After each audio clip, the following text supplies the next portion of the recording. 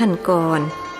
อาตมาลาท่านตั้งแต่วันที่ไปอยู่วัดสังฆราชาแล้วรู้สึกว่าท่านไม่ค่อยจะชอบหน้าอาตมาสักเท่าไหร่เอาไว้ศึกแล้วค่อยไปกราบท่านอีกครั้งท่านพูดตัดบทคนเป็นยายจึงไม่กล้าเซ้าสี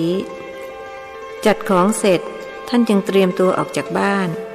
บอกโยมยายว่าอาตมาจะไปลาโยมพ่อกับโยมแม่คงจะกลับค่ำๆท่านไม่ได้พูดให้จบว่าหลังจากลาโยมบิดามารดาแล้วก็จะไปลาแม่ประยงลูกสาวนางนวลตอนท่านอยู่วัดสังฆราชานางนวลเคยมานิมนต์ไปฉันเพลที่บ้านแม่ประยงทำอาหารถวายรสชาติอาหารที่หล่อนทำไม่ผิดเพี้ยนไปจากฝีมือโยมยายหล่อนมีอะไรหลายอย่างคล้ายโยมยายของท่าน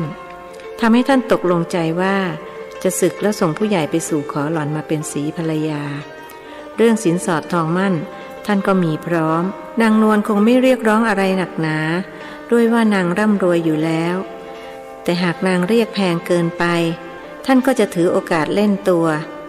แม่ประยงดูหลงไหลท่านออกอย่างนั้นนางนวลหรือจะกล้าขัดใจลูกสาวคนเดียว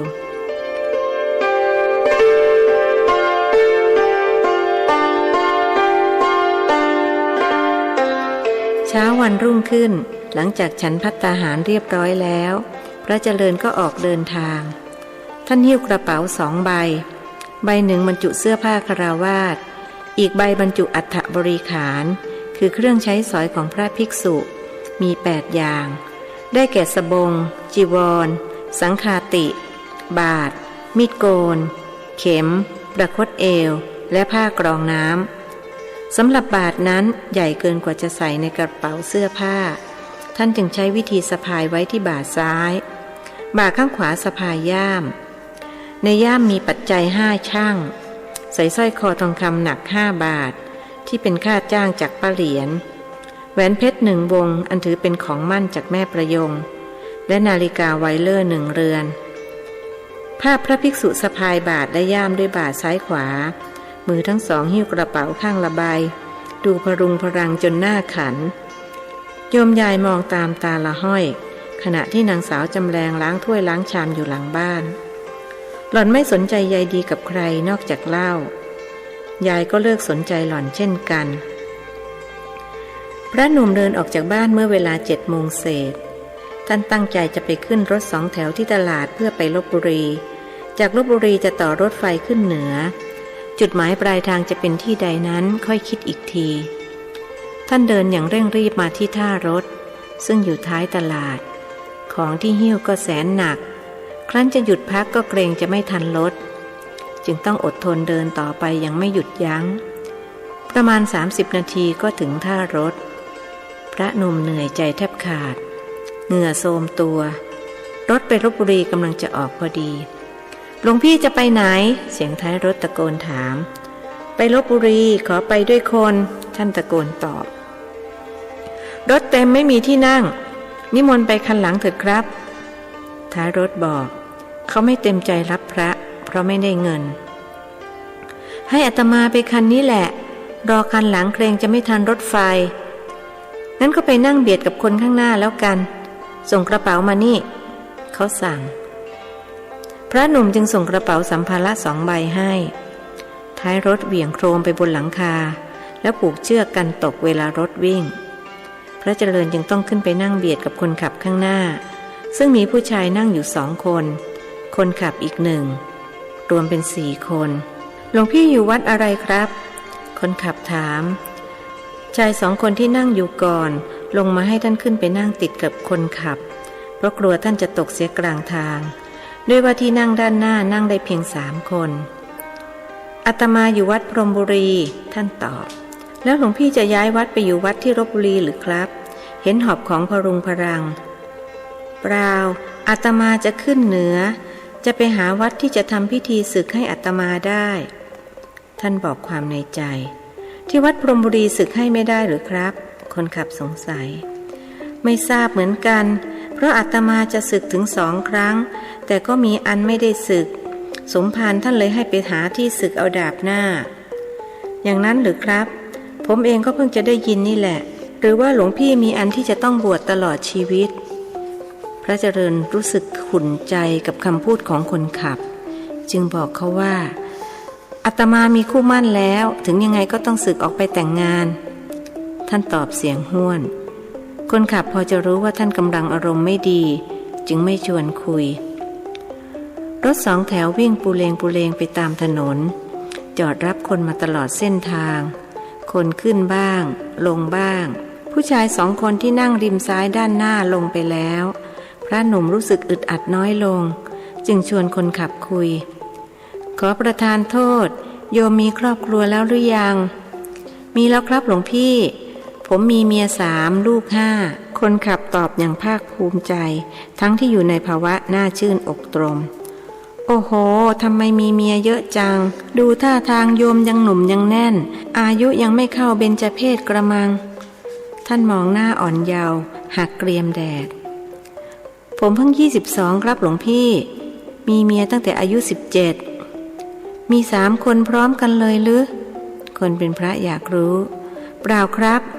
อายุ17มีคนหนึ่งคนที่2กับที่3มีตอนอายุ20ทิ้งช่วงห่างกัน3 เดือนคฤหัสถ์อธิบายทำไมถึงต้องเป็นอย่างนั้นล่ะก็2 คนมันอยากทะเลาะกันผมรำคาญเลยมีมันซะอีกคนจะได้หมดเรื่องโบราณสอนว่าเมีย2ต้องห้ามเมีย3ตามตำราแล้วหมดเรื่องจริงหรือเปล่าชายหนุ่มผู้เป็นคฤหัสถ์หัวเราะแหะๆก่อนตอบว่าหมดอะไรได้ล่ะท่านเรื่องมันยิ่งมากซะจนผมขมองจะแตกนี่ถ้าไม่ห่วงลูก5 คนผมหนีไปบวชแล้วผมว่าหลวงพี่เป็นพระก็ดีอยู่แล้วอย่าสึกออกมามีเวรมีกรรมอย่างผมเลยเขาวกเข้าหาสิ่งที่ทำให้พระหนุ่มขุ่นเคืองโดยที่เขาเองก็ไม่รู้มันไม่เหมือนกันหรอกโยมอาตมาคงไม่ต้องมีเรื่องปวดหัวอย่างนั้นเพราะอาตมาเป็นคนรักเดียวใจเดียวท่านตอบด้วยท่าทางจริงจังเมื่อก่อนผมก็คิดอย่างหลวงพี่แต่ความคิดกับความจริงมันคนละเรื่องเลยครับผมว่าหลวงพี่ก็เหมือนกันถ้าสึกออกไปรับรองว่าไม่มีเมียเดียวหรอกอาจมีมากกว่าผมด้วยซ้ำอะไรทำให้โยมคิดอย่างนั้นพระเจริญเริ่มโกรธนิดๆก็หลวงพี่เป็นคนมีเสน่ห์นะสิขนาดผมซึ่งเป็นผู้ชายด้วยกันยังดูออกประสาอะไรกับพวกผู้หญิงเกิดมารุมรักหลวงพี่พร้อมๆกันหลายคนหลวงพี่จะใจดำพอที่จะให้พวกหล่อนอกหักเชียวหรือคำพูดของคนเป็นคฤหัสถ์ทำให้ความโกรธน้อยๆของคนเป็นบรรพชิตหายไปมีความปราบปลื้มเข้ามาแทนที่ท่านนึกห่อหมกไปกับพ่อหนุ่มคนขับมีหน้าแม่ประยงถึงกับเอาแหวนเพชรมามั่นไว้ก่อนตามธรรมเนียมผู้หญิงต้องเป็นฝ่ายรับมั่นแต่ความมีเสน่ห์ของเราทำให้หล่อนถึงกับยอมผิดธรรมเนียมเห็นคนเป็นพระนิ่งไปคฤหัสถ์หนุ่มจึงถามอีกว่าหลวงพี่รู้ตัวหรือเปล่าว่าเป็นคนมีเสน่ห์ก็พอจะรู้ว่าแต่โยมเธอคิดจะมีคนที่4ที่5อีกหรือเปล่าภรรยาน่ะท่านถามเพื่อลองใจผมยังไม่อยากอายุสั้นหรอกครับหลวงพี่มันก็แปลกนะโยมนะที่โยมว่าผู้ชายมีเสน่ห์ทำให้ผู้หญิงหลายคนมารักแต่ที่อาตมาเห็นน่ะบางคนไม่มีเสน่ห์ไม่หล่อไม่รวยแต่ก็มีภรรยาหลายคนทำไมถึงเป็นเช่นนั้นเขาอาจมีของดีก็ได้เช่นอาจมีพระขุนแผนมีน้ำมันพรายหรือมีคาถาทำให้ผู้หญิงรักคนขับตอบคนเป็นบรรพชิตถึงกับหูผึ่งนึกอยากได้คาถาทำให้ผู้หญิงรักขึ้นเหนือคราวนี้ท่านจะต้องไปหาเรียนคาถาที่ว่าให้จงได้อาตมาสนใจคาถาที่ว่าโยมพอจะรู้จักครูบาอาจารย์ที่ไหนบ้างอาตมาจะได้ไปขอเรียนกับท่านถามอย่างกระตือรือร้นเขาว่าหลวงพ่อเดิมวัดหนองโพท่านเก่งเรื่องนี้หลวงพี่น่าจะไปขอเรียนจากท่านพระเจริญดีใจนักรีบถามว่าวัดที่ว่านี่อยู่จังหวัดอะไรล่ะโยมคนขับยังไม่ทันตอบก็พอดีกับรถถึงจุดหมายปลายทางเขาเปิดประตูออกไปแล้วอ้อมมาเปิดประตูทางซ้ายให้ท่านจากนั้นจึงไปรอรับสัมภาระซึ่งท้ายรถส่งมาให้จากบนหลังคาไม่สนใจพระหนุ่มที่ต้องการรู้ชื่อจังหวัดพระเจริญเห็นว่าหากรอให้เขาขนของลงหมดก็คงจะไม่ทันรถไฟได้กระเป๋า2 ใบของท่านแล้วจึงเอ่ยปากลาพร้อมขอบใจคนขับที่ให้โดยสารมาด้วย ท่านถือของพรุงพรังมาถึงสถานีรถไฟลพบุรีรถไฟพิษณุโลกกำลังจะออกท่านยังไม่รู้ว่าจะไปลงที่สถานีอะไรครั้นจะคิดนานๆก็เกรงจะไม่ทันรถไฟจึงเดินไปที่ช่องขายตั๋วบอกพนักงานขายว่าจะไปลงพิษณุโลกท่านอยากไปนมัสการพระพุทธชินราชเกิดไปใจดีที่นั่นก็จะขอให้เจ้าอาวาสที่วัดนั้นทำพิธีศึกให้แต่ถ้าใจยังไม่ดีจึงค่อยเดินทางขึ้นเหนือต่อไปอีกซื้อตั๋วได้แล้วท่านจึงขนสัมภาระขึ้นรถไฟรถแน่นจนหาที่นั่งไม่ได้ท่านยืนหิ้วกระเป๋าอยู่ครู่ใหญ่ก็ทนไม่ไหวจึงยัดมันไว้ใต้ม้านั่งที่มีผู้โดยสารอื่นนั่งอยู่รถไฟออกจากสถานีลพบุรีมุ่งหน้าไปปากน้ำโพ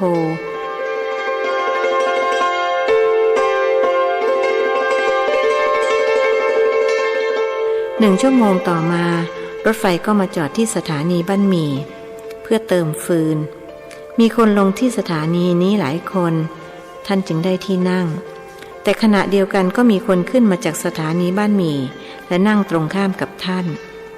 รถไฟเติมฟืนเสร็จก็ยังไม่ยอมเคลื่อนขบวนครู่ต่อมาคนตัดตั๋วจึงเดินบอกผู้โดยสารว่ารถไฟเครื่องจักรเสียจะต้องใช้เวลาซ่อมประมาณ1 ชั่วโมงเป็นอย่างน้อยเสียงผู้คนพากันบ่นฟังไม่ได้สับแล้วโยมที่นั่งตรงข้ามท่านก็บ่นขึ้นว่าแหมไอ้รถไฟบ้านี่ทำให้เสียเวลาจริงๆจะไปกราบหลวงพ่อเดิมทั้งทีไม่น่ามีอุปสรรคเลยได้ยินชื่อหลวงพ่อเดิมพระเจริญก็ดีใจรีบถามโยมคนนั้นว่าหลวงพ่อเดิมวัดหนองโพใช่ไหมโยมบุรุษนั้นมองหน้าท่านแล้วจึงตอบว่าถูกแล้วครับท่านล่ะจะไปไหนอาตมาจะไปพิษณุโลกแต่ก็อยากไปนมัสการหลวงพ่อเดิมบ้างขออาตมาไปด้วยคนได้ไหมได้สิครับแต่เมื่อท่านลงที่สถานีหนองโพแล้วตั๋วของท่านคงจะต่อไปพิษณุโลกไม่ได้ต้องซื้อใหม่ไม่เป็นไรหรอกโยมอาตมาไม่ห่วงเรื่องนั้นขอให้ได้ไปกราบหลวงพ่อเดิมก่อนก็แล้วกันท่านมุ่งมั่นว่าจะไปขอคาถาทำให้ผู้หญิงรักหรือถ้าเกิดใจดีที่วัดหนองโพก็จะขอให้หลวงพ่อเดิมทำพิธีศึกให้ถ้าเป็นดังที่ท่านคิดก็มีความจำเป็นต้องเดินทางไปพิษณุโลกรอให้แต่งงานแต่งการเรียบร้อยแล้วจึงค่อยพาแม่ประยงไปนมัสการพระพุทธชินราชเมื่อท่านตกลงใจที่จะไปวัดหนองโพกับโยมผู้นั้น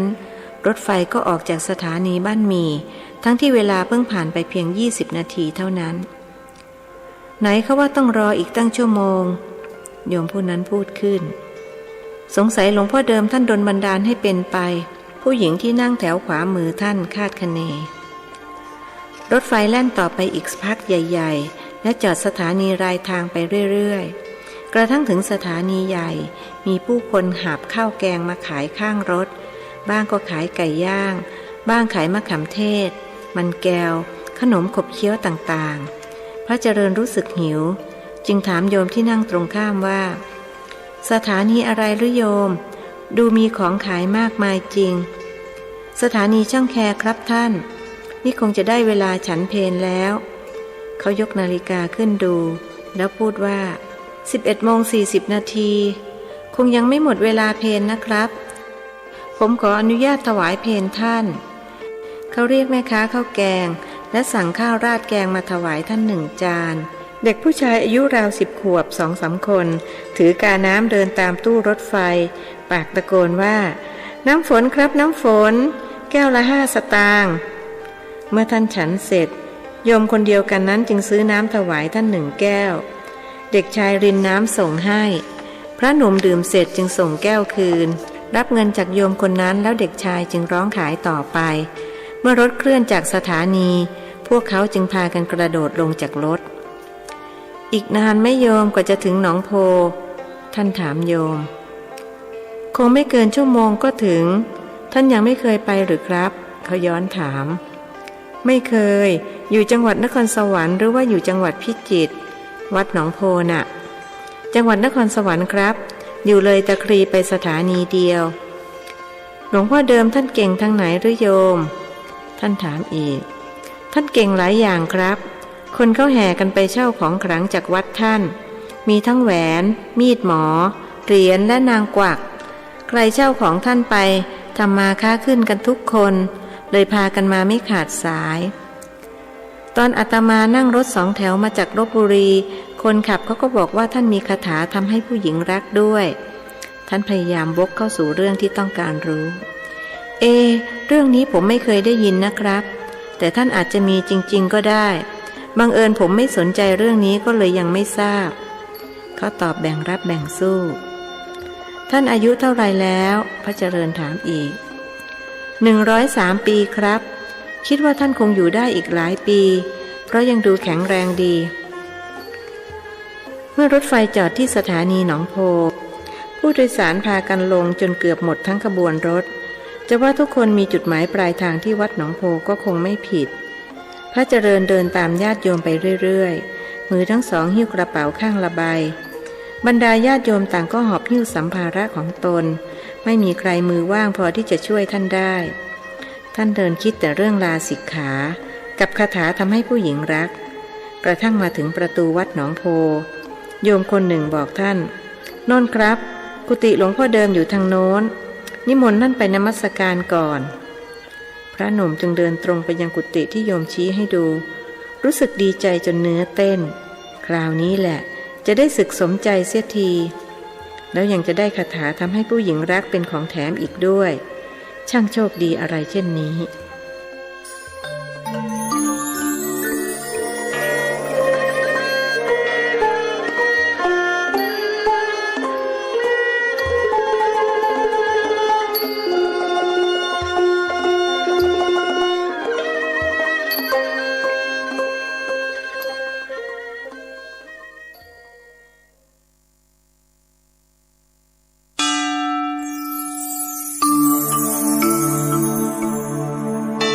ธรรมนิยายชุดสัตว์โลกย่อมเป็นไปตามกรรมประพันธ์โดย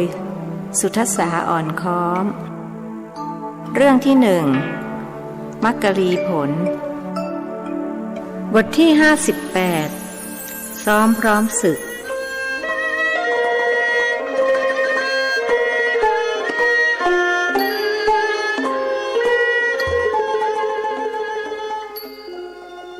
แล้วพวกโยมจะพากันไปไหนล่ะไม่ไปกราบหลวงพ่อพร้อมๆกันหรือพระเจริญเหลียวหลังไปถามเมื่อเห็นโยมกลุ่มที่มากับท่านกำลังจะเดินแยกออกไปทางขวาพวกผมต้องไปหาที่ปลดทุกข์ก่อนครับอั้นกันมา 2-3 ชั่วโมงแล้วเขาบอกมันจะทนไม่ไหวแล้วจ้ะท่านประเดี๋ยวพวกฉันค่อยตามไปสตรีที่มาในกลุ่มโอดครวญท่าทางหล่อนดูเหมือนจะอั้นไม่ไหวอีกต่อไปเพราะฉะนั้นอาตมาจะยืนรอพวกโยมอยู่ตรงนี้แหละเรียบร้อยเมื่อไหร่ค่อยไปพร้อมๆกันท่านพูดพลางถือโอกาสวางกระเป๋า2 ใบลงกับพื้นเหลืออีกประมาณ10 วาจะถึงกุฏิหลวงพ่อเดิมคนกลุ่มอื่นๆกำลังเดินตรงไปที่นั่น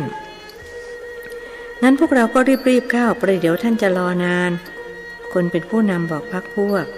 คนเป็นพระยืนรออยู่ประมาณ15 นาทีพวกโยมก็พร้อมและพากันไปยังกุฏิท่านสมภารถึงแล้วจึงพากันนั่งต่อแถวพวกที่มาถึงก่อนพระหนุ่มสังเกตว่าผู้คนที่มาต่างพากันเช่ามีดหมอบ้างนางกวักบ้างเหรียญบ้างแหวนบ้างรูปหล่อของหลวงพ่อเดิมบ้างเช่าแล้วก็นำมาให้ท่านเป่าท่านก็เป่าให้พร้อมกับพูดว่าเพียงดีเพียงดีครั้นได้ของตามที่ต้องการแล้วคนเหล่านั้นก็พากันทยอยออกไปพวกที่ต่อแถวรออยู่ก็ขยับขึ้นมาเรื่อยๆจนกระทั่งถึงแถวของกลุ่มโยมที่พระเจริญมาด้วยเมื่อได้เข้ามานั่งใกล้ๆพระหนุ่มมองพระภิกษุตรงหน้าด้วยความรู้สึกหลายอย่างแรกคือเลื่อมใสศรัทธาอย่างที่สองเคารพยำเกรงและประการสุดท้ายคือต้องการฝากความหวังไว้กับท่านความหวังที่จะให้ท่านทำพิธีลาสิกขาและบอกคาถาทำให้ผู้หญิงรัก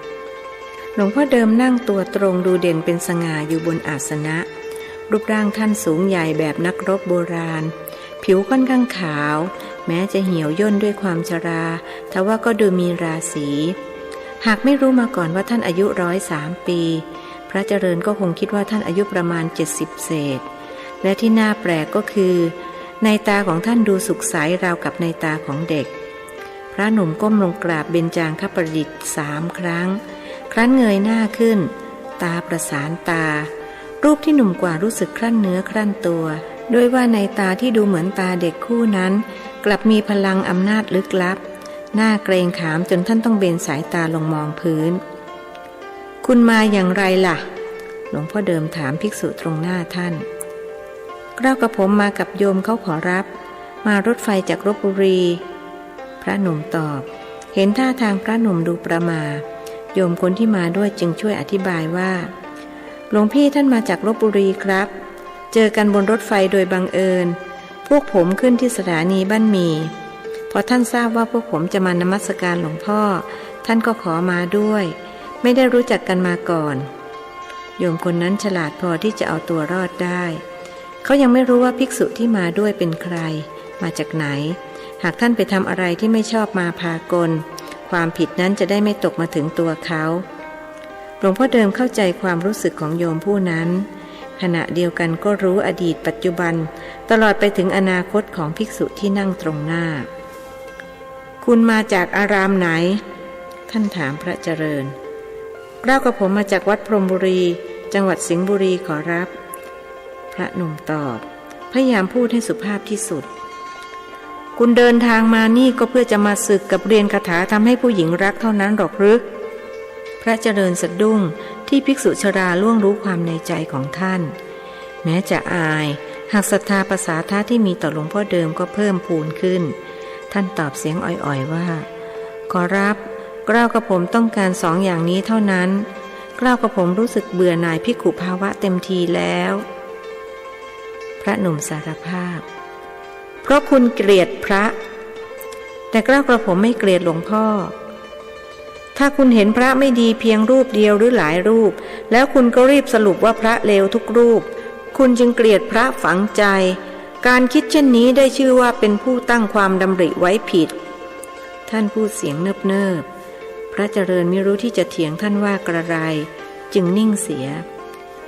คุณไม่ต้องไปถึงพิษณุโลกหรอกที่นั่นไม่มีใครทำพิธีศึกให้คุณได้พระหนุ่มต้องแปลกใจอีกครั้งที่ภิกษุชราร่วงรู้ความคิดของท่านจึงพูดอย่างนอบน้อมว่าเกล้ากับผมขอความเมตตาจากพระเดชพระคุณหลวงพ่อให้ทำพิธีศึกเสียที่วัดหนองโพในวันนี้เลยนะขอรับช้าก่อนวันนี้ยังไม่มีฤกษ์ศึกเอาไว้พูดกันพรุ่งนี้ดีกว่าคุณมาเหนื่อยไปพักผ่อนเสียก่อนเดี๋ยวฉันจะให้มัคคณายกพาไปที่กุฏิที่พักครูเต่าช่วยไปดูซิว่ากุฏิจะให้อาคันตุกะพักท่านสั่งมัคคณายกวัย60เศษที่นั่งอยู่เบื้องซ้ายมีกุฏิของท่านละอองว่างอยู่ครับท่านเพิ่งศึกไปเมื่อ2 วันก่อนครูเต่าผู้ทำหน้าที่มัคคณายกรายงานดีแล้วช่วยพาอาคันตุกะของฉันไปพักด้วย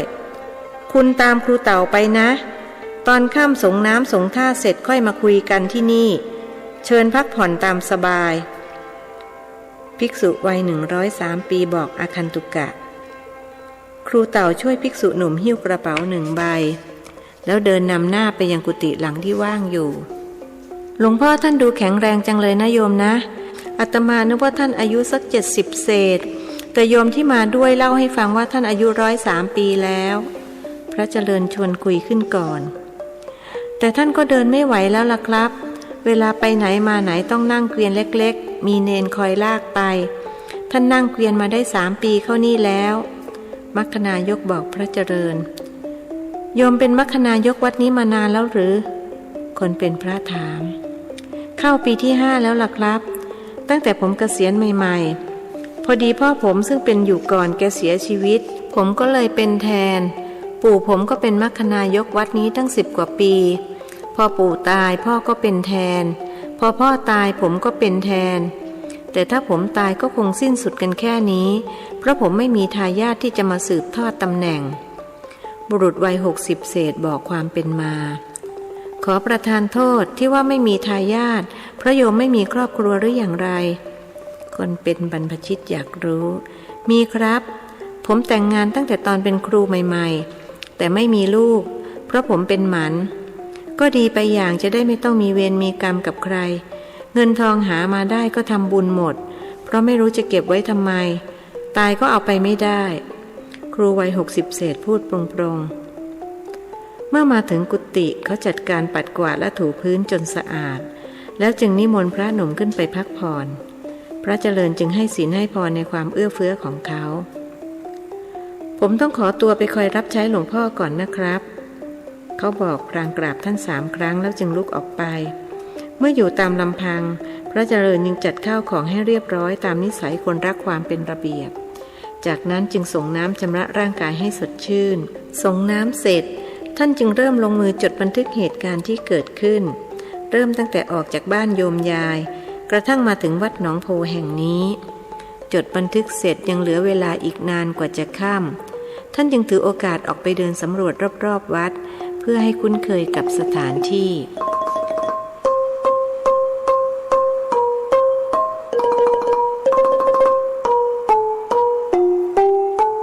ตอนค่ำเมื่อภิกษุหนุ่มมานั่งต่อหน้าเจ้าอาวาสอีกครั้งภิกษุชราเพ่งมองเขาอย่างพินิจท่านรู้ว่าเขาจะต้องครองผ้ากาสาวะต่อไปจนตลอดชีวิตและจะเป็นกำลังสำคัญในการเผยแผ่พระศาสนาตัวท่านรอคอยมาช้านานคอยลูกศิษย์ที่จะมารับถ่ายทอดวิชาอาคมต่างๆไม่มีใครเหมาะสมพอที่จะรับถ่ายทอดนอกจากภิกษุหนุ่มที่นั่งอยู่เบื้องหน้าของท่านแต่ขณะนี้เขายังสับสนเพราะถูกอารมณ์ทางโลกเข้าครอบงำเปรียบเหมือนช้างพลายที่กำลังตกมันไม่มีใครหยุดยั้งได้ต้องรอให้เขาสงบลงกว่านี้จึงค่อยถ่ายทอดวิชาให้พระเดชพระคุณหลวงพ่อขอรับกล้าวกับผมอยากทราบฤกษ์ศึกจะศึกเวลาเท่าไรดีขอรับพระหนุ่มทวงถามทันทีที่กราบท่าน3 ครั้งแล้ววันนี้ยังไม่มีฤกษ์ต้องรอพรุ่งนี้คือคำตอบกล้าวกับผมขอฤกษ์พรุ่งนี้นะขอรับพระหนุ่มยังคงเซ้าซีฤกษ์พรุ่งนี้ก็ต้องรอพรุ่งนี้วันนี้ไม่มีฤกษ์หลวงพ่อเดิมพูดเหมือนเดิมพระหนุ่มจนปัญญาที่จะต่อปากต่อคำจึงได้แต่นั่งทำตาปริบๆกระนั้นก็ให้กำลังใจตัวเองว่าใจเย็นเข้าไว้เย็นไว้ไงๆก็ได้ศึกวันยังค่ำนั่นแหละรออีกวันเดียวคงไม่ถึงตายหลวงพ่อเมื่อยไหมขอรับกล้าวกับผมจะช่วยนวดให้พระเจริญหาวิธีทำให้ท่านเมตตาดีเหมือนกันพระละออศึกออกไปเสียแล้วฉันเลยหาคนนวดไม่ได้คุณช่วยนวดให้หน่อยนะหลวงพ่อเดิมขอแรงพระหนุ่มจึงลงมือนวดให้ท่านอย่างตั้งอกตั้งใจสมภารวัดหนองโพรู้สึกผ่อนคลายและลงความเห็นว่าฝีมือการนวดของพระรูปนี้ดีกว่าพระละออหลายเท่านักเวลาผ่านไป3 ชั่วโมงหลวงพ่อเดิมหลับไป3 ตื่นในที่สุดจึงอนุญาตให้พระหนุ่มกลับกุฏิได้พระเจริญไม่ไหวทวงสัญญาหลวงพ่อขอรับกล้าวกับผมจะลาสิกขาในวันพรุ่งนี้นะขอรับไม่มีคำตอบจากหลวงพ่อเดิมพระหนุ่มจึงกราบท่าน3 ครั้งแล้วเดินกลับกุฏิภิกษุชราแอบพูดในใจว่าพ่อหนุ่มเอ้ยยังไงเองก็ไม่ได้ศึกกลับถึงกุฏิของท่านแล้วพระเจริญก็รื้อชุดคฤหัสถ์ออกมาลองใส่กางเกงสีเปลือกมังคุดคับไปนิดนึงท่านคงจะอ้วนขึ้นเสื้อฮาวายตัวหลวมกำลังพอดีใส่ชุดคฤหัสถ์แล้วท่านก็สวมใส่สร้อยผูกนาฬิกาไวเลอร์และที่จะลืมไม่ได้คือใส่แหวนเพชรท่านบรรจงสวมแหวนเพชรที่นิ้วนางข้างซ้ายเมื่อต้องแสงตะเกียงเพชรเม็ดงามส่องประกายวูบวาบเสียดายที่ในห้องไม่มีกระจกมิฉะนั้นท่านจะส่องดูความหล่อเหลาของตัวเองแม่ประยงเห็นเข้าคงจะตื่นเต้นยินดีเป็นที่สุดพระหนุ่มลุกขึ้นเดินไปเดินมาอยู่คนเดียวต้องซ้อมเดินเอาไว้ประเดี๋ยวจะเดินไม่สวยโดยว่านุ่งผ้าเหลืองมาหลายเดือนเวลาเดินรู้สึกโปร่งๆโล่งๆสบายเนื้อสบายตัวครั้นมานุ่งกางเกงมันรู้สึกขัดเขินจึงต้องหัดเดินให้สวยเข้าไว้ศึกแล้วเราคงจะต้องอยู่ที่นี่อีกสักระยะหนึ่งเพื่อเรียนคาถาทำให้ผู้หญิงรักท่านคิดวางแผนอนาคตได้คาถาแล้วจึงค่อยกลับบ้านแล้วจัดผู้ใหญ่ไปสู่ขอแม่ประยงขอมั่นไว้ก่อนจากนั้นอีก 3-4 เดือนค่อยจัดพิธีแต่งงาน ต้องทิ้งช่วงให้ผมยาวเสียก่อนจะได้ดูไม่น่าเกลียดและปัญหาก็เกิดขึ้นเมื่อนึกไปถึงเรื่องเรือนหอแต่งงานแล้วเราจะอยู่กับใครล่ะโยมนวลแกมีลูกสาวคนเดียวคงไม่ยอมให้ออกจากบ้านมาอยู่กับเราอีกอย่างบ้านช่องแกก็ออกใหญ่โตโอโถงเราคงพาโยมยายมาอยู่ด้วยได้อ้อแล้วนางจำแรงขี้เมาจะเอาไปไว้ที่ไหนจะหอบหิ้วมาด้วยก็กลัวว่าทางฝ่ายแม่ประยงเขาจะดูแคลนเอาครั้นจะอ้างว่าเอามาไว้เลี้ยงหลานเราก็ไม่อยากให้มันเลี้ยงลูกเรากลัวว่าจะเมาจนทำลูกเราตกบ้านคอหักตายหรือไม่ก็เอาเหล้ากรอกปากลูกเราก็เลยกลายเป็นคนขี้เหล้าเหมือนป้าของมันโยมพ่อกับโยมแม่กำลังจะย้ายไปอยู่ตลาดปากบางเพื่อหนีโจรผู้ร้ายถ้ายังไงเราก็ส่งนางจำแรงไปอยู่กับโยมพ่อโยมแม่ก็ได้พระหนุ่มนึกวาดภาพอนาคตไปตามใจของท่านขณะเดินกลับไปกลับมาอยู่ในห้องภายในกุฏิในที่สุดจึงเปลี่ยนจากชุดฆราวาสเป็นชุดบรรพชิตดังเดิมแล้วจึงเริ่มไหว้พระสวดมนต์สวดถูกผิดไปตามเรื่องเพราะไม่มีความจำเป็นที่จะมานั่งจดนั่งจำไหนก็จะสึกแล้วจะจดจำไปทำไมให้ป่วยการสวดมนต์เสร็จจึงล้มตัวลงนอนไม่ลืมที่จะนอนกรรมฐานดังที่หลวงพ่อพูนสอนคือนอนกำหนดลมหายใจเข้าออกจนกว่าจะหลับเมื่อหายใจเข้ากำหนดว่าพุทธหายใจออกกำหนดว่าโธพระหนุ่มนอนกำหนดพุทโธพุทโธไปเรื่อยๆก็ยังไม่รู้สึกง่วงจึงเปลี่ยนคำบริกรรมจากพุทโธมาเป็นประยงเมื่อหายใจเข้ากำหนดว่าประหายใจออกกำหนดว่ายงท่านนอนกำหนดประยงครู่เดียวก็หลับยังมีความสุขใบหน้าแม่ประยงมาวนเวียนอยู่ในมโนนึกเวลาตี 5พระเจริญตื่นขึ้นล้างหน้าแปรงฟันแล้วเตรียมตัวออกบิณฑบาตท่านไม่คุ้นเคยกับสถานที่แห่งใหม่หากก็คิดว่าจะเดินตามพระรูปอื่นๆออกไปเห็นภิกษุที่อยู่กุฏิตรงข้ามกำลังจะออกเดินทางท่านจึงเดินไปหายกมือไหว้แล้วพูดว่าหลวงพี่ครับผมขอตามไปบิณฑบาตด้วยคน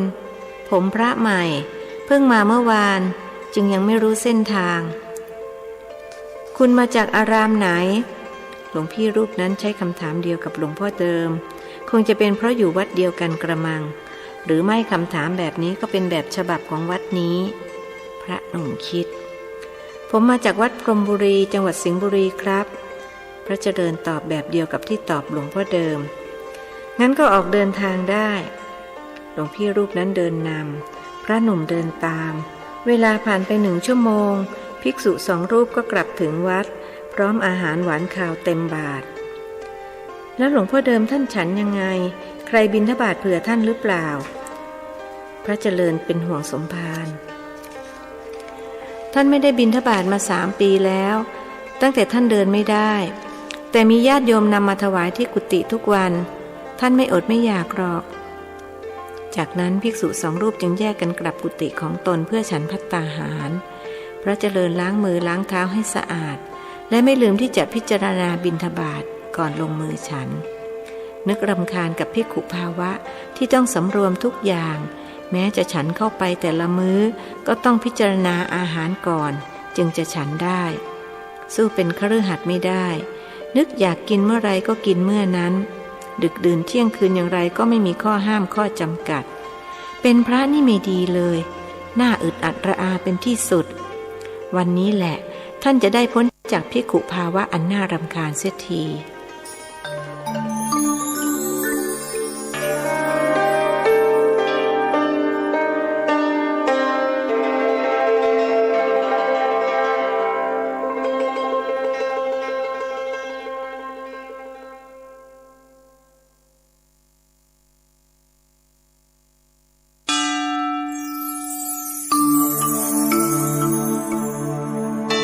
ธรรมนิยายชุดสัตว์โลกย่อมเป็นไปตามกรรมประพันธ์โดยสุทัสสาอ่อนค้อมเรื่องที่1มักกลีผลบทที่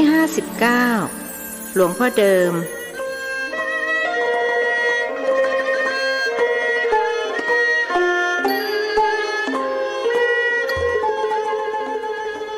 ฉันภัตตาหารเสร็จและล้างมือบ้วนปากเรียบร้อยแล้วพระเจริญจึงรีบไปที่กุฏิหลวงพ่อเดิมป่านนี้ท่านคงเตรียมทำน้ำมนต์ศึกไว้พร้อมสับครั้นไปถึงก็ต้องแปลกใจเมื่อไม่เห็นบาตรน้ำมนต์ก้มลงกราบเบญจางคประดิษฐ์3 ครั้งแล้วจึงถามพระเดชพระคุณขอรับเหตุใดจึงยังไม่ทำน้ำมนต์ศึกให้เกล้ากระผมขอรับวันนี้ยังไม่มีฤกษ์ศึกต้องรอพรุ่งนี้ภิกษุวัย103 ปีพูดแบบเดียวกับเมื่อวันวาน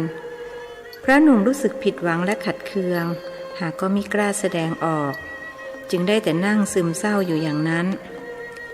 คุณจะรีบศึกไปทำไมกันเพิ่งบวชได้พรรษาเดียวเท่านั้นดูแต่ฉันสิบวชมา83 พรรษายังไม่เคยคิดจะศึกหลวงพ่อเดิมพูดคล้ายๆจะปลอบใจภิกษุผู้มาจากต่างถิ่นแต่เกล้ากับผมไม่ใช่พระเดชพระคุณหลวงพ่อนี่ขอรับผู้อ่อนวัยกว่าแย้งซุ้มเสียงออกจะแข็งๆด้วยไม่สบอารมณ์ไม่ใช่ก็ไม่เป็นไรเอาเถอะถ้าคุณอยากศึกจริงๆพรุ่งนี้ค่อยพูดกันใหม่ถ้อยคำของภิกษุชราทำให้ใจพระเจริญชุ่มชื่นขึ้นจึงรีบบอกหลวงพ่อเดิมว่าพรุ่งนี้เช้าพระเดชพระคุณทำน้ำมนต์ศึกเตรียมไว้เลยนะขอรับ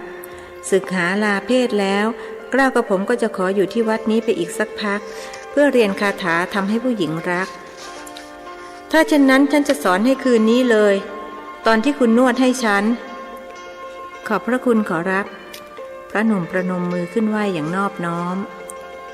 ฉันกำลังจะพาคุณไปดูอะไรในวัดเมื่อวานคุณไปเดินสำรวจมาแล้วเห็นอะไรบ้าง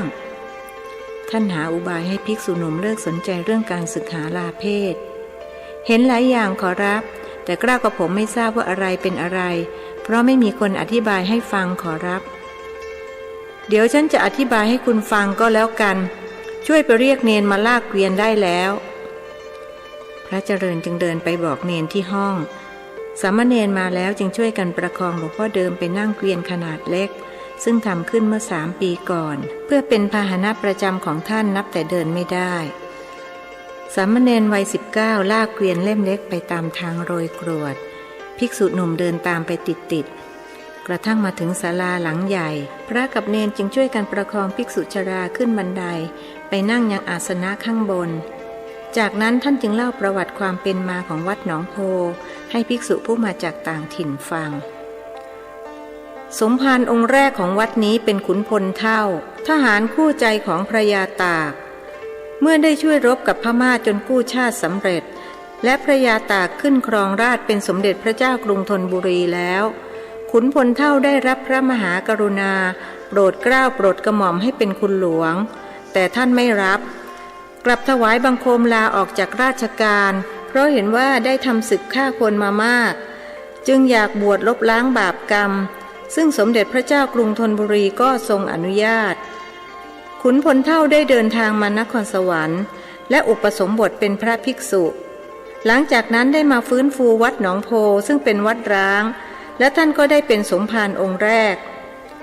ภิกษุขุนพลเท่าท่านได้ถ่ายทอดวิชาความรู้และประสบการณ์ให้สมภารองค์ต่อมาและสืบต่อกันมาเรื่อยๆจนถึงสมภารองค์ที่5ซึ่งเป็นอาจารย์ของฉันท่านหยุดเล่ามองหน้าพระหนุ่มรู้ตั้งแต่แรกเห็นนั่นแล้วว่าบุคคลผู้นี้เหมาะสมกับมรดกทางปัญญาที่ท่านจะมอบให้วิชาที่พระเดชพระคุณพูดถึงนั้นมีอะไรบ้างขอรับมีหลายอย่างตั้งแต่ตำราพิชัยสงครามคชศาสตร์คาถาอาคมกระบี่กระบองดนตรีไทยและลิเก2 อย่างหลังทำให้พระหนุ่มตาโตรีบบอกท่านว่าเกล้ากับผมก็เป็นนักดนตรีไทยแล้วก็เขียนบทให้ลิเกร้องด้วยเขียนเรื่องเท้าปาจิตกับนางอรพิมขอรับฉันรู้ถึงคุณไม่บอกฉันก็รู้นอกจากนี้ฉันยังรู้ด้วยว่าแต่ก่อนคุณไม่คิดจะแต่งงานไม่รักผู้หญิงแต่เดี๋ยวนี้คุณเปลี่ยนใจมารักผู้หญิงเพราะเห็นแก่แหวนเพชรวงเดียวแล้วก็เรื่องที่คุณอยากสึกเพราะเกลียดพระนั้นฉันขอเตือนคุณไว้อย่างหนึ่งว่ายิ่งเกลียดยิ่งเข้าใกล้ยิ่งรักยิ่งห่างไกลคอยดูต่อไปว่าที่ฉันพูดมานี่จะจริงหรือเท็จอารมณ์ที่ชื่นบานกลับหม่นหมองเพราะคำพูดที่ตรงไปตรงมาของภิกษุสูงวัย พระเจริญเกิดความรู้สึกคล้ายๆกับว่าท่านคงไม่มีโอกาสสึกออกมาเป็นคฤหัสถ์ไม่มีโอกาสได้แต่งงานกับแม่ประยงคนที่หลวงพ่อเดิมพูดว่าคุณเปลี่ยนใจมารักผู้หญิงเพราะเห็นแก่แหวนเพชรวงเดียวภิกษุชราดูเหมือนจะล่วงรู้จิตใจของท่านดีกว่าตัวท่านเองเสียอีกพระเดชพระคุณหลวงพ่อขอรับทำไมในวัดจึงต้องมีการสอนรำดาบกระบี่กระบองและลิเกด้วยขอรับภิกษุหนุ่มเปลี่ยนเรื่องถามไม่เฉพาะลิเกนะคุณเพลงฉ่อยเพลงเกี่ยวข้าวลำตัดหมอลำฉันก็สอนให้หมดเพื่อรักษามรดกทางวัฒนธรรมเอาไว้ไม่ให้สูญหาย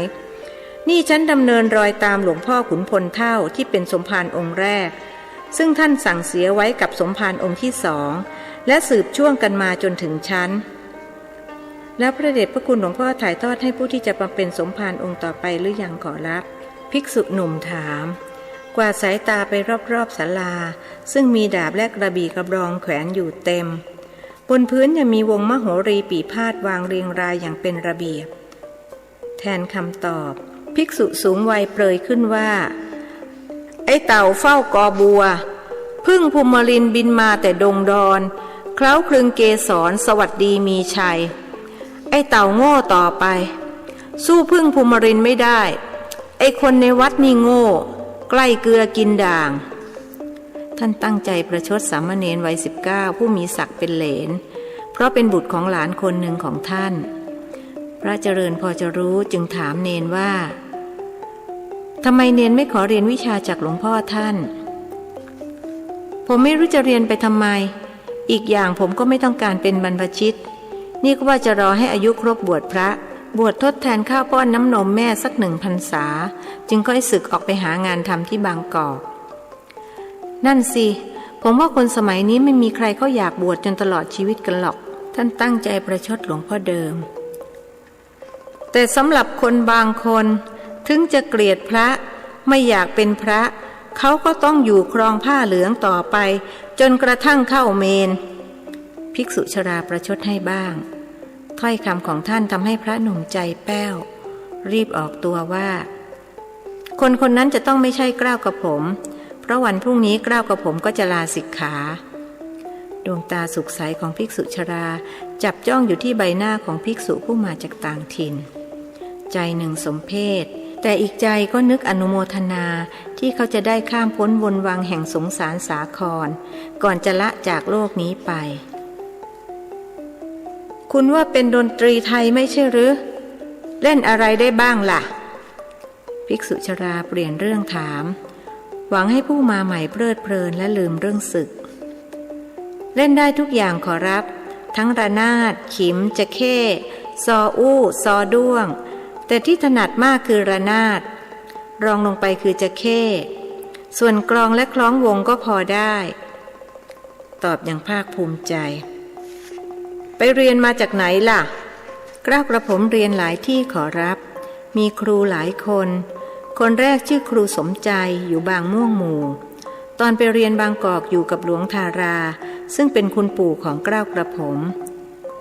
ท่านตีระนาดเก่งเคยเล่นถวายในหลวงรัชกาลที่6เวลาพระองค์ทรงโขน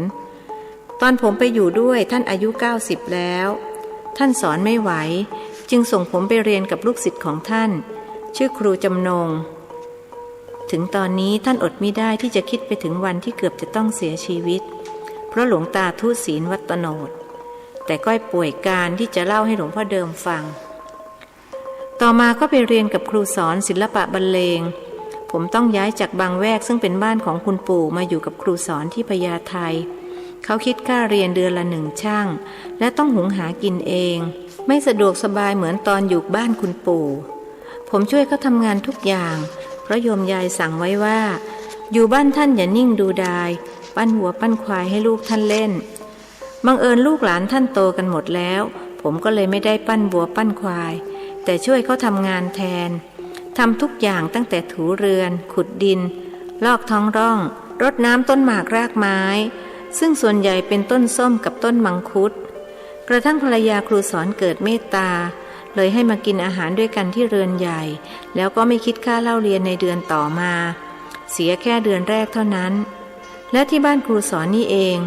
ท ที่ผมกล้าวกับผมเอาเถอะแทนตัวเองว่าผมเฉยๆก็ได้ฉันไม่ใช่คนเจ้ายศเจ้าอย่าง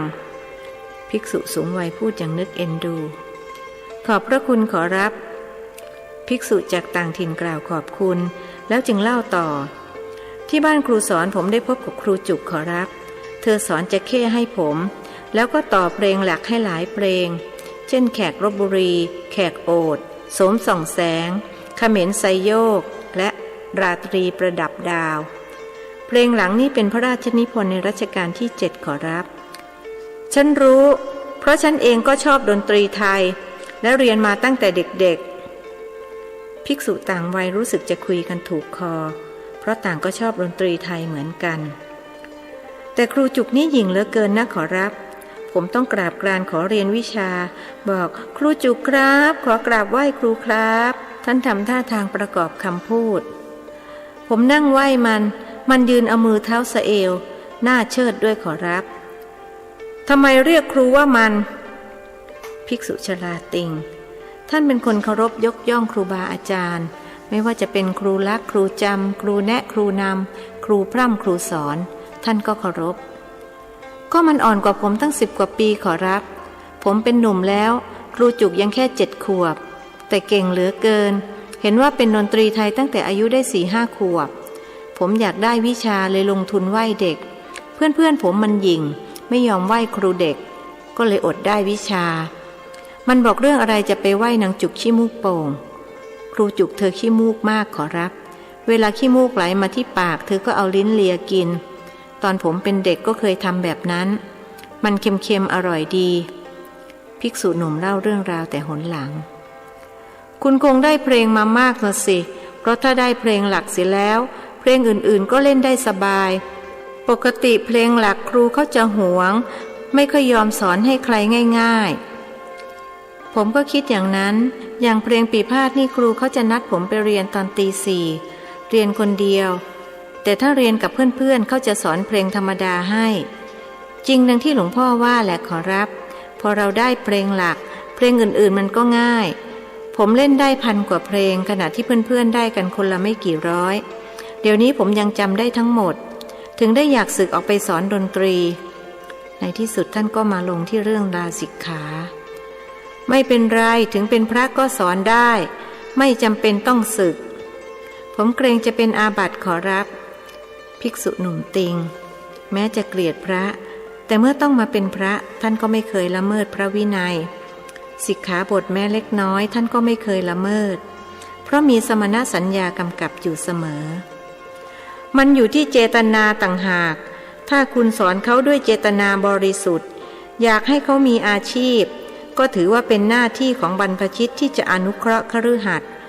แต่ถ้าขณะสอนคุณเกิดหลงไหลจิตติดข้องในกามคุณ5มันก็เป็นบาปคุณต้องทำด้วยความปล่อยวางไม่ยึดติดแล้วจะไม่บาปผู้อาวุโสกว่าแนะนำหลวงพ่อพูดอย่างนี้ทำให้ผมนึกถึงตอนที่ผมเป็นเด็กผมชอบดูลิเกมากที่วัดเทวราชมีการสอนลิเกครูที่สอนเป็นสมภารวัดเทวราชท่านเก่งเทศมหาชาติเจ้าบทเจ้ากรอนท่านก็สอนกรอนลิเกให้เด็กนักเรียนครูโรงเรียนเขาก็จัดเด็กที่ยากจนเอามาหัดเล่นลิเกเล่นเรื่องเวสสันดรชาดกตั้งแต่ทศพรจนถึงนครกันคนดูติดกันงอมแงมพอเอ่ยถึงลิเกเทวราชใครๆก็รู้จักแบบนี้สมภารท่านก็ไม่บาปใช่ไหมขอรับถ้าบาปก็คงไม่มากเพราะฉันเองก็ทำเหมือนสมภารที่คุณเล่ามานั่นแหละฉันต้องการอนุเคราะห์ชาวบ้านให้ลูกหลานเขาได้มีอาชีพพวกที่หัวดีก็ให้เล่าเรียนหนังสือจะได้เป็นเจ้าคนนายคนพวกหัวไม่ค่อยดีก็เอามาหัดลิเกลำตัดเพลงฉ่อยเขาจะได้มีวิชาติดตัวพระต้องทำประโยชน์ให้กับประชาชนกินข้าวเขาแล้วก็ต้องตอบแทนเขาไม่ใช่มาบวชนั่งนอนไม่รู้ข้างเหนือข้างใต้แบบนี้เขาเรียกว่าบวชเสียเข้าสุขเป็นบาปแล้วพวกดาบกระบี่กระบองหลวงพ่อสอนให้ด้วยหรือครับภิกษุหนุ่มถามอีกก็สอนกันมาตั้งแต่สมัยสมภารองค์แรกอย่างที่ฉันเล่าให้คุณฟังนั่นแหละ ว่าสมภารองค์แรกท่านเป็นขุนศึกพอมาบวชท่านก็ยังชอบการศึกสงครามท่านบอกว่าเราต้องเตรียมพร้อมไว้ตลอดเวลาเมื่อเกิดศึกสงครามจะได้ออกมาช่วยกันปกป้องชาติบ้านเมืองท่านได้ถ่ายทอดวิชาให้กับสมภารองค์ที่สองและถ่ายทอดกันมาเรื่อยๆจนถึงฉันเอาไว้วันไหนว่างฉันจะถ่ายทอดให้คุณท่านสรุปลงเอยที่พระหนุ่มผมไม่เอาหรอกขอรับอยากได้แต่คาถาทำให้ผู้หญิงรักเท่านั้นพอพระเจริญรีบปฏิเสธหลวงพ่อเดิมมองหน้าภิกษุผู้อ่อนวัยกว่าแล้วพูดตรงๆคุณนี่มันโง่ผู้ใหญ่ให้อะไรต้องรับไว้ก่อนสิขอถามหน่อยเถอะว่ามีเสื้อ10 ตัวกับมีตัวเดียวอย่างไหนจะดีกว่ากันมี10 ตัวดีกว่าขอรับจะได้เลือกได้ว่าไปงานเลี้ยงใส่ตัวนี้ไปงานแต่งงานใส่ตัวนี้ไปงานศพใส่ตัวนี้เป็นต้นก็เหมือนกันนั่นแหละรู้ไว้หลายๆอย่างก็มีประโยชน์ถึงคราวที่จะต้องใช้จะได้เอามาใช้ได้คุณจะรู้ได้อย่างไรว่าวันข้างหน้าจะเกิดอะไรขึ้นถ้าเช่นนั้นผมเรียนก็ได้แต่รอให้ศึกก่อนนะขอรับงั้นก็เชื่อได้เลยว่าคุณไม่มีโอกาสจะได้เรียนเพราะคุณจะไม่ได้ศึกประโยคหลังท่านไม่ได้พูดออกมาหมายความว่าอย่างไรขอรับคนถามรู้สึกใจแป้วหมายความอย่างที่พูดนั่นแหละเอาละใกล้เพลแล้วฉันจะกลับกุฏิละท่านหันไปบอกเนียนเหลนชายพาฉันกลับไปกุฏิได้แล้วพระกับเนนจึงช่วยกันประคองท่านลงมาจากศาลาและนั่งเกวียนที่จอดอยู่ตรงบันไดจากนั้นสามเณรวัย19จึงลากเกวียนพาท่านกลับมายังกุฏิฉันเพลเสร็จหลวงพ่อเดิมไม่มีเวลาพักผ่อนเพราะญาติโยมพากันมาจากทิศทั้ง4มาเช่ามีดหมอบ้างเหรียญบ้างนางกวักบ้างตะกรุดบ้างเช่าแล้วก็นำมาให้หลวงพ่อเป่าท่านก็เมตตาเป่าให้พระเจริญแอบสังเกตว่าเวลาที่หลวงพ่อเดิมเป่าท่านพูดเพียงว่าเพียงดีเพียงดีพร้อมกับเป่าลงไปที่ของเหล่านั้นภิกษุหนุ่มคิดว่าคืนนี้ท่านจะต้องกราบเรียนถามหลวงพ่อเดิมให้ได้ว่าเพียงดีเพียงดีนั้นแปลว่าอะไรกันแน่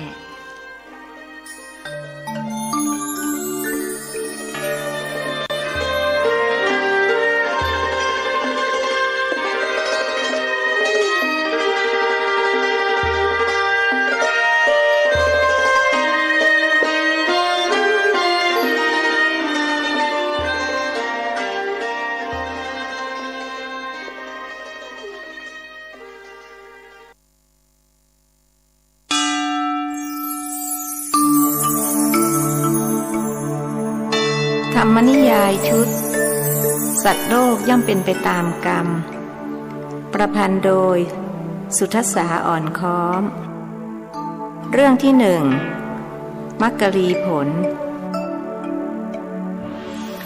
บทที่60 1อย่าเป็น2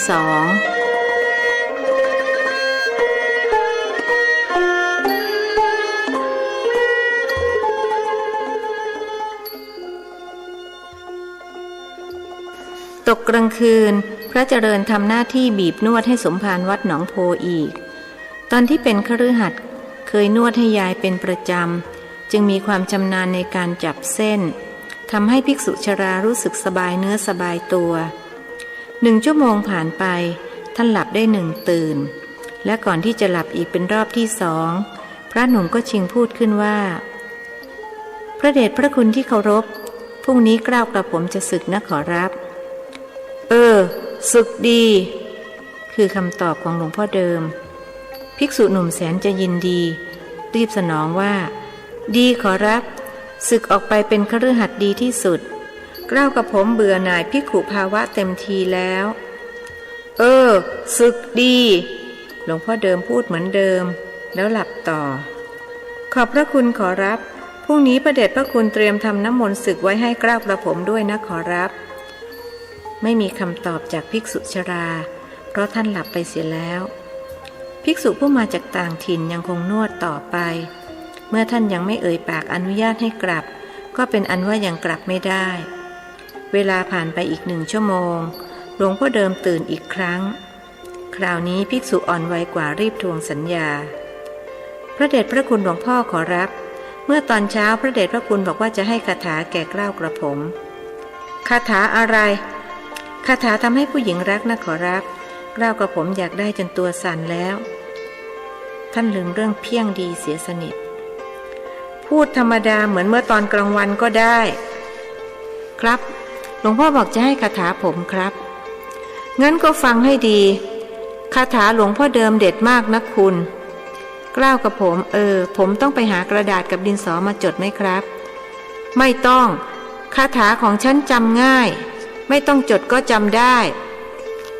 ถ้าเช่นนั้นหลวงพ่อบอกมาเลยครับขอแบบขลังๆที่พอท่องปุ๊บผู้หญิงรักปั๊บแม่ไม้ก็รักด้วยท่านหยุดนวดตั้งใจฟังเต็มที่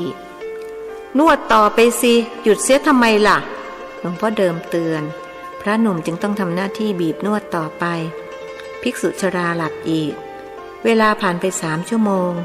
ตั้งแต่20:00 นถึง5:00 นหลวงพ่อเดิมหลับไปได้3 ตื่นทันทีที่ท่านลืมตาขึ้นเป็นครั้งที่3พระเจริญก็รีบทวงสัญญาหลวงพ่อขอคาถาคราวนี้สมภารวัดหนองโพพูดขึ้นลอยๆว่า1อย่าเป็น2หลวงพ่อว่าอะไรนะครับพระหนุ่มหาเข้าใจไม่1อย่าเป็น2หลวงพ่อเดิมย้ำอีก1อย่าเป็น2 1อย่าเป็น2 1อย่าเป็น2ผู้อ่อนวัยกว่านวดไปท่องไปกระทั่งหลวงพ่อเดิมออกปากอนุญาตให้กลับที่พักท่านคงจะรำคาญเสียงว่าคาถาของพระหนุ่มกระมังภิกษุผู้มาจากต่างถิ่นเดินกลับกุฏิของท่านปากท่อง1อย่าเป็น2 1อย่าเป็น2ไปตลอดทางพรุ่งนี้แหละท่านจะทดสอบความขลังของคาถาบทนี้ในช่วงบ่ายญาติโยมที่พากันมาหาของขลังมีทั้งเด็กผู้ใหญ่ชายหญิงมีทั้งพวกสาวแก่แม่ไม้ท่านจะลองใช้คาถากับคนเหล่านั้นเลือกเฉพาะสาวๆกับแม่ไม้ถึงกุฏิที่พักท่านล้างมือล้างเท้าจนสะอาดแล้วจึงเดินขึ้นบันไดเช็ดเท้าให้แห้งและเริ่มต้นทำวัดสวดมนต์อากาศเย็นจัดเพราะเป็นฤดูหนาวเสร็จจากทำวัดสวดมนต์ท่านจัดการปูเสื่อและกางมุ้งจากนั้นจึงดับตะเกียงเตรียมจำวัดแทนที่จะนอนกำหนดพุทโธหรือประโยงเช่นคืนก่อนท่านกลับท่อง1อย่าเป็น2 1อย่าเป็น2ไปจนกระทั่งหลับ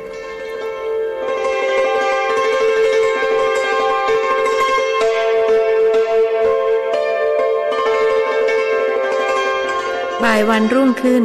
ผู้คนที่มาวัดหนองโพมีมากกว่าทุกวันด้วยว่าเป็นวันพระขึ้น15 ค่ำและเป็นวันลอยกระทงสาวๆกลุ่มหนึ่งพากันเข้ามากราบหลวงพ่อเดิมพระเจริญจับตามองสาวกลุ่มนั้นด้วยหมายมั่นจะทดสอบความขลังของคาถาที่หลวงพ่อเดิมให้มาเมื่อคืนท่านเงี่ยหูฟังพวกหล่อนคุยกันจับใจความได้ว่าแม่สาวกลุ่มนี้พากันเดินทางมาจากนครสวรรค์พระหนุ่มนึกกระยิมในใจว่าประเดี๋ยวเถอะแม่พวกสาวๆจากนครสวรรค์จะต้องมารุมรักเราคิดดังนี้ท่านก็เริ่มบริกรรมคาถา1อย่าเป็น2 1อย่าเป็น2 1อย่าเป็น2พระหนุ่มท่องอยู่ในใจพลางปลายตาไปมองสาวว่าเมื่อไรจะหันมาส่งยิ้มให้ท่องอยู่เป็นนานสาวก็ไม่เหลียวมาสักคนท่านจึงท่องออกเสียงตั้งใจให้พวกหล่อนได้ยิน1อย่าเป็น2 1อย่าเป็น2 1อย่าเป็น2จงปรองดองมารักเราท่านว่าเกินคาถาได้ผลสาวนางหนึ่งเหลียวมามองท่านพระเจริญรู้สึกใจพองคับอกที่คาถาให้ผลทันใจแม่สาวคนนั้นมองท่านแล้วก็หันไปสะกิดเพื่อนที่นั่งข้างๆพูดเสียงดังฟังชัดว่านี่เธอพระองค์นี้สงสัยเลือดลมจะไม่ค่อยดีนั่งบนงึมงำอยู่ได้เพื่อนหล่อนหันมามองพระหนุ่มแล้วพูดคล้ายๆกันถ้าจะไม่เต็มบาทเต็มเต็งหรือไม่ก็เป็นประสาทหัวใจที่พองคับอกกลับฟุบแฟบห่อเหี่ยวลงทันใดท่านนึกเคืองหลวงพ่อเดิมที่ให้คาถามาผิดหลวงพ่อนะหลวงพ่อเราขอคาถาทำให้ผู้หญิงรักกลับให้คาถาทำให้ผู้หญิงด่าพิกลจริงๆท่านหันไปมองภิกษุชราอย่างเอาเรื่องเห็นท่านกำลังง่วนอยู่กับการเป่าเพียงดีเลยพานสงสัยว่า คาถาเพียงดีของท่านจะขลังจริงหรือถ้าอย่างไรค่ำคืนนี้คงจะต้องต่อว่าต่อขานกันสักหน่อยโทษฐานทำให้ท่านถูกผู้หญิงด่าขณะทำหน้าที่นวดให้หลวงพ่อเดิมในค่ำคืนนั้นพระเจริญก็ชิงพูดขึ้นก่อนที่ท่านจะหลับว่าหลวงพ่อขอคาถาสักบทเถอะที่ผู้หญิงรักแม่ไม้ก็รักท่านเปลี่ยนแผนที่คิดจะต่อว่าต่อขานก็เป็นอันล้มเลิกโดยได้ใคร่ครวญแล้วว่าไม่มีใครอยากฟังคำติฉินแม้คนต่ำต้อยด้อยปัญญาก็ยังไม่ต้องการให้ผู้ใดมาตำหนิติฉินหรือนินทาว่าร้ายคาถาอะไรอีกล่ะสมภารวัดหนองโพถามอย่างอารมณ์ดีฝีมือการนวดของภิกษุต่างถิ่นทำให้ท่านรู้สึกผ่อนคลายสบายเนื้อสบายตัวคาถาทำให้ผู้หญิงรักสาวแก่แม่ไม้ก็รักนะครับหนึ่งอย่าเป็นสองภิกษุชราพูดเหมือนเมื่อคืนก่อนผมเอาไปใช้แล้วครับแต่มันไม่ขลังนอกจากผู้หญิงเขาไม่รักแล้วยังด่าผมเสียอีกขอบทใหม่เถอะครับคุณไปพูดยังไงเขาล่ะเขาถึงด่าให้ท่านถามผมก็ท่องคาถาดังๆท่องว่ายังไงหนึ่งอย่าเป็นสองครับแต่ที่ฉันได้ยินคุณไม่ได้ว่าแค่นี้ภิกษุหนุ่มเลยยิ้มแย่ๆบอกท่านว่าผมต่อเติมเข้าไปเองครับก็ผมท่องหนึ่งอย่าเป็นสองอยู่ตั้งนานสาวเขาก็ไม่หันมาผมก็เลยเติมเข้าไปว่าหนึ่งอย่าเป็นสองจงปรองดองมารักเราเขาถึงได้หันมาด่างั้นก็เอาใหม่บทนี้รับรองว่าขลังกว่าบทก่อนคาถามีว่ายังไงครับพูดจริงทำจริงผู้หญิงรักพูดจริงทำจริงผู้หญิงรักพูดจริงทำจริงผู้หญิงรักพูดจริงทำจริงผู้หญิงรักพระหนุ่มตั้งต้นท่อง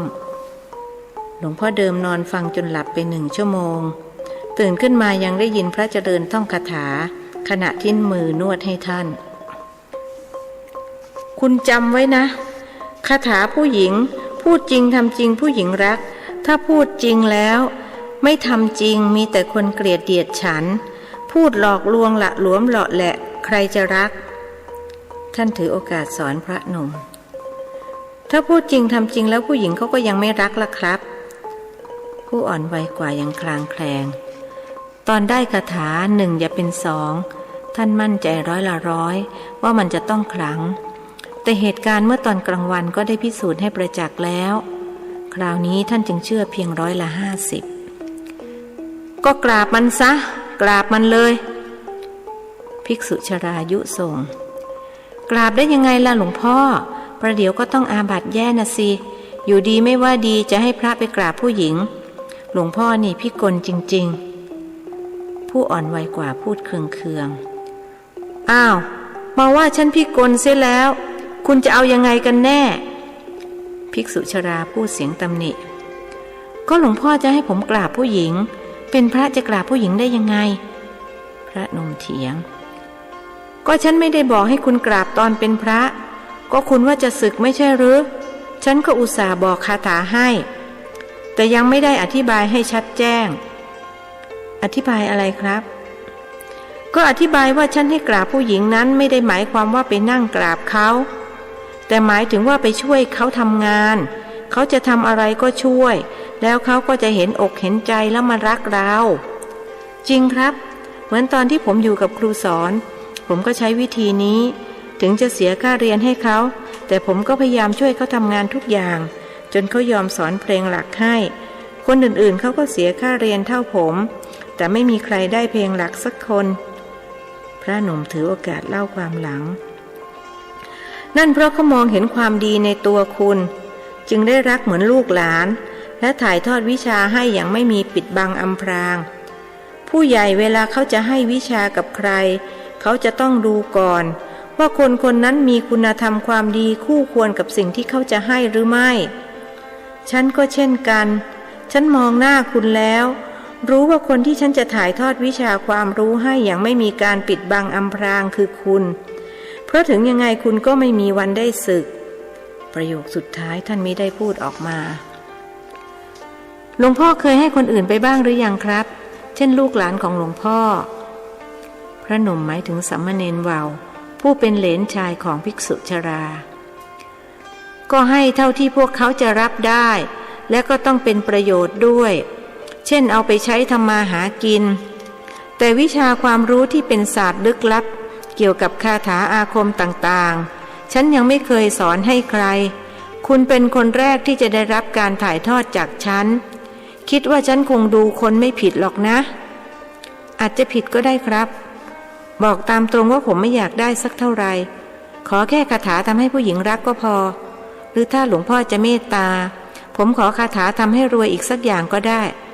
ถึงอย่างไรผมก็ต้องสึกเป็นตายยังไงก็จะไม่ยอมอยู่ครองผ้ากาสาวะไปจนตลอดชีวิตพรุ่งนี้หลวงพ่อทำพิธีสึกให้ผมด้วยนะครับท่านรบเร้าอีกสึกดีหลวงพ่อเดิมพูดแบบเดิมๆครับสึกดีไม่ฉะนั้นผมคงไม่อยากสึกถึงเนนว่าวเหลนชายของหลวงพ่อก็ยังบอกว่าจะบวชแค่พรรษาเดียวท่านอ้างผู้อื่นเป็นตัวอย่างหลวงพ่อครับผมไม่เข้าใจเลยเมื่อคืนผมขอให้หลวงพ่อทำพิธีสึกให้ผมหลวงพ่อก็ว่าสึกดีครั้นพอรุ่งเช้าผมไปหาที่กุฏิหลวงพ่อกลับบอกว่ายังไม่มีฤกษ์สึกพอมาคืนนี้หลวงพ่อก็พูดว่าสึกดีอีกทำให้ผมเกิดวิตกกังวลว่าพรุ่งนี้เช้าหลวงพ่อจะพูดแบบเดียวกันอีกซึ่งนั่นก็หมายความว่าผมยังไม่ได้สึกเพราะฉะนั้นผมจึงใคร่ขอคำมั่นสัญญาจากหลวงพ่อว่าพรุ่งนี้หลวงพ่อต้องทำพิธีสึกให้ผมให้จงได้นะครับไม่มีเสียงตอบจากภิกษุชราด้วยว่าท่านหลับเสียแล้วภิกษุผู้มาจากต่างถิ่นรู้สึกขัดข้องหมองใจจึงแกล้งนวดท่านแรงๆหมายให้ท่านเจ็บแต่สมภารวัดหนองโพยังคงนอนหลับเฉยอยู่เหมือนไม่รู้สึกรู้สาพระเจริญเกิดความสงสารนึกตำหนิตัวเองว่า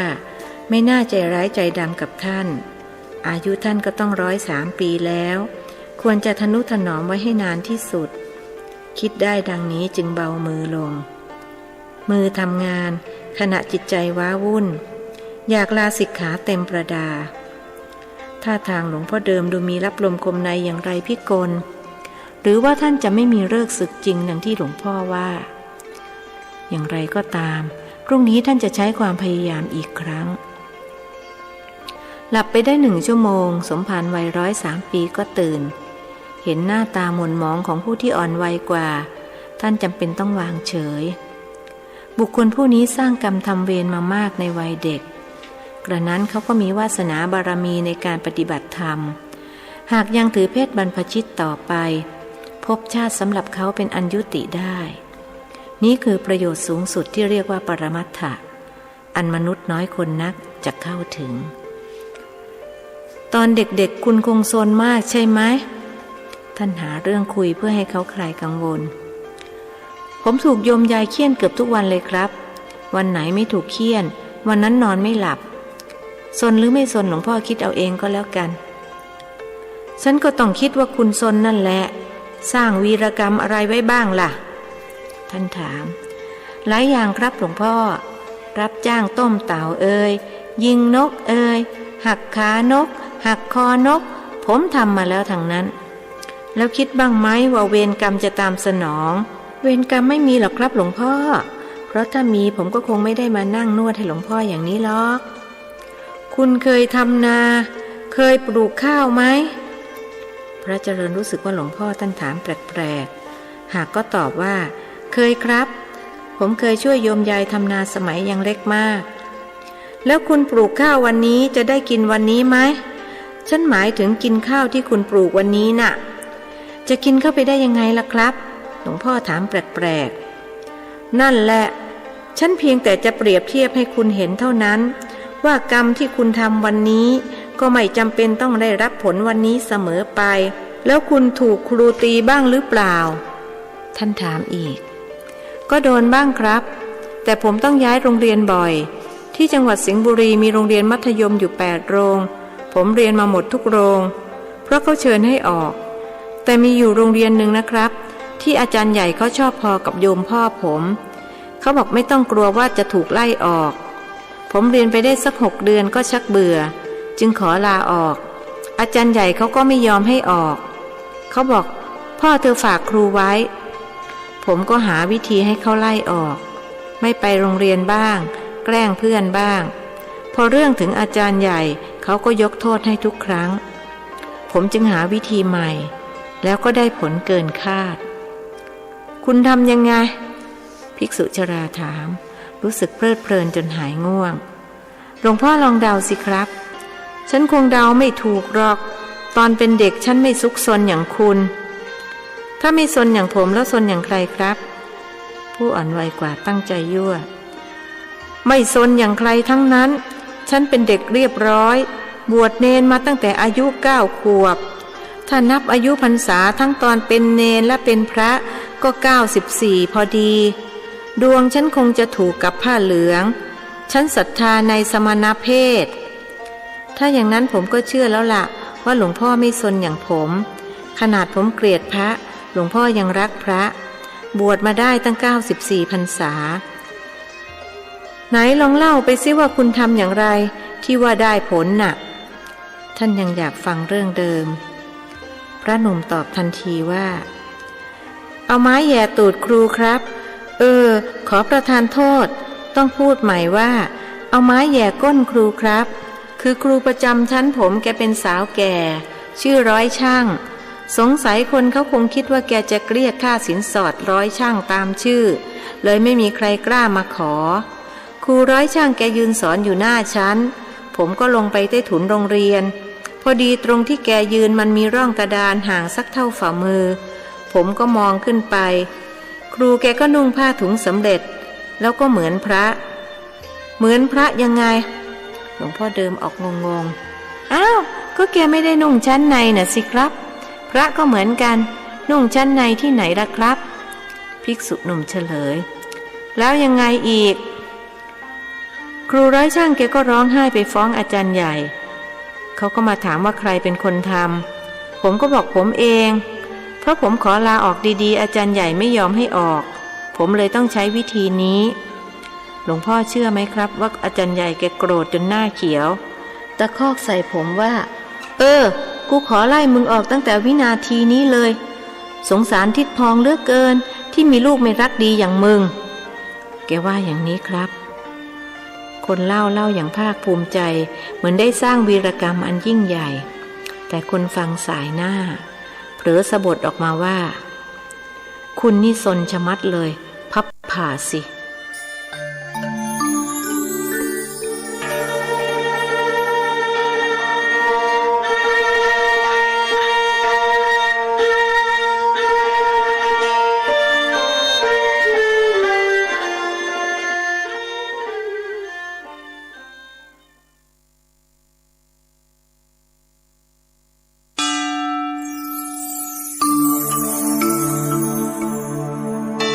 ธรรมนิยายชุดสัตว์โลกย่อมเป็นไปตามกรรมประพันธ์โดยสุทัสสาอ่อนค้อมเรื่องที่1มักกรีผลบทที่61หลวงตาอุ้ย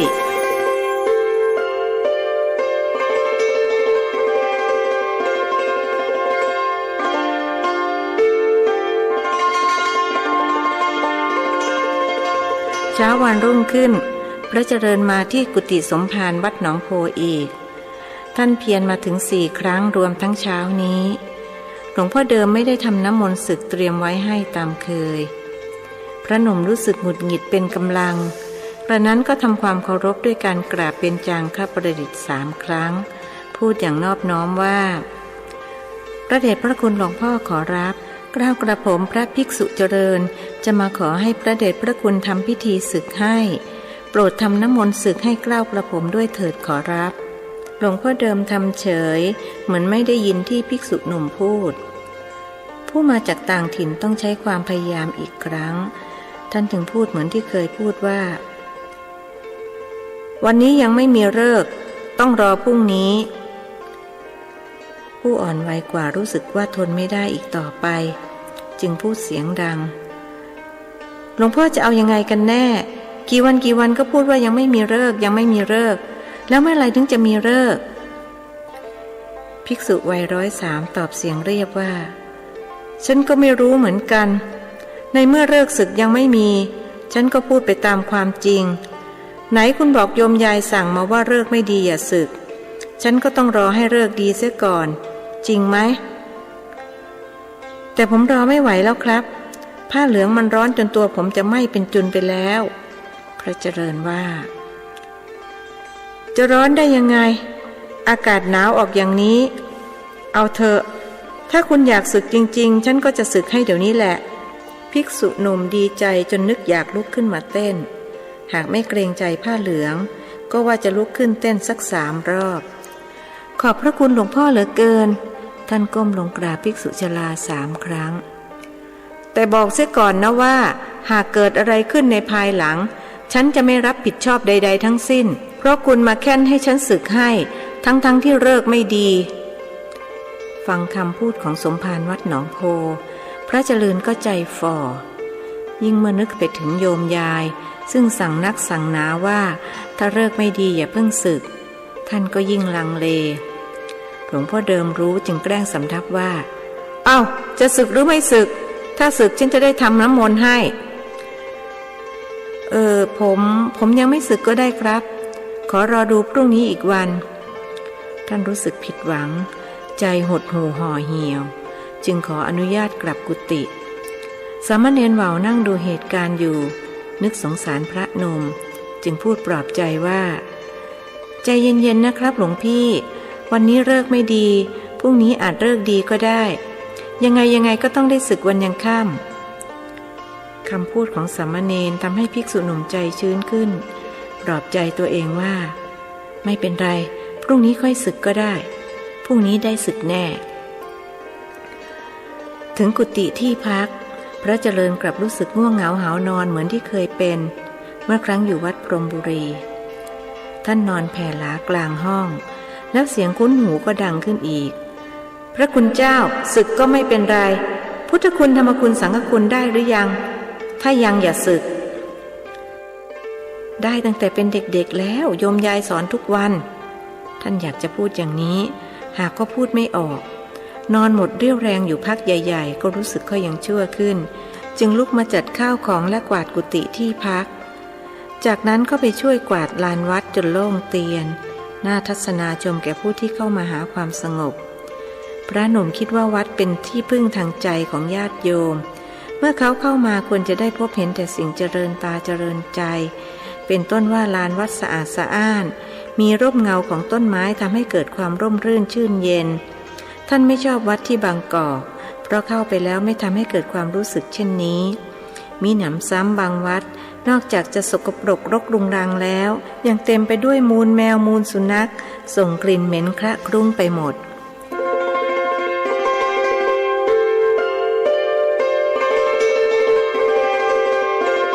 กวาดลานวัดเสร็จเมื่อใกล้เวลาฉันเพลพระเจริญกลับกุฏิไปล้างมือล้างเท้าและถือโอกาสส่งน้ำแต่วันในฤดูหนาวเช่นนี้การส่งน้ำตอนค่ำทำให้เกิดทุกขเวทนาด้วยว่าอากาศหนาวเย็นกว่าปกติส่งน้ำเสร็จท่านจัดการนุ่งห่มผ้า3 ผืนอย่างเรียบร้อยแล้วจึงลงมือฉันภัตตาหารช่วงบ่ายภิกษุผู้มาจากต่างถิ่นจึงไปที่กุฏิหลวงพ่อเดิมผู้คนมาเช่าของขลังมากเช่นทุกวันซึ่งแม้จะน้อยกว่าวันลอยกระทงแต่ก็ทำให้สมภารวัดหนองโพต้องเหน็ดเหนื่อยกับการเป่าเพียงดีเพียงดีพระหนุ่มให้สงสัยนักว่าเพียงดีของท่านนั้นคืออะไรกันแน่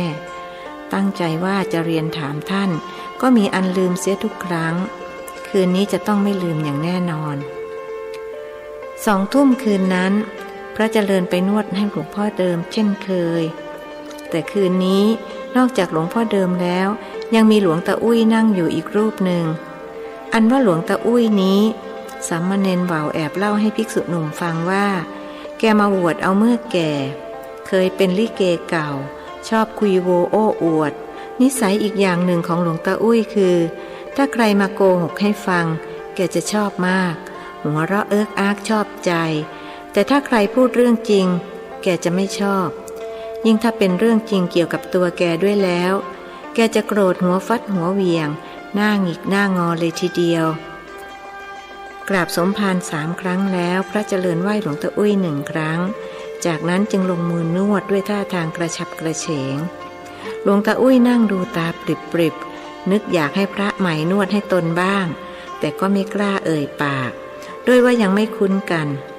ผู้มาจากต่างถิ่นกำลังจะถามหลวงพ่อเดิมเรื่องเพี้ยงดีก็พอดีท่านเอ่ยขึ้นก่อนว่าคืนนี้คุณจะเอาคาถาผู้หญิงอีกหรือเปล่าท่านหมายถึงคาถาทำให้ผู้หญิงรักหลวงพ่อมีอีกหรือครับคนทำหน้าที่นวดถามอย่างยินดีมีเป็นพเรเกวียนเชียวละคุณได้ไปกี่บทแล้วล่ะ2 บทครับบทไหนบ้าง1อย่าเป็น2กับพูดจริงทำจริงผู้หญิงรักครับตอบอย่างคล่องแคล่วถ้าเช่นนั้นฉันจะให้บทที่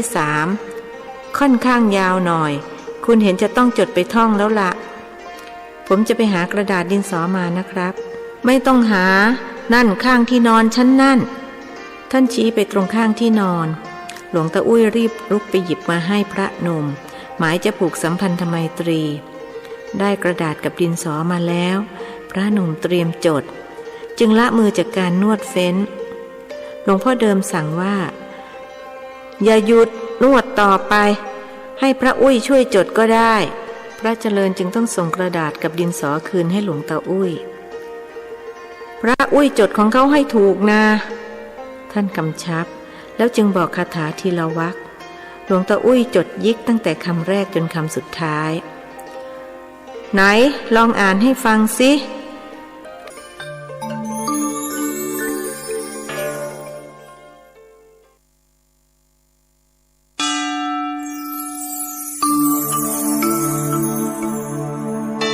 ธรรมนิยายชุดหลวงตาอุ้ยอ่านด้วยเสียงที่ค่อนข้างดังว่า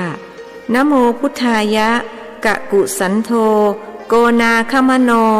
กัสสะโปโคตโมอริยเมตโยพุทธคุณังสรณังคัจฉามิธัมมคุณังสรณังคัจฉามิสังฆคุณังสรณังคัจฉามิทั้งหลวงตาอุ้ยและพระเจริญต่างไม่เคยเรียนบาลีมาก่อนจึงไม่รู้ว่าคาถาผู้หญิงที่หลวงพ่อเดิมให้จดนั้นที่แท้เป็นคำบูชาพระพุทธเจ้า5 พระองค์และไตรสรณคมเป็นกุศโลบายของสมภารวัดหนองโพที่ต้องการให้พระหนุ่มลืมเรื่องการลาสิกขาด้วยการให้คาถาไปท่องทุกวันและจะให้เพิ่มขึ้นทุกครั้งจนท่องไม่หวาดไม่ไหวนั่นเทียวพระเจริญเป็นคนปัญญาดีและมีความจำเป็นเลิศท่านสามารถจำได้หมดทั้งที่หลวงตาอุ้ยอ่านให้ฟังเพียงครั้งเดียวพระหนุ่มนวดไปท่องคาถาไปกระทั่งหลวงพ่อเดิมหลับหลวงตาอุ้ยอยากจะชวนคุยคันเห็นผู้มาใหม่ตั้งหน้าตั้งตาท่องคาถาอย่างเอาจริงเอาจังเลยไม่กล้าชวนได้แต่นั่งดูลาดเราอยู่เงียบๆเมื่อหลวงพ่อเดิมตื่นอีกครั้งพระเจริญจึงรีบถามหลวงพ่อครับที่หลวงพ่อเป่าของขลังให้ญาติโยมเขาแล้วว่าเพี้ยงดีน่ะหมายความว่าอย่างไรครับคุณถามทำไมผมอยากรู้นะครับเห็นหลวงพ่อเป่าแล้วผมรู้สึกเหนื่อยแทนอันที่จริงหลวงพ่อก็ชรามากแล้วไม่น่าจะต้องตรากตรำถึงปานนั้นพูดเพราะความเป็นห่วงขอบใจที่คิดเป็นห่วงฉันแต่คุณก็เห็นนี่นาว่าญาติโยมเขาศรัทธาอย่างนั้นฉันก็ต้องฉลองศรัทธาเขาอะไรที่พอจะอนุเคราะห์ญาติโยมเขาได้ฉันก็ต้องทำหากไม่เป็นการละเมิดพุทธบัญญัติผมอยากช่วยหลวงพ่อพรุ่งนี้ให้ผมเป่าแทนก็ได้หลวงตาอุ้ยได้โอกาสพูดบ้างรู้ละว่าคุณเป่าได้แต่ญาติโยมเขาจะยอมหรือเขาอาจกลัวว่าของเขาจะไม่ขลังก็ได้ภิกษุชราติงพระเจริญจึงพูดขึ้นว่าแสดงว่าเพี้ยงดีของหลวงพ่อขลังจริงใช่ไหมครับ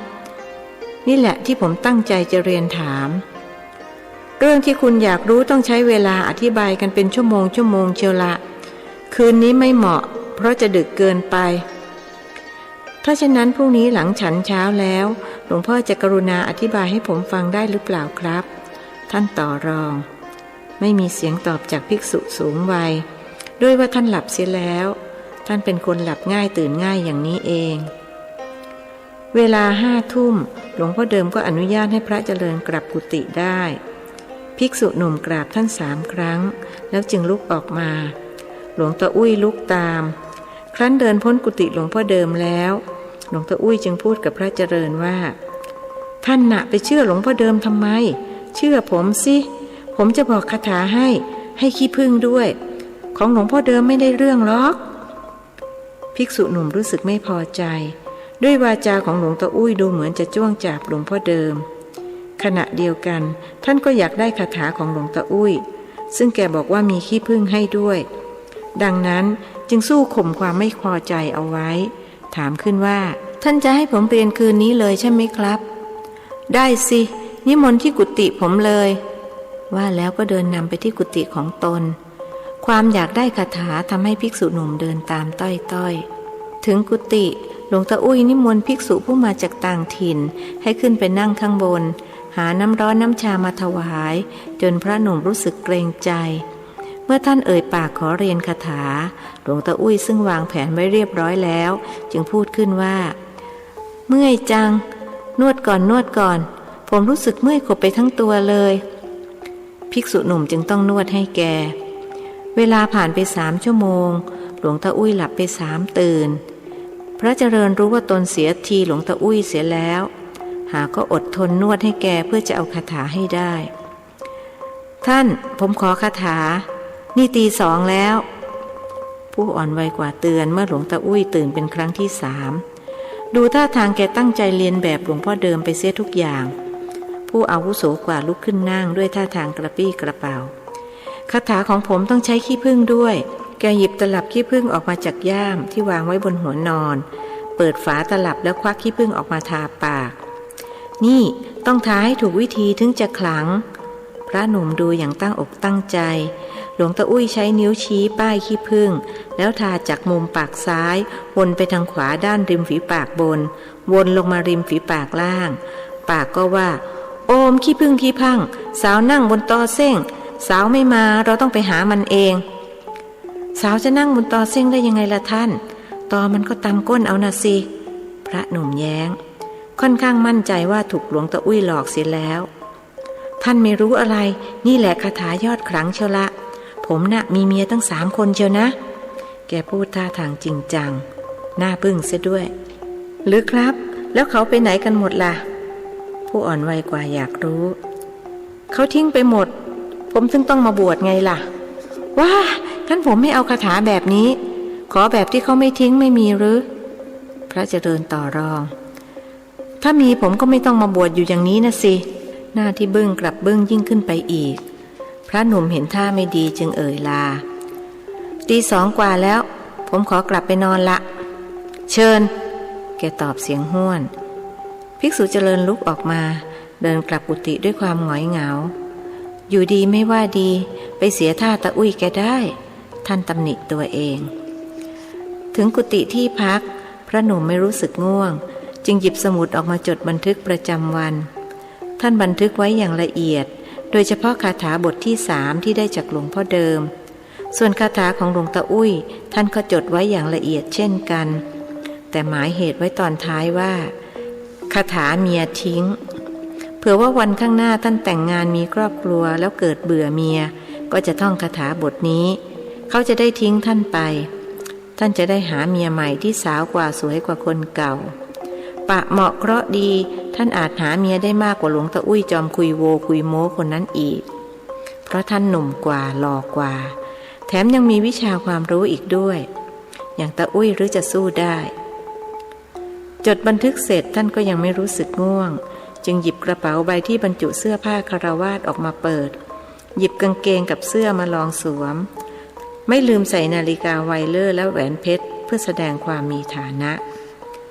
หนุ่มบางม่วงหมู่คงจะไม่มีใครหล่อเหลาและดูภูมิฐานเท่ากับท่านศึกแล้วท่านจะกลับไปอวดคนบางม่วงหมู่ว่าท่านมีพร้อมทุกอย่างที่คฤหัสถ์พึงมีไม่ว่าจะเป็นรูปสมบัติทรัพย์สมบัติชื่อเสียงเกียรติยศหรือวิชาความรู้แต่งชุดคฤหัสถ์เดินไปเดินมาอยู่ในห้องได้สักครู่ก็เกิดตะขิดตะขวงใจสมณสัญญาคือความกำหนดในใจว่าตนเป็นสมณะได้บังเกิดขึ้นทำให้รู้ว่าตัวเองประพฤติไม่เหมาะกับสมณะสารูปจึงรีบเปลี่ยนจากชุดคฤหัสถ์ไปครองไตรจีวรดังเดิมพรุ่งนี้ยังมาไม่ถึงท่านจะได้ศึกหรือไม่ยังไม่อาจรู้ได้แต่ปัจจุบันนี้ขณะนี้ท่านเป็นสมณะพ เพราะฉะนั้นความประพฤติใดที่ไม่สมควรแก่สมณะจึงมิพึงกระทำเมื่อเป็นสมณะก็ต้องรักษาสมณเพศไว้มิให้มัวหมองคนอื่นก็ติเตียนไม่ได้แม้ตนเองก็ติเตียนตนเองไม่ได้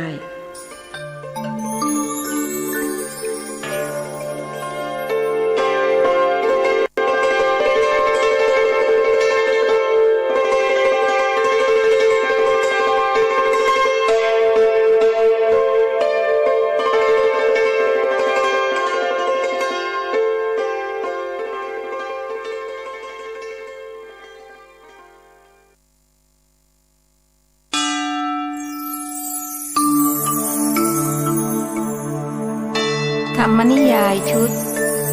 สัตว์โลกย่อมเป็นไปตามกรรมประพันธ์โดยสุทัสสาอ่อนค้อมเรื่องที่1มักกลีผลบทที่62นะโมพุทธายะ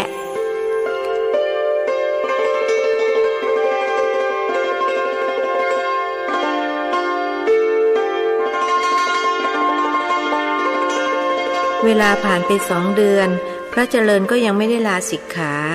เพราะนอกจากจะไม่ทำพิธีศึกให้แล้วหลวงพ่อเดิมยังให้คาถาแก่ท่านทุกวันวันละหน้าและบังคับให้ท่องให้ได้ภิกษุหนุ่มมัวกังวลกับเรื่องคาถาจนลืมเรื่องศึกไปชั่วคราวคืนวันหนึ่งขณะทำหน้าที่นวดให้สมภารวัดหนองโพพระหนุ่มก็ถามขึ้นว่าหลวงพ่อครับ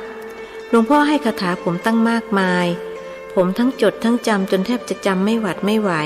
แต่ก็ยังไม่มีโอกาสได้ใช้สักทีแต่พอผมเห็นหลวงพ่อเป่าเพียงดีให้คนอื่นผมไม่เห็นหลวงพ่อใช้คาถาอะไรเลยแบบนี้ผมก็เสียเวลาเปล่านะสิครับภิกษุชราหัวเราะหึก่อนตอบว่าคาถามันไม่ขลังหรอกคุณเขาเอาไว้เป็นองค์ภาวนาเพื่อให้จิตเป็นหนึ่งต่างหากเป็นอย่างไรครับที่ว่าจิตเป็นหนึ่งพระหนุ่มไม่เข้าใจภาษาบาลีเขาเรียกว่าจิตตัสเสกัคคตาหรือที่เรียกสั้นๆว่าเอกัคคตาแปลว่าภาวะจิตที่มีอารมณ์เป็นหนึ่งไม่ฟุ้งซ่านหรือสายไปที่ฉันบอกว่าคาถามันไม่ขลังหมายความว่ามันเป็นเพียงบทฝึกจิตให้เข้มแข็งให้ใจมั่นซึ่งภาวะจิตเช่นนี้เรียกว่าเอกัคคตาหรือจิตที่มีอารมณ์เป็นหนึ่งใจมั่นคือความตั้งใจถ้าตั้งใจต้องสำเร็จหมดไม่ว่าทำอะไรทีนี้การทำให้จิตเข้มแข็งหรือให้ใจมั่นต้องมีองค์ภาวนาซึ่งเรียกว่าคาถาต้องภาวนากระทั่งจิตมั่นเป็นอัปปนาสมาธิเมื่อจิตถึงขั้นอัปปนาสมาธิแล้วไม่จำเป็นต้องว่าคาถาเลยอัปปนาสมาธิเป็นอย่างไรครับผู้อ่อนวัยกว่าถามอีกหมายถึงสมาธิขั้นสูงสุดซึ่งมีในฌานทั้งหลายสมาธิมี3 ระดับได้แก่คณิกะสมาธิหมายถึงสมาธิชั่วขณะอุปจารสมาธิเป็นสมาธิจวนแน่วแน่ส่วนระดับสูงสุดเรียกว่าอัปปนาสมาธิแปลว่าสมาธิแน่วแน่เมื่อถึงขั้นนี้จิตเป็นเอกัคคตาตั้งมั่นแล้วจะทำอะไรก็ได้จิตที่ตั้งมั่นจะมีพลังมหาศาลมีอานุภาพมากสามารถทำในสิ่งที่คนปกติธรรมดาทำไม่ได้ถ้าคุณอยากรู้ว่าเพียงดีของฉันขลังหรือไม่ขลังก็ขอให้ท่องคาถาต่อไปท่องจนจิตเป็นเอกัคคตาแล้วคุณจะรู้เองภิกษุสูงวัยอธิบายกระจ่างชัดที่หลวงพ่อเล่ามานี้ทำให้ผมนึกถึงตอนเป็นเด็กซนอีกละสิคนอาวุโสกว่าพูดดักคอครับซนที่สุดในตำบลบางม่วงหมู่พระหนุ่มยอมรับอย่างภาคภูมิคุณไปซนอะไรอีกล่ะเล่าให้ฉันฟังบ้างสิท่านชอบฟังเรื่องราวของภิกษุผู้มาจากต่างถิ่นดูเขามีเรื่องสนุกตื่นเต้นมาเล่าให้ท่านฟังอยู่บ่อยๆพระเจริญเป็นคนอ่อนน้อมถ่อมตนมีสัมมาคารวะไม่เหมือนพระอุ้ยซึ่งมักจะคุยโวโอ้อวดแล้วก็ชอบเรื่องโกหกสมภารวัดหนองโพรู้สึกอย่างนั้นเรื่องเป็นอย่างนี้ครับภิกษุหนุ่มตั้งต้นเล่า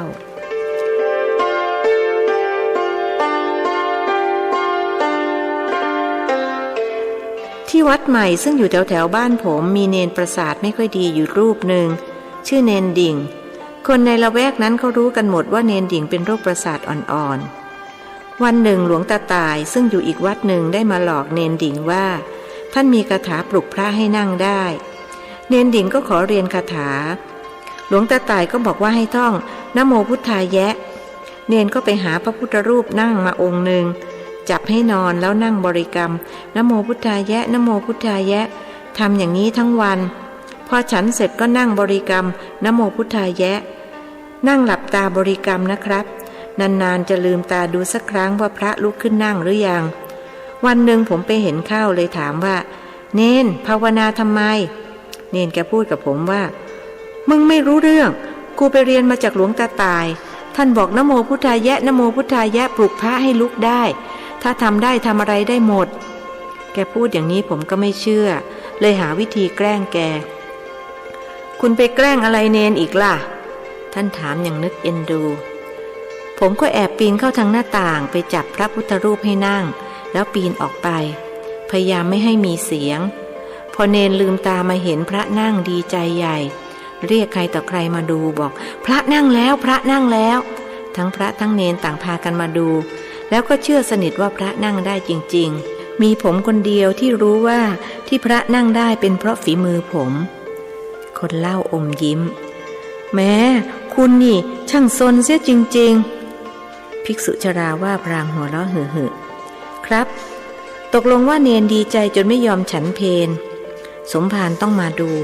คิดว่าแกอาพาธพอเห็นแกนั่งขัดสมาธิมีพระพุทธรูปนั่งวางอยู่เบื้องหน้าสมภารก็ถามเนนวันนี้ทำไมไม่ฉันข้าวเนนแกก็ชี้ให้ดูพระพุทธรูปปากก็ว่าพระนั่งแล้วพระนั่งแล้วแกชี้พระพุทธรูปนั่งที่วางตรงหน้าท่านสมภารไม่เชื่อจึงสั่งว่าไหนไอ้เนนมึงลองทำให้กูดูสิเนนแกก็จับพระพุทธรูปนั่งให้นอนลงหลับตาบริกรรมนะโมพุทธายะนะโมพุทธายะหลวงพ่อทราบไหมครับว่าเกิดอะไรขึ้นพระหนุ่มถามพระอาวุโสฉันจะไปรู้ได้ยังไงในเมื่อฉันไม่ได้อยู่ที่นั่นด้วยคุณนี่ถามพิกลหลวงพ่อเดิมต่อว่าปรากฏว่าพระนั่งได้ครับผมเห็นกับตาเลยไม่รู้ว่าทำไมถึงเป็นเช่นนั้นตอนนั่งได้ครั้งแรกผมไม่แปลกใจเพราะผมเป็นคนจับให้นั่งเองแต่พอครั้งที่สองผมสงสัยมากจึงเข้าใจตามคนอื่นๆว่าคาถาเนนขลังเพิ่งจะมาเข้าใจอย่างท่องแท้เมื่อฟังหลวงพ่อเล่านี้เองจบด้วยยังเรื่องที่คุณเล่านี้น่ะหลวงพ่อเดิมปิดปากหาวยังไม่จบครับแต่ถ้าหลวงพ่อง่วงจะนอนหลับก่อนก็ได้ตื่นแล้วผมค่อยเล่าต่อภิกษุชราจึงหลับอย่างว่าง่ายท่านหลับไป1 ชั่วโมงก็ตื่นพระเจริญมั่นใจว่าท่านต้องสั่งจิตได้ว่าเมื่อใดหลับเมื่อใดตื่นเล่าต่อสิฉันกำลังฟังท่านบอกพระเจริญทันทีที่ลืมตาเมื่อตะกี้ผมเล่าถึงตอนไหนแล้วครับภิกษุหนุ่มต้องการทดสอบความจำของภิกษุวัย103 ปีถึงตอนพระพุทธรูปนั่งเองโดยไม่ต้องมีเด็กซนๆไปจับให้ลุกขึ้นท่านพูดเสียดสีพระหนุ่มครับคนเขาเล่าลือกันไปทั่วแล้วก็พากันมาขอให้เนนทำให้ดูเนนก็หลับตาภาวนานะโมพุทธายะนะโมพุทธายะพระก็นั่งทันทีวันหนึ่งมหาทองมาขอดูมหาทองแกเคยบวชที่วัดตึกราชาได้ประเรียนธรรม4 ประโยคภายหลังศึกออกมาเป็นคฤหัสถ์ตั้งบ้านเรือนอยู่ข้างวัดตึกราชานั่นเองมหาทองมาถึงก็ถามเนนดิ่งเนนว่ายังไงพระถึงนั่งได้เนนแกก็ตอบว่านะโมพุทธายะมหาทองบอกไม่ได้ต้องว่านะโมพุทธายะเชื่อผมสิผมเป็นประเรียน4 ประโยคเชียวนะนะโมพุทธายะมีที่ไหนกันเล่าเนนดิ่งแกก็เปลี่ยนมาว่านะโมพุทธายะนะโมพุทธายะว่าอยู่เป็นเดือนพระก็ไม่นั่งสักทีฟังหลวงพ่อพูดเมื่อตะกี้ผมเลยเข้าใจเดี๋ยวนี้เองว่าคาถามันไม่ขลังความขลังอยู่ที่จิตตั้งมั่นพอใจรวนเรพระก็ไม่นั่งอย่างนั้นใช่ไหมครับถูกต้องคุณเป็นคนเข้าใจอะไรง่ายดีเพราะอย่างนี้แหละฉันถึงอยากถ่ายทอดวิชาให้ ฉันไม่เคยให้ใครเลยนะคุณไปถามดูได้ว่าคนในวัดมีใครเคยได้คาถาอาคมจากฉันบ้างไหมถึงเนนว่าวซึ่งเป็นเหลนฉันก็ยังไม่ให้เพราะมันไม่มีประโยชน์สำหรับเขาแต่สำหรับคุณมีประโยชน์แน่นอนผมยังมองไม่เห็นเลยครับว่าจะมีประโยชน์อย่างไรเรียนตามตรงว่าที่ผมมารับใช้หลวงพ่อถึง2 เดือนนี่ใช่ว่าจะมาเอาวิชาความรู้อะไรผมต้องการมาศึกเท่านั้นพรุ่งนี้เช้าหลวงพ่อทำพิธีศึกให้ผมด้วยนะครับผมคิดว่าศึกดีกว่านี่ก็เลยพรรษามาเกือบ3 เดือนแล้วให้ผมศึกเถิดนะครับผู้มาจากต่างถิ่นทั้งขอร้องและวิงวอนศึกดีหลวงพ่อเดิมยังคงพูดเหมือนเดิมครับศึกดีแน่นอนพรุ่งนี้ผมได้ศึกแน่ใช่ไหมครับผมไม่อยากได้ยินหลวงพ่อพูดซ้ำๆซากๆว่าวันนี้ยังไม่มีฤกษ์ต้องรอพรุ่งนี้หลวงพ่ออย่าพูดแบบนี้อีกนะครับผมศึกแน่นะครับศึกดีหลวงพ่อเดิมตอบเหมือนเดิมอีกพระเจริญรู้สึกอ่อนอกอ่อนใจสมภารวัดหนองโพพูดเช่นนี้มานับ10 ครั้งแต่จนแล้วจนรอดก็ไม่ยอมทำพิธีศึกให้ท่านอย่างไรก็ตามพรุ่งนี้เช้าท่านจะต้องศึกให้ได้ไม่ว่าอะไรจะเกิดขึ้นทันทีที่ฉันภัตตาหารเช้าเสร็จภิกษุผู้มาจากต่างถิ่นก็รีบรุดไปที่กุฏิสมภารวัดหนองโพกราบเบญจางคประดิษฐ์3 ครั้งตามธรรมเนียมแล้วจึงเอ่ยวาจาหลวงพ่อครับได้เวลาแล้วศึกเถอะท่านหิ้วกระเป๋าบรรจุเสื้อผ้าคฤหัสถ์มาด้วยฉันจะศึกไปทำไมแก่ปูนนี้แล้วภิกษุชราตั้งใจยั่วไม่ใช่ศึกให้ผมหลวงพ่อจะศึกให้ผมไงล่ะพูดเมื่อไรเมื่อคืนนี้หลวงพ่อยังบอกเลยว่าศึกดีข้าพูดกับแกอย่างนั้นเมื่อไรข้าว่าศึกษาเล่าเรียนดีต่างหากภิกษุวัย103หาทางออกจนได้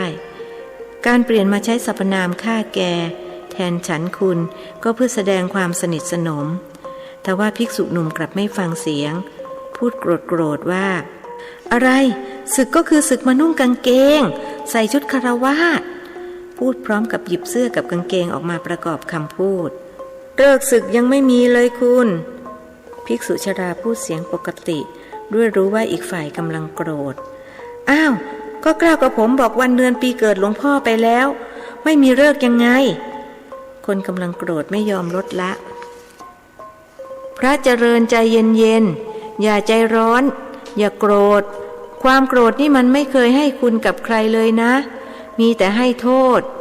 เชื่อฉันสิผู้อาวุโสกว่าพยายามเอาน้ำเย็นเข้าลูบพระหนุ่มค่อยคลายความโกรธลงรู้ว่าตนล่วงเกินผู้สูงวัยกว่าจึงก้มลงกราบขอขมาลาโทษพูดเสียงอ่อนลงว่าผมขอลูกแก่โทษที่แสดงกิริยาไม่สมควรกับหลวงพ่อโปรดจงยกโทษให้ผมด้วยแต่ผมก็ต้องการศึกครับ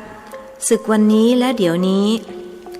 ข้อนั้นฉันรู้ตั้งแต่เห็นคุณวันแรกนั่นแล้วว่าที่คุณดันด้นมาถึงที่นี่ก็เพื่อจะมาศึกเท่านั้นแต่ฉันขอร้องเถิดนะขอร้องให้คุณอยู่ต่อไปให้ครบ3 เดือนแล้วฉันจะบอกอะไรให้สักอย่างหนึ่งฉันยังไม่เคยบอกกับใครคุณเป็นคนแรกที่จะรู้นี่ผมจะต้องอยู่ต่ออีกตั้งเกือบเดือนเชียวหรือครับไม่ไหวกระมังหลวงพ่อไหวสิก็อยู่มาได้ตั้ง2 เดือนกว่าทำไมอีกไม่ถึงเดือนจะอยู่ต่อไปไม่ได้เชื่อฉันเถอะอย่าหาว่าฉันหน่วงเหนี่ยวคุณเอาไว้ใช้เลยแต่ที่ไม่อยากให้ศึกตอนนี้เพราะเห็นว่าจะเป็นผลดีกับคุณในภายภาคหน้าที่คุณมาปรนนิบัติรับใช้บีบนวดให้ทุกคืนฉันก็ขอขอบใจขอให้เชื่อฉันสักครั้งเถอะและเอากระเป๋าเสื้อผ้าไปเก็บเสียทั้งที่อยากศึกแต่พระเจริญก็ต้องยอมรับว่าคำพูดของหลวงพ่อเดิมมีพลังอำนาจอย่างประหลาดที่ท่านจะต้องเชื่อฟังดังนั้นจึงปิดกระเป๋าเสื้อผ้ากราบ3 ครั้งแล้วหิ้วกระเป๋าเดินกลับกุฏิถึงที่พักท่านเหวี่ยงกระเป๋าเสียงดังโครมเป็นการระบายโทสะรู้สึกหงุดหงิดงุนง่านเห็นอะไรขวางหูขวางตาไปหมดและก่อนที่จะคิดทำอะไรต่อไปความง่วงเหงาหาวนอนก็เข้ามาครอบงำจิตใจเหมือน มือนพายุร้ายที่พัดกระหน่ำลงมาปะทะร่างทำให้ท่านมิอาจทรงตัวนั่งอยู่ได้ท่านสุดกายลงนอนแผ่หลากลางห้องแล้วเสียงประหลาดก็ดังก้องขึ้นใกล้หูพระคุณเจ้าจะสึกนะพุทธคุณได้หรือยังคราวนี้ไม่พูดยาวเหมือนคราวก่อนๆทว่ากลับทำให้พระหนุ่มต้องคิดหนักท่านไม่โต้แย้งเหมือนที่แล้วมาแต่ครุ่นคิดทบทวนว่ามันจะต้องมีอะไรสักอย่างแล้วจึงตกลงใจว่าจะต้องค้นหาเหตุผลต้นปลายให้จงได้คิดได้ดังนี้ความง่วงเหงาหาวนอนพลันหายไปเกิดความกระปี้กระเป๋าขึ้นมาแทนที่ท่านเริ่มทำตามที่คิดในกุฏิที่ท่านพักมีหนังสือสวดมนต์7 ตำนานวางอยู่ตรงมุมห้องคงเป็นพระรูปใดรูปหนึ่งทิ้งเอาไว้ตอนที่สึกออกไปท่านหยิบหนังสือสวดมนต์ขึ้นมาเปิดตรงพุทธคุณอ่านออกเสียงอย่างตั้งอกตั้งใจทุกตัวอักษรอิติปิโสภควาอะระหังสัมมาสัมพุทโธวิชชาจารณสัมปันโนสุขโตโลกวิทูอนุตตโรปุริสธรรมสารถิสัทธาเทวมนุษสานังพุทโธ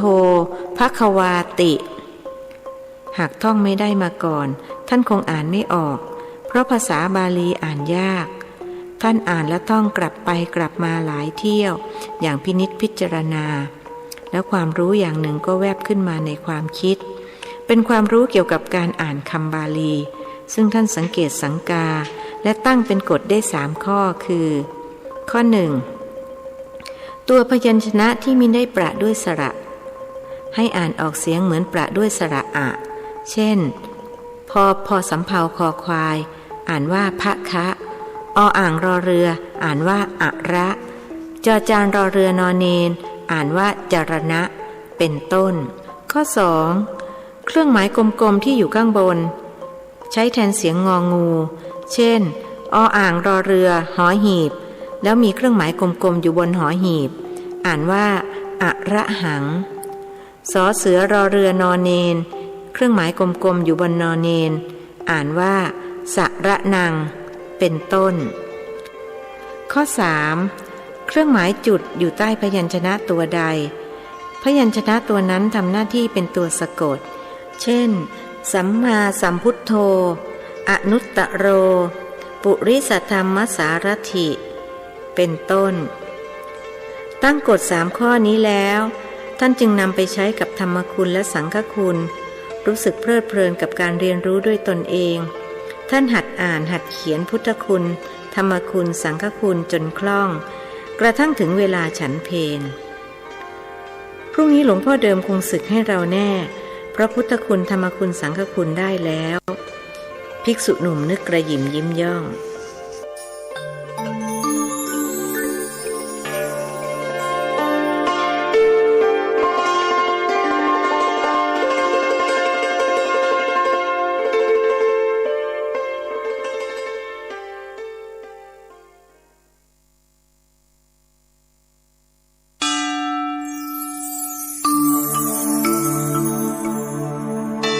ธรรมนิยายชุด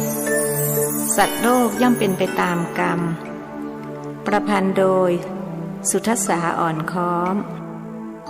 เรื่องที่1มักกลีผลบทที่63อย่าสะสมบาปไว้ที่ปาก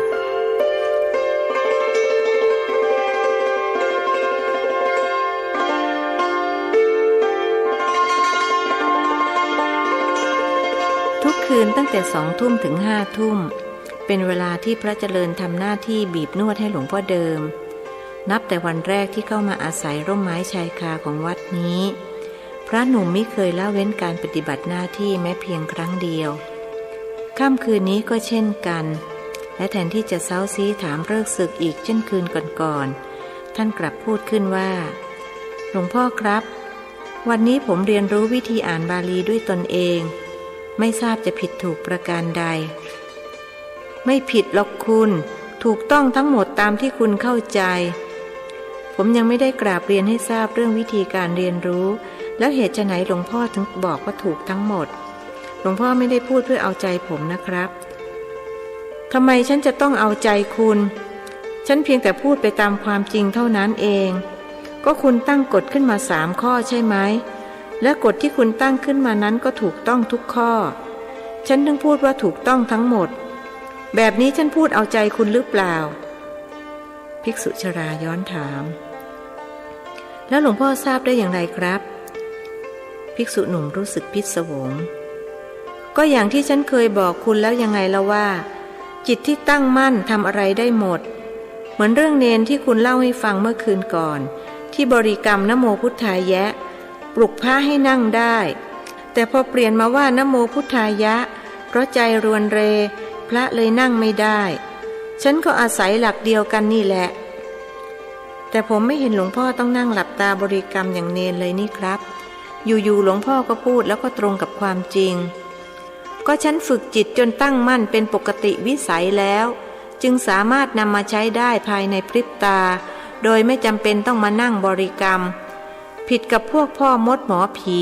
หรือพวกหมอดูทั้งหลายที่ต้องนั่งหลับตาบริกรรมทำปากขมุบขมิบเสียก่อนแล้วจึงจะบอกได้ซึ่งบางครั้งก็เป็นการคาดเดาไม่ได้รู้แจ้งเห็นจริงดังที่อวดอ้าง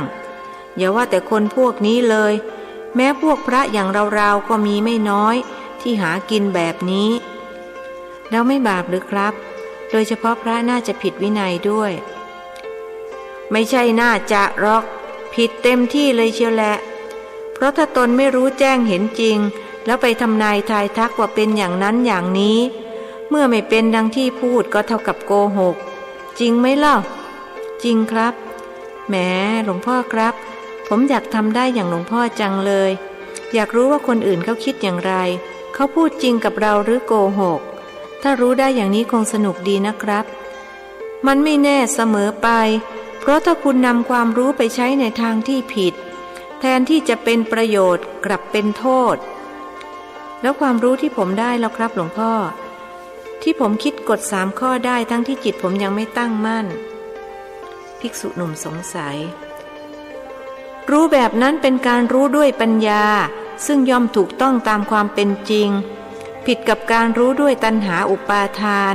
ซึ่งมักผิดพลาดไม่ถูกต้องแล้วคำว่าย่อมกับมักนี้มันต่างกันอย่างไรครับหลวงพ่อพระเจริญถามอย่างนึกสนุกคิดว่าภิกษุชราจะตอบไม่ได้แทนคำตอบหลวงพ่อเดิมกลับย้อนถามว่าคนย่อมตายกับคนมักตาย2 ประโยคนี้มีความหมายเหมือนกันหรือเปล่าล่ะไม่เหมือนครับไม่เหมือนยังไงไหนลองอธิบายมาสิคือถ้าเราพูดว่าคนย่อมตายหมายความว่า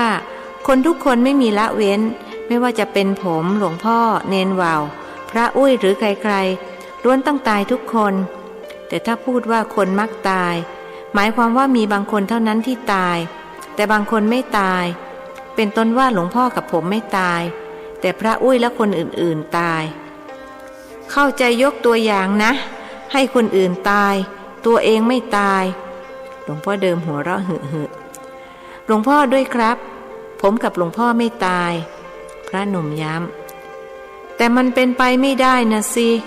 ทั้งฉันทั้งคุณก็ต้องตายด้วยกันทั้งนั้นเพราะมันเป็นกฎธรรมชาติทีนี้คุณก็คงเข้าใจแล้วใช่ไหม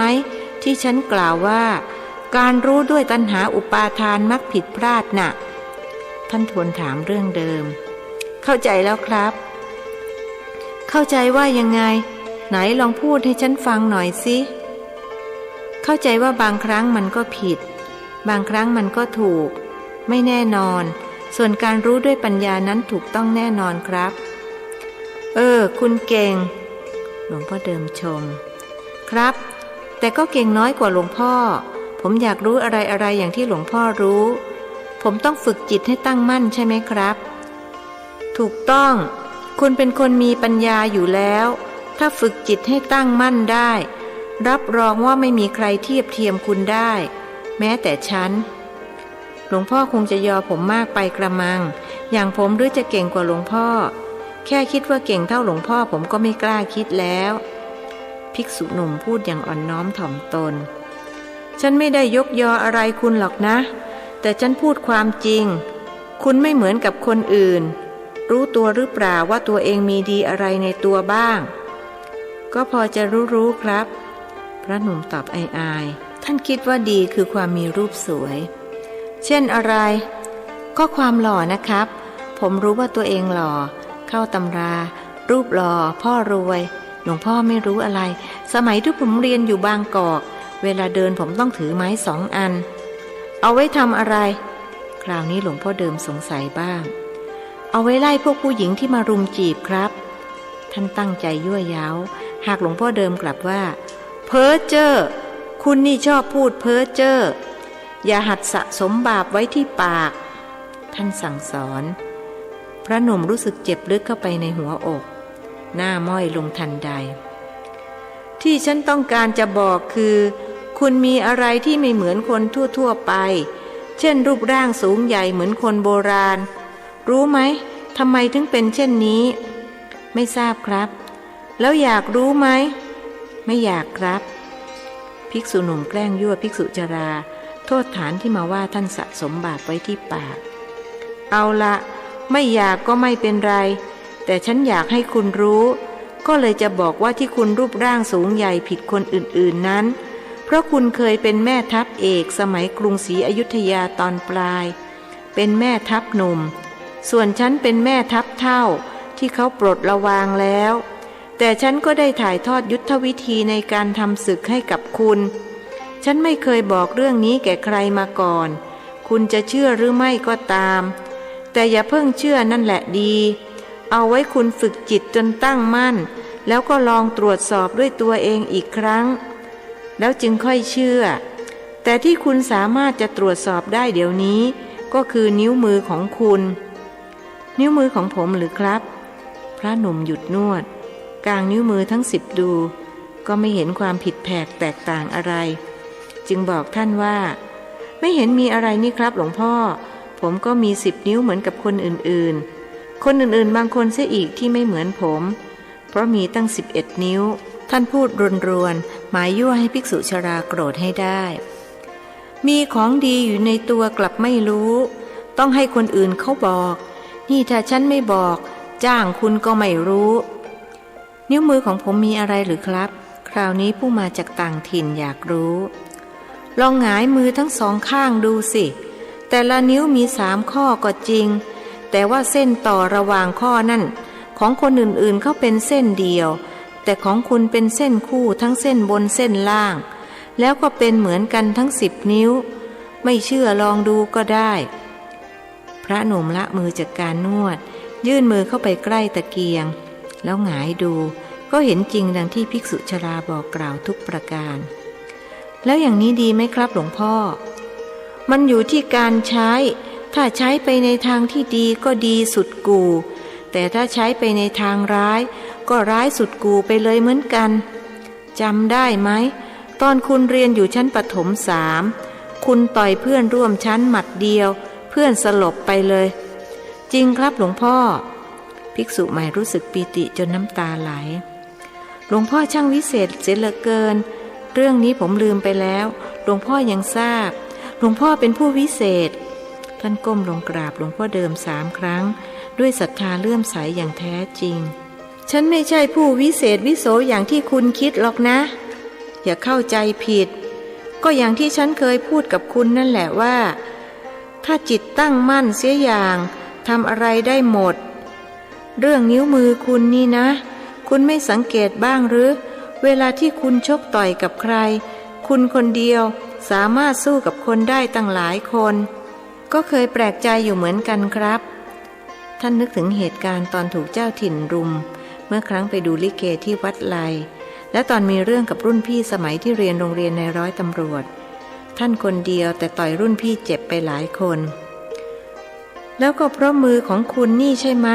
ที่สามารถเขียนบทลิเกเรื่องเท้าปาจิตกับนางอรพิมได้เป็นหลายเล่มสมุดไทยครับผมพระหนุ่มกางมือทั้ง2ออก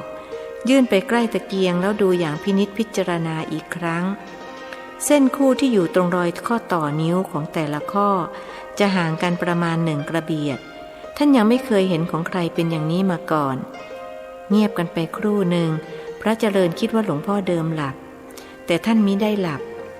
คืนนี้จึงดูแปลกกว่าคืนก่อนๆซึ่งท่านจะต้องหลับไป3 ตื่นหลวงพ่อครับ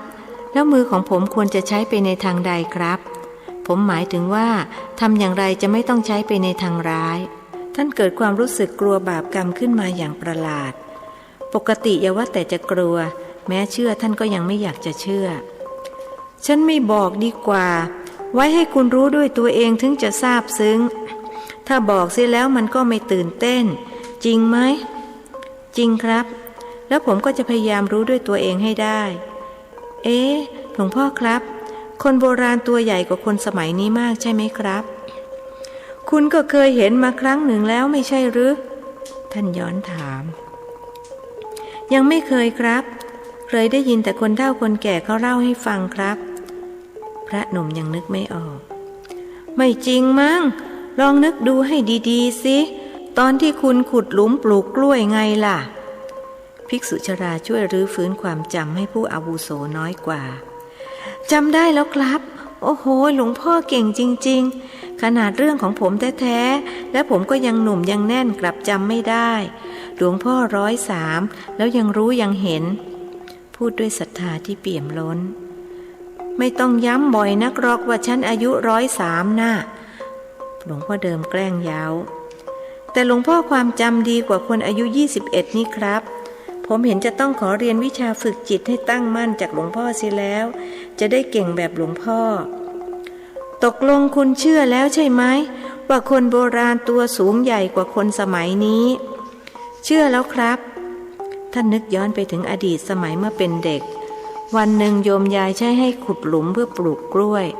ท่านขุดไปพบโครงกระดูกคนมีทุกส่วนครบครันตอนขุดหลุมปลูกกล้วยผมพบโครงกระดูกคนโบราณครับที่รู้เพราะโยมยายบอกผมลองเอาชิ้นส่วนมาต่อกันสูงตั้งวากับคืบหัวกะโหลกใหญ่เท่าบาทเนี่ยครับนั่นสิแต่น่าเสียดายที่คุณเผาทิ้งไปเสียแล้วโยมยายสิครับเป็นคนบอกให้ผมเผาท่านกลัวเขาจะไม่ได้ไปเกิดอันที่จริงโยมยายผมฉลาดรอบรู้มากเก่งไปหมดไม่ว่าเรื่องอะไรมีเรื่องนี้เรื่องเดียวที่ผมลงความเห็นว่าท่านไม่เก่งอย่าไปติเตียนบุพการีเขาก็มีเหตุผลของเขามันไม่เกี่ยวกับเรื่องเก่งหรือไม่เก่งหรอกยายของคุณเป็นคนฉลาดหลักแหลมและที่สำคัญคือเป็นสัมมาทิฏฐิซึ่งอันนี้สำคัญที่สุดเพราะคนเราถ้าเป็นสัมมาทิฏฐิก็เท่ากับเป็นคนดีได้80%แล้วถ้าทำความดีเพิ่มอีก20ก็มั่นใจได้เลยว่าจะไม่ตกไปสู่อบายคุณจำที่ฉันพูดไว้สักอย่างหนึ่งว่าในอนาคตคนจะเป็นมิจฉาทิฏฐิกันมากพวกเขาจะไม่เชื่อเรื่องบาปบุญคุณโทษไม่เชื่อเรื่องนรกสวรรค์เมื่อไม่เชื่อก็จะพากันทำความชั่วอย่างไม่สะทกสะท้านคุณโชคดีที่เกิดในครอบครัวที่เป็นสัมมาทิฏฐิและหากคุณดำรงอยู่ในสมณเพศต่อไปก็จะเป็นประโยชน์มหาศาลต่อเพื่อนร่วมโลกน่าแปลกที่คำพูดของภิกษุชรามิได้ทำความขัดเคืองใจให้กับพระหนุ่มเหมือนเช่นทุกครั้งมาบัดนี้ท่านรู้สึกเฉยๆจะสึกหรือไม่สึกท่านก็จะไม่สนใจอีกต่อไป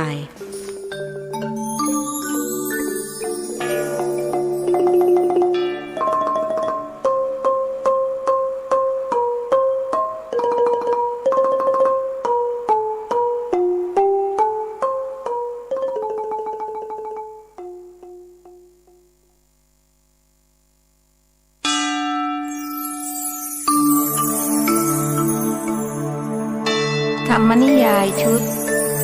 สัตว์โลกย่อมเป็นไปตามกรรมประพันธ์โดยสุทัสสาอ่อนค้อมเรื่องที่1มักกรีผลบทที่64มหาห้อง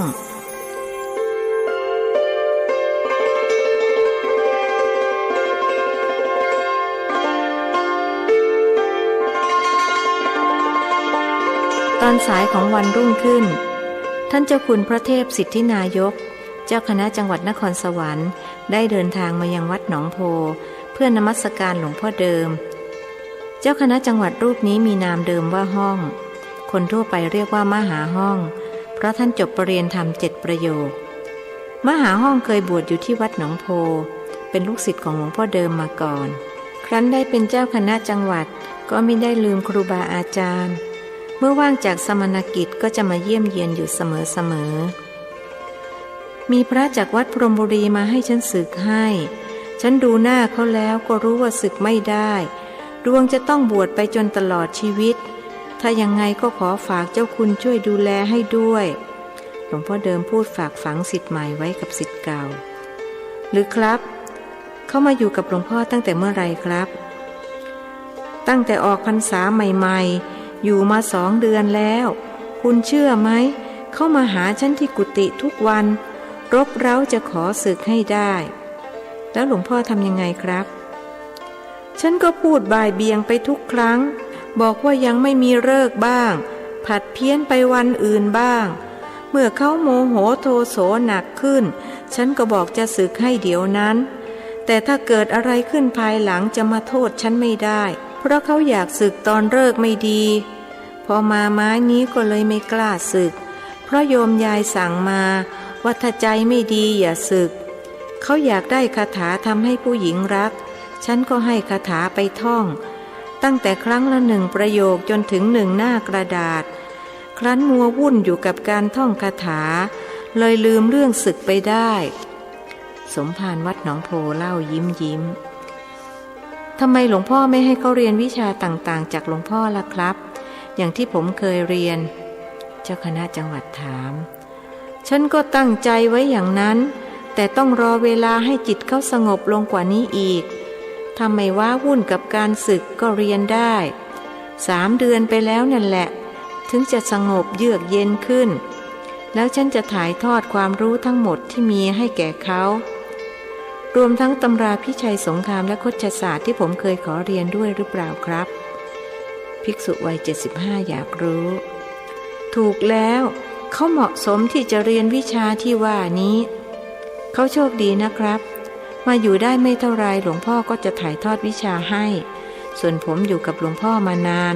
ขอเรียนตำราพิชัยสงครามกับคชศาสตร์หลวงพ่อไม่ยอมสอนให้พูดอย่างน้อยเนื้อต่ำใจไม่ใช่แต่เจ้าคุณเท่านั้นที่ฉันไม่สอน2 วิชานี้ให้แม้ลูกหลานฉันก็ไม่สอนผู้จะเรียนได้มีคนเดียวเท่านั้นพระเจริญจะเป็นคนแรกและคนสุดท้ายที่ฉันจะสอนให้อาจารย์วัย103บอกลูกศิษย์วัย75เพราะอะไรหรือครับทำไมคนอื่นจึงเรียนไม่ได้เพราะกรรมน่ะสิเจ้าคุณเคยศึกษาพุทธประวัติมาแล้วไม่ใช่หรือเหตุใดพระพุทธเจ้าจึงทรงประทานตำแหน่งอัครสาวกให้กับพระสารีบุตรและพระโมคคัลลานะทำไมพระองค์ไม่ทรงประทานให้กับผู้ที่บวชก่อนนั้นเช่นพระโกณทัญญะพระชดิน3 พี่น้องหรือพระยศกุลบุตรเป็นต้นก็เพราะท่านเหล่านั้นไม่ได้ทำกรรมที่จะทำให้เป็นอัครสาวกใช่หรือไม่เจ้าคุณก็เหมือนกันเจ้าคุณทำกรรมที่ทำให้ได้เป็นเจ้าคณะจังหวัดแต่ไม่ได้ทำกรรมที่จะได้เรียนวิชาทั้ง2 นี้มันแล้วแต่เหตุปัจจัยนะฉันไม่ได้ลำเอียงหรือเลือกที่รักมักที่ชังอะไร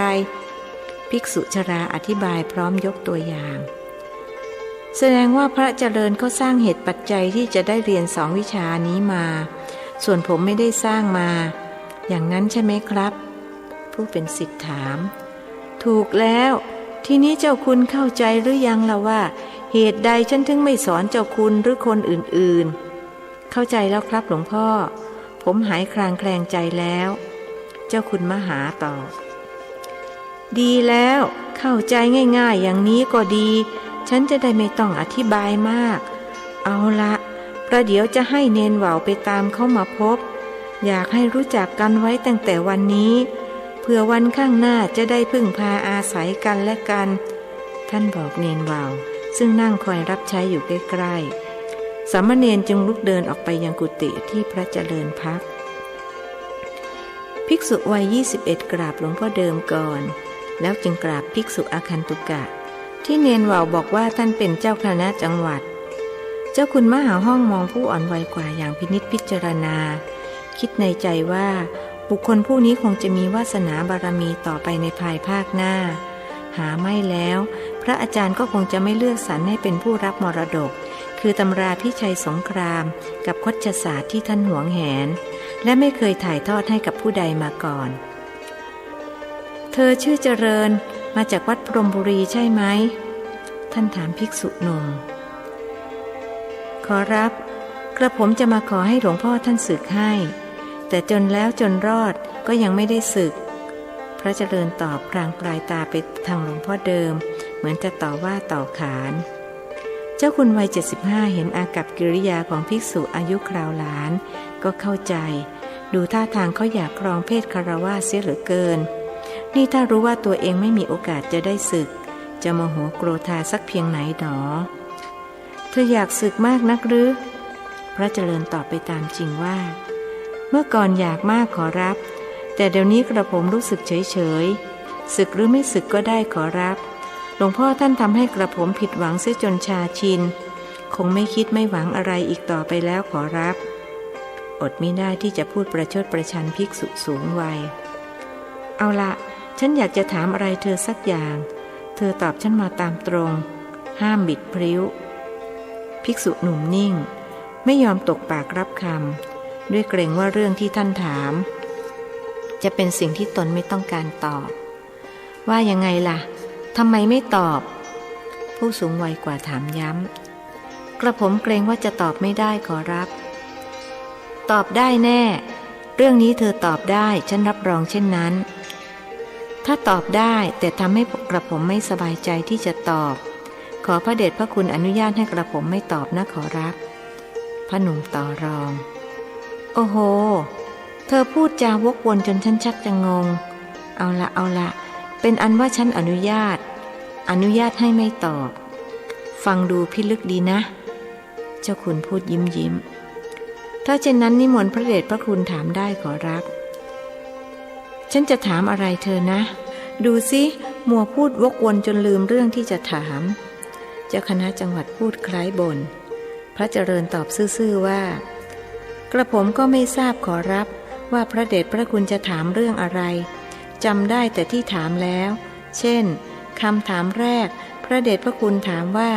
เธอชื่อเจริญมาจากวัดพรหมบุรีใช่ไหมคำถามต่อมาคือเธออยากสึกมากนักหรือและคำถามสุดท้ายฉันอยากจะถามอะไรเธอสักอย่างเธอตอบฉันมาตามตรงนะห้ามบิดพริ้วขอรับพระหนุ่มพูดซื่อๆเจ้าคุณวัย75ชอบอกชอบใจหันไปบอกหลวงพ่อเดิมซึ่งกำลังเป่าเพียงดีให้กับญาติโยมว่าหลวงพ่อครับลูกศิษย์หลวงพ่อคนนี้แจ๋วจริงๆความจำยอดเยี่ยมมาก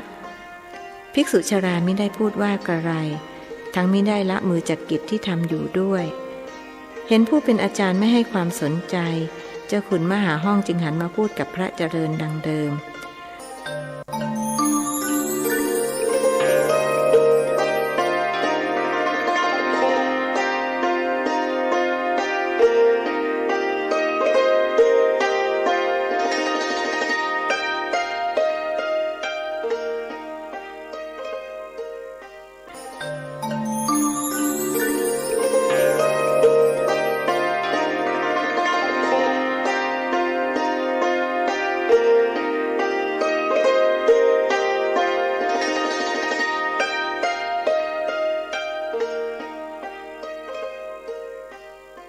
เธอรู้ไหมว่าฉันเป็นใครท่านตั้งคำถามกระผมไม่ทราบขอรับแต่สามเณรว่าวบอกกระผมว่าพระเดชพระคุณเป็นเจ้าคณะจังหวัดนครสวรรค์ขอรับอ้าวก็ไหนเธอว่าไม่ทราบไงล่ะคือกระผมไม่ทราบมาก่อนขอรับแล้วก็ไม่ทราบว่าสิ่งที่สามเณรบอกกระผมจะจริงหรือเท็จดีเธอฉลาดรอบคอบดีที่ไม่เชื่ออะไรใครง่ายๆแบบนี้เขาเรียกว่าคนสอนง่ายเธอจำไว้นะอีกหน่อยถ้าเธอไปเป็นครูบาอาจารย์เขาเธอจะต้องเรียนรู้เสียก่อนว่าลูกศิษย์คนไหนสอนง่ายคนไหนสอนยากวิธีทดสอบไม่ยากเลยเธออยากรู้ไหมล่ะไม่อยากขอรับเพราะกระผมไม่คิดจะไปเป็นครูบาอาจารย์ใครพระหนุ่มตอบซื่อๆอีกแต่คนฉลาดเขาจะไม่ปฏิเสธนะ ผู้ใหญ่ให้อะไรต้องรับไว้ก่อนเจ้าคุณตำหนิไกลๆพระเดชพระคุณพูดเหมือนหลวงพ่อเลยขอรับท่านหมายถึงหลวงพ่อเดิมก็แน่ละสิฉันเป็นลูกศิษย์ท่านนี่นะแล้วฉันก็เคยถูกท่านตำหนิอย่างนี้มาก่อนด้วยเอาละฉันจะบอกเธอถึงวิธีดูว่าลูกศิษย์คนไหนสอนง่ายคนไหนสอนยากโดยให้ดูที่ความเชื่อของเขาเจ้าคุณวัย75พูดยังไม่ทันจบพระเจริญก็ถามขึ้นเสียก่อนว่าดูอย่างไรขอรับเจ้าคุณมหาจึงย้อนถามอย่างนึกสนุกว่าอ้าวก็ไหนเมื่อกี้เธอบอกไม่อยากรู้ไงล่ะเมื่อกี้ไม่อยากรู้แต่เดี๋ยวนี้อยากแล้วขอรับภิกษุวัย21ตอบอย่างไม่ติดขัดทำไมเปลี่ยนใจง่ายนักล่ะเจ้าคุณแซงยั่วกระผมอยากเป็นคนฉลาดขอรับพระเดชพระคุณสอนกระผมเมื่อตะกี้ว่าคนฉลาดเขาจะไม่ปฏิเสธผู้ใหญ่ให้อะไรต้องรับไว้ก่อนหลวงพ่อท่านก็สอนอย่างนี้ขอรับเอาละคืนพูดมากประเดี๋ยวฉันก็ลืมกันพอดีฉันกำลังจะบอกเธอว่าวิธีดูว่าคนไหนสอนง่ายคนไหนสอนยากให้ดูที่ความเชื่อของเขาถ้าใครเชื่อง่ายคนนั้นสอนยากแต่ถ้าใครเชื่อยากคนนั้นสอนง่ายจำเอาไว้ขอรับกระผมจะจำเอาไว้ตกลงเรื่องที่สามเณรบอกกับกระผมว่าพระเดชพระคุณเป็นเจ้าคณะจังหวัดนครสวรรค์นั้นจริงหรือเท็จขอรับพระหนุ่มไม่ละความพยายามที่จะรู้เธอคิดว่าจริงหรือเท็จล่ะเจ้าคุณย้อนถามหากพิจารณาจากบุคลิกลักษณะและถ้อยคำที่พระเดชพระคุณพูดกระผมคิดว่าจริงขอรับถ้อยคำที่ฉันพูดเป็นอย่างไรหรืออันนี้กระผมขออนุญาตไม่ตอบขอรับและเมื่อตะกี้พระเดชพระคุณก็อนุญาตแล้วภิกษุหนุ่มไม่อยากเรียนท่านตามตรงว่าการที่ท่านพูดฉันเธอนั้นแสดงถึงการแบ่งฐานะระหว่างผู้ปกครองกับผู้ใต้ปกครองผิดกับหลวงพ่อเดิมซึ่งท่านจะใช้ฉันคุณอันแสดงถึงความเท่าเทียมกันครั้นจะบอกเจ้าคณะจังหวัดไปตามตรงเช่นนี้ก็เกรงว่าท่านจะโกรธเอาละเป็นอันว่าเธอพิจารณาได้รอบคอบและถูกต้องทุกอย่างทีนี้ฉันก็จะถามเธออย่างตรงไปตรงมาว่าเธอเคารพหลวงพ่อเดิมไหมเคารพมากขอรับพระเจริญตอบจากใจจริงดีเธอตอบตรงไปตรงมาดีฉันกำลังจะบอกเธอว่าที่ฉันได้ดิบได้ดีมาจนทุกวันนี้ก็เพราะหลวงพ่อเดิมท่านปลุกปั้นฉันขึ้นมาฉันได้เป็นเจ้าคณะจังหวัดก็ด้วยบารมีของท่านได้ร่ำเรียนวิชาการต่างๆจากท่านมากมายยกเว้น2 วิชาคือตำราพิชัยสงครามกับคชศาสตร์เพราะท่านไม่ยอมสอนให้ใครนอกจากลูกศิษย์ที่ท่านเลือกสรรซึ่งมีเพียงคนเดียวเท่านั้นและเธอคือคนที่ท่านเลือกสรรแล้วทำไมพระเดชพระคุณจึงคิดว่ากระผมเป็นลูกศิษย์ที่ท่านเลือกสรรแล้วขอรับถามประสาซื่อก็ท่านบอกฉันนะสิเธอรู้ไว้ด้วยว่าวิชา2 อย่างนี้ท่านหวงแหนมากเคยมีพระและคฤหัสถ์มาขอเรียนจากท่านเป็นร้อยรายแต่ท่านไม่ยอมสอนให้ใครสักคนขนาดฉันซึ่งเป็นลูกศิษย์ก้นกุฏิของท่านก็ยังไม่ได้เรียนเธอโชคดีมากรู้ไหมพระเจริญไม่รู้สึกตื่นเต้นหรือดีใจที่จะได้เรียนในสิ่งที่ไม่เคยมีลูกศิษย์คนใดได้เรียนมาก่อนท่านมองไม่เห็นความสำคัญของวิชา2 อย่างนี้โดยไม่คิดจะไปรบทับจับศึกที่ไหนทั้งไม่เคยคิดจะยึดอาชีพนายพรานหรือควานช้างแต่ก็อดแปลกใจไม่ได้ว่าเหตุใดภิกษุชราจึงเลือกสรรท่านทั้งที่ท่านไม่อยากเรียนที่คนที่เขาอยากเรียนท่านกลับไม่สอนให้เหมือนจะรู้ใจภิกษุหนุ่มหลวงพ่อเดิมหันหน้ามาทางลูกศิษย์ทั้งสองพูดขึ้นลอยๆว่า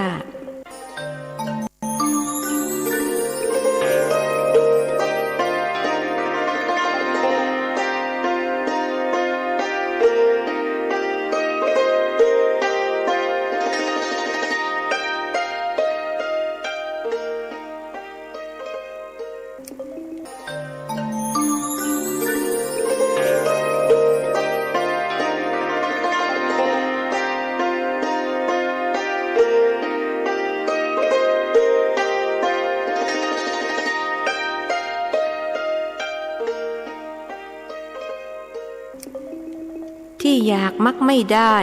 ที่ได้มักไม่อยากพูดจบก็หันกลับไปเป่าเพียงดีให้ญาติโยมอีก พระเจริญหันไปมองภิกษุชราแล้วพูดกับเจ้าคุณมหาห้องว่าพระเดชพระคุณขอรับกระผมรู้สึกสงสารหลวงพ่อเหลือเกินท่านอายุปูนนี้แล้วยังต้องลำบากตรากตรำมานั่งเสกนั่งเป่าให้ญาติโยมทุกวันกระผมอยากให้ท่านได้พักผ่อนบ้างทำอย่างไรจะให้ท่านหยุดกิจวัตรที่ทำอยู่นี้ขอรับหลวงพ่อเดิมหันมาตอบเสียเองว่าไม่ต้องห่วงฉันหรอกคุณตายเมื่อไรฉันก็หยุดเมื่อนั้นยังมีลมหายใจก็ต้องทำหน้าที่ต่อไปจะทำยังไงได้ในเมื่อญาติโยมเขาต้องการอย่างนี้จริงไหมโยมท่านถามสีกาวัย40 เศษที่เช่านางกวักมาให้ท่านเสกเป่าจริงจ้ะหลวงพ่อศักดิ์สิทธิ์ใครๆก็อยากมาหาญาติฉันเข้ามันเช่านางกวักที่นี่แล้วก็ทำมาค้าขึ้นเงินไหลนองทองไหลมาฉันก็เลยมาเช่าบ้างหล่อนพูดชอดโยมมาจากไหนล่ะมาจากหาดเซี่ยวจังหวัดอุตรดิตถ์จ้ะหลวงพ่อเคยไปไหมจ๊ะหล่อนถือโอกาสชวนคุยสตรีวัยเดียวกันที่รอคิวอยู่นั่งค้อนประหลับประเหลือกเพราะรอนานไม่เคยเอาละฉันเป่าให้แล้วให้คนอื่นๆเข้ามาบ้างจวนได้เวลาเพลแล้วนั่นแหละหล่อนจึงคลานออกไปด้วยใบหน้าอิ่มเอิบที่ได้คุยกับหลวงพ่อเดิม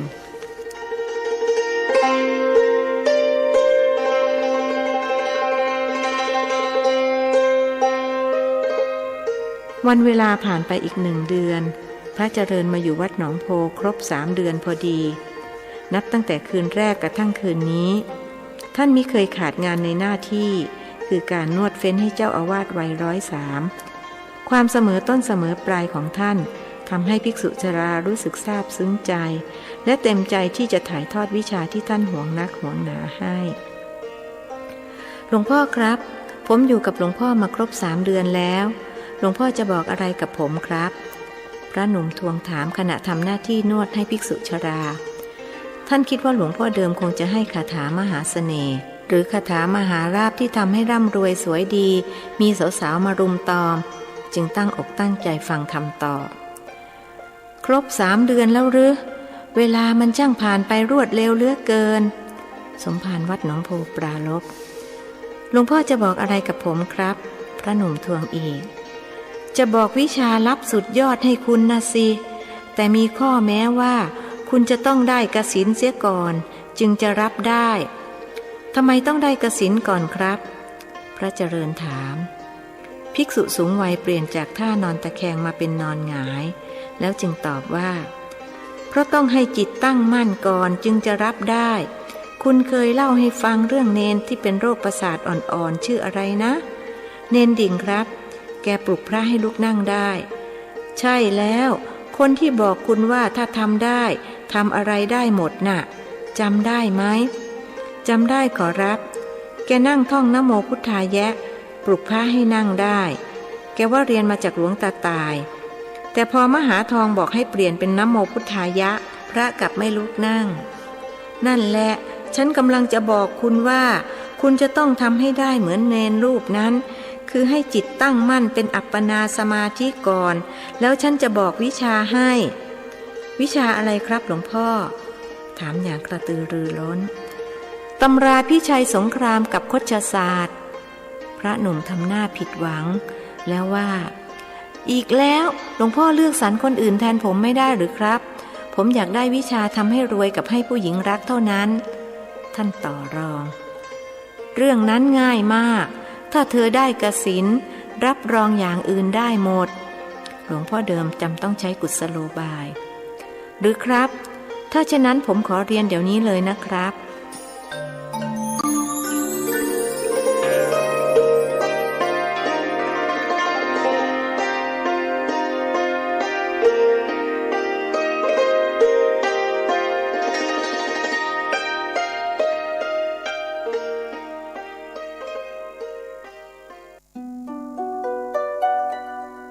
โปรดติดตามนิยายธรรมะเรื่อง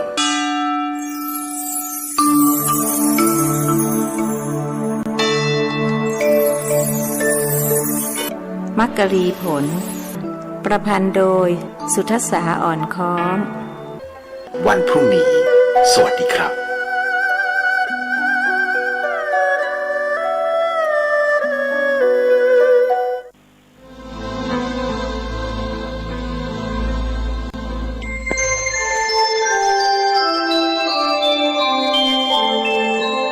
ขณะนี้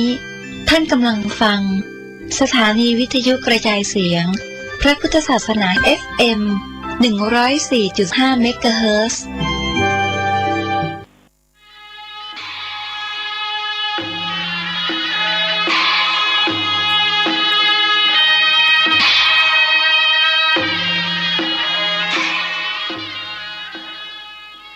ขอความเจริญในธรรม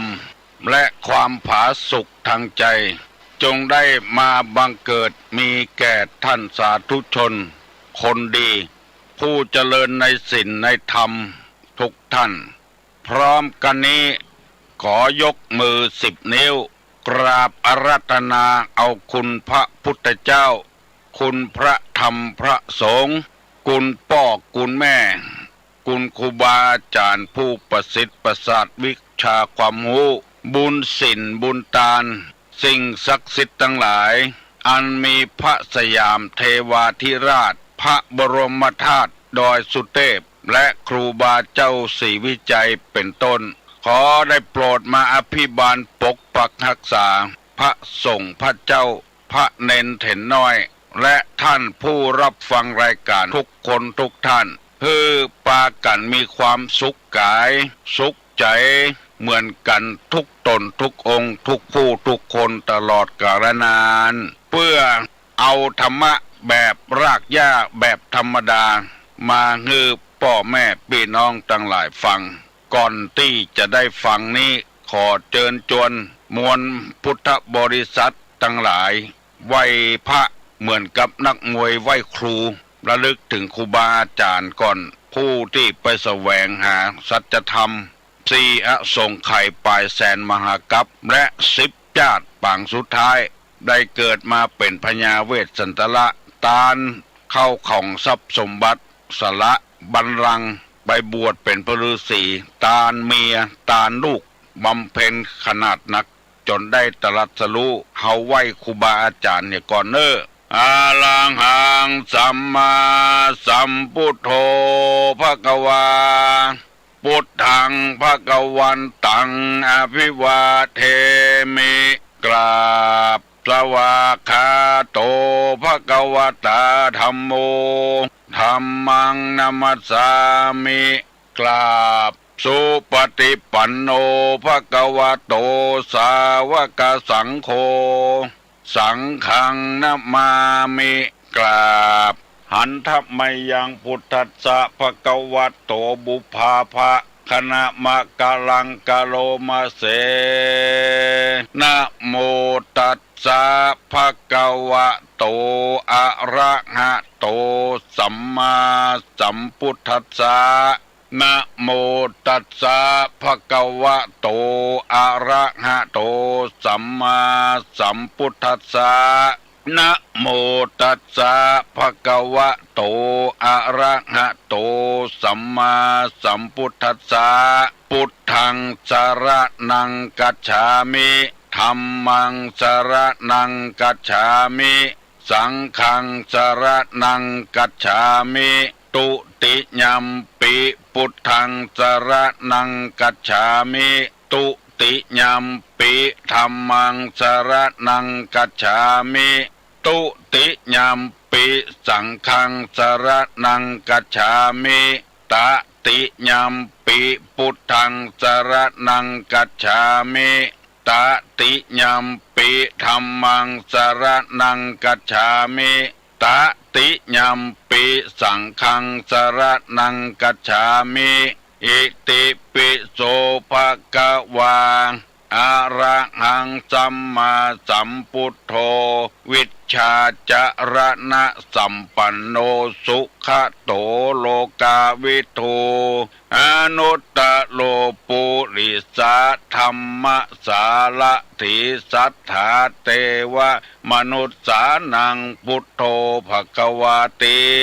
สวากขาโตภควตาธัมโมสันติติโกอากาลิโกเอหิปัสสิโกโอปนะยิโกปัจจัตตังเวทิตโพวินยูหิติ สุปฏิปันโนภะคะวะโตสาวกสังโฆอุจุปฏิปันโนภะคะวะโตสาวกสังโฆญาญะปฏิปันโนภะคะวะโตสาวกสังโฆสามิเจปฏิปันโนภะคะวะโตสาวกสังโฆญาติตังจัตตาลิปุริสายุคานิอัฏฐะปุริสาปุคลาเอสาภะคะวะโตสาวกสังโฆอาหุไนโยปาหุไนโย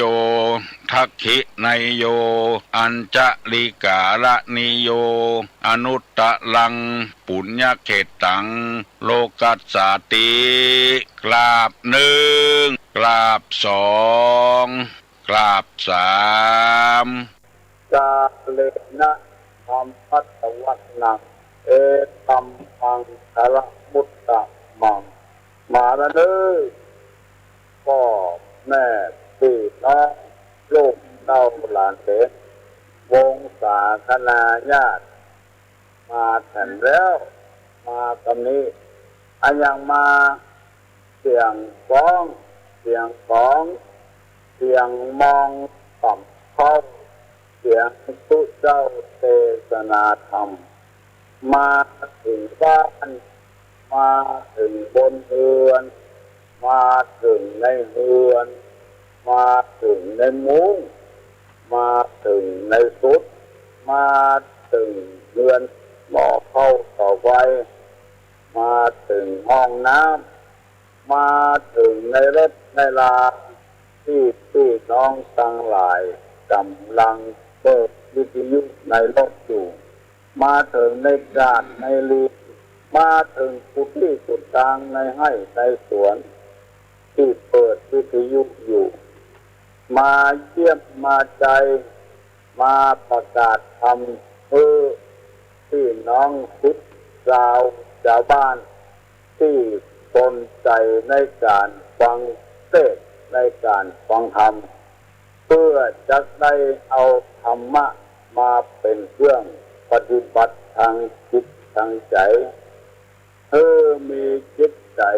อ่อนน้อมมีจิตใจทุ่มทึกในพระธรรมคำสั่งคำสอนโดยเฉพาะอย่างยิ่งพระพุทธศาสนาเนี่ยมีการให้การเพื่อผลอนาคตน่าจะสำเร็จอย่างธรรมที่เราฟังกันเช่นธรรมมหาชาติเวสสันดรชาดกพระพุทธเจ้าเกิดมาเป็นพระเวสสันดรปางสุดท้ายสุดท้ายแล้วได้เกิดมาเป็นพระพุทธเจ้าในชาตินี้เพราะว่าเมื่อเป็นพระเวสสันดรนั้นทำละกิเลสยังไงหลวมเลยที่ในธรรมปารมี3สุดตัดว่าตานะปารมีตานะอุปปารมีตานะพละมัทธปารมีการอย่างเอาที่ทานกันทุกวันเนี่ยสร้างปารมีเรียกว่าตานะปารมีสร้างผู้บุญเอาได้แก่กล้าคุณอัตตินอัตตานอันนี้ที่พระเจ้าเป็นประกาศให้ว่าวันพุธวันศีลวันนี้วันศีลประการชำระจิตนอนกับพ่อออกแม่ออกพี่น้องศรัทธาสันนิบาตต่างเข้าตั้งหลายโดยมันเป็นธรรมดาละบอกว่าอย่างสักอย่างละเฮาจะจับตอกสารกวยก่อเสี้ยนเข้ามือมันเป็นอุปสรรคถ้าบาดเจ็บสักน้อยก็บ่ได้กวยการที่อูกที่จากกูเจ้ามันบ่ล่ำเป็นมันเกิดขึ้นคนเดียวมันก็ขอพี่น้องทั้งหลายอภัยโดยกำลังจะอู้เรื่องอภัยทานพอดีการฮื้อตา การที่เฮาว่านั้นเป็นการชำระกิเลสอย่างหยาบคายที่สุดที่คนเอาหันแก่ตัวหันแก่ได้นอกจากบัเสียสละยังบ่ปอลู่เอาของเปิ้นแย่งเอาของเปิ้นมันเป็นการหยาบการคายที่สุดที่น้องทั้งหลายท่านผู้ฟังกุคนที่ตุลุงฮักที่สุดชอบที่สุดขอช่วยกันเสียสละถึงวันนี้เฮาอยู่ได้เพราะการเสียสละเฮามีน้ำใจเพราะธรรมชาติเสียสละให้เฮาฝนตกลงมาให้เฮาถ้าเฮาฉลาดเฮาจะเก็บน้ำไว้กั้นเขื่อนไว้กั้นผนังไว้อย่างพระบาทสมเด็จพระเจ้าอยู่หัวทำไว้ให้แก่บ้านแก่จองแก่พี่แก่น้องบอกว่าอำเภอใดตำบลใด อ่านว่าน้ำมันไหลไปท่วมบ้านท่วมเมืองหาสาระหาประโยชน์ไปได้ก็กั้นเขื่อนไว้เก็บน้ำไว้นอกจากบ่ได้ใจยังก็เป็นสถานที่ลื่นลมคนได้ไปพักไปผ่อนไปแอวไปเหือเล่นไปเล่นน้ำอย่างในภาคเหนือของเฮานี่มีเกือบกู้อำเภอที่เก็บน้ำไว้กั้นฝ่ายไว้แบ่งน้ำให้คนใจเพราะธรรมชาติฮื้อกับเฮาก็คือตัวนี้คือกวดตรวจการของธรรมชาติฮื้อกับเฮาน้ำนอกจากเฮาจะเอามาอุปโภคบริโภคคือเอามาใจเอามากินแล้วบางแห่งบางที่ยังเป็นพลังไฟฟ้าปัดเอาใบพัดให้เกิดเป็นไฟฟ้าขึ้นอย่างที่เฮาใจกันประเดี๋ยวนี้พลังไฟฟ้าเพราะธรรมชาติฮื้อเฮานั่นเองเฮาถึงได้อยู่ดีกินดียิ่งสมัยปัจจุบันนี้เอาธรรมชาติมาใช้มันเป็นประโยชน์ถ้าเกิดว่าบ้านเฮาเมืองเฮาบ่มีน้ำเฮาจะอยู่ได้จะได้ ฝรั่งมั่งค่าไปหั่นพระจันทร์มีสีเหลืองถึงวันนึกว่าโบนพระจันทร์นั้นจะเป็นมีแร่ทองคำถ้าไผ่ไปถึงก่อนไปขุดเอาทองคำนั้นมาขายบ้านเฮาเมืองเฮาประเทศนั้นจะร่ำรวยปรากฏว่าไปถึงแล้วบ่มีน้ำบ่มีอากาศต้องอัดออกซิเจนไปโดย เพื่อว่าจะไปตายโลกพระจันทร์บ่มีอากาศหายใจสิ่งมีชีวิตบ่มีในโลกพระจันทร์นักอวกาศพากันกลับเข้าบ้านเข้าเมืองเฮามาอย่างเก่าอย่างเดิมเพราะธรรมชาติในโลกพระจันทร์นั้นมันบ่มีอากาศบ่มีน้ำธรรมชาติบ่เอื้ออำนวยเพราะฉะนั้นจึงพากันกลับมาบอกว่าเป็นอเมริกาก็เป็นญี่ปุ่นก็ ที่ขึ้นไปบนผิวพระจันทร์อันที่ตุลุงยกมาเป็นตัวอย่างนี่ก็คือธรรมชาติมันบ่ฮื้อ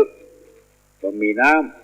ำโลกมนุษย์เอานี่คนเพิ่มจำนวนขึ้นสิ่งสารสัตว์เพิ่มจำนวนขึ้นก็เพราะธรรมชาติมันฮื้อเอา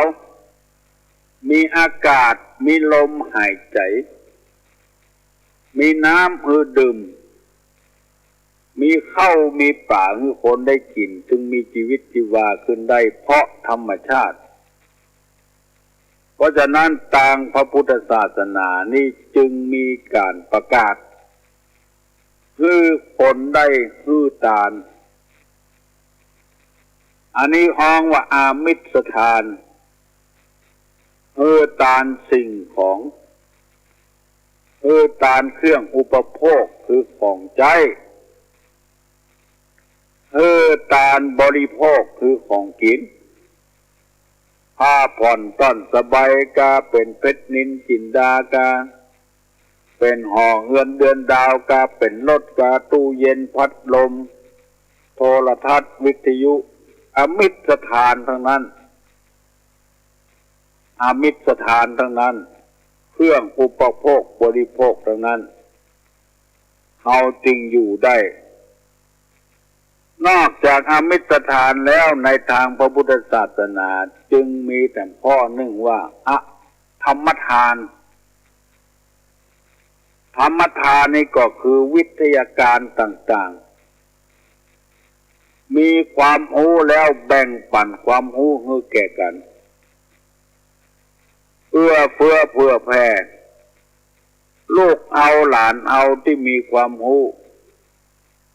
นอกจากจะพ่อแม่จะสั่งสอนแล้วมีครูบาอาจารย์สอนโดยแถมสั่งสอนโดยแถมบ้านใดที่ใดสั่งสอนโดยบ่เอาเงินบ่เอาทองกระจายความรู้ขึ้นไปถันจัดนักเอื้อเฟื้อเผื่อแผ่ซึ่งกันและกันมีมันสมองมีความรู้เอาความรู้ที่ได้ศึกษาเล่าเรียนมากระจายไปถึงบ้านน้อยเมืองใหญ่ต่างๆกระจายให้คนให้ความรู้คนก็เอาความรู้นั้นมาอันนี้เรียกว่าเป็นธรรมทานวิทยาทานก็อย่างเดียวกันสมมติว่าแปลงข้าวแคบแปลงข้าวแตนแปลงข้าวหนมจ๊อกข้าวหนมกัวไส้ข้าวเปียงข้าวหนมลิ้นหมาข้าวต้มกล้วยข้าวหนมจ๊อกถ้าบ่มีไผสอนนั้นจะเงียบบ่ได้จะต้องมีคนสอน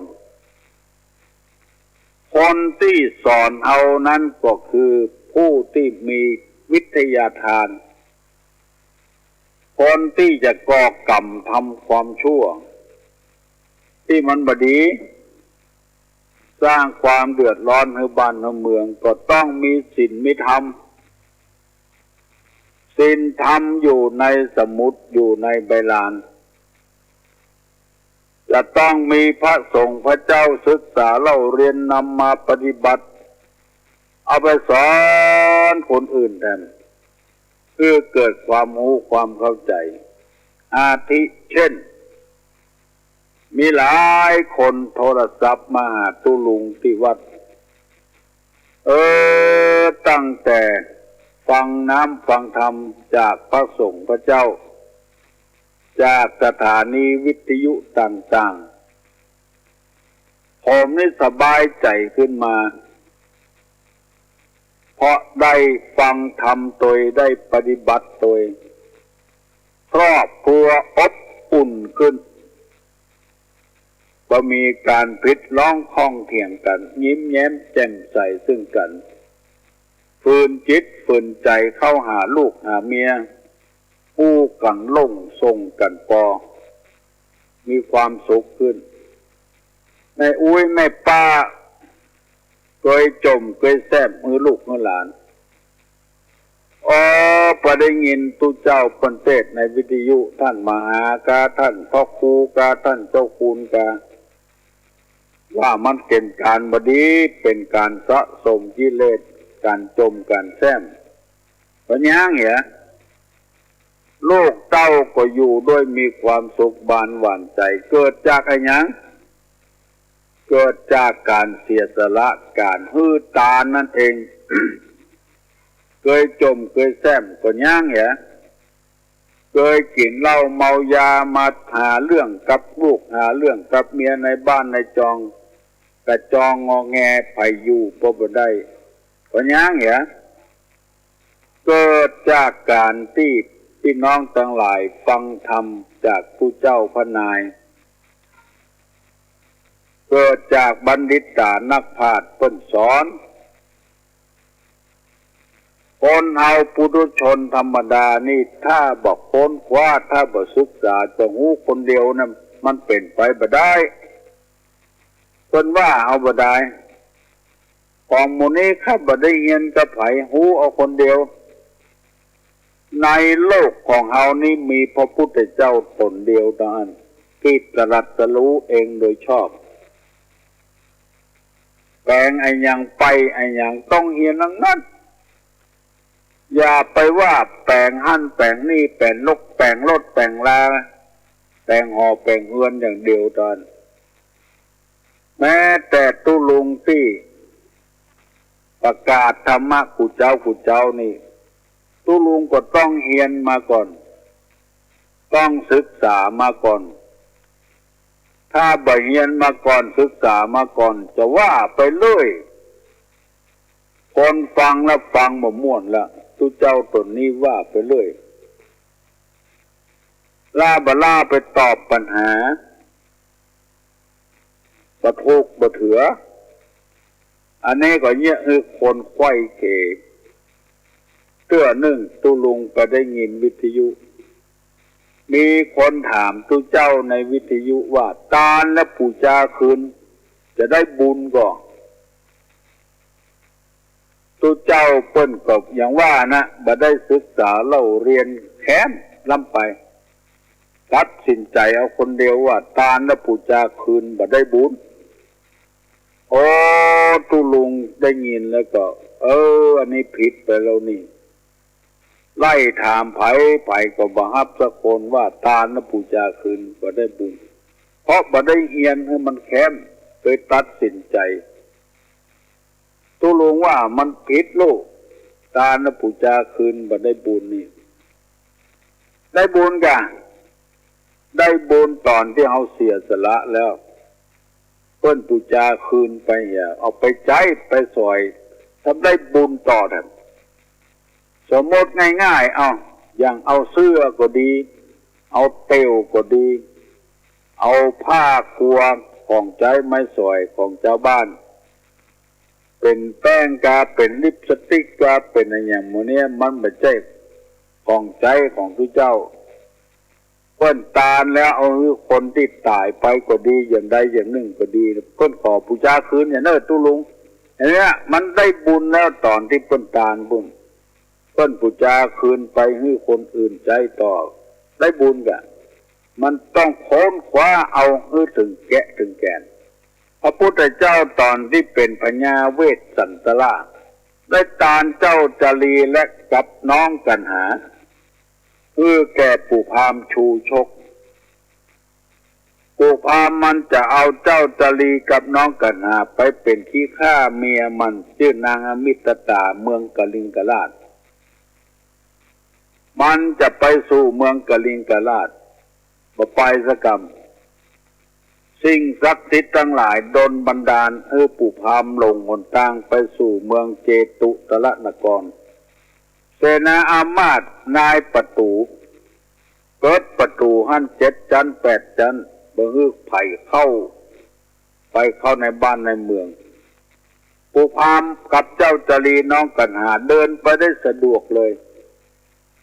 เพราะบุญสมปานได้จัดแล้วปังหลังเกิดขึ้น เข้าไปหาปัญญาจารีสนใจอันเป็นพ่ออุ้ยแม่อุ้ยของเจ้าจารีน้องกันหาพญาสลีสนใจไทยเอากุมารทั้งสองไว้บูชาคืนนะเรื่องมันบุญบารมีที่พระเวสสันดรฮึตานลูกเจ้าจารีน้องกันหาพญาเวสสันตระฮึตานลูกพญาสลีสนใจไทยเอาไว้ก็ยังได้บุญยังเกิดมาเป็นพระพุทธเจ้าอยู่อันเนี้ยที่ตุลุงว่าเพราะบ่ได้ศึกษาเล่าเรียนมันท่องแท้แน่นอนเนี่ยก่อนแล้วเกิดไปตัดส สินง่ายได้ว่าทานและปูจาคืนบันไดบุญนี่อันนี้ต้องศึกษาต้องเล่าเรียนอันนี้เป็นห้องว่าวิทยาทานหรือธรรมทานอย่างตุลุงออกอากาศกับพ่อครูเจ้าคุณท่านด็อกเตอร์ก็ออกอากาศให้พี่น้องทั้งหลายฟังวันค่ำนี่ก็เป็นธรรมทานทานธรรมะมันบ่มีตัวบ่มีตินสุดแล้วแต่ไผมีปัญญาพิจารณาเอาคนเดียวแล้วเอาไปใจไปสอยส่วนวิทยาทานนั้นบ่ต้องอันอย่างนักมอกสมปุณนี่เป็นได้ใส่ทรายเท่าใดใส่หินเท่าใดใส่ปุ่นเท่าใดก็ต้องศึกษาต้องเล่าเรียนเวลาผสมนั้นผสมอย่างใดโกนอย่างใดเอาขอบบกเข้าโกนอย่างใดแล้วการผสมปูนนั้นบ่ใช่มีอย่างเดียวอย่างหยาบก็มีอย่างละเอียดก็มีอย่างที่เอาเทเสาอันนั้นก็อย่างหยาบน้อยผสมหินเอาปูนกับหินกับทรายผสมกันอย่างละเอียดเวลาเอาจัดลืมแต่ไม่ให้มันละเอียดก็มีกับปูนกับทรายก็ต้องทรายละเอียดมันต้องเรียนทั้งนั้นศึกษาทั้งนั้นพอออกไม่ออกฟังเป็นการศึกษาเราเรียนเมื่อได้เข้าใจจะไปนับว่าเพิ่นตายเพราะแล้วเมื่อใดเมื่อเบาแล้วไปจวนเพิ่นมากินข้าวแถมเพิ่นไม่ได้เกิดง่ายๆว่าเอาคนเดียวอันนี้เพิ่นว่าลูกอำนาจแก่ความอยากที่เกิดขึ้นใครว่าอย่างไรก็ว่าจะต้องทำความเข้าใจกันนักหนาปาป้านเช่นเอาเสาศาลากลางเอาแปะกาเป็นเจ้าสถาเขียนใส่ว่าหั่นมันยังบัดเตื้อยังเป็นตานะปารมีกำลังสะสมอยู่เวลาคัดข้องมองใจมาเรียกร้องหาบุญสมปานอยู่การตานึกการเสียสละชำระกิเลสปัจจัยว่าจะหายโรคภัยไข้เจ็บมีหลายคนมานั่งอู้กับตุลุงเป็นอย่างอู้ผิดไปเนี่ยตุลุงก็ทำความดีเนี่ยใบเนี่ยบดไปเตะทำเป็นธรรมทานกุฏิกุฏางทอดพระป่าพ่องทอดกฐินพ่องช่วยเหลือคนทุกข์คนยากพ่องตุลุงเนี่ยมาเป็นโรคไตอยู่อันนี้คือการเข้าใจผิดบ่ได้ศึกษาเล่าเรียนอันใดก็เลยว่าไปเลยมันบัดใจมันคนละเรื่องบางทีคนละเรื่องมันอยู่ที่กันมันที่เดียวกันมันก็บ่เข้ากันพี่น้องทั้งหลายลองสังเกตเอาน้ำกับน้ำมันเนี่ยเอาใส่ในขวดเดียวกันมันถึงบ่อยู่ด้วยกันน้ำเนี่ยมันหนักน้อยมันก็อยู่ทางลุ่มน้ำมันมันเบาก็อยู่ทางบนในขวดเดียวกันแต่หน้าที่มันจะสูญกันหั่นมันก็บ่สูญการทำบุญเป็นการชำระกิเลสมีทำหลายเรื่องหลายราวอยู่เนอะพี่น้องทั้งหลายที่ได้อู้กันฟังเรื่องธรรมะธรรมโมเนี่ยที่ไผก็ปากันว่าตุลุงอธิบายธรรมเมื่อเจ้าเนี่ยเข้าใจง่ายฟังง่ายก็เพราะเป็นภาษาลากยากภาษาธรรมดากาเลนะธรรมสวนังการฟังธรรมตามกาลเวลาเป็นมงคลอันประเสริฐเวลานี้จะหมดเวลาแล้วยกมือขึ้นไหวเนิดตุลุงจะปั่นปอนเป็นสิริมงคลอายุวัฏโกธนวัฏโกสิริวัฏโกญัตตะวัฏโกปละวัฏโกวันนะวัฏโกโหตุสัพพตาทุกขโลกาปญาเวลาโสกาสันตุจุปตวาอเนกาอันตะระญาปิวินะสันตุจเตจสาใจญะสิทธิตนังลาพังโสทีปะกัญญังสุขังพลัง สิริอายุจะวันโนจะโภกังวุติจญะสวาสตาวาสาจะอายุจะชีวสิทธิภวันตุเตสัพพิติโยวัจจันตุสัพพะโลโกวินัสตุมาเตภวะสวันตลาโยสุขีติคายุโกภวะอภิวาธนะสีลิสะนิจังวุธาปจายิโนจัตตาโลธรรมาวัฏันติอายุวันโนสุขังพลัง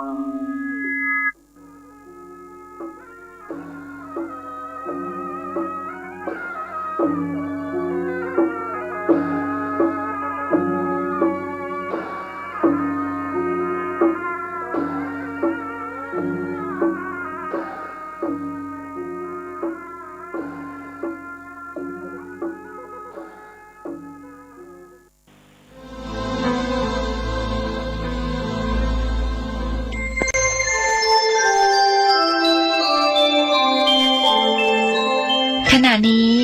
ท่านกำลังฟังสถานีวิทยุกระจายเสียงพระพุทธศาสนา FM 104.5 เมกะเฮิรตซ์ก็ไม่จงปรากมองมัว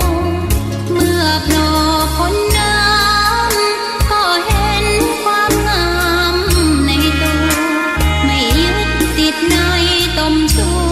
วขอเป็นดอกบัวดอกดีใครไม่มองว่าบัวงามเด่น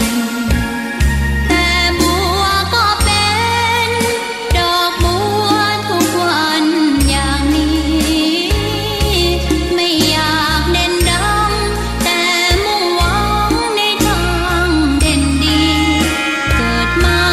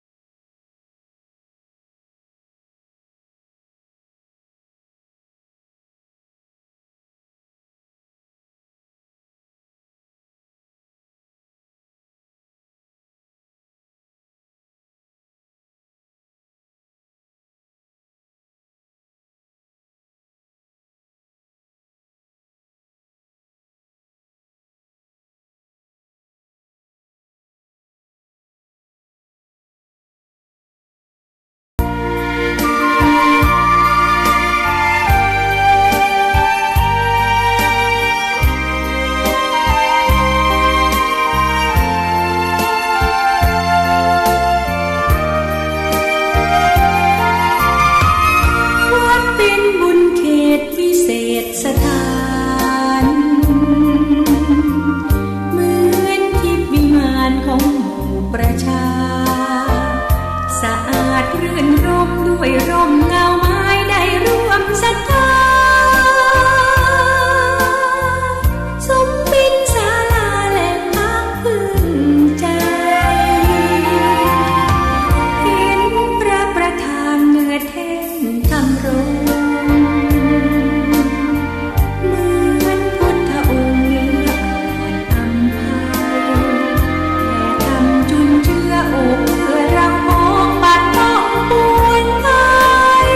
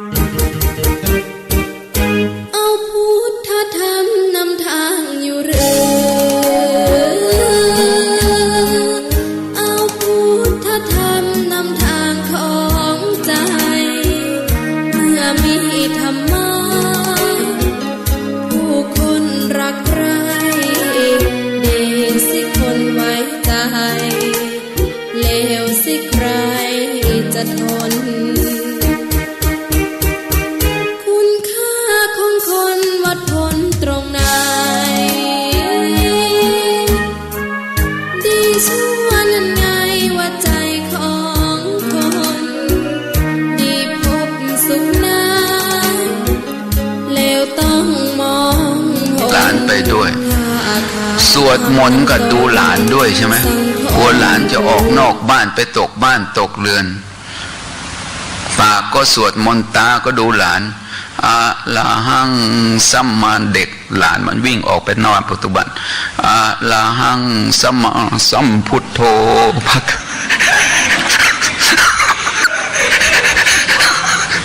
เป็นยังไงก็มือมันควักไว้ได้ก็บอกว่ามาพุทธังภควานั่งนี้นี่คือใจมันไม่ได้อยู่กับบทสวดมนต์แล้วมันไปอยู่กับสิ่งอื่นมันก็เลยไม่นิ่งใช่ไหมเพราะฉะนั้นการสวดมนต์ถ้าเราสวดได้หลับตาสวดนะแต่ถ้าสวดไม่ได้ก็เปิดหนังสือดูแต่เราต้องตั้งใจเหมือนกันนะอานิสงส์เหมือนกันนี่กิเลสอย่างกลางต้องสงบระงับด้วยการสวดมนต์ไหว้พระจะสวดบทไหนก็ได้ขอให้เราตั้งใจสวด นะ3อ่านหนังสือธรรมะใจอ่านโอ้โหบางเรื่องเพลินเลยนะบางเรื่องบางที่กำลังอ่านโอ้โหถ้าเป็นนิยายรักกำลังลีลาวดีได้ส่งจดหมายไปหาเลวตะโอ้โหโอ้ยหมดพอดีนะแล้ววันนี้จะหยุดได้ไหมพบฉีกจดหมายออกมาเท่านั้นเองวันนี้ถ้าจะต่อไปไม่ได้เพราะงั้นถ้าเราเล่านิทานแล้วก็โอ้โหวันนั้นโทรศัพท์รับไม่ไหวเลย ค้างอารมณ์ค้างอยากจะฟังต่อเพราะฉะนั้นการอ่านหนังสือพระไตรปิฎกธรรมะของครูบาอาจารย์ที่ท่านแต่งไว้นะอ่านแล้วใจมันเกิดความสงบระงับกิเลสที่เป็นปริยุทธานะแต่กิเลสอย่างละเอียดอนุแปลว่าหนึ่งสายญาติสายญาติแปลว่าอะไรเคยพระเห็นพระนอนไหมพระนอนหรือพระอะไรปางสายญาติคำว่าสายญาติแปลว่านอนมาจากสยะนะแปลว่านอนกิเลสอันใดที่มันนอนอยู่ในจิตตสันดานกิเลสอันนั้นภาษาพระเรียกว่าอนุสัยกิเลสอย่างพวกเรามานั่งฟังอาจารย์อย่างเนี้ยกิเลสมีไหมตอนเนี้ยมีหรือไม่มีมีแล้วมันอยู่ตรงไหน มันนอนอยู่เคยเห็นตะกอนในก้นโอ่งไหมเห็นแล้วน้ำใสไหมใสแล้วตะกอนเห็นไหมเห็นมันทำอะไรอยู่นอนตะกอนไม่มีใช่ไหมตอบไม่ได้ภาษิตแขกท่านว่าอย่างนี้ไฟไม่เป่าไม่ลุกคนไม่ถูกดูถูกจะไม่มีความอดทนจริงไหมโยว่าจริงนะดูหน้าที่เนี่ย3 วันอยู่รอดหรือเปล่าเนี่ยแหมดูถูก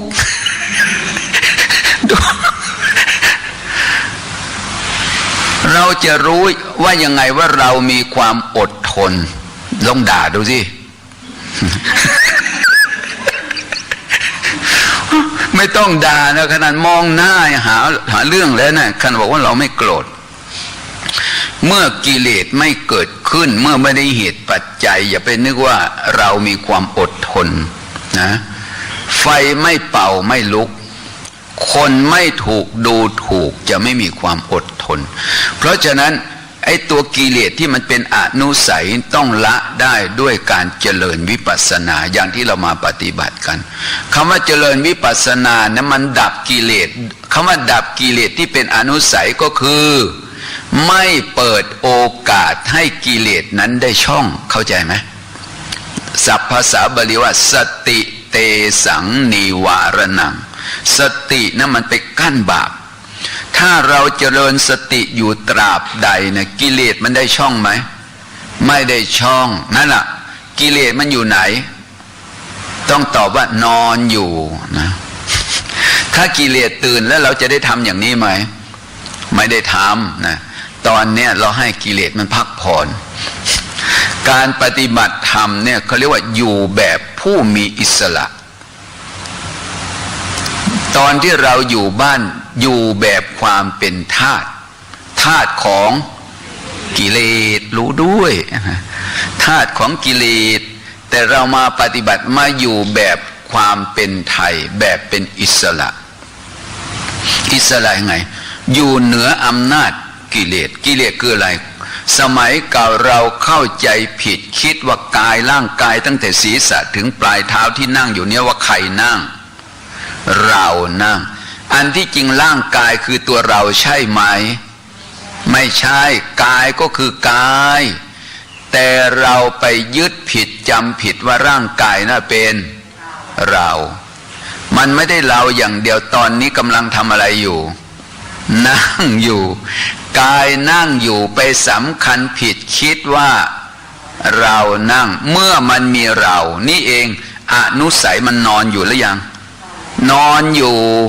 เนี่ยนอนอยู่ว่านี่เป็นอนุสัยกิเลสแต่จริงๆแล้วที่นั่งคนเรานะมีอยู่2 ส่วนกายกับส่วนใจที่นั่งคือก กายตัวรู้คือ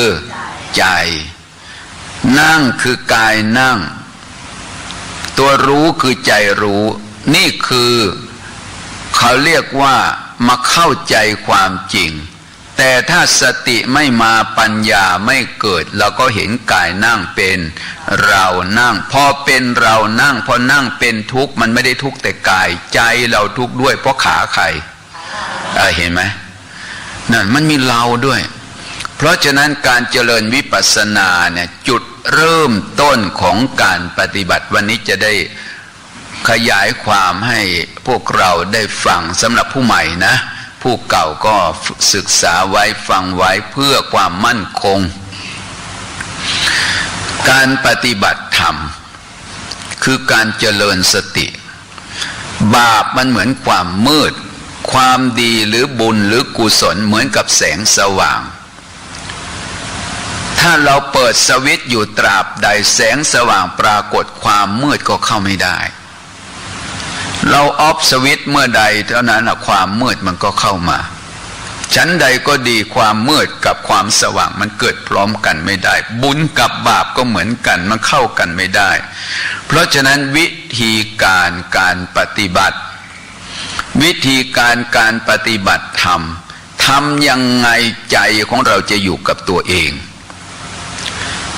มันมีผลมันมีอานิสงส์อย่างไรต้องเอาใจมาไว้กับตัวเองและโทษของการไม่เอาใจไว้กับตัวเองมันมีโทษอย่างไร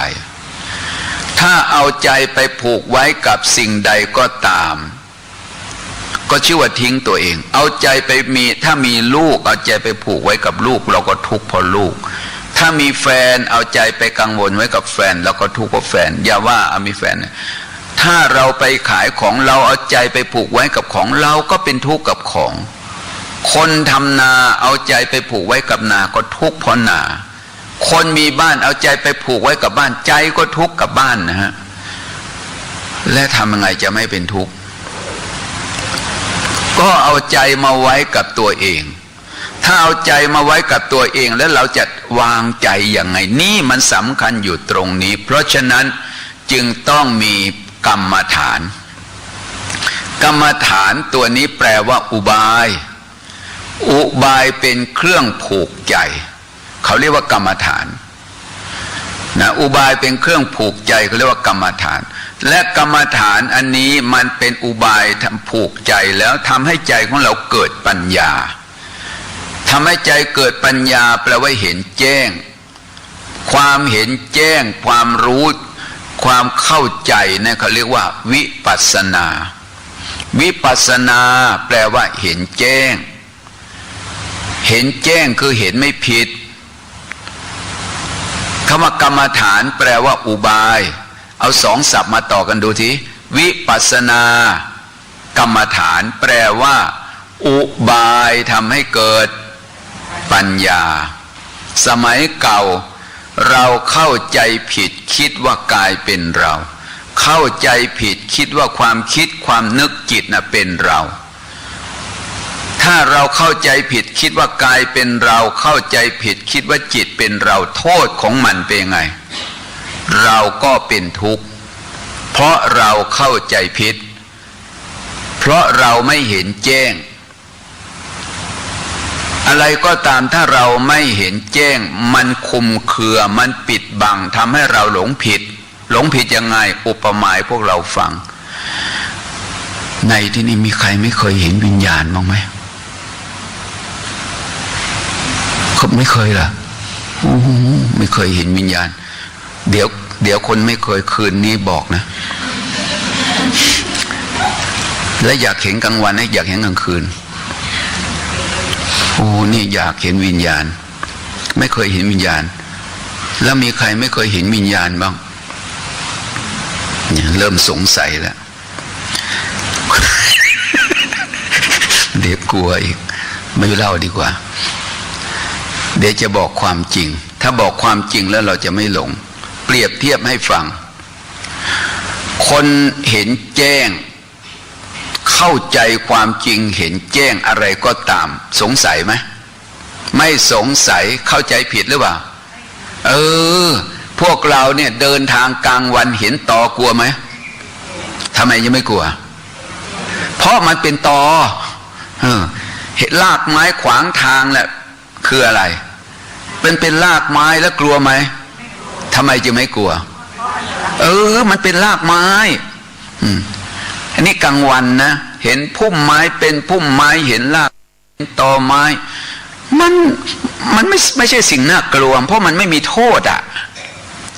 ลองเดินทางกลางคืนดูสิเดินทางคนเดียวด้วยเดินไปนะกลางคืนมันเห็นแจ้งไหมขมุกขมัวเห็นตอไปเนี่ยแปลกนะกลางคืนเพ่งไปนานๆตอตะคุ่มนะแล้วมองไปนานๆตอขยับได้อ่ะแล้วคนที่กลัวคือใครทำไมจึงกลัวเพราะมันไม่เห็นแจ้งน่าความเห็นผิดมันจึงทำให้เราเป็นทุกข์กลัวผีฉันใดเนี่ยคนเจริญวิปัสสนาก็เหมือนกันถ้าคนเจริญวิปัสสนาเหมือนคนเดินทางกลางวันคนไม่ได้เจริญวิปัสสนาเหมือนเดินทางกลางคืนมันกลัวผีแล้วก็เป็นทุกข์อยู่กับผีเห็นตอก็เป็นผีเห็นรากไม้ก็เป็นงูตัวใหญ่ด้วยแล้วขวางทางอีกต่างหากนั่นแหละเพราะเราไม่เห็นแจ้งชั้นใดก็ดีการเจริญวิปัสสนาพระพุทธเจ้าสอนให้เข้าใจความจริงว่าคนเรานะมีอยู่สองส่วนนะคนเราภาษาบาลีว่าอัตตาแปลว่าตนนี้มีสองส่วนกายกับส่วนใจที่นั่งอยู่นี่คือกายตัวรู้คือใจเห็นไหมจับห่างๆนะเมื่อเราเห็นกายเป็นรูปเห็นจิตเป็นนามนั่งคือกายรู้คือใจแล้วมีเราไหมถ้าแยกรูปแยกนามแล้วมันถอนอัตตาเมื่อถอนอัตตาแล้วใจของเราก็เกิดอะไรขึ้นตัวเนี้ยสุญญตาแปลว่าว่างก็คือจิตมันวางข้างก่อนมันกลายเป็นเราจิตเป็นเราแต่ตอนนี้มันวางเห็นกายเป็นรูปเห็นจิตเป็นนามนั่งอะไรนั่งกายนั่งรูปนั่งเป็นทุกข์ใครทุกข์รูปทุกข์ก็ได้กายทุกข์ถูกเราไหมถอนหรือยังนี่ถอนความเห็นผิดเพราะฉะนั้นวิธีการหรืออุบายเนี่ยวิธีการหรืออุบายผู้ปฏิบัติใหม่ๆเนี่ยต้องเดินนะอิริยาบถไหนที่หยาบท่านให้ปฏิบัติก่อนต้องเดินเพราะเดินเนี่ยมีการเคลื่อนไหวก่อนที่จะยกก่อนที่จะย่างก่อนที่จะเหยียบสติต้องมาก่อนนะสติต้องมาก่อนจะยกนะสติต้องน้อมไปอะไรยกปรากฏก็เอาความรู้สึกน้อมไปหาตรงนั้นปัจจุบันรู้จักปัจจุบันไหมแปลว่าปรากฏอยู่ขณะนี้ก่อนที่เราจะยกนะพวกเรามันไม่ได้อยู่ที่ช้าหรือเร็วการปฏิบัติธรรมอยู่ที่สติรู้ทัน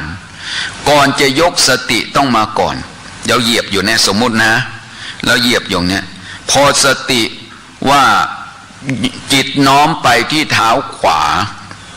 พอจิตน้อมไปที่เท้าขวาปัจจุบันมันเหยียบอยู่เหยียบก็คือสภาพที่ติดอยู่กับพื้นนี้คือปัจจุบันนี่ปัจจุบันเหยียบนี้พอบริกรรมว่าขวา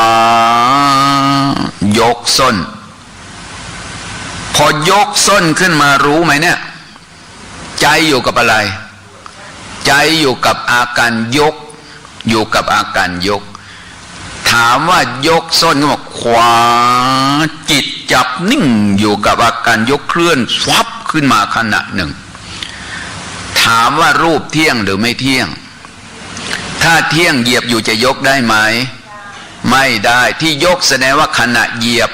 ดับหรือยังดับแล้วขณะยกจึงปรากฏเป็นขณะเดียวหรือคนละขณะเนี่ยเราสวดมาว่ารูปัง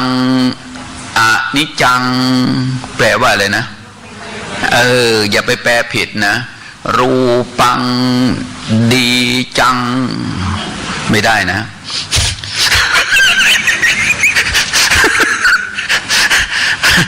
รูปังต้องอนิจจังนี่คือกรรมฐานคือรูปไม่เที่ยงรูปไม่เที่ยงเป็นวิปัสสนาไหมตอบว่ารูปไม่เที่ยงถ้าเราไม่กำหนดเราเดินเนี่ยรูปเที่ยงหรือไม่เที่ยงถ้าเราเดินไปจ่ายตลาดเราไปขึ้นรถขึ้นเรือไปจ่ายของเนี่ยเราเดินไหมเดินรูปเที่ยงหรือไม่เที่ยงไม่เที่ยงเป็นวิปัสสนาไหมไม่เป็นเดินไปจ่ายตลาดไปซื้อของไปเข้าห้องน้ำเดินไปอาบน้ำเรากำหนดไหมไม่ได้กำหนดเพราะฉะนั้นอันนั้นก็รูปเที่ยงหรือไม่เที่ยงไม่ปฏิบัติมันก็ไม่เที่ยงเรามาปฏิบัติมาฝึกสติมากำหนดรู้มันเที่ยงหรือไม่เที่ยงก็ไม่เที่ยงรูปไม่เที่ยงนั่นมันเป็นสัญลักษณ์ของกายและใจนะรูปไม่เที่ยงรูปไม่เที่ยงเนี่ยเป็นตัวกรรมฐานไม่ใช่ตัววิปัสสนาฟังให้ดีนะรูปไม่เที่ยงเป็นตัวกรรมฐานไม่ใช่ตัววิปัสสนาเราไม่รู้มันก็เป็นอย่างนี้เรารู้มันก็เป็นอย่างนี้นี้คือตัวกรรมฐานอะไรเป็นตัววิปัสสนาปัญญาที่ไปรู้ยกนั่นแหละที่เราไปบริกรรมขวารู้ไหมรู้ความรู้ต่างหากเป็นวิปัสสนาเขาจึงเอาวิปัสสนากับกรรมฐานมาต่อกันเรียกชื่อว่าแปลว่าอุบายทำให้เกิดปัญญาตัวยกน่ะเป็นอุบายตัวรู้คือตัวปัญญาอุบายทำให้เกิดขวารู้ครั้งหนึ่งปั๊บโอ้ชีวิตมันจบแค่นี้เหยียบอยู่พอยกขึ้นก็หมดไปครั้งหนึ่งชีวิตมันจบแค่นี้นี่คือวิปัสสนาเกิดแล้วคำว่าเจริญวิปัสสนาคือยกใช่ไหมมันชัดอยู่แล้วคำว่าเจริญวิปัสสนาก็เจริญตัวอะไรตัวรู้เจริญวิปัสสนาก็เจริญปัญญาปัญญาไปรู้อะไรไปรู้ยกเห็นไหมหมดชีวิตมันจบแค่นี้กำหนดรู้แล้วได้หรือกำหนดรู้แล้วละรู้แล้วละนี่นะเข้าใจชีวิตความจริงนั้นเรามาปฏิบัติธรรมอย่าไปคิดว่าโดยที่เราฝึกนานๆเนี่ยเพื่อให้สติมันชินแต่สำหรับผู้ชำนาญแล้วมันไม่ต้องรีบเร่งมีสติอยู่กับปัจจุบันแล้วก็มาสติน้อมเอาขวายกส้นขึ้นฟับรู้ก่อนจะยกเนี่ยพอยกเสร็จแล้วขณะยกความรู้น่ะเป็นวิปัสสนายกเป็นตัวกรรมฐานก็เลยเอาสองศัพท์มารวมกันเรียกว่ายกน่ะคือการเจริญวิปัสสนากรรมฐานเป็นตัววิปัสสนาด้วยเป็นตัวกรรมฐานด้วยตัวรู้เป็นตัววิปัสสนาตัวยกเป็นตัวกรรมฐานกรรมฐานแปลว่าอุบายยกเนี่ยเป็นวิปัสสนาตรงไหนยกเป็นวิปัสสนาตรงไหนเป็นวิปัสสนาตอนรู้ยกเป็นตัวกรรมฐานเลยท่านพูดรวมๆว่ายกครั้งหนึ่งก็ให้รู้นั้นรู้อย่างนี้เข้าใจนะ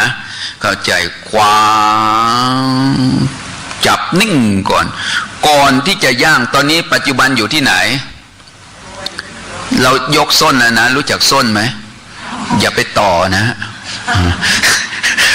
พอยกเสร็จแล้วบัดนี้ปัจจุบันอยู่ที่ยกแล้วก็จิตน้อมไปสู่อาการย่างพอเคลื่อนเท้าพับขึ้นมาย่างขณะยกเป็นอะไรไปเป็นอดีตดับขณะย่างเป็นปัจจุบันรูปเที่ยงหรือไม่เที่ยงถ้าเที่ยงยกแล้วจะเคลื่อนไปไม่ได้ต้องอยู่กับที่เคลื่อนไปความรู้สึกที่ไปรู้อาการไหวเคลื่อนฟับไปในภาษาบาลีเรียกว่าป ปุระโตอภินิหารโรแปลว่าเคลื่อนไปพอเท้าเคลื่อนพอย่างเท่านั้นเองขณะยกดับขณะย่างจึงมีการอาการของเท้าที่เคลื่อนไปเนี่ยคือตัวกรรมฐานแต่ปัญญาที่ไปรู้เคลื่อนฟับขณะหนึ่งความรู้อาการถ้าพูดถึงผู้ปฏิบัติเข้าถึงเรียกว่าไปดูอาการไหวนั่นเองอาการเท้าที่มันเคลื่อนไหวฟับขณะนั้นนั่นคือตัววิปัสสนาวิปัสสนาก็คือไปเห็นขณะยกขณะย่างปรากฏรู้แล้วก็หมดไปนั่นหมดแค่นี้นะพอย่างเสร็จเรียบร้อยพอตอนนี้ปัจจุบันอยู่ที่ย่างบัดนี้สติน้อมหย่อนเท้าลงเหยียบหนอหย่อนเท้าลงเหยียบกดเท้าลงขณะย่างกลายเป็นอะไรอดีตขณะเหยียบกลายเป็นปัจจุบันอันนี้เที่ยงหรือไม่เที่ยงถ้าเที่ยงย่างแล้วจะเหยียบได้ไหมไม่ได้เพราะฉะนั้นขณะเหยียบจึงเป็นตัวกรรมฐานอะไรเป็นตัววิปัสสนาตัวรู้ขณะย่างกับขณะเหยียบทำพร้อมกันได้ไหมไม่ได้สรุปแล้วเจริญวิปัสสนาคือเจริญอะไรเจริญตัวรู้ถูกต้องคะแนนเต็มเริ่มจะเต็มแล้วนะนี่สอบโอเน็ตเริ่มจะได้แล้ว นี่ฟังให้พวกเราฟังก่อนนะฟังเวลาเราไปปฏิบัติใหม่ๆนี่ต้องบริกรรมนะบริกรรมพอขาขวาย่างหนอเหยียบนิ่งก่อนถ้าสติยังไม่มาอย่าพึ่งยกเท้าเพราะเรามาฝึกสติให้มันไวต่อการรับรู้นี่อาจารย์ไม่ได้มานั่งจ้องดูพวกเราหรอกบางคนขวาย่างหนอบางทีบางคนหลายคนเมื่อกี้เนี่ยอาจารย์มาแอบดูอยู่หลายคนบางคนหนอยังสติยังไม่มาอาจารย์ยังไม่ขึ้นซ้ายแล้วบางคนยกปิ้งรอเลยนี่แสดงว่าใจร้อนนะเนี่ย เพราะฉะนั้นพวกเรานี่จะรีบไปไหนล่ะจะรีบไปไหนอะขาขวาเหยียบนิ่งก่อนแล้วสติน้อมมาเท้าซ้ายพอสติน้อมมาเท้าซ้ายยกส้นขึ้นคนอายุมากๆอย่าพึ่งยกปลายเท้าขึ้นไปเดี๋ยวมันล้มปลายเท้าจิกอยู่กับพื้นซ้ายขณะหนึ่งรู้ย่างเคลื่อนเท้าหนอเหยียบนิ่งอย่าก้าวยาวเราฝึกอาการเคลื่อนไหวกายเดินเนี่ยเพื่อผูกสติให้อยู่กับอาการของกายเดินผูกสติให้อยู่กับอาการของกายเดินสติกับกายต้องไปด้วยกันเข้าใจไหมคำว่าไปด้วยกันปัจจุบันนะเขาเรียกเพชรเส้น ให้จิตอยู่กับปัจจุบันคำว่าเจริญวิปัสสนาก็คือเจริญความรู้ที่ไปเห็นความเสื่อมไปยกขณะหนึ่งหมดไปขณะหนึ่งย่างขณะหนึ่งก็หมดไปขณะหนึ่งเหยียบขณะหนึ่งก็หมดไปขณะหนึ่งนี่เขาเรียกว่าเจริญวิปัสสนาก็คือเจริญตัวปัญญาเจริญตัวปัญญาไปรู้ขณะยกเจริญปัญญาไปรู้ขณะ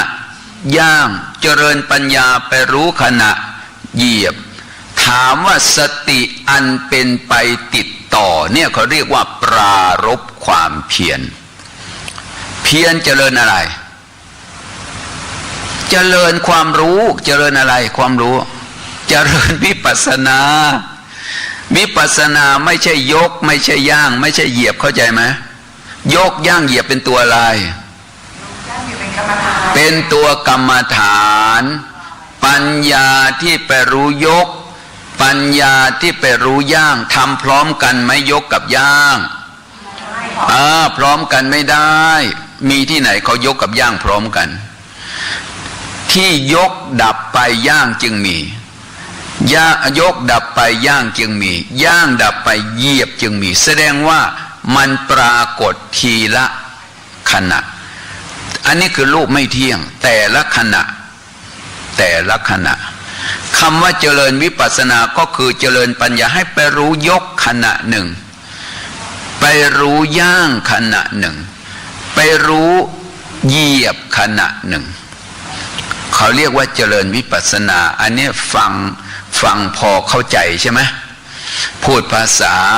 อังกฤษให้มันชัดเจนก็เรียกว่า understand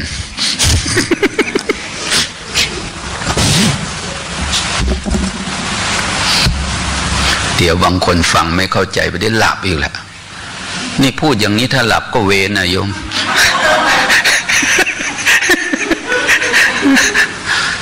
คือเรื่องของการเจริญวิปัสสนานั้นเราอย่าไปซีเรียสกับมันนะโอ้อาจารย์ดูแล้วมีความสุขนั่งที่นี่เป็นสถานที่ของคนมีบุญที่มานั่งสถานที่ตรงนี้อากาศสัปปายะบุคละสัปปายะเราค่อยตั้งใจอย่าไปสนใจคนอื่นจะโดนยังไงก้าวยังเป็นเรื่องของเขาตอนนี้หน้าที่ของเราก็เอาใจไว้กับตัวเองรู้จักตัวไหมตัวรู้จักตัวไหมตัวเองเนี่ยฝึกโอ้มันยากเหลือเกินเนี่ยการฝึกจิตนะพระพุทธเจ้าสรรเสริญนะทันโตเศรษโถมนุษย์เสสุในมวลหมู่มนุษย์บุคคลผู้ฝึกจิตเนี่ยเป็นผู้ประเสริฐที่สุดวัวควายนะฝึกยากหรือฝึกง่ายจูงตะพายเดิน2-3 รอบไถนาพวกเราทำข้าวกินได้แต่ฝึกจิตเนี่ยฝึกง่ายไหมแต่ว่าฝึกได้ไหมได้นะคนฝึกจิตนะพระพุทธเจ้าว่าเป็นผู้ประเสริฐที่สุดคำว่าปฏิบัติธรรมต้องรู้ธรรมและก็เข้าถึงธรรมเราเดินจงกรมเขาเรียกว่าการเดินคือรูปธรรมนะรูปธรรมเดินเนี่ยมันเป็นรูปเพราะมันไม่เที่ยงถ้าเที่ยงเหยียบอยู่ยกไม่ได้ย่างไม่ได้เหยียบไม่ได้แต่ละขณะคำว่าเห็นธรรมก็คือเข้าใจว่าถ้าเที่ยงเหยียบอยู่ก็ยกไม่ได้เที่ยงก็คือนิ่งอยู่กับที่แต่ที่มันยกแสดงว่าขณะเหยียบดับขณะยกจึงมีเนี่ยวิปัสสนาไปเห็นรูปเดินปรากฏโดยความไม่เที่ยงแต่ละขณะขณะเหยียบไม่ใช่ขณะยกขณะยกไม่ใช่ขณะย่างขณะย่างไม่ใช่ขณะเหยียบชีวิตของเรามันจบแค่นั้นที่พระพุทธเจ้าเห็นความเสื่อมไปสิ้นไปนะคือหมายความว่ารู้แล้วก็หมดไปสิ้นไปมันเหมือนกับวันเวลาผ่านไปเหมือนกันไหมเหมือนกันวันเวลาผ่านไปมันไม่ได้ผ่านไปตั้งแต่วันเวลาเดือนปีเท่านั้นอายุที่เราได้คือความสูญเสียไปแห่งชีวิตของเราตอนนี้อายุเท่าไหร่ละ50 60 70ก็มีเนี่ยเราได้ใช่ไหมนะไม่ใช่อายุที่เราได้คือความสูญเสียไปแห่งชีวิตของเราปัจจุบันเท่านั้นที่เราได้อนาคตแน่นอนไหมถ้าลองอาจารย์ไม่หายใจลองดูสิเนี่ยตายใช่ไหมเพราะฉะนั้นอนาคตไม่แน่นอนอย่าไปหวังอะไรฝากไว้กับอนาคตการปฏิบัติธรรมพระพุทธเจ้าสอนให้อยู่กับปัจจุบันนะในพัทเทกรัตตสูตรนะอตีตังนานวาขโมยะอย่าไปคำนึงถึงสิ่งที่มันล่วงไปแล้วอะไรที่มันได้มันมีมันเป็นมันสูญเสียไปแล้วย้อนหลังกลับได้ไหมไม่ได้ไม่ควรคำนึงนับปฏิกังเคอนาคตังสิ่งที่ยังไม่มาถึงไม่มาปรากฏเพราะสิ่งนั้นยังไม่เกิดจำเป็นต้องไปคิดถึงไหม อย่างพวกเรามานั่งปฏิบัตินี่ยังคิดจะสร้างวาดวิมานในอากาศอีกนะเนี่ยมันต้องไปอย่างนั้นมันต้องทำอย่างนั้นคิดไปก่อนไปคิดทำไมถึงหรือยังพระพุทธเจ้าบอกว่าอย่าไปคำนึงถึงสิ่งที่ยังไม่มาปรากฏปัจจุปันนังจะโยธรรมังตัทธะวิปัสสติให้ใส่ใจอยู่กับเรื่องที่กำลังปรากฏอยู่ในขณะนี้ถ้าเราเอาใจอยู่กับปัจจุบันมันก็ทิ้งอะไรทิ้งอดีตละอนาคตคนที่เป็นทุกข์คือคนไม่ได้เอาใจไว้กับตัวเองแต่คนปฏิบัติธรรมคนนั้นเขาจะไม่ไปทุกข์เพราะคนอยู่กับปัจจุบันมันทิ้งอะไรทิ้งอดีตละอนาคตเราอยู่กับขวาขณะหนึ่งย่างนอขณะหนึ่งเดินไปแล้วก็เดินกลับแต่ที่เรามาฝึกเนี่ยเพื่อความละเอียดเวลากลับกี่ครั้งกี่คู่4 คู่8 ครั้งอันนั้นมันเป็นวิธีการรู้จักวิธีการไหมวิธีการอุปมาเหมือนเขาทำนั่งร้านจากเขาตีไม้ทำนั่งร้านก่อบ้านก่อตึกเนี่ยไม้เขาจะตี2 ครั้งตีตะปู3 ตัวตีตะปู4 ตัวถามว่าตีแบบไหนมันดีตะปูที่ตีนั่งร้านน่ะตีเพื่ออะไรเพื่อให้มันมั่นคงใช่ไหมให้มันจับอยู่บริกรรมตีตะปูตัวเดียวอยู่ไหมอยู่ ทำไมต้องตี2 ตัวมันให้เพื่อให้มันมั่นคงบางคง2 ตัวแล้วแน่นอนไหมเอาอีกกี่ตัวเอา3 ตัวบางคน3 ตัวมั่นใจไหมไม่มั่นใจตีทำไม4 ตัวถามว่าแต่ละตัวจุดประสงค์การตีเพื่ออะไรเพื่อทำให้นั่งร้าน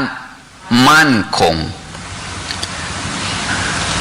การบริกรรมกับ3 คู่6 ครั้ง4 คู่8 ครั้งมันเป็นวิธีการ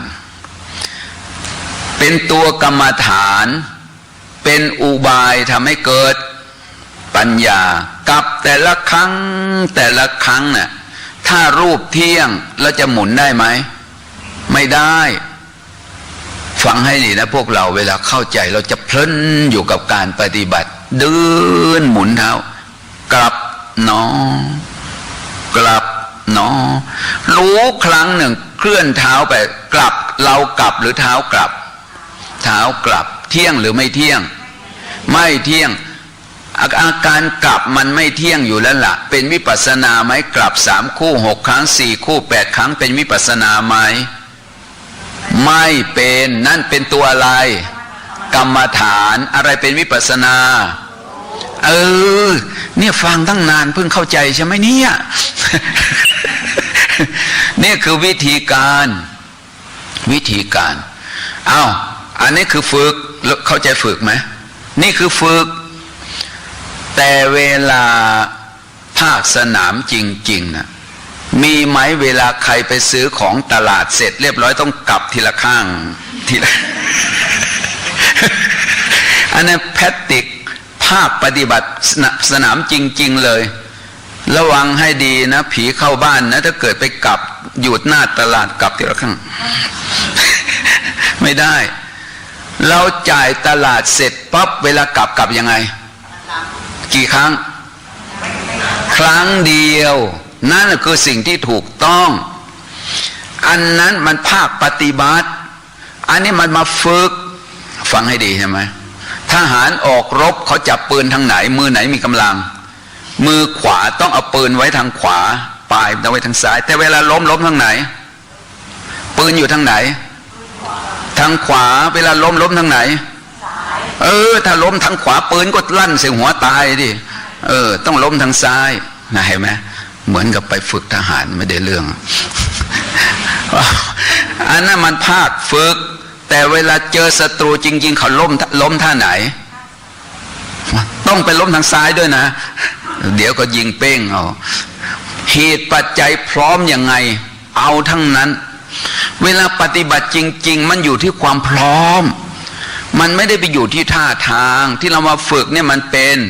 การฝึกเพราะฉะนั้นให้เราเข้าใจนะหลักการที่อาจารย์แยกให้พวกเราได้เห็นว่าการปฏิบัติคำบริกรรมต่างๆอุปมาเหมือนไม้นั่งร้านที่เขาทำบ้านทำตึกจะขันชนะก็ได้ตีตะปูก็ได้อันนั้นก็คือนั่งร้านจุดประสงค์นั่งร้านก็คือเพื่อก่อบ้านก่อตึกให้เป็นบ้านเป็นตึกเมื่อตัวบ้านตัวตึกเสร็จแล้วเขาเอาอะไรไว้โชว์เขาก่อบ้านก่อตึกเสร็จแล้วเขาเลืออะไรทิ้งนั่งร้านใช่ไหมและคำบริกรรมเนี่ยมันเป็นเครื่องผูกจิตให้จิตอยู่กับอาการพวกเราเรียนชั้นประสองมาแล้วโดยกันทั้งนั้นแหละถ้าไม่ได้เรียนก็คงอ่านหนังสือไม่ออกคนอ่านหนังสือออกกับคนอ่านหนังสือเป็นเหมือนกันหรือต่างกันต่างกันตาคำแกทำนากับเมียแกไอ้คนอ่านหนังสือออกนะเห็นตาคำแกทำนากับเมียแกเพราะอ่านเสร็จแล้วจบเรียนชั้นประสองมาแล้วโดยกันทั้งนั้นแหละถ้าไม่ได้เรียนก็คงอ่านหนังสือไม่ออกคนอ่านหนังสือออกกับคนอ่านหนังสือเป็นเหมือนกันหรือต่างกันแกทำนากับเมียแกไอ้คนอ่านนะ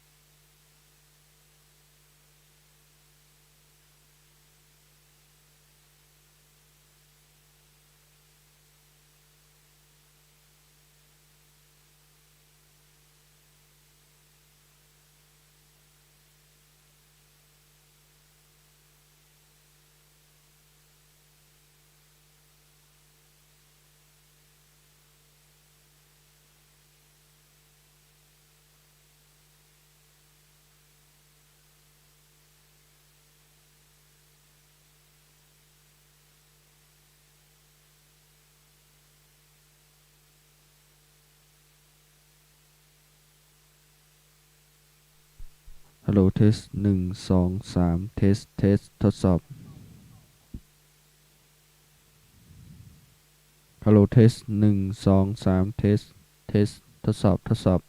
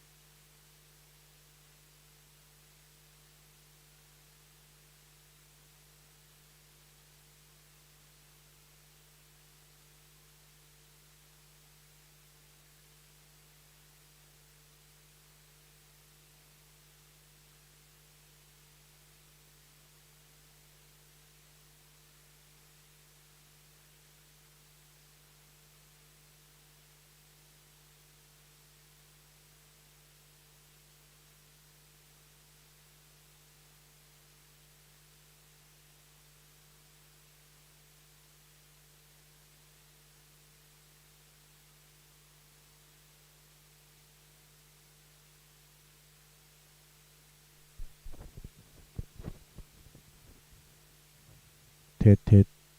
ทดสอบ1 2 3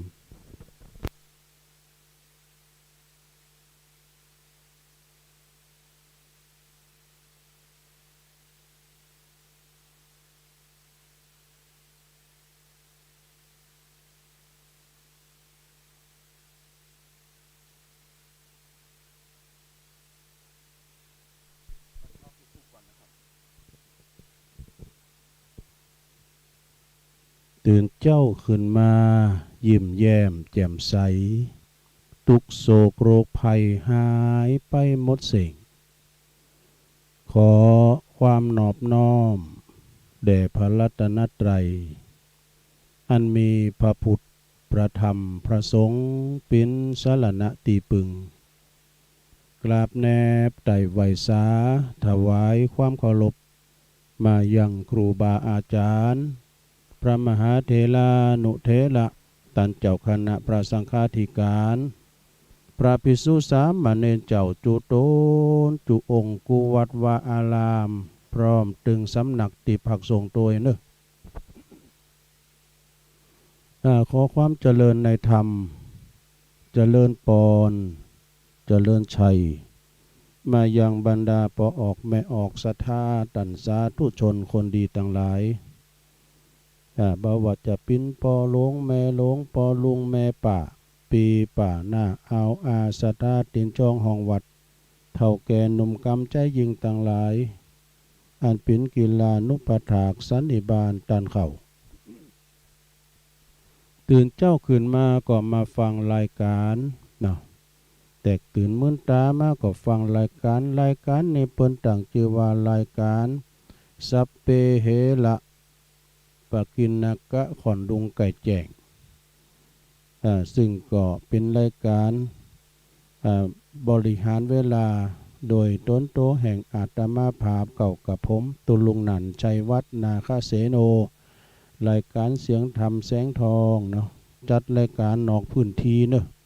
วันนี้นอกพื้นที่มาจัดรายการตีดอยนางแก้ว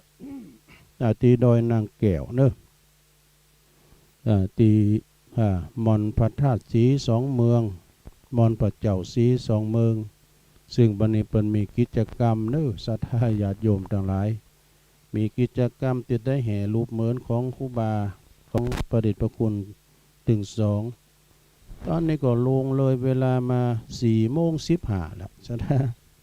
เนื่องจากว่าวันนี้ตามปกติแล้วก็จะเป็นรายการมรดกธรรมปืนเมืองเนาะซึ่งก็จะดำเนินรายการทุกวันติดนะเวลาประมาณตี4ถึง6โมงเนาะเป็นของอาจารย์ท่านพระครูวรธรรมนาถเจ้าอาวาสวัดหนองเหียงซึ่งเปิ้นก็จะมาเข้ารายการเตดนำเตดธรรมบ่าวน้อยกินขวานแต่วันนี้ก็เนื่องจากว่าอาจารย์พระครูเปิ้นเดินทางไปกรุงเทพอีกหรือว่าชลบุรีเนี่ยนะแต่ว่าก็ปะกันตีตานเตียนตีพุทธศรีคีรีเปิ้นก็บอกว่าบริหารเวลาแทนกำนึจะเดินทางไกลนะตามปกติแล้วก็ตุลุงก็ตื่นก่อน3 โมงทุกครั้งวันนี้ก็ตื่นก่อน3 โมงเนาะอาจารย์พระครูเปิ้นก็ห้องลุก ก็เปิ้นว่ากับท่านมหาสมชาติบริหารเวลาไปเนอะนะแทนท่านพระครูวรธรรมนาถไปก่อนแต่ตุลุงก็มารอถ่ายอยู่เนี่ยนะเตียวไปเตียวมาเดินจงกรมพองเนื่องจากว่าเจ้าหน้าที่เปิ้นเสริมสัญญาณบัดติดเสริมสัญญาณจะได้ก็บัดติดบัดเดี๋ยวนี้ติดแล้วนะ ออกไปทาง YouTube ก่อนนี่นะเนาะทางวิทยุก็คงบ่ได้ยินแต่จ้าก็จะเป็นอุปสรรคของเนอะศรัทธาเนอะมันนอกสถานตีเนาะนอกสถานตีก็เฮาก็มีอุปสรรคของสำเติมมันก็เชื่อมได้ง่ายสำเติมก็ยากหน่อยนี่นะแต่นั้นก็มาแล้วเนาะมาช้าดีกว่าไม่มาตุลุงก็อุปสรรคกรรมนอกก็เดียวก็ท่านพระมหาสมชาติชาตปัญโยเปิ้นมานอนตะว่าแล้วเปิ้นก็จะมาเข้ารายการบริหารเวลาเปิ้นถึงปุ่นนะ 5 โมง 6 โมงพุ่นน่ะเนาะ เต่าตีรายการของอาจารย์พระครูวรธรรมนาถกันไปนะวันนี้ก็บ่ได้ตั้งสถานีวิทยุสักกัมเพราะว่ามันได้เอาใบมา ขออภัยด้วยเด้อเจ้าของสถานีแต่เพิ่นก็เปิดตามปกตินะแต่ที่แน่นอนนะก็คือ104.50 วัดไฟหินโดยเมตตาธรรมอาจารย์พระครูสมุวิสุทธิวัฒน์วรกิจโจมีงานบุญทุกครั้งกิจกรรมบางครั้งทุกครั้งนะเพิ่นก็จะมาถ่ายทอดให้ศรัทธาได้ฟังมาถ่ายทอดถึงภาพถึงเสียงให้ศรัทธาได้ฟังเด้อโดยมานำทีมโดยตุปินหนุ่มสามเณรตะวันสามเณรนัทแล้วก็พลขับเพิ่นก็ช่วยกันเสริมสัญญาณเดี๋ยวก่อนต้องลงนั่งรอก่อนมันบ่ดังเด้อไอ้น่ะเดี๋ยวนี้ดังแล้ว ดังทาง YouTube ยังแก้วอยู่ตุลุงก็จะน้ำไหวพระไอ้สักหน่อยก่อนเนาะศรัทธาเนาะเพื่อความเป็นสิริเป็นมังกรเป็นมงคลกับตนกับโตกับขอบกับคู่เฮาเจ้าขอทั้งหลายเนาะลูกหลานตานเต่าก็ดีนะ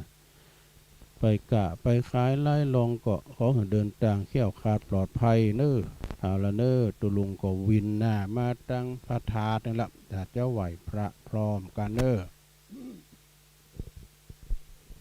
กราบ1กราบ2กราบ3อิมินาสการเรนะพุทธังอภิปูชยามะอิมินาสการเรนะธัมมังอภิปูชยามะอิมินาสการเรนะสังฆังอภิปูชยามะอะระหังสัมมาสัมพุทโธภะคะวาพุทธังภะคะวันตังอภิวาเทมิสวากขาโตภะคะวะตาธัมโมธัมมังนัมมัสสามิ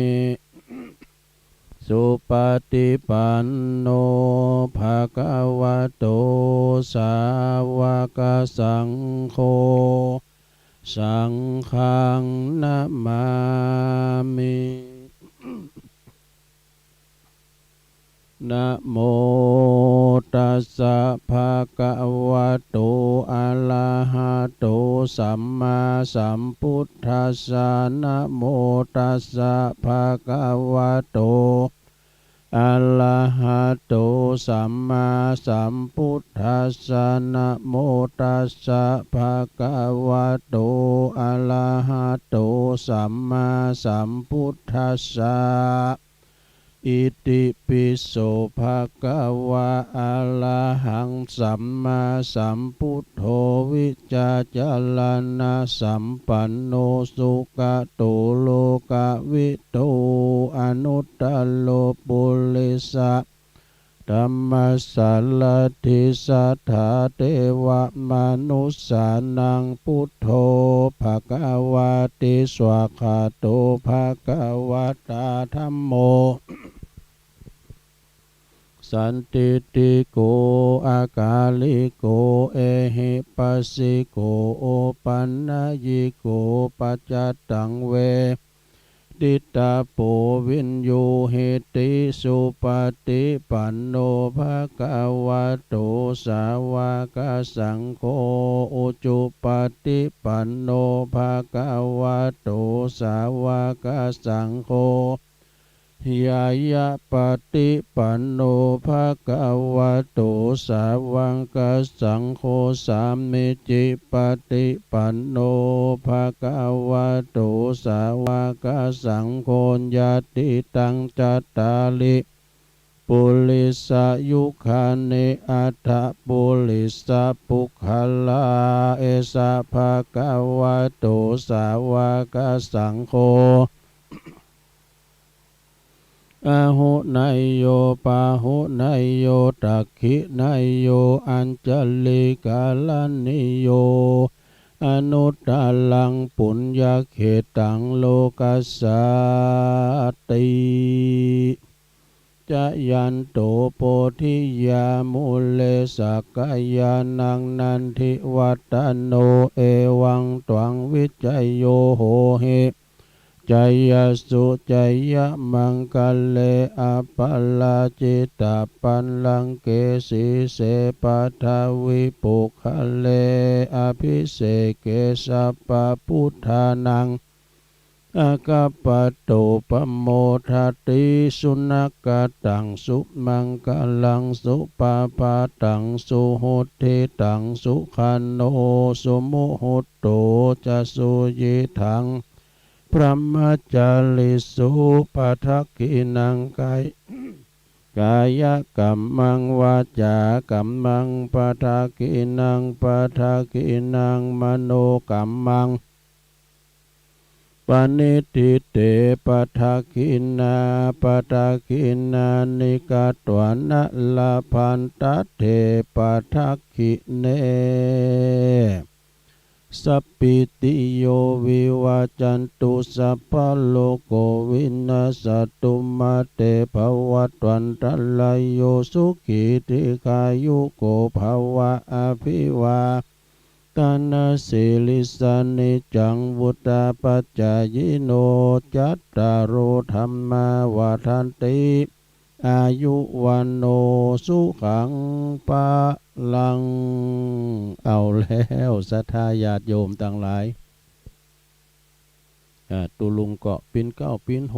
เนาะนำสวดมนต์ไปปิ้นตีเรียบร้อยก็ขอคุณพระติตไลรัตนะผ่านแผ่วพระเกี่ยวเจ้าทั้ง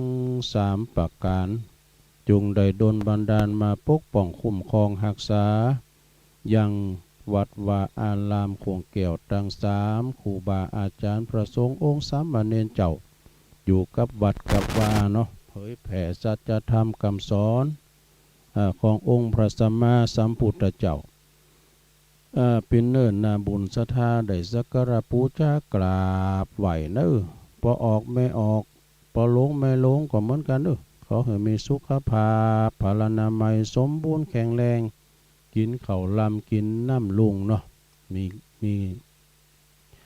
เป็นลมโพลมใสของลูกของหลานแล้วก็ตุลุงก็ขอส่งความปรารถนาดี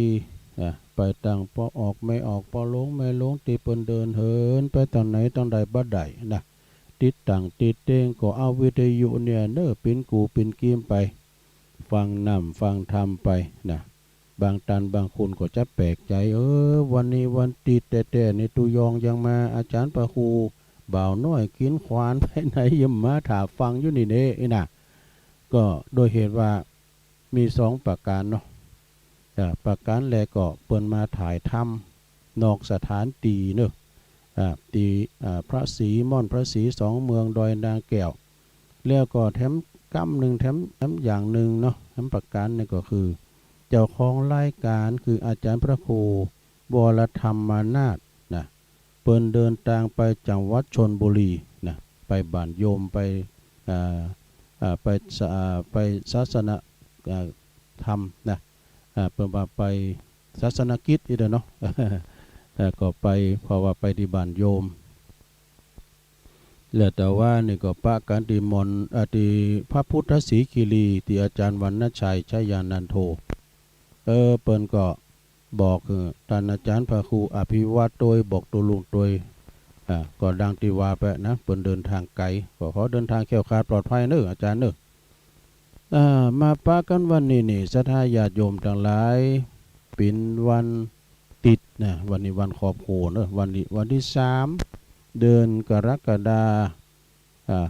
คม56กับไป56ย้อนยุคแล้วตุ ก็มาปบมาปะกันก็วันนี้ก็เปิ้นไปกินเป็ดต่างกันก็หลายตีแต่ตีนี่เนาะนาตีมอนสีสองเมืองในเปิ้นก็จะมีกิจกรรมศรัทธาญาติโยมตุลุงเจ้าว่าฟังนะลำดับขั้นตอนพิธีการเนาะงานพิธีสมโภชรูปเหมือนของพระเดชพระคุณหลวงปู่ พระเทพวิสุทธิคุณอดีตเป็นเจ้าคณะอำเภอดอยสะเก็ดเนอแล้วก็พระเดชพระคุณหลวงปู่ท่านเจ้าคุณพระสุนทรปริยัติวิกรมอาจารย์เจ้าคุณมหาศัพท์เนี่ย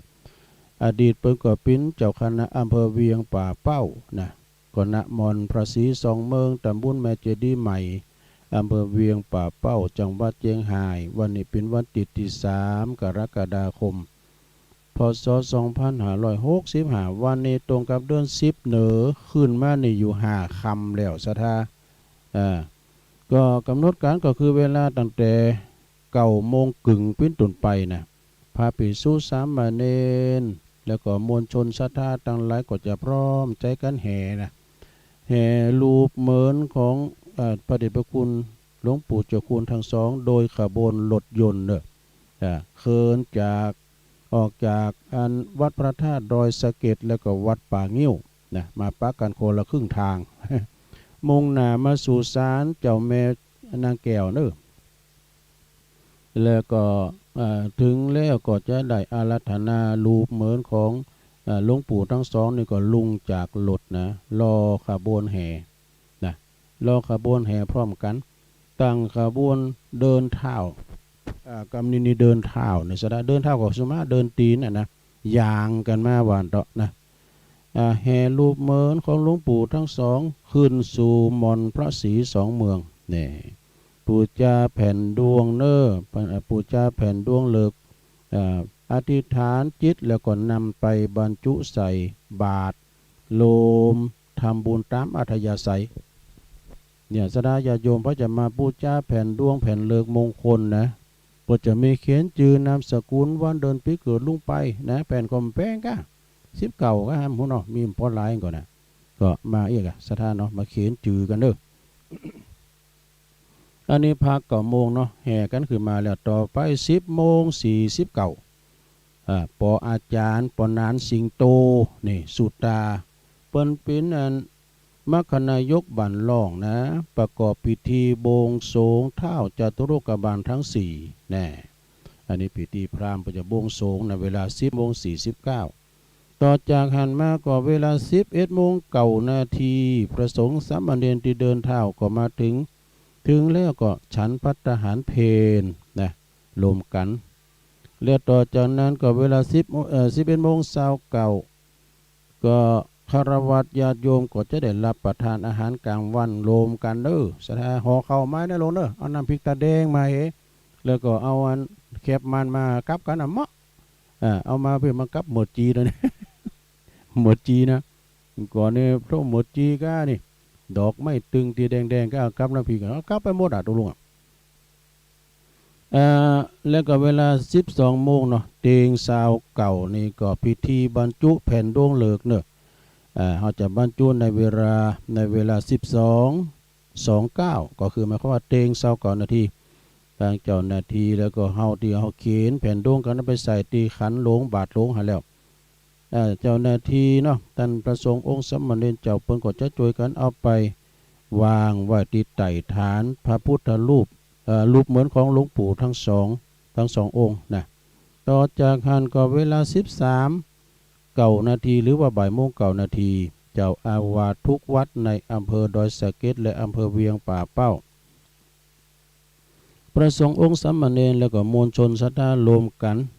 บุญศาลาบุญศาลาพระเจ้าศรีสองเมืองเชิญคุณเพื่อก็จะเริ่มทำพิธีนะ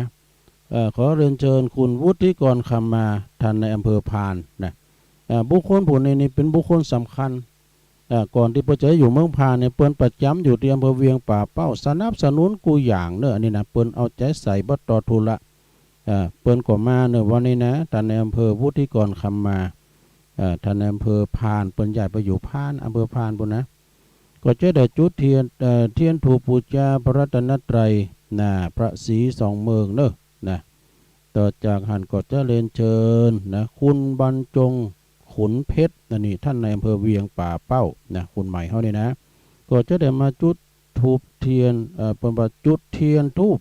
ปูชาพระธาตุดอยตุงนี่ดอยตุงนี่ฝั่งอันเวียงป่าเป้าเนอะพระธาตุดอยตุงจำลอง ต่อจากหันก็จะได้เรียนเชิญเจริญพรคุณจักรพันธ์ทองอ่ำอันนี้เป็นปลัดอาวุโสปอาวุโสเวียงท่านปลัดอาวุโสอำเภอดอยสะเก็ดเนอะจุดเตนถูปูจาพระเจ้าดอยสุเทพนี่ฝั่งตั้งเชียงใหม่นะจำลองต่อจากหันก็จะได้เจอบุคคลสำคัญกันมากกันเนาะจุดเต้นสัตพันธ์ก็จุดเต้นตั้งหลายตัวนะนี่ก็เป็นพิธีขั้นตอนนะพิธีขั้นตอนของการวันนี้นะศรัทธาญาติโยมทั้งหลายฉะนั้นก็วันนี้ฉะนั้นวันนี้ก็ขอเล่นเจิญเนาะศรัทธาไผที่มาใดก็มาไผที่มาบ้าใดก็ฟังอยู่ตั้งวัดตั้งบ้านตั้งจ้องเนาะทีมงานถ่ายทอดตึงภาพตึงเสียงเปิ้นก็ตึงมาถ่ายถ้ำอยู่นี่แหละนะฟังกันตั้งบ้านตั้งจองกันไปศรัทธาญาติโยมทั้งหลายวันนี้ก็คณะสงฆ์ที่เปิ้นจัดรายการตึงสองคณะตึงสองฝักสองฝ่ายตึงเวงป่าเป่า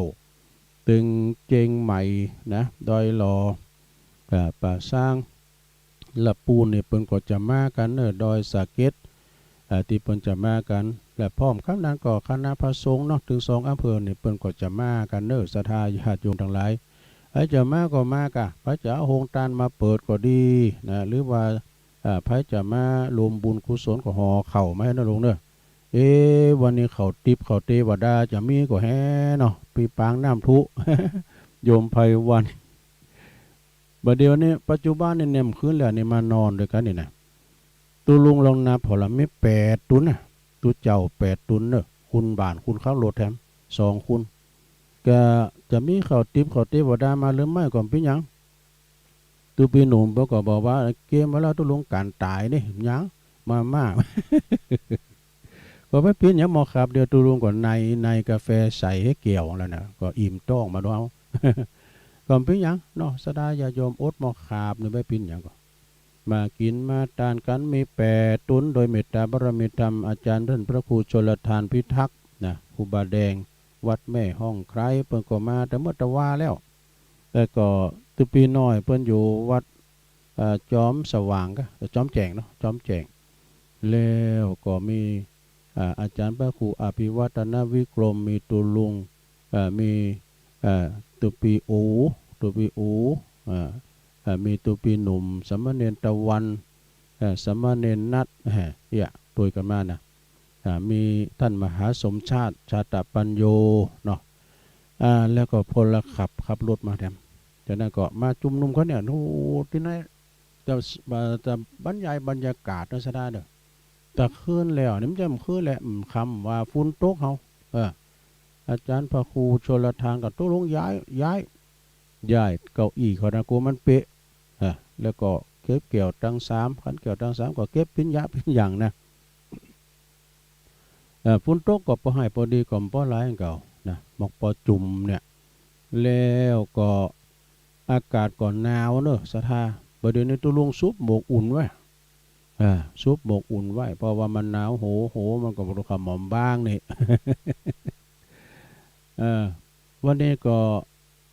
บะมีละฟุ้นนะประเดี๋ยวนี้ก็คณะปัจจุบันนี่ก็หันดาวแก่นนะครับเจ้าตุลุงเดินจงกรมที่แวดถาดบันนี้มาแล้วศรัทธาญาติโยมต่างหลายกิจกรรมเปิ้นจะแห่รูปเหมือนของหลวงปู่ทั้งสองเด้อพระจะมาก็เดี๋ยวก็เดินทางแคล้วคลาดปลอดภัยตุลุงจะสวดมนต์ทำกรรมกันเด้ออีแม่เขาอีปอเขาที่มาก็เดินทางแคล้วคลาดปลอดภัยนะแต่สวดโมหะปริตสักรอบนะสดาเด้อตุลุงจะสวดนั้นคาถานกขุ่มคาถานกยุงทองเด้อพุทเตอเปนะ ไปว่าไหนก็ว่าด้วยอุเต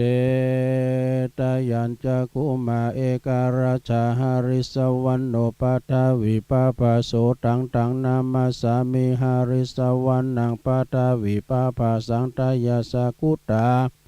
วิหาเลมุติวาสังเยพรัมมานาเวตากุสัพพะธัมเมเตเมนะโมเตจัมมังปะลายันตุนามาตุพุทธานังนามาตุโพธิยานะโมวิมุตตานังนะโมวิมุตติยาอิมังโสปาลิตังกัตวะโมโลจลติเอสนา อเปตยัญจคุมาเอกาลาชาหาลิสาวันโนปัทาวิปาปาโสตังตังนามาสามิหาลิสาวันนังปัทาวิปาปาสังตยาสกุตาวิหาเลมูลติงเยปลัมมานาเวตกุสัพพะธรรมเมเตเมนะโมเตจามังปะลายันตุนามาตุพุทธานังนามาตุโพธิยานะโมวิมุตตานังนะโมวิมุตติยาอิบังโสปาริตังกัตวะโมโลวะสัมมากัปปายิติโมละปาลิตังเอาแล้วศรัทธาญาติโยมทั้งหลายอันนี้เป็นคาถานกขุมหรือว่าคาถาพญานกยุงทองแค้วคลาดปลอดภัยเด้ออีปอยแม่เกาโชเฟอร์สารถีคุณครับรถเดินทางมาโดยสวัสดิภาพโดยปลอดภัยทั้งขาไปและขากลับเด้อ มาจุ่มนุมกันเพื่อจะแห่ขบวนพระสงฆ์องค์เด่นก็จะมากันหลายศรัทธาเอ่ยมาในงานบุญใหญ่เนี่ยก่อนเข้าวัดสานี่เขามาเอาบุญใหญ่กำหนึ่งนะเนาะไผมาบ้านใดก่อนปิ้งย่างอย่างตุลุงบานน่ะพอการถ่ายทำนะพอการถ่ายทำฟังตังวิทยุก็ได้เนอศรัทธาเนอลำดับให้หน่อยเนาะแต่ว่านี่ก็ไปรวมงานบุญตานเตนแล้วก็ไฟโซลาร์เซลล์ตีปุ่นวัดพุทธศรีคีรีนะเอาก็คุณก็ไปหนักไปหลายเด้อศรัทธาไปหนักไปหลายก็เตาติงหันก็มีหลายครูบาอาจารย์ก็ไปหลายนะพระสงฆ์องค์สังฆเจ้าเฮาพระครูวรธรรมานาถท่านพระครูโพธิพัทรวุฒิท่านพระครูหลายก็หลายตนเพราะว่าเฮาไปตานก่อนเนาะสามเณรเอาลักปัญโยนันน้องเจเขาก็ไปนะไปรวมบุญกุศลก็ไปปะปอตานเขานะปอตานแสนคำเขาเนี่ยบ้านตุนแก้วก้าเนี่ยปอโหโสพลมาละแซมเขาก้าแม่จีลาพันก็พี่น้องผ่านไกนะแม่เทียมจันเขาก็มีแม่หลายทันศรัทธาแม่จะแม่แก้วยะวาก็ไปหรอแม่ลิมหันนะเนาะแม่แก้วยะวาก็ตูลุงก็ไปตักไปตายเพิ่นนะก็ไปกอดใจถึงนะมาแม่ชีเขานี่ก็มาพดกันไปตังเวียงป่าเป่าก็มีโอ้อันปอปัญญาเขาเนี่ย ปอปัญญาเขาแล้วก็หลายท่านที่เพิ่นมากันเนาะเขานับได้แต่ลุงก็ได้ตักตายกันนะเพิ่นก็ห้อมซองมาได้อ่านแล้วเด้อนะห้อมซองมาพองแล้วก็มีก็อาจารย์พระครูเพิ่นก็บอกว่าจะไปตั้งหน้าอยู่เนาะ2 โมงก็เริ่มตานกันน่ะเริ่มตานกันทีแรกก็ว่าจะถ่าคณะสงฆ์ของตำบลยางครามนี่กันเนาะแล้วก็เพราะว่าเขาจะไปตั้งหน้าก็เลยตาในสุดนั้นก่อนสุดแรกตานแล้วออกมาหารถปิดว่าเปิ้นขึ้นมาโลนะท่านพระครูสุทธิกิตยากรวัดกูไล่มือก็ดีเปิ้นกำลังขึ้นมากันตุปีโอนะยี่เฉียงจากวัดใหม่เจตวันหลายทันแล้วก็ทันพระปลัดพบสังวโรนะเลขานุการเจ้าคณะตำบลยางครามวัดม่อนปู่อินก็มาปะกันเอาก็ลุงดอยมาเนาะลุงดอยคุณแป้มารถโซนคือไปโลถ้าจะโซนท่านรถนายกเขาก็รถท่านประครูสถาพรพัฒนารังสีเขาก็นี่นะก็ขึ้นกันไปโลเฮานะเสียได้บ่ได้โลมกันสักกรรมได้ก็เพราะว่ามันมีตังไปต่างหนาเนาะก็ปีกมาถึงวัดถึงว่าก็มาเก็บเอาผ้าปกตุลุงเนี่ยกันมาเอาผ้าปกเอาเต็นท์ยังมากก่อนต่อจากนั้นก็พากันเดินทางมานี่นะมาถึงนี่พอคำสลอมพอแล้วนะ ก็ฟังสามเณรเอาหลักในวิทยุมาสุดต่างฟังต่างเน็ตดอกเอาเปิ้นก็มาสุดต่างต่อจังหันท่านอาจารย์พระครูก็ตุลุง2 ทุ่มนี่ก็ปากันบริหารเวลากับท่านมหาลอยเนี่ยเอาไปมาเปิดก็บอกโอ้มันเพียแล้วไปตุลุงเขาก็สัญญาณเอาตุลุงดอยเขามาอีดอกก็เลยมาออกก็มาฟังตุลุงก็ฟังมันจะรับไปดูรับดีหอมคืนเนี่ยมันยินเนาะมันเจห่อนนี่หนาวรับไปรับมาเป็นว่าสะดุ้งตื่นมาปวด3 โมงแล้ว2 โมงไปก็พลาดผลิตลูก อาจารย์พระครูห้องตุลุงแล้วก็ปลุกนาฬิกามันปลุกสักครั้งเฮ้ยมันอยู่อันน่ะทรยศก็เนี่ยนาฬิกาเนี่ย อาจารย์พระครูห้องก็ลุกมาก็ก็มาต่างอกต่างใจเข้าห้องน้ำก็ล้างหน้าล้างตาในกาแฟกินในแก้วนี่ก็ได้จะออกเวลาเอาไหนก็ได้ปุดตุดตุปีหนุ่มเปิ้นเสริมสัญญาณบ่ได้สัมบันเนตะวันเขาพลละครับกันลุงรอกันนะน่ะก็ลุงก็รอไอ้เนี่ยนะเตียวเดินจงกรมรอ แล้วก็พอดีก็ได้เข้ารายการพอดีเนาะจากนั้นญาติโยมทั้งหลายเนาะตุลุงก็อาลัมพาบทไปนะ4:43แล้วก็ยังเจ้าอยู่นะซะนะบางท่านบางคนก็ลุกมาแล้วเนาะบางคนก็ยังรับไหลอยู่ในห้วงแห่งความนิทรานะฉะนั้นก็วันนี้ก็ขอเรียนเชิญศรัทธาจะมากินมาตานมารวมแห่ขบวนรูปเหมือนของพระเดชพระคุณหลวงปู่เปิ้น2ตุนนี่นะครูบาเจ้าทั้งสองเนี่ยเปิ้นปักเปิ้นริเริ่มตั้งแต่บุกเบิกมาแล้วซะนะอันกุลของเปิ้นก็มาแล้วกับตุลูกตุหลานนะกับลูกกับครูบาอาจารย์เนาะวันนี้ไทยในอำเภอถึง3อำเภอเพิ่นจะมาเนาะโดยเมตตาบารมีธรรมไปในก็ท่านหลวงปู่พระเดชพระคุณหลวงพ่อพระคุณนิวิศิลสังวรเนาะเจ้าคณะอำเภอเวียงป่าเป้าครูบาอาจารย์ก็จะมากันหนักกันหลายนะมาปินเนอร์นาบุญศรัทธาได้สักการะปูชากราบไหว้เนาะวันนี้ก็กาเกมนะโยมเด้อเขาจะมาปูจมปูจาแผ่นดวงเลิกมงคล ก่อนงานเข้าพรรษานี่นะซะจะเขียนชื่อเสียงเล่งนำแล้วก็เขียนวันเดินปีเกิดลงไปคือศรัทธาญาติโยมทั้งหลายได้เอาไปบรรจุแล้วก็เอาไปลุงวัดเตียนถาดแต่ที่บาทกันใหญ่นะถึงเวลาลำดับขั้นตอนอย่างตุลุงวาไปเจ้านะศรัทธาญาติโยมทั้งหลายนะญาติโยมบางคนก็ลังฟังเนาะตุลุงก็โทรนำกำหนึ่งตามปกติก็จะได้ฟังบ่าวน้อยกินขวาน ท่านอาจารย์พระครูวรธรรมนาถแต่เนื่องจากว่าวันนี้เปิ้นจัดนอกสถานตีมี2อย่างแรกก็อาจารย์พระครูเดินทางไกลไปปุ้นไปกรุงเทพนะเดินทางไปกรุงเทพเปิ้นก็บอกคืนเวลาให้กับอาจารย์พระครูอภิวัฒนวิกรมอาจารย์พระครูว่าอัดวัฒนวิกรมเปิ้นก็มอบหมายถวายเวลาให้ตุลุงกับท่านมหาสมชาติไปยังมาได้นะไปนอนป่าบุ่นโจตุลุงไปนอนเมื่อโดนฝนตก ตุลุงไปครับแล้วก็เลยมาเข้ารายการสถานที่เปิ้นฟังกำลุนเลยนะตุลุงเขามาตกมาแตนเปิ้นเดินทางไกลฉะนั้นก็วันนี้เปิ้นจะมีกิจกรรมถ่ายทอดวันคำสถานถ้าว่าไปไหนก็ฟังกันไปหลงได้มาก็เมินมาเปิ้นจะมีโทรทัศน์มีออกในมือถือนะออกในมือถือเนาะวันนี้ก็เป็นวันที่3ไก่เข้ามาแล้วจะได้เข้าวัดสากันละศรัทธาญาติโยมปีนี้เปิ้นปลดล็อกนะเปิ้นมอบเปิ้นบอกว่าศรัทธาอุบาสกอุบาสิกาก็ไปวัดไปวาจำศีลภาวนาใส่บาตรญาติโปกันได้นะไปตานขันข้าวขันน้ำกันได้ไปนอนวัดกันได้ศรัทธาญาติโยมทั้งหลายก็พากันไปกันเนาะคืนเก่าคืนหลังแล้วนะคืนเก่าคืนหลังไปฟังเทศน์ฟังธรรมอย่างแม่น้อยกาดนัดประวัติตุลุงเอาอันทำเป็นกุปลูกเป็นการมาเทศน์ไก่นะทำที่เปิ้นจะเทศน์ภาษาเนี่ยทำหยังเนาะก็ทำมี2เหลืองศรัทธาเทศน์ภาษาน่ะตีปีนั้นบุญดุงดอนหลวงเปิ้นเอามาเหอะทำเหลืองแรกมีชื่อเหลืองว่าจ้าง7หัวบัวปันกาบเปิ้นฟังชื่อแล้วก็เป็นโมน่ะนี่แถมเหลืองนี่ก็กำผ้าวัวทองไม่ใช่โบตองนะโง่ตอง น่าฟังศรัทธาก็ไปฟังกันตุลุงก็พิจารณาไปก่อนนี่นะ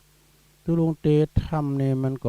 มันลำดับลำดาไปมันก็มีนาหลายหอมอย่างเจวานะจะได้กดตาม ก็ขอศรัทธาญาติโยมนะตุลุงเตดตูนอื่นไปก็จะเตดออกเนาะที่เป็นเตดลำดับลำดาโมนบ้านหลังว่าพระครูวัดไซมูลจ้าเนาะพระครูสังวรศรีราภิรักษ์ เปิ้นก็เทศน์ทุกวันจันทร์ตอนเจ้านะหรือมันก็จะเป็นอาจารย์ท่านพระครูสังฆลักษณ์ นะสังฆลักษณ์ธนอัตรัตนสิริโอ้อันนี้เปิ้นเตธรรมโมนเปิ้นสรุปธรรมก่อโมนหรือบางก็จะเป็นพระครูวรธรรมนาถนะตุปีเฮาเนี่ยอาจารย์เฮาเนี่ยหรือหมายก็สามเณรเอาหลักเนี่ยศรัทธาเนาะเพิ่นตึงมีดอกเพิ่นตึงมีเตศออกอากาศนะฉะนั้นศรัทธาญาติโยมทั้งหลายก็ฟังกันไปเถอะอย่างอาจารย์ธรรมอาจารย์เน้นหลักเปิ้นว่าจะย้อนเก่าย้อนหลังจะเตศน้ำเตศธรรมออกวิทยุให้ศรัทธาที่เปิ้นไปวัดไปว่าบ้าใดนะเนาะก็หันตัวอย่างปีก่อนนะเนาะปีแล้วเนี่ยกันเนาะ ที่เปิ้นเตศก็น่ะอาจารย์กรรมนาถเขาทีละนัดทีละพัดเขาเนี่ยนะหลายตุนที่เปิ้นเตศอย่าหาทุลงในมันสัพเพเหระสดาสัพเพเหระปกิณกะเกิดไหนใดก็ว่าไปเอาธรรมมาเล่าพองเอานิทานมาเล่าเขาหำมาเล่าพองเนี่ยสัพเพเหระคือแกงแค่ มันมีหันสัพปะเนาะแกงแค่ก็ว่ากันไปมันหลากหลายซะท่าเปิ้นแปลงตุลุงมาอย่างอี้อย่างคุณแม่จงดีวาน่ะตุลุงได้ฟังเอาม่วนบ่ได้นะไปปฏิบัติโดยมันได้แต่ว่าครูบาอาจารย์ที่เปิ้นอย่างอาจารย์พระครูอภิวัตรข้อดีพระครูสุมเมธเขาก็ดีเปิ้นนำไปปฏิบัติได้เนี่ยตุลุงนี่มันมาหอมนี่แต่คือความดีอ่ะ ฉะนั้นก็สดาญาติโยมก็ฟังกันไปเนาะนำธรรมคำสอนขององค์บวรสัมมาสัมพุทธเจ้ามีนักนาป้าป่านเพราะว่ามีถึง 84,000 พระธรรมขันธ์นะ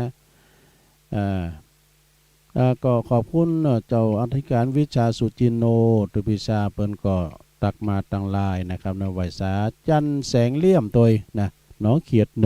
1 ชมรมสกาย80ตัวเนาะกลุ่มเทพารักษ์อันนี้กลุ่มวิทยุเฮาก็มีหลายนะมีน้องล่อง1ก้าน้องเขียด1ก้ากลุ่มเฮานี่มีหลายอยู่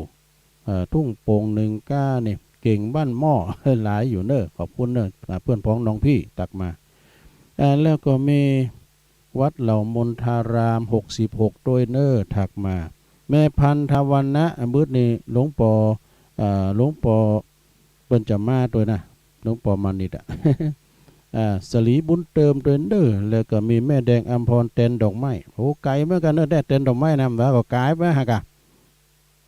กายไปบ้านแม่แดงครับแม่ครูทองคำที่วงคำจากเสาหินฟ้าเสาหินสีโบบานตัวเนอนะตักมาตังลายขอบคุณเนอะสถากุเสงกุไสขณะนี้เป็นเวลาอยู่4:50แล้ว5โมงท่านพระครูท่านพระมหาเพิ่นจะมาท่านมหาเกมโตเนอะเหลือแต่10 นาทีตุลุงจะลองเปิดสายพอสัก 3-4 สายนะใครจะโทรมาตักตายก็โทรมาที่เบอร์0899555606พี่น้องต่างเมืองฝางแม่อายชัยปราการฟังกันอยู่ก่อพี่น้องตั้งแม่แจ่มแม่ขันแก้วตั้ง3พี่น้ององค์ขลงในเมืองนะพี่น้องทั้งสายจอมต้องสายไต่โซนไต่ก็โทรกันเข้ามาพอเนอะมาทักทายสัก 2-3 สายก็เดี๋ยวก็จะได้มอบไม้แต่ไว้เวลาอาจารย์ท่านพระมหาสมชาติชาตปัญโยนะอันนี้นี่คล้ายๆก็ว่าเป็นมนุษย์ลองหนเนอะอาจารย์มหานี่นะงานบุญไม่ไหนผ่านสักเตียไปหมด เปิ้นก็ไปมันจะว่าไปหับตาลนะไปจอยเหลือพวกเนี้ยกะไปเป็นสีสันแล้วก็ไล่โซดพองนะไปออกรายการปุสนองงานครูบาอาจารย์เนี่ยนะปุถวานะอันนี้ก็ดีแต่ก็ขออนุโมทนาปูชานำจิตนำใจอาจารย์ท่านพระมหาสมชาติชาตปัญโยปนก็ถือว่าตุลุงนี่เป็นปีอ้ายแล้วอาตมานี่เป็นน้องชายคนกลางดู องค์ล่าสุดก็ท่านพระครูอภิวัตรเปิ้นแต่งไว้นะแต่งสร้างเอาตุลุงเพิ่นว่าเป็นบ่อายเก่า เป็นบ่อายเก่าโอ้มาแล้วสายพี่นางกอยเดี๋ยวกันนะตุลุงเจ้าเกิดของพ่อเจ้าแม่ชีกันตนีกะเจ้าใจเลยเจ้าแต่ว่าก็ปะกันได้ปิกแรงเหรอเจ้าว่าปิกแรงเหรอตั้งไหวพระมาได้เลยเจ้าโอ้ดีกันเจ้ากำลังใจเจ้าสาธุเจ้าเจริญพรแม่ชีกันตนีเนาะเจริญพรแม่สาเจ้าตุลุงแม่สาวรักษ์นะเจ้าโอ้แม่สาวรักษ์ใช้ประการเนาะเจ้าฝนตกเหรอตุลุงอยู่เจ้าอันยุดแล้วเจ้าตุลุงเนี่ยกำขึ้นแล้วนี่ก็ตกมาเนี่ยตอนหัวค่ ชัด นอก เจ ส น ถานที่ก็ชัดเจนอยู่เจ้า อ๋อแต่ก็ตุลุงก็ถามว่า3 โมงอ่ะวันนั้น เจ้า บ่เสริมกันยากหน่อยนะ เจ้าเปิดตอน3 โมงนะเจ้า อ๋อ มันได้ยินตุลุงออก ก่อนเพิ่นก็เอาเทป เจ้า ไปก่อนนั่นก็ขอบคุณหลายๆ เจ้า เด้อ เจ้าไว้สาเจ้าตุลุง บุญรักษาอันนี้แม่สุภาลักษณ์เด้อปุ่นใจประการเจริญปอน ไว้สาเจ้าตุลุงนาง แม่อุ้ยอิน วันนี้ผมได้ยินพระครูวรนาถอ่ะ ก็รายงานไปแล้วเหรอรายงานไปแล้วแม่อุ้ยฟังชัดเจนดีเนาะแสดงว่ากำลังลุกนั่นน่ะกำลังลุกนั่นฟังเพิ่นรายงานเพิ่นรายงาน2 รอบกันดูเจริญปอนกันไผถามว่าวันนี้ย่ำออกนี่นะหมายความว่ากำลังลุกน่ะโอ้ไหวสาครับสมมาเน็ตเอาละ กับธรรมสการท่านเจ้า โอ้ว่าผิดไป ขอถวายความเคารพทุกส่วนทุกองค์ที่นอนอยู่บนดอยแอนนางแก้วเนาะ ครูบาแดงก็มานี่เด้อ โอ้มาแล้วมาตะวาล่ะทุเจ้ากอดหน่อยวัดดอยจอมแจ้งก็ไปแล้วว่าป้ากันตอนเจ้า ตุ๊เจ้ายังก็จื้อบ้านหมูจักจื้อตุ๊เจ้ากอดเด้ ทุเจ้าจิกอดจักรพันธ์ กอดศิลากอดจักรพันธ์ บอกเขาว่าอันไปเฮียนเป็นพระนักเตะเด้อมันปึงดีเนาะ แม่นกอดจักรพันธ์ ยังหนุ่มชื่อแต่เจืออย่างวีรพงษ์อะไรอย่างพงษ์เนี่ยป้ากับผมแต่ว่าแล้วทำบุญผมจะขึ้นไปตัว ก็มากับแม่ ท่านเลขาอำเภอผมจะขึ้นไปเจอเลขาท่านอำเภอเนอะท่านพระครูวิโรจน์จริยานุกูลด็อกเตอร์แต่ว่าขอฝากเนื้อฝากตัวขึ้นรถบนไปรถมีระหว่างนี้ลงจะถามว่า ตอนที่โยมมา จะได้โยผมบอกจะรอไปก่อนเพราะว่าฝนตังมันหน้าฝนเนาะเขาไม่แน่ใจเนาะแล้วมันจะเบิดแล้วจะรบกวนเพราะว่า2-3 อย่างบัดแต่มันคือน้ำมันแปลงของแล้วระยะทางมันก็มื่นเกิดประทูแต่ฝนตกเนาะก็เลยขออนุญาตท่านพระครูวิโรจน์จริยานุกูลเลขาเจ้าคณะอำเภอวัดประไผ่บ่อทองเนี่ยอาจารย์สมเพชบุตรราชศิษย์หลานโยนเนี่ยยุคแต่ราชศิษย์เลิศตุลุงว่าเป็นอย่างรู้เจอกันเนาะหลายเตออยู่ครับสมมติป้ากันเดโบดอยเนาะครับขอบคุณหลวงพ่อหนักเด้อ สาธุขอถวายความเคารพทุกท่านเด้อสาธุหลวงพ่อมานิดเด้อถาวโรบุญมาปักกันเจริญปอน ไว้สาตุลุงครับ พี่น้องเมืองนานปอนน้ำประเสริฐมาแล้ว ครับเขตกำวันดีครับ ได้เตจกรรม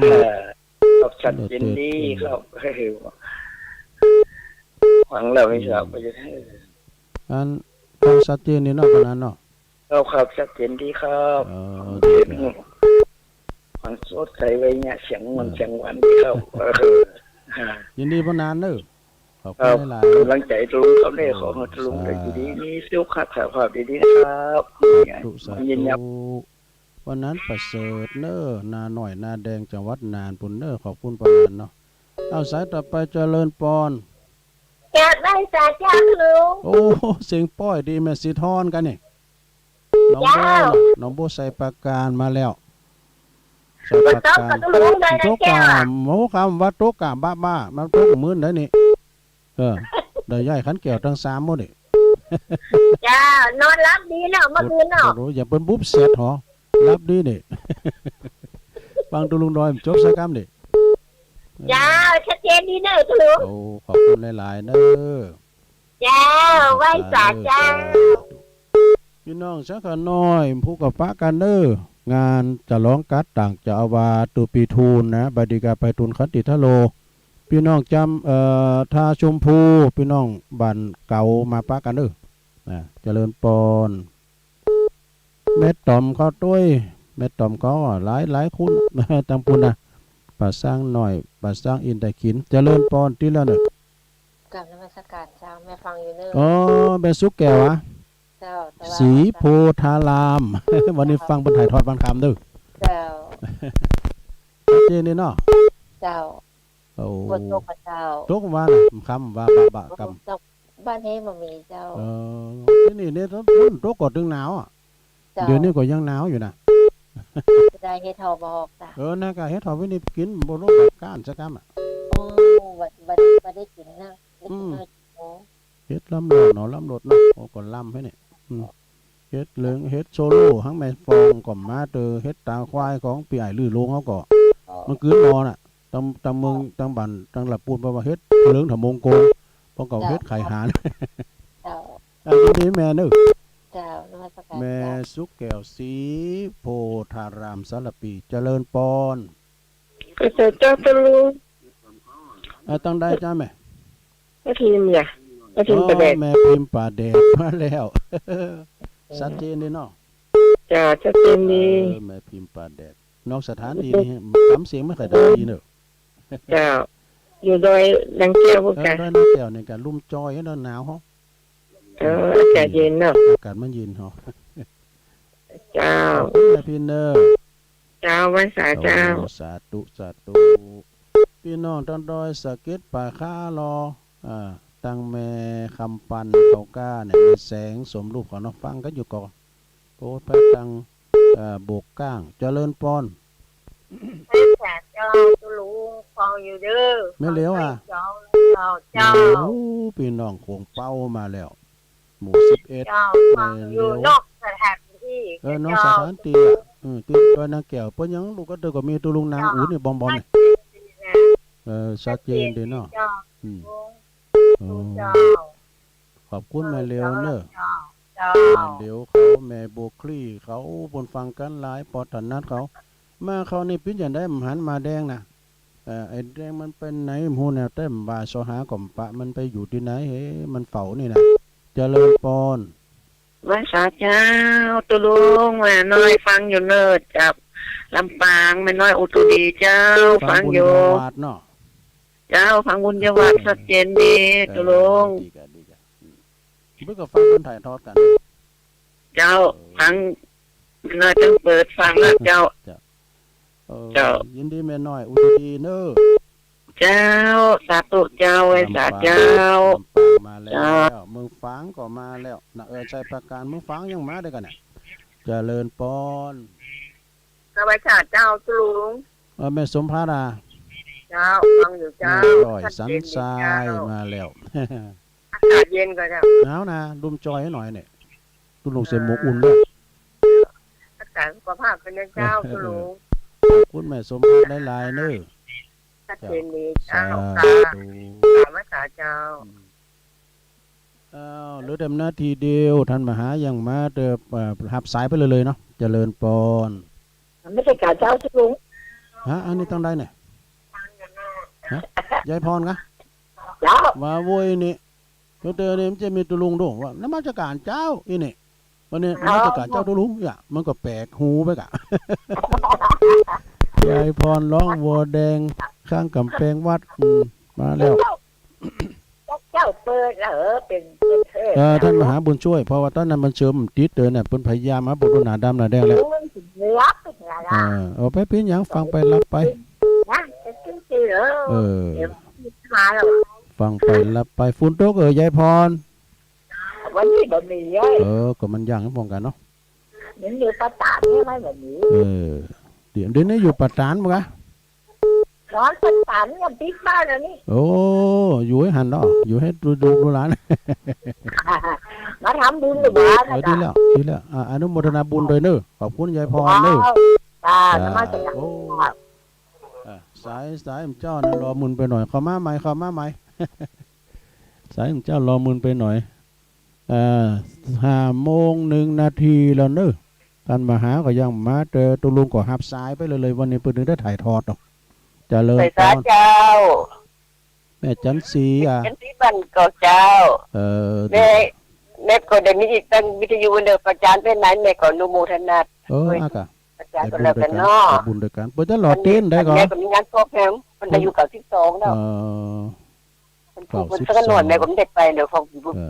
92ว่าวันนั้นมันออก61เนาะแล้วก็ไม่ได้ฟังตอนบางเลยเนาะที่เวลามาฟังอันนี้เนาะวันนี้งานดีด้วยวันคำเพิ่นจะถ่ายทอดนะฟังไปเถอะนะเน่นโมเดนาเป็นเนอร์ไปสาเจ้าสาธุพระเจ้าหลอดเต้นได้เหรอพระเจ้าหลอดเต้นด้วยเนาะ0899556506ที่วัดรองเจ้าคณะอำเภอป่าซางวัดบ้านมะกอกนี่โดยท่านพระครูศรัทธาพิมลพร้อมกับคณะสงฆ์ในตำบลมะกอกเพิ่นจะหลอดเต้นเด้อจะหลอดเต้นตีกลางโคงแก้วอาราม วัดมะกอกเปิ้นเป็นข้างแรกว่าเปิ้นว่านะวันที่หยังก็แม่เสียมว่าแม่เสียมบอกว่าเหมือนกันนะแม่วันที่หยังก็ ที่บ่เจ้าหลอดเต้น่ะปู่โตเปิ้นน่ะมาจุอาหารหมดเด้อตึงตำบลบ้านมะกอกตั้งแต่น้องซอยลองลงมาเนาะก็หลายกะวัดน้องซอยวัดตีนด้อยวัดพันนอนวัดบ้านหวายนะดูวัดสันกำแพงวัดบ้านกอกดูหลายเด้อวัดจ้างกำดูตำบลนี้ตำบลใหญ่นะวัดพระบาทตากผ้าก็กาพระบาทนี่ก็กินไปกึ่งแล้วลูก เพื่อจะมีการหลอดเตียงกันหลายตีกันในศรัทธาญาติโยมทั้งหลายเนาะแต่ว่านี่ก็อนุโมทนาบุญครับพี่น้องศรัทธาคณะสงฆ์ตำบลยางครามโดยการนำของท่านพระครูสถาพรพัฒนาลังสีเป็นประธานเตนตีวัดพระพุทธศรีคีรีเนาะกับปออุดมพุทธวงศ์แม่เทียมวันพุทธวงศ์เพราะว่าเปิ้นก็เป็นเจ้าของสถานีบ้านทุ่งเรดิโอเปิ้นประธานเสาไฟโซล่าเซลล์นะได้ยินพระอาจารย์เน้นหลักเปิ้นก็บอกว่าโทษได้11ต้นแล้วเนยน่ะแม่จีราพันธ์เขาก็ฮับแม่นั่นก็ฮับแม่นั่นก็ฮับเลยนะตุนเรื่อง3ปัญหาสถาแจงเรื่องเด้อแจงเรื่องนะมันต้องใจไฟฟ้ามันต้องใจน้ำมันมันต้องใจเครื่องปั่นอย่างสักอย่างเอาแสงตะวันปิ่นหมอกคือมันสะสมไว้หัดเนาะ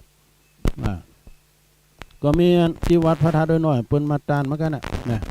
การเฮากายแบบก็แจงเรื่องเด้อการทำกายมาซีมอยวันนี้นะเจริญปอนฟังอยู่เนอะโอ้แม่สายพี่หน่อยมันดิเหรอ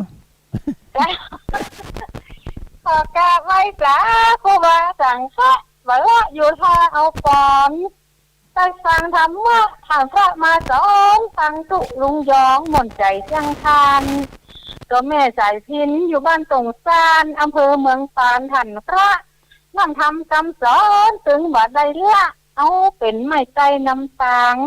กูคำกูเจ้าฟังเป็นประจำปันได้บ่ได้ฟังมันก็ง่อมเนอะเจ้ากำลังใจตุลุงเนอะโอ้ขอบคุณแม่สายพินเนอะเจ้าอนุโมทนาสาธุบุญตัวจินเนอะวันนี้เนอะเจ้าเนอะดีจ้ะฟังกันถ่ายทอดเนอะเจ้ากลับไว้จ่าเจ้าตุลุงเจริญปอนอันนี้แม่สายพินจังซอประจำคืนเนาะเด้ออ้าวเจริญปอนจ้าเจ้าตุลุงแม่วันเลยแม่วันรายงานไปเลยเพิ่นจะแห่เพิ่นจะหล่อเต้นบ่ได้ก็แม่วันที่5เลยค่ะวันที่5กรกฎาคมเนาะว่าแม่วันก็ยังไปห่างไปกันเพิ่นห่างดากันแล้วเนาะมาหันบ่เนาะถึงตำบลน่ะเนาะจุก็หันบ่เนาะหมดอ่ะโปโตโมนกะอีหมดคำแล้วเทศบาลเนี่ยก็จะมากันหมดนะโอ้แต่กะเปิ้นลมกันเนาะเทศบาลน่ะแต่ว่าเนี่ยท่านนายกถนอมกำใจนายกเทศบาลยางคามเปิดก็ไปสมาชิกกันแม่วันก็ไปอยู่เนาะไปก็อยู่จู้หันนะจูตีน้ำเบเซมก็น่ะจำที่เนี่ยหมอสูงอายุไปกันหมดกลุ่มผู้สูงอายุต่างหลายเนาะดีแล้วกะเนี่ยมันจะสนับสนุนการทำบุญนะ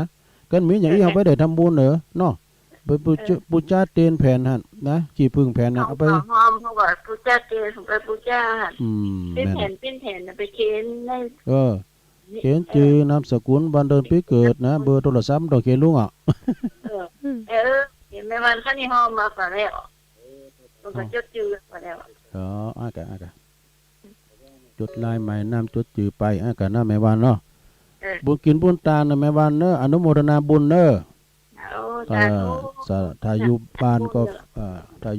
ฟังไปเดี๋ยวนี้ฮะกี่บ้านน่ะออกกันเดี๋ยวอย่างนี้กี่บ้านนั่นน่ะอันนี้มันใจอันนี้เปิ้นถ่ายทอดน้องสถานตีแล้วก็อาจารย์พระครูวรธรรมนาถนี่เปิ้นไปอันเมืองชลบุรีพุ่นเปิ้นมอบหมายถวายเวลาคืนแล้วก็จับแม่นเปิ้นถ่ายทอดตัวอีกอ่ะนั่นน่ะเพราะว่าในวันไลฟ์พอแล้วจับตัวลุงจะหม่อมได้อย่างไรมานอนพี่กะมานอนพี่ตัวลูกก็ลูกเจ้านะปุตรูกำมือนี่กำซ่านะมาย่ำตีดำเดียวตัวปีหนุ่มมันก็บุญนาดำนาแดงมันเสื่อมตีดไอ้ลูกสมัยเด็กตะวันขนาดตัวลุงว่าไปเรื่อยๆอ่ะก็มันออกวิทยุนี่เนาะเพราะว่า4 โมงแค่เป็นยังก็มาช้าดีกว่าไม่มาเนาะขอบคุณแม่วันเจ้าสาธุปี พี่น้องทางดอยสะเก็ดรอหลานยายพลอยดอยสะเก็ดก็ฟังอยู่ก่อนเจริญปอนเจ้าตุลุงฟังอยู่นะเจ้าอยู่ทั้งใดอยู่หัวจานแม่สายทองกะเจ้าแม่สายทองทันยาแก้วเสียงมันนั้นเหมือนเขาอยู่ในห้องสี่เหลี่ยมฟังยากเหมือนกันเด้ออย่างยายพรนี่จับเสียงมาได้แล้วคุณโต๊กแม่สายทองอ่อยเลยเดียวตอนนี้ว่านี่มองหูคำเอาอยู่บ้านนี่แต่นี่ก็เป่งแล้วมันก็คืมนะจ๊ะก็น่ากะตอนนี้นี่เป่งพอแล้วกำลังใจทุลุงเนอะแต่ว่าทุลุงไปพุทธศรีศิริเนาะป้าแม่หมอหลาเขาอยู่ร้ายกะโตหนักอยู่บุญทวีก็ไปแม่บุญทวีเขาหมุนบัตรหูก็พระครูโสพลเขาก็ไปหลายอยู่เนาะพอกันรถไฟเปิ้นมากันหลายแล้วก็ยังมันก็ทยอยกันลุงตัวลุงเขาลุงมาก็ย่างข้ามขึ้นมาพอดีย่างข้ามนี่ก็จะหนักพอดมก็ปนพร้อมครอบครัวไปตานโซล่าเซลล์กันเป็นตานเสาไฟตานเสาไฟตานไฟเนาะหัวใจเปล่งลึ่งสว่างสวัยขอบคุณแม่สายทองเด้อกำลังใจอันทุลุงนะจ๊ะอนุโมทนาด้วยเด้อได้ทำบุญสาธุจ้าเขาเจ้าแม่สายทองธัญแก้วห่วยการเจริญปอนโอ้สายมาอย่างหาฝนอย่างตัวปีเลินไว้เลยสายมานะสายมาอย่างหาฝนโอ้ฮับปอตันแล้วล้นเลยเนี่ยเจริญปอนโอ้อย่าไปคุยขอตอกเหรอไปคุยโคกะฮัลโหลเขาไม่ฟังเราเลยจะยินเดี๋ยวขอตัดสายสุมาเด้อ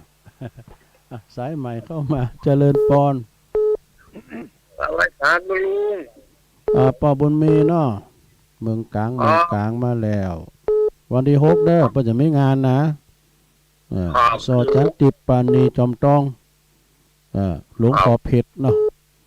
เพิ่นจะมีหลวงพ่อเพชรด้วยครับ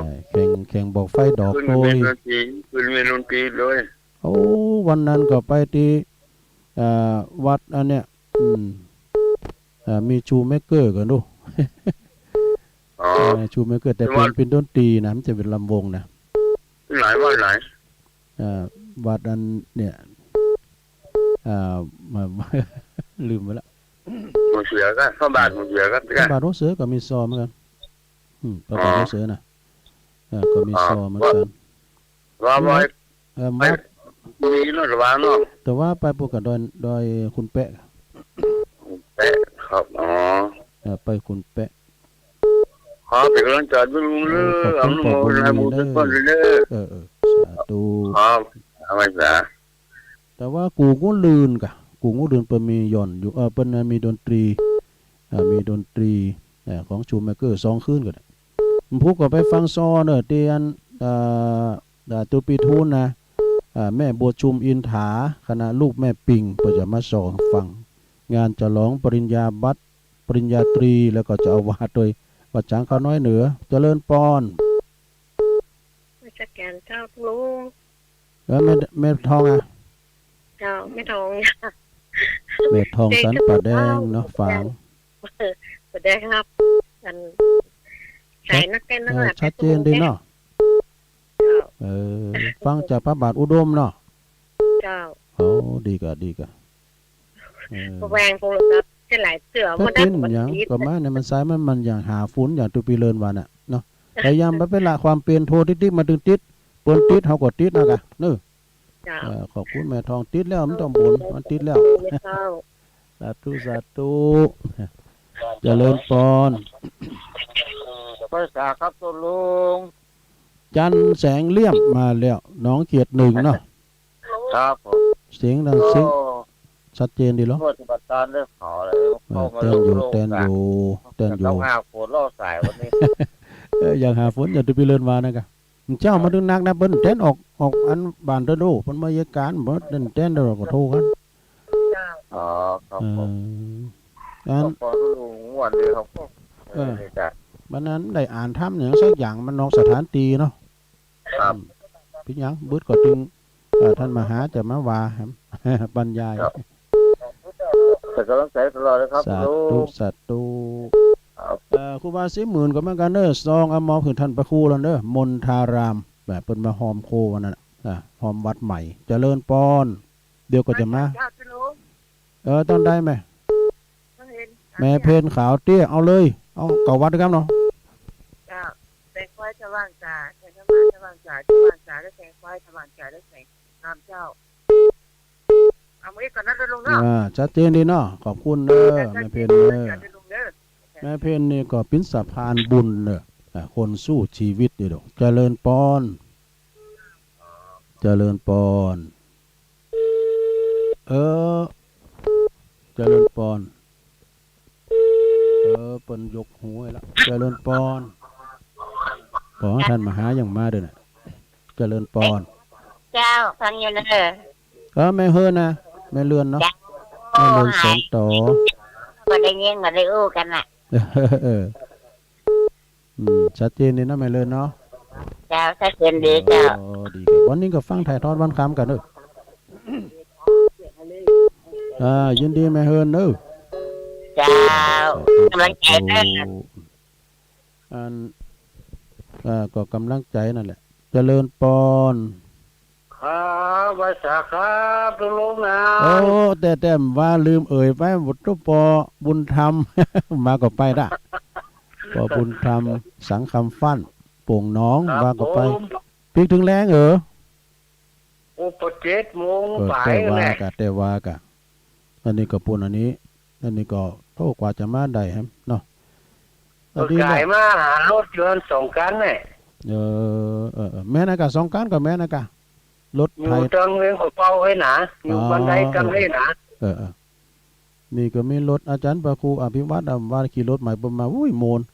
แล้วก็รถของอันถ่ายทอดเสียงนะกะรถวัดไฟหินครับโชเฟอร์ก็นอนรถมี2 คันบุญมาแล้วรู้นี่เนาะแม่นแล้วมากัน3 ตุนตูปีอูก็มาตูปีอูก็เปิ้นมาด้วยกันนี่ก็เปิ้นบทมาจะบทว่าสร้างแต่กูบ่ได้ซิกว่านี่ล่ะอยู่ด้วยหน่อยครับเบิดมา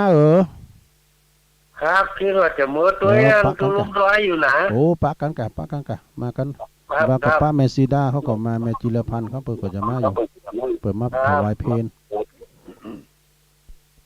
พี่น้องมือฟังว่าจะมาอยู่ก้าในน้องได้ยินเพิ่นว่าได้นี่เนาะว่าก็ซุมฟังตุปีเลินน่ะเพิ่นออกมาโดยต่างโดยยินดีป้อนบุญปากันครับไว้ครับตัวตุลุงดอยเพราะว่าตุลุงดอยครูบาดอยนี่เพิ่นก็จะมาวันนี้ก็แปลกเหมือนกันนะซะได้กูเจอตุลุงมานอนนะรถที่มันหนักน้ำเลยวันนี้ไข่ห่างหายเด้อรถนะรถใหญ่มันพอเดียวเฮ้ยมันมือในมากันเนี่ยปุตตะวันก่อนนั่งรถไปกรุงเทพเนาะไปตัวท่านพระครูสังฆลักษณ์สมบัติอภิรามนโยเจ้าอาวาสวัดเหล่ายาวไต่เนาะแล้วก็ไปกับท่านวรากรจิรจิตโตตุปิตุยไป3 ตุนเมารถตูดดึงกันดูเป็นรถไอติข้อนะพูดตัวดูตางพอเขารถนี่นักขนาดลงเนี่ยรถนี่อย่างบีบินกันว่าไฟแดงมันออกนะมันจ่อก็ฮะนะการไฟเขียวเนี่ยรถต่างคนต่างไปอย่างน้ำไหลอย่างข้างน้ำปุตโตตัวอันตุปิต่างอันไอติบนำทัวร์นะบอกว่าโอ้เบอร์นี้ยังดีกับตัวลงรถมันโล่งดีนะอยู่โล่งอยู่ปุตโตน้ำมันแปลงใหญ่วะเขาไม่ค่อยไปไหนน้ำมันแปลงใหญ่ดอกตัวแต่กันเนาะท่านมหายังมาตัวนี้เนาะสายข่าวแล้ว977เจริญปอนไหว้สาเจ้าดูลุงไม่เอามอนะเจ้าวันนี้อยู่ดอยนางแก้วกะอยู่ดอยนางแก้วเนี่ยนางอยู่นี่คนเดียวเจ้าวันนี้บ้านดีก็จะรอเตียนเหมือนกันอนุโมทนาเก่าไปเลยแม่วันนี้บ้านแม่ก็จะเป็นมาตานพระเจ้าก็เลยจะรอเตียนโดยการเข้าวัดด้วยค่ะดีกะนิมนต์ตุมาฮับในวัดท่านเลยทีนี้นะดีกะถ้าโดยขังเนาะอนุโมทนาเด้อตุลุงเด้อก็ฟังถ่ายทอดไปพร้อมก็ได้เด้อเจ้าฟังถ่ายทอดด้วยกันฟังพระเจ้านี่แล้วก็ ตอนบ่ายพวกกันเนอะบ้านเฮาจะทำบุญ เป็นนี่จะตอนบ่ายเนาะ เจ้า ดีกะดี เจ้าไหว้สา บุญ เจ้า รักษาเนอสาธุสาธุว่านี่เปิ้นหอมซองตุลุงก็ไปถึงวัดก่อนเนอะวันพัดปุ่นอ่ะ จะได้ประกาศนะเดี๋ยวนี้มันมีโอกาสปอตานก็หอมมานะหลายท่านหลายคุณแม่แก้วเอ้ยแม่แก้วยาวาส่งกำลังใจไปแม่แก้วเด้อเจริญปอนโอ้รับไปเห็นแล้วมาใหม่เด้อมาใหม่ดูมาใหม่มันรุดไปคนเดียวเจริญปอนเจ้าไหว้สาเจ้า อันนี้แม่บัวคำอินตยศเนาะบันด้วยหรอเจ้าบ้านเฮาชัดเจนเลยเจ้าชัดเจนนี่เนาะเจ้ามันมีเลยดีกะฝุ่นก็ตกมีฝุ่นมันแรงฝุ่นหน่อยเจ้าขอบคุณเนอะยินดีนางเนอะเจ้าลูกแล้วทำอะไรแล้วเรียกกันรอบแป๊บหนึ่งเข่าเป่าไฟไปเนาะแต่ว่านี่เอาไปส่งแล้ว2 มัดผ่ายิบผ่าโคใบเนาะสาธุยินดีเลยสาธุเป็นกำลังใจท่านเนอะเจริญปอนอยู่ดีมีสุขโดยหล่อเจริญปอนเจ้าท่านเฮ้ยท่านได้ยินป้าเนาะป้านายนะแม่นายเนาะป้านายอันกระเดียวน้องเบลจะอู้ตัวเองเอากันน้องเบลแฮปปี้เบิร์ธเดย์สวัสดีโทรศัพท์นี่มันกำยังไงนี่กำเนี่ยกำในมือกะเจริญปอนติดแล้วครับถึงไหนแล้วผมกำลังออกไปเนอะโอ้ดีกะบ่ได้ขึ้นไปปูนเนอะฮะแต่เพื่อจะไปตามเต็นเหล่ามณฑาปักตั้งเจริญก่อนดีกะไปหลายวัดเนาะการเก่าวัดเอาเทียนไปดอยเก่งของอาจารย์บุญศรีดอยเก่งครับจะได้ก่อให้กำลังใจตัวลงไปเนอะโอ้ขอบคุณน้องเบลเนอะมันโทษซับมันบอกไม่ขึ้นตัวลงนะดีกะครับผมไว้สาเดินทางปลอดภัยเนอะแม่นายเขาอันนี้กลุ่มของแม่นายน้องเบลเขาแล้วก็แม่การดาเขาเนาะเปิดจะไปตานเตียนเก่าวัดโพธิ์แปลดอยเกิงบ่นะดอยเกิงนี่ก็เป็นวัดประวัติศาสตร์ของพระแม่เจ้าจามเทวีเหมือนกันนะแล้วก็ครูบาเจ้าศรีวิจัยโดยเปิดไปสั่งไปกึดเนอะตุลุงก็ได้ไปแล้วโธ่อย่างเมืองแต่เมืองหนึ่งเนอะ อาจารย์บุญศรีแต่เปิ้นพินพระครูแล้วนะเปิ้นขึ้นมาวัดพระธาตุน้อยด้วยน้อยนี่บ่อยเหมือนกันนะเปิ้นมาสั่งทำชัดอย่างเงี้ยกะนะวัดเปิ้นก็โตตากวาดแล้วเข้าไปในไกลเหมือนกันนะอยู่อำเภอหอดก็หาเนาะอำเภอหอดกะไปตัวหลวงพ่อไป2 เตอแล้วกะตอนนั้นเปิ้นจะร้องการ์ดต่างจะร้องผัดหยดเนาะ เกิดไปโดยเปิ้นแต่เปิ้นวางศิลาฤกษ์อย่างเงี้ยโธ่วัดเปิ้นงามใหญ่แปลงเจดีย์แปลงถาดกันวันพุธนี้ก็ศรัทธาญาติโยมวันที่4ก็ที่วัดหลวงศรีเตด้วยเนอในเมตตาบารมีธรรมครูบาเจ้าเสาค่ำถาวโรพระครูกัลยาณธรรมนิวิตเปิ้นจะฉลองอายุวัฒนมงคลเปิ้น74 พรรษา54เนอะไปก็เปิ้นจะแจกของดีด้วยนะพระจะไปถวายเพลพระจะไปรับสังพระจะไปเปิดโรงทานข้าวน้ำโภชนาอาหารก็เจิญก็ได้วัดหลวงศรีเตตำบลศรีเตอำเภอบ้านโฮ่งจังหวัดละปูนเนาะโอ้ทางหลวงนั้นเปิ้นฟังกันหนักเนอะแม่ศรีลาพรแม่สุกแก้วเขานี่นะตอนนั้นก็ฟังกันหลายพดมาต่างตาจ่างแม่เพนเขานี่แม่โบคำนี่หายไปเนอะแม่โบคำนะแม่น้อมนี่ก็โทรมาอยู่ ไปตั้งคงเป้าสำนักเนอะคงเป้านะคงเป้าก็หลายปอดนัดเขาบันหลวงจอมต้องเขาอังทางอังคลักเจริญปอนดังกอยอยู่ตั้งไหนใช่ไหมแม่บอกกี้เจ้าเจริญปอนแม่บอกกี้เนอะคงเป้าหมู่11เนาะดีกะฟังสัจจีนเดียวแม่บอกกี้แม่กองใจรังสีแม่นวลแม่เหลวเพิ่นฟังอยู่น่ะก็จะไม่เหลวกับโทรมันอ่ะโอ้ดีแล้วชัดเจนเนาะฟังถึงวันนี้ก็ฟังถ่ายทอดวันคำนะแม่เนอะเจริญปอนหันถึงภาพถึงเสียงเนาะขอบคุณหลายๆฮะขนาดก็ให้ ปัฒนาเนี่ยเพิ่นยังโทรมากำลุนอ่ะจำเตอโทรหลังไม่ ฟังอยู่เน้ออ่ะเพิ่นก็ฟังอยู่หั่นเนาะขอบคุณเน้อเจ้าสาธุจะเจริญพรจ้ะแม่โบคลี่เนาะกงเป้าหมู่11แต่ว่าน่ะก็ไปน้องกูงูลืนน่ะโอ้กูงูลืนนี่เปิ้นก็ฟังกันนะแม่ลุมเขาทางปุ่นนะโอ้เปิ้นปิ้นกันเด้อโอ้สร้างสีสันเปิ้นตานกุฏิโดยทำบุญสงน้ำถาโดยอาจารย์ประสบโชควิสุทธิธารีพี่น้องจากชลบุรีก็มาตอดผ้าป่าด้วยเจริญพรแม่อยู่ตั้งใดแม่แม่จันหอมเจ้าพี่น้องป่าตึงหลวงปู่หล่ามาแล้วฟังตุลุงตึงหวานตุลุงสัตว์เจนดีเนาะเพิ่นฟังกันหลายอยู่กันแม่เนาะเจ้าฟังกันหลายเจ้าคนใดก็โอ้ฟังตุลุงยองม่วนดีอ่ะใจดีเหรอเจ้าก็ตุลุงก็กรรมการนะตุลุงขอบคุณแม่จันหอมเด้อเจ้าอันนี้หลวงปู่หล่าเด้อป่าตึงแม่จันหอมตังสันนะเมงเราฟังอยู่แม่รัชนีเมงทองเขานี่บัดดำปุนเปิ้นเจ้าว่าตุลุงก็กายมาหากะกายมาจะมีกระหับสายก็ท่านมาหาเยี่ยมมาดำเดียวรับลูกหลานี้เจริญปอนภาษาเจ้าตุลุงสองหลอกเลยเด้อแม่อุ้ยอินนะเจ้าแม่สาบเสมอแล้วไม่ว่าจะไปตานวัดตุลุงอยู่เด้อดีกะเจ้าในทางร้านแต่ร้านว่าคอยเขาว่าซาแล้วเนาะไปเป็นหยังก็ได้ก็ได้โอ้ตุลุงอยู่อันด้อยนางแก้วเนี่ยอนุโมทนาด้วยเด้อบึกก็ฟังถ่ายทอดวันคำกับแม่เด้อเจ้าฟังการถ่ายทอดกันวันคำจากใช้สุขภาพเด้อแล้วก็สาธุเป็นหยังขอบคุณแม่อุ้ยอินแม่สาบเสมิงหนึ่งเดียวคนนี้เป็นตัวแทนพี่น้องเสมิงเนอะเสมิงนะ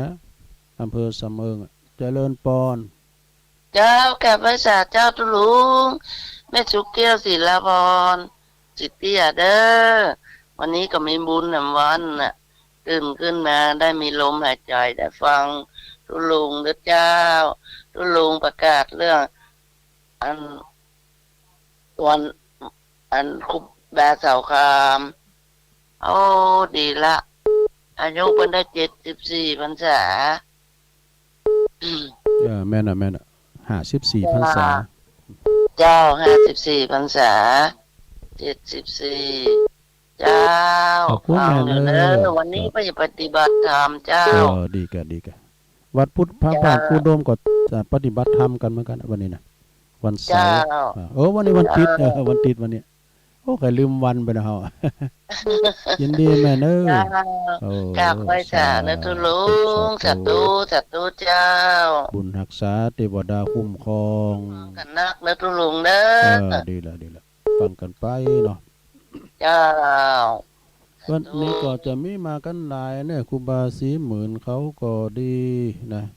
ครูบาอาจารย์ก็จะมากันหลายไปตั้งปุนตวยพี่น้องบ้านทาชมพูบ้านเก่าบ้านเกิดของตุปีทูลเพิ่นก็จะมากันผูกน้ำปะกันเริ่มผูกน้ำพี่น้องตุลุงอยู่ไปมันเจ้าบ่เมื่อแลนี่มันแท้นมาปีคำเจริญปอนไหว้สายเจ้าตุลุงแม่อุ้ยลากะอุ้ยลาวงสายะเอาเคยลีให้เจ้าโอ้สุมาเลยบ้านโบกะเมืองลีกะเจ้าโอ้เดี๋ยวเมืองลีได้ยินแล้วกะชัดเจนเลยโอ้สุมาตัวเนอะพี่ว่าเมืองลีเพิ่นก็ฟังกันได้โกดอันที่โทรก็เดียวโกดบัดแค่ผิดลงว่าวันนั้นลูกกรุงเทพมาก็กายไปหากะปุถโธเพิ่นว่าหวยยาไส้นี่มันจะของไก่ได้หวยยาไส้นี่โตบันบวกอันนี้บันบวกบันโบกเนาะบันโบกแม่หยังก็แม่ลงหยังแม่ลงแม่ลงโอ้จ้าแม่ลงเนาะโอ้แม่ลงลงหลายเที่ยละแต่ก็นอนมันน่ะได้ยินน่ะแม่ลงอายุเท่าใด88เจ้าโอ้พุทโธฟังเสียงหนุ่ม88แล้วโอ้ดีกะโอ้อายุยืนยาวนี่แม่ลงเด้อ100 ซาว เป็นกำลังใจตัวลุงแล้ว สาธุสาธุขอบคุณแม่หลวงเด้อ ไหวสายเจ้า พี่น้องเมืองลี่เพิ่นก็ฟังแล้วเนิ่มด้วยนะเกิดไปทางพี่น้องเมืองลี่เด้อไหวสาบารมีธรรมครูบาอาจารย์ด้วยพระเดชพระคุณหลวงพ่อพระครูอินทวุฒิคุณก็ได้เจ้าคณะอำเภอลี่ว่าก็กายวันนั้นก็กายว่าวัดบันกลางนะกายวัดอันแม่ตื่นโดยเมตตาธรรมหลวงพ่อพระครูพุทธิธรรมสุนทรรองเจ้าคณะอำเภอลี่ยังยกมือไหว้พระเจ้าหลวงอยู่เนาะเจริญปอนเจริญปอนติดแล้ว กับไหว้สาเจ้าตุลุง แม่บัวเขียวมาแล้วแม่บัวเขียวเนาะปดมเขาจะฟังอยู่จ้าแม่อำพรเขานี่ อำพรไปอำพันธ์ฟังอยู่ฟังลุงอยู่เย็นดีจ้ะดีกะเจ็บฝนตกก็ ก็แรงว่ามคำเนี่ยมาถึงกับฝนตกว่ะข้างนี้ก็บ่ตกเลยจ้ะแต่วันนี้เปล่งเรื่องเนอะนะ แต่นี้เปล่งเรื่อง สบายดีเนาะสบายดีกันจ้ะสบายดีแล้วตอนแรกนี้อันแข็งขาอ่อนประกำเนี่ยกะกำเนื้ออ่อนแรงก็ว่าเดี๋ยวไปเติมน้ำเกลือ2 กระปุกนี่ดีเลยวันนั้นโทรหาตุลุงวันนั้นตุลุงอยู่ไหนนู้เลยคิดเห็นเนาะเป็นยังไงโทรมาหลังไม้ก็ได้กันไหมแม่บัวเขียวแม่บัวเขียวจ้าตุสาตุเจริญปอนพี่น้องเมืองลี่ด้วยเนอะปดมเขาแม่อำพรเขาแม่อำไพเขานะหลายผู้หลายฐานไอ้ผลนั่นเนอะไอ้ผลเนี่ยพงกูด้วยปุ่นขับรถครูบาเจริญปอนนมัสการครับผมบุญศรีญาณะมาแล้ว โอ้วันนี้เป็นพิธีกรทั้งวันวะเนาะเป็นกันท่านมหานะกะโอ้ครับโอ้ชัดเจนดีเหรอโอ้ครับก็ถ้าใส่เสียงไว้พ่อเนอะอย่างนั้นได้สนมเพราะวันละจ่ายน้อยนะครับขอบคุณปอบุญศรีครับผมเป็นกำลังใจนะครับยินดีหลายๆเนอะปอบุญศรีเนอะไปศาลเลยครับอันนี้ก็โฆษกพิธีกรเหมือนกันนะปอบุญศรีนี่เป็นโฆษกได้กุยหยั่งเนอะปอบุญศรีเนี่ยนะงานศพงานสักงานแต่งแต่หมดอ่ะเจริญปอนข้าพเจ้าเจ้าตุลุงแม่อยู่ทั้งใดอันแม่ตู้เจ้าแม่ตู้บันล่องอ่ะแม่ตู้อยู่ละปูนนี่กะอันมาเดียวมาคืนมาอยู่บ้านนอกแค่อันหลานอันยันหนังสือกันได้มาอยู่บ้านนอกมาอยู่บ้านช่างวางก่อนอากะพี่เนี่ยมาก็ได้รู้ไปสมะอากะไปมากันเนาะไปมาลูกกำลังใจเนอะขอบคุณแม่ตู้เนอะเจ้ากราบไหว้ศาลเจ้าวันที่เก่านี่เปิ้นก็มีงานบุญสงน้ำถาดที่วัดแตนคำตัวเนี่ยวันที่6ก็วัดเมืองกลางวันที่เก่าเหมือนกันประจัดต้านที่ดินเนอที่วัดมงคลวัดตาล้อมงคลท่าล้อท่านอาจารย์อริยทรัพย์เขาเนาะประจัดต้านที่ดินในวันที่เก่าเจริญปอนครับไหว้สาครับลุงมาแล้วนะบุญผาดพิงกะปตะเก่าแล้วนะวันนี้เหมือนได้ไปร่วมงานแล้วลุงเลยเป็นยังถามฟังตั้งบ้านมันก็ได้เนาะคณะสาธุไปเลยขอบคุณเนอะปอหน่อยไม่จงดีบ่อยู่เพิ่นไปธุระที่ไหนฮู้หาแซ่บเป็นยังวันนี้ขออนุโมทนาโดยที่เพิ่นอายุ74วัดไหนเพิ่นหลงละปูนเหรออันนี้วัดหลวงสิเตกะวัดหลวงสิเตครูบาเสาคำสาธุด้วยครับขอบคุณขออยู่ว่าน่าจะส่งให้ตุลุงเนอะขอบคุณหลายๆปอหน่อยกำลังใจตุลุงรักษาสุขภาพเพิ่นเนอะวัดลอยนางแก้วมันหนาวของนะหนาวกะโอ้โตตั้งเฮาอยู่ฮอดตอนนี้หนาวอ่ะลุมจอยให้หน่อยสาธุปอหน่อยบุญปันเนอมาแล้วต้องขอบคุณปอหน่อยเนอปอเกตทินะเขาก้าเนี่ยปอสมจิตเขาปอจีฟังอยู่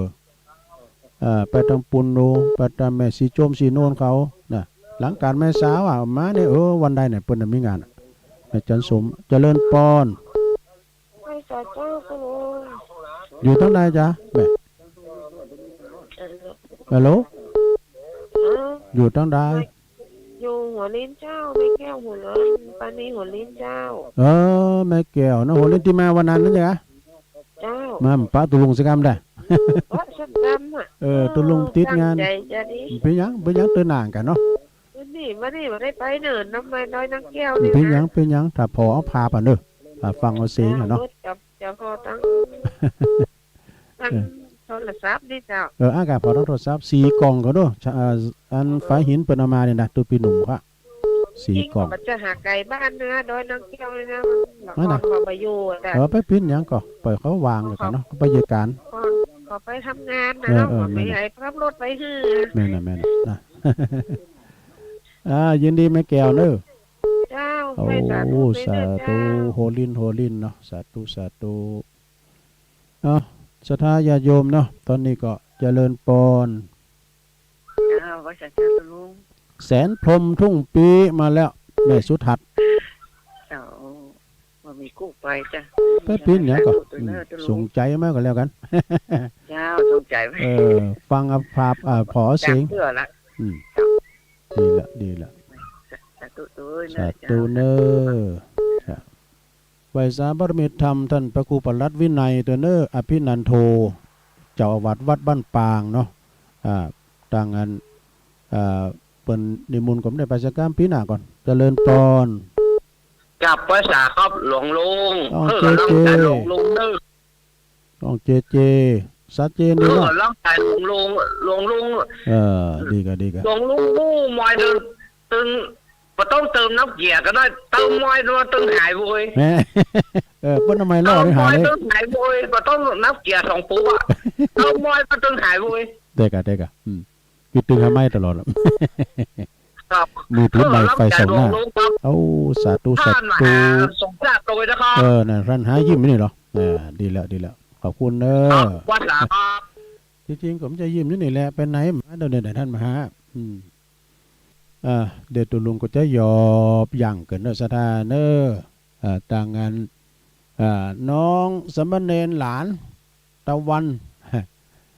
เพิ่นก็ควบคุมเสียงอยู่ทั้งปุ่นมาทำแล้ว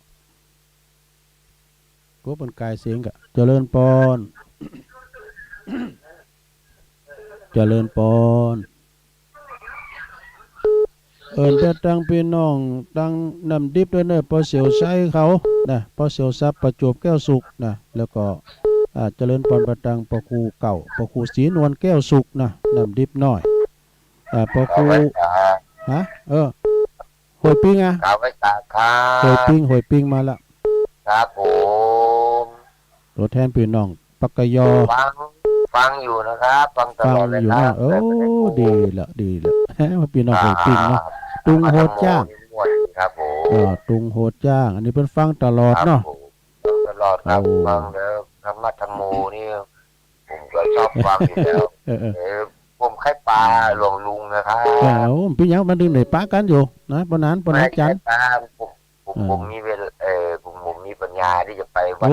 พี่หน้าปลากันที่บันปางกะเนาะพี่หน้าว่ากันเดี๋ยววันผู้คนนี่ผมจะโอกาสมาได้ก็ซ้ำดีกะให้พี่ยังที่วัดพระธาตุใบหน่อยยินดีต้อนรับเลย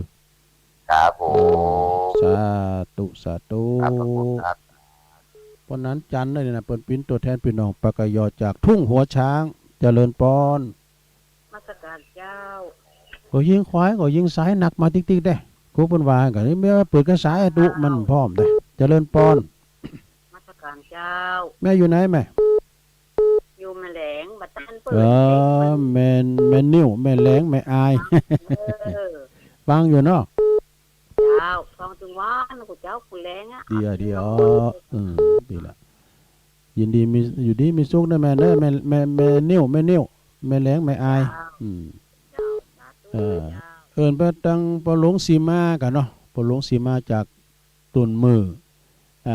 ดังปเล่งนาลงกิติวงศ์เขาสันปอสันลมจอยแม่ฟองห้องสิทธิ์ด้วยเนอะประแดดแม่ขันแก้วเขาเจริญปอนเหมือนคงข้าวทองแม่คำพี่น้องไตมาแล้วแม่สุงค่า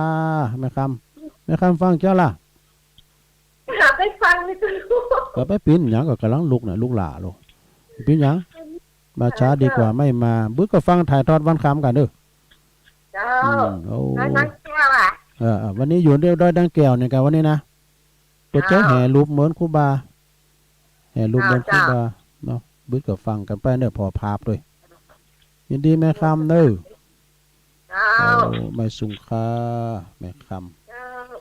เจริญปอนเมสซี่หลูเขาก็ฟังอยู่ก็เมสซี่หลู แม่อามเขาน่ะบ้านปังป้อยนะปังป้อยปังควายหลายตีเจริญปอนไปครับคุณลุงบกนเนาะบกนฮะโอ้ปนันปันสุมาปนันปันอินมากโอ้ปัจจานขอบคุณมานานเนอะฟังตลอดครับสาธุเอาทำสายเนอะทำสายเนอะท่านมหาประมาณละเจริญปอนไปสาธุรู้โอ้60ผู้ใหญ่มาแล้วเนี่ยท่านอาจารย์เดี๋ยวอันปอบุญตันเดี๋ยวนี้มีไหนเลยพูดอยู่กันไปแล้วเนาะปอบุญตัน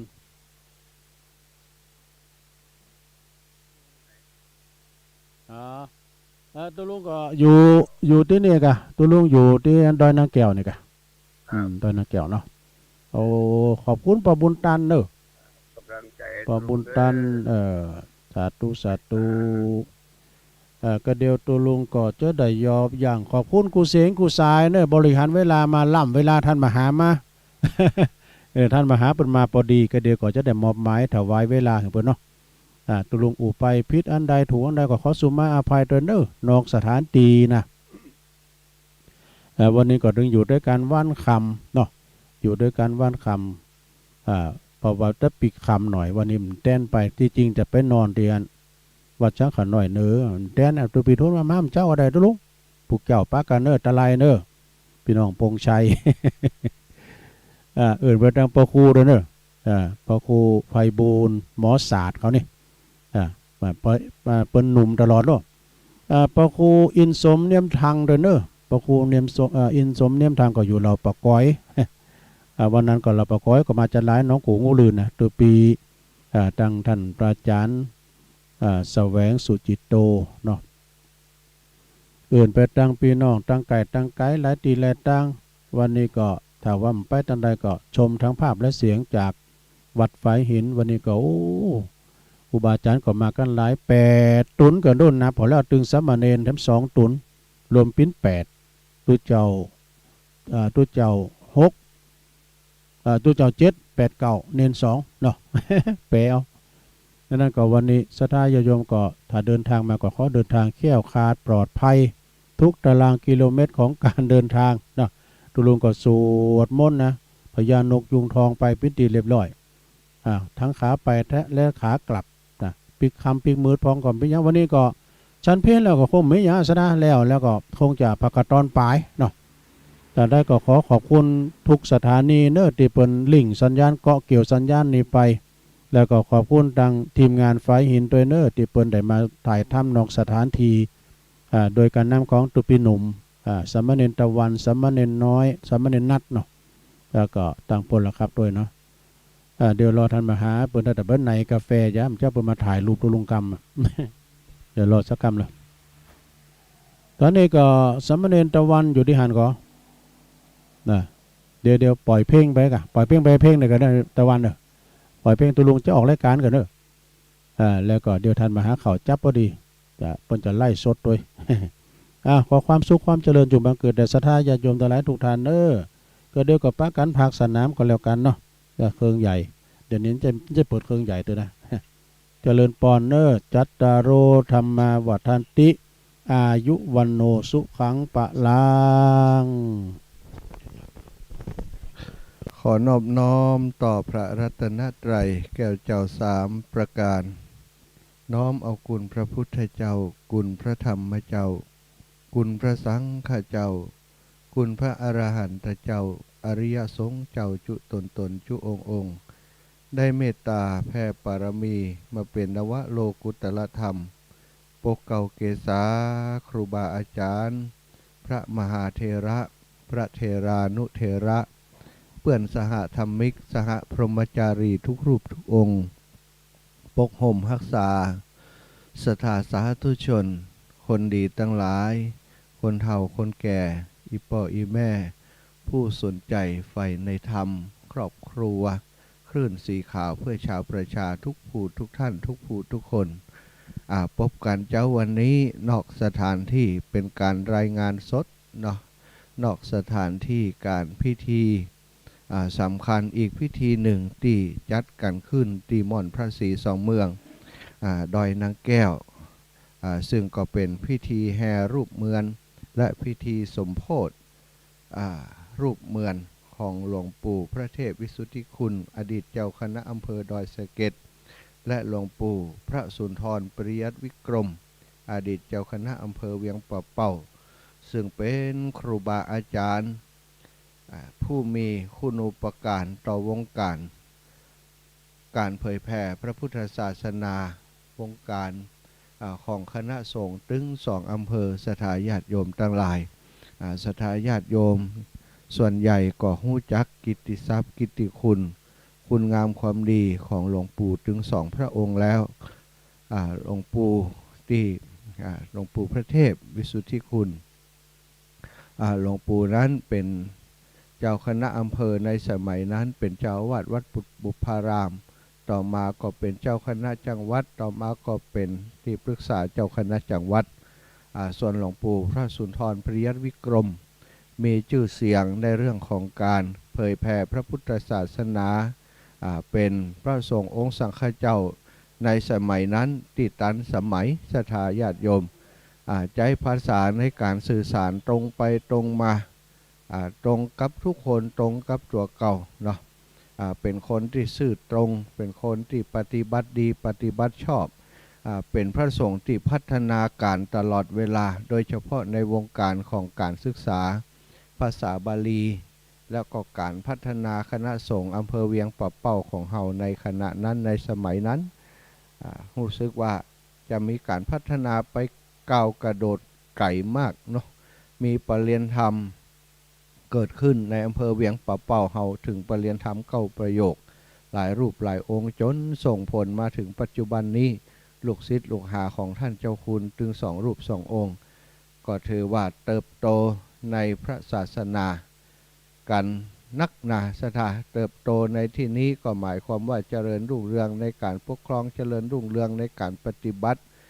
เป็นที่เคารพบูชาของศรัทธาญาติโยมก็จึงเป็นเหตุเป็นผลที่คนทั้งหลายมาลำลึกนึกถึงคุณของครูบาอาจารย์เจ้าถึง2 รูป 2 องค์ได้มากึดล่ำตำสร้างมาสืบสารปณิธานเดิมเนาะสืบสารปณิธานที่ครูบาอาจารย์เปิ่นได้ทำมาแต่ก่อนเก่าโดยใจคตินโยบายหรือว่ากุศโลบายหรือว่าอุดมคติอย่างก็แล้วแต่ที่ครูบาอาจารย์แต่ก่อนเก่านั้นเปิ่นทำกันไว้เปิ่นใจคำว่ายึดสืบกำกึดยึดเจตนาเสริมสร้างศรัทธานำพาประชาชน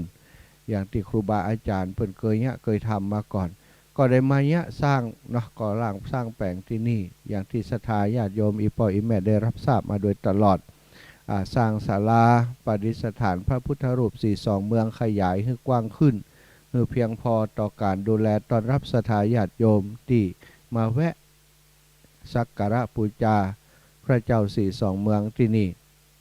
ก็กว้างใหญ่เนาะก็กว้างใหญ่แล้วก็จากสร้างศาลาแล้วเนาะก็ได้มาสร้างพระเจดีย์พระธาตุเจดีย์ถึง3 องค์ศรัทธาเป็นเจดีย์ที่เป็นตัวแทนของตั้งเชียงใหม่เป็นพระธาตุดอยสุเทพเป็นเจดีย์ที่แทนเป็นตัวแทนของจังหวัดเชียงรายก็คือเจดีย์ดอยตุงเนาะศรัทธา2 องค์ซึ่งเป็นเจดีย์พี่เจดีย์น้องต้องสร้าง2 องค์รวมกันก็เป็น3 องค์จนสำเร็จเสร็จสิ้นเมื่อสำเร็จเสร็จสิ้นเรียบร้อยแล้วก็พอดีว่าปัจจัยทายธรรมที่ศรัทธาญาติโยมทั้งหลายได้มาร่วมคิดร่วมสร้างร่วมทำกันนั้นก็มีเพียงพอที่จะรอรูปเหมือนสร้างรูปเหมือนของหลวงปู่ถึง2 องค์ก็ได้มาสร้างได้มาทำโดยครูบาอาจารย์ถึง2 ฝั่งอำเภอได้มาปรึกษาหารือก็มีมติร่วมกันว่าจะทำให้เปิ้นสุดท้ายก็ทำสำเร็จเสร็จสิ้นเรียบร้อยแล้ววันนี้จะเป็นมงคลละเลิกอันดีงามศรัทธาที่จะได้นำรูปเหมือนของหลวงปู่ถึง2 พระองค์ได้แห่จากวัดวาหลวงปู่พระสุนทรปริยัติวิกรมก็จะแห่มาจากวัดปะงิ้วเนาะ เอามาประดิษฐานไว้ที่เอามาจุกันเอามาหอมกันมารวมกันที่ศาลแม่นางแก้วก่อนจากนั้นตังเชียงใหม่เนาะตังดอยสะเก็ดก็จะนำรูปเหมือนหรือว่าแห่รูปเหมือนของหลวงปู่พระเทพวิสุทธิคุณจากวัดดอยสะเก็ดพระธาตุดอยสะเก็ดแห่มาที่ศาลเจ้าแม่นางแก้วเวลาก็คงประมาณ9 โมง 10 โมงก็จะถึงแล้วสถานจากนั้นก็มาจุมารวมกันที่หั่นปากันแห่ขึ้นมายัง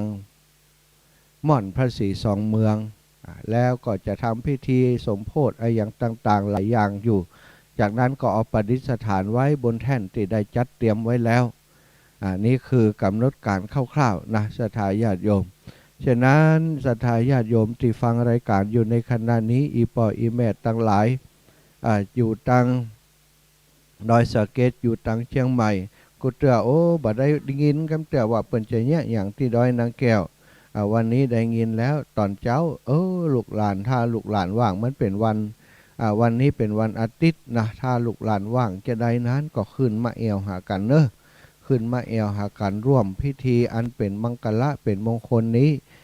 ครูบาอาจารย์ในเครือข่ายคลื่นสีขาวของเฮาท่านพระครูอภิวัฒนวิกรมในฐานะของผู้อำนวยการสถานีเครือข่ายคลื่นสีขาวครอบครัวคลื่นสีขาวท่านพระครูชลทานพิทักษ์นะ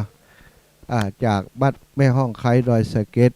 ตุ้ลุงยองท่านอาจารย์ชัยวัฒน์นาคเสโนได้พบปะได้อูจากับอีปออีแม่เมื่อสักตั้งแต่ตี 4มาแล้วเนาะก็มีหลายสาระหลายละสิ่งละอันพันละน้อยสาระมากมายได้อูจากับอีปออีแม่ไปก็มาพักนอนจำวัดกันที่นี่กับพระสงฆ์องค์เนนหลายรูปหลายองค์จากตังวัดฝ่ายหินเนาะจากตังวัดฝ่ายหินก็เนน2 รูปตู้เจ้าแหมนะ1 รูปแล้วก็ตังวันนี้สรุปแล้วมีพระสงฆ์องค์สังฆเจ้าตอนเจ้านี้8-9 รูปเนอะศรัทธาพี่น้องหมู่เฮาทั้งหลายหลายคนก็แห่ฟังอยู่เหมือนกันเนาะโยมแม่ชื่นใจไพวันโทรมาตะว่าไลน์ไปหากันอู้กันตะว่าวันนี้อีแม่จะขึ้นไปหาเนอะท่านอีนะไอ้แม่นี้จะรอฟังว่าครูบาอาจารย์เปิ่นทำกิจกรรมที่ดอยนางแก้วบ่ได้ถ้ามีกิจกรรมที่นี่อีแม่เปิ่นจะเตรียมเข้าป่าอาหารเป็นจังหันตอนเจ้าขึ้นมาถวายศรัทธาก็ทุกครั้งนะเปิ่นเป็นคนที่รอเอาบุญ รอเอาบุญอย่างเดียวฮู้ข่าวว่าครูบาอาจารย์จะมาที่นี่เปิ่นก็ท่าฟังดูว่าเปิ่นจะมาวันใดแล้วก็ฟังว่าเปิ่นอยู่กี่รูปกี่องค์วันนี้ก็ลวดสื่อสารไปหาอีแม่และศรัทธาพี่น้องบันปางน้ำทุบันขุนลาวเนอะอยู่กันตอนเช้านี้ประมาณ9 รูป 10 รูปเนาะก็เดียวท่านครูบา40,000ได้ข่าวว่าวันนี้เอาข้าวต้มมาอีนะ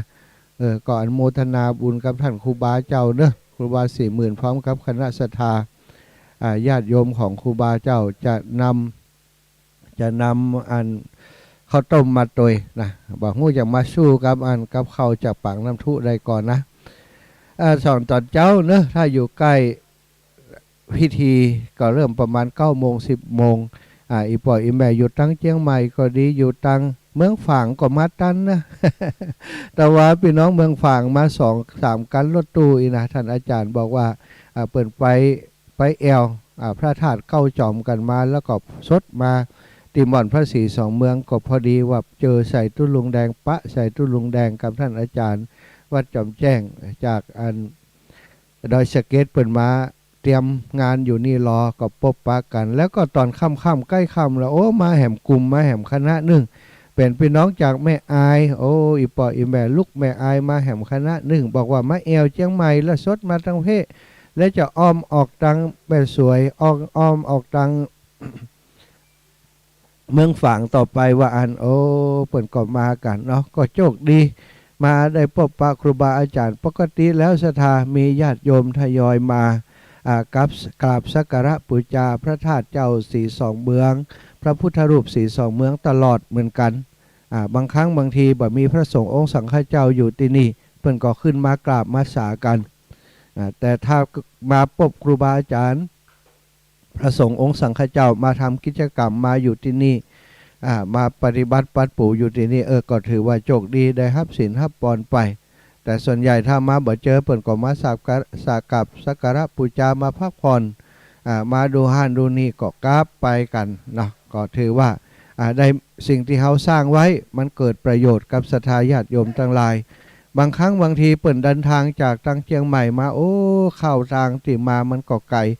ขึ้นดอยลงดอยมาไกลมาถึงจุดนี้มีที่โล่งรถจอดง่ายเปิ่นก็แวะพักแวะจอดศรัทธาแวะพักแวะจอดแล้วหันว่าทางบนนี้มีพระธาตุมีเจดีย์เปิ่นก็ขึ้นมาขึ้นมาแอวกันมาถ่ายรูปมาหันพระเจ้าก็ได้มากราบมาสาพระเจ้ามากราบพระเจดีย์อันนี้ก็คือสิ่งที่ได้สร้างกันไว้เนาะแล้ววันนี้นะเป็นคำรบสุดท้ายแล้วที่จะเอาสิ่งสำคัญมาประดิษฐานไว้ที่บนม่อนพระศรีสองเมืองก็คือรูปเหมือนของหลวงปู่ถึง2 รูป 2 องค์ก็ขอเจริญพรศรัทธาญาติโยมทั้งหลายอีปออีแม่ทั้งหลายที่อยากจะมาร่วมกิจกรรมในวันนี้เนอะก็ขึ้นมากันมาร่วมกิจกรรมด้วยกันเดินทางมาช่วงนี้ฝนตกก็ขอเฮือระมัดระวังหน่อยนึงเนาะแต่ว่าเดินทางมาจากตะวันนี้เกือบจะเป็นวงกลมและศรัทธาจริงๆแล้วตั้งใจจะไปวัดพุทธศรีคีรีเปิดมีงานที่พูดก็ท่านอาจารย์วรรณชัยปะกันมาเมินแล้วตั้งแต่เปิดไปช่วยอาตมาที่ธรรมยาตราเพื่อการศึกษาครั้งแรกครั้งที่1เนาะเปิดไปต้อนรับกับคณะศรัทธาพร้อมกับครูบาอาจารย์ก็คือเสมอว่าจะไปหาเปิดงานที่พุทธศรีคีรี 2-3 งานแล้วอาตมาบ่มีโอกาสได้ไปเลยก็เลยตั้งใจว่างานนี้บ่ให้พลาดโอกาสแล้วจะไปให้ได้พอดีว่ามาพักอยู่ที่วัดเหล่ามณฑาเตรียมที่จะไปด้วยเปิ่นแล้วญาติโยมจากลำปางที่เป็นแฟนรายการลูกหลานของเปิ่นโทรมาว่าแม่ยายได้เสียชีวิตไปแล้วเนอะท่านอาจารย์วันนี้ลูกหลานได้มอบศพให้กับทางโรงพยาบาลแล้วเปิ่นแจ้งมาว่าจะทำการเผาชาปนกิจวันนี้ตายแล้วศรัทธาเกิดไปเกิดมางานบุญตั้งหน้าก็คงจะมีหลายงานอยู่แต่งานศพงานคนตายงานเสียชีวิตนี่เปิ่นเผาวันนี้เนาะบ่จังเนี่ยจะได้เลยขืนศรัทธา ขืนศรัทธาญาติโยมที่รอครับเนาะโยมแม่จิรพันธ์พี่น้องเวียงป่าเป้าที่จะติดรถเปิ่นไปตัวนั้นเปิ่นรออาตมาอยู่อาตมาก็เลยบอกอีแม่บ่เดี๋ยวนี้ไปบ่ได้ละขึ้นไปขึ้นมาเอ็นดูแฟนรายการที่เปิ่นเสียชีวิตไปแม่ยายศรีนวลนั้นตอนที่เปิ่นมีชีวิตอยู่ไปมาหาสู่มีอย่างเปิ่นก็ไปหาตลอดมีของกินดีๆล้ำๆก็ไปหามีการมีงานก็ไปช่วยตลอดอาตมาทิ้งเปิ่นบ่ได้เนอะจำเป็นจะต้องไปเผาศพเปิ่นเหตุกรรมแต่ว่าก็เดินทางกลับไปเผาศพเปิ่นที่ลำปางเมื่อไปถึงแล้วศรัทธาเป็นว่าลูกหลานของเปิ่นก็รออาตมาอยู่บ่มีไผบ่มีแขกผู้มีเกียรติบ่มีไผสักคนนะคนอื่นก็มีแต่ญาติลูกหลานต่ออัน10 กว่าคนอาตมาไปถึงก็เริ่มพิธีพอดีเที่ยงกึ่งก็เริ่มพิธีในการเผาศพทำพิธีให้เปิ่นมาคึดในใจว่าถ้าเขาบอกไปเนาะหันแต่ญาติย่อมแย่มเปิ่นจะคึดจะใดพอดีว่าอาตมาไปลูกหลานทั้งหลายก็อย่างน้อยก็มีติเปิ่งอย่างน้อยก็มีคนแต่แม่ยายศรีนวลเปิ่นเคารพนับถือมาร่วมในงานศพนี้พร้อมกับญาติธรรมเครือข่ายที่เปิ่นฟังวิทยุที่จังหวัดลำปางก็มากันแห่มหลายผู้หลายท่านก็ทำให้ญาติลูกหลานของแม่ศรีนวลก็คงจะหานว่าคนเฮาเนี่ยเวลาสร้างคุณงามความดีทำคุณงามความดีมีญาติสนิทมีมิตรสหายที่ฮักกันไว้เนื้อเชื่อใจกันเวลาตายไปแล้วมันก็จะมีคนมามาหามาให้กำลังใจอย่างอีเนาะก็ขอไว้อะไรเนอะส่งความไว้อะไรไปให้ญาติพี่น้องทั้งหลายของโยมแม่ศรีนวลวิญญาณของอีแม่ไปดีแล้วไปดีไปงามแล้วตะวานี้บ่ได้หันตอนเจ็บตอนป่วยตอนป่วยตอนไข้ไปหันตอนที่เปิ้นเสียชีวิตจากไปนอนอยู่ในโรงนอนยิ้มอยู่ใช่ไหมบ่เจ็บบ่ปวดอย่างแหมแล้วนอนยิ้มสบายไปสบายก็เลยบอกแม่ยายบ่ต้องห่วงเนอะก๊อกเฮโลก็เอาขวางไปเป็นปีแล้วเนาะบ่ก่อนเปิ้นติดเนาะแต่ต่อมาก่อนจะบ่สบายนี่อธิษฐานทิ้งมดศรัทธาเพราะว่าได้ฟังน้ำฟังธรรมก่อนละสิ่งมูนี้มดได้มารักษาศีลได้มาสื่อศีลกลายเป็นคนสงบเย็นไป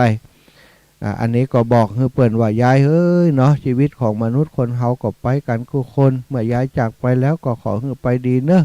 ไปดีไปงามไปอยู่สวรรค์ไปอยู่วิมานตามคติที่ควรจะอยู่ตามคติของคนที่ปฏิบัติธรรมมานะส่งยายเรียบร้อยก็ปิกมาที่พระธาตุสีสองเมืองมาถึงที่นี่ประมาณ4-5 โมงแล้วสถากับโยมน้องพนิตาท่านตุลุงแดงท่านอาจารย์วัดจอมแจ้งอยู่กันที่นี่กำลังเตรียมงานทำดอกทำดวงกันเนาะอันนี้ก็ต้องขอบคุณเนอะขอบคุณคนทั้งหลายที่ช่วยกันร่วมด้วยช่วยกันอยู่ที่นี่จากนั้นคืนที่ผ่านมาก็ได้นอนพักอยู่ที่นี่กับครูบาอาจารย์จนถึงบัดเดี๋ยวนี้เวลาหมดเวลาแล้วเนอะท่านสามเณรตะวันเดี๋ยวจะเปิดเพลงขั้นรายการตรงนี้ก็ทุลุงหนุ่มนะก็สำหรับเจ้าวันนี้อาตมาภาพและครูบาอาจารย์ก็จะมีกิจกรรมอย่างต่อไปอยู่ตรงนี้เนอะเวลาต่อจากนี้ก็คงจะเป็นเวลาของรายการต่อไปเนาะทุลุงหนุ่มจะเปิดเพลงขั้นก่อนเอาฐานนี้เปิดเนาะเอาละศรัทธาญาติโยมเจ้าวันนี้ก็ขอความสุขสวัสดีบังเกิดมีแก่ศรัทธาญาติโยมทั้งหลายจัตตารโอธรรมาวัฏันติอายุวันโนสุขังพลังนิพพานังปรมังสุขัง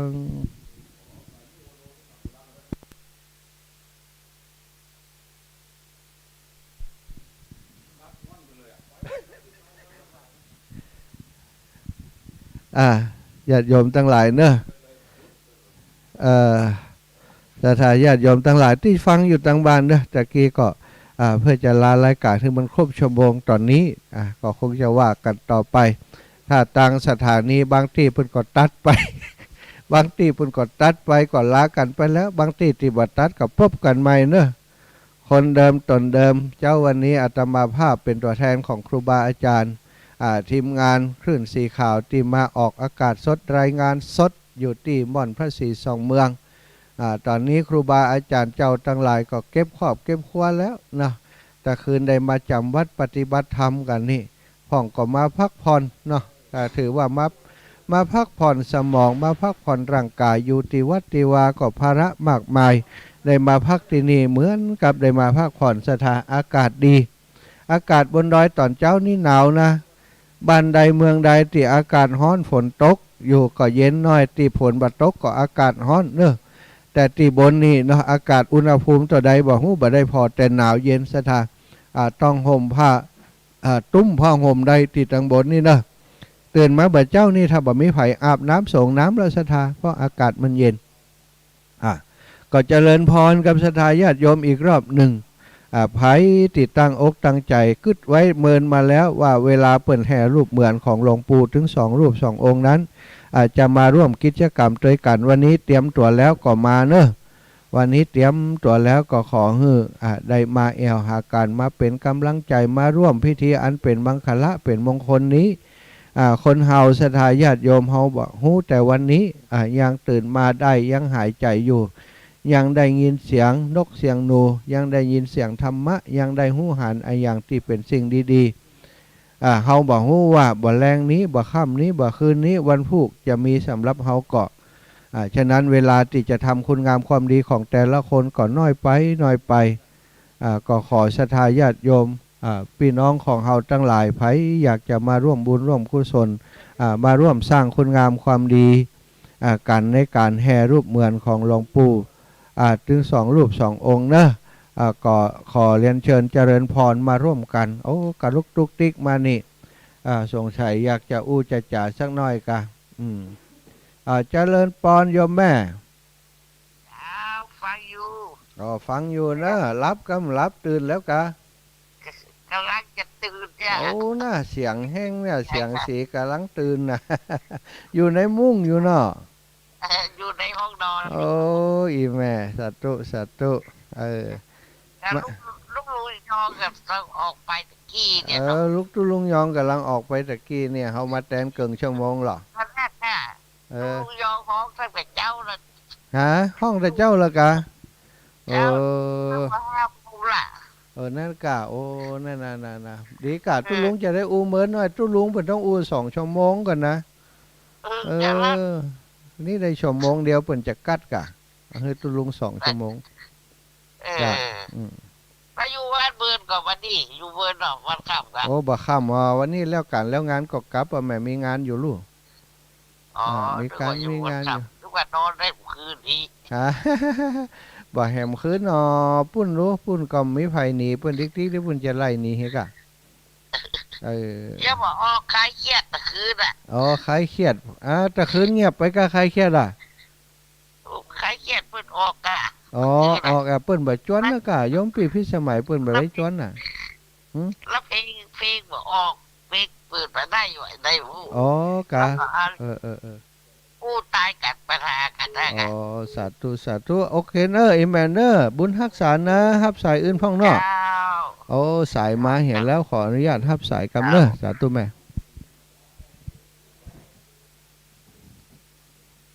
เจริญปอนยมแม่เรือนพี่น้องวังเหนืออะไรจ้าสาธุถ้าฟังท่านอาจารย์พระครูเนอะท่านอาจารย์นพดลวันพุธเนอะอีแมนเนอร์16 นาฬิกา18 นาฬิกาถึง20 นาฬิกาจำกันได้แล้วเนาะจ้าหน้ากากโฆษณานักหน่อยจ้าให้กำลังใจเนอะสาธุบุญรักษาอีแม่เหมือนกันเนอะจ้าเจริญปอนแม่ยายพรแต่ว่าโทรมากะบ่ได้โทรกลับเนอะวัดป่านี่ว่าครับวัดเพิ่นก็เรามนทาเพิ่นก็เรามนทาปิกแล้วก็ปักปิกลำปางปิกลำปางก็ปิกมานางแก้วเพิ่น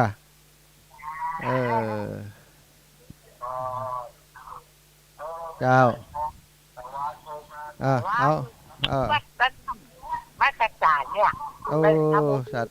ธุแม่ยายพรวันหลังโทรมาแม่ยายปิดวิทยุกำเตออันนี้วิทยุกวนอยู่เนี่ย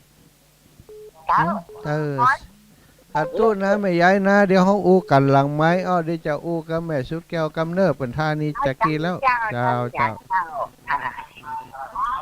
าเจริญปอนแม่สุดแก้วศิลาพรเจริญปอนอีแม่สุดแก้วศิลาพรกลับไหว้สาเด้อท่านมหาเจ้าฟังอยู่เด้อชัดเจนดีเด้อเจ้า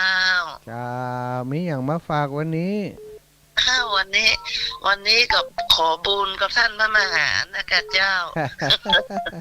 ขอบุญกับครูบาอาจารย์เปิ้นด้วยเนาะเจ้าขอลูกบุญด้วยเด้อสาธุอีแม่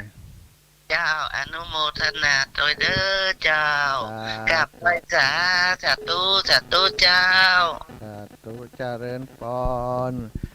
เจริญปอนพี่น้องลำปางตัวแทนลำปางเป็นหมู่เป็นจุมมาแล้วแม่น้อยท่าโทกว่าได้ไว้จ้าเจ้าแม่กลับถึงค่ำก็อยู่ไหนนะเจ้ากลับมาดอยนางแก้วก็อยู่ดอยนางแก้วเพ่กะอยู่ไหนอยู่ไหนเรื่องวันไปพุ่งกะเรื่องก็ไปอยู่ใต้ใต้ไหนแหมบ่แล้วไปแถวค่ำก่อนนะบ่ค่ำ5 โมงนี่กะประมาณ 4-5 โมงเนี่ย4 โมงไปกลับบ้านเสียกลับกะวันนี้อยู่บ้านพี่ใจล่ะสาธุดีแล้วเนอะแต่ว่าอีน้องไปส่งถึงปุ้นเนาะเจ้าน้ำเพกอ่ะดีแล้วน้องสอทอดน้องติ๋มรองนายกอดีตรองนายกวอกแก้วขอบคุณอีแม่นะขอบคุณอีแม่เดี๋ยวจะฮับสายพี่น้องเชียงใหม่รับปูนก่อนเจริญปอนโยมแม่สายทองวันนี้เอาของดีมาฝากเลยขอบคุณเจ้าพระมหาฟังแต่เจ้าอยู่นะเจ้าแม่เจ้าสักจินดีเจ้าอยู่ดอยนางแก้วนะเจ้าอยู่ดอยนางแก้วกับครูบาอาจารย์มีอย่างมาฝากวันนี้เจ้าอย่างเล็กๆน้อยๆแล้วก็ขอแล้วอนุญาตนะเจ้าได้เลยแม่พวกนี้อยู่ไกลยังไม่เกิดสร้างมันเถิดอย่าร้อนไปคนไข้วันนี้ตายแล้วให้ตายไปอย่าใจไปคล้องทั้ง2 วันถ้าวันนี้สดชื่นและเลื่อนจิตอย่าไปคิดหน้าหลังมาค้างฝันสิ่งที่แล้วไปก็แล้วกันสิ่งที่ฝันไม่มาอย่าอภรนะเจ้า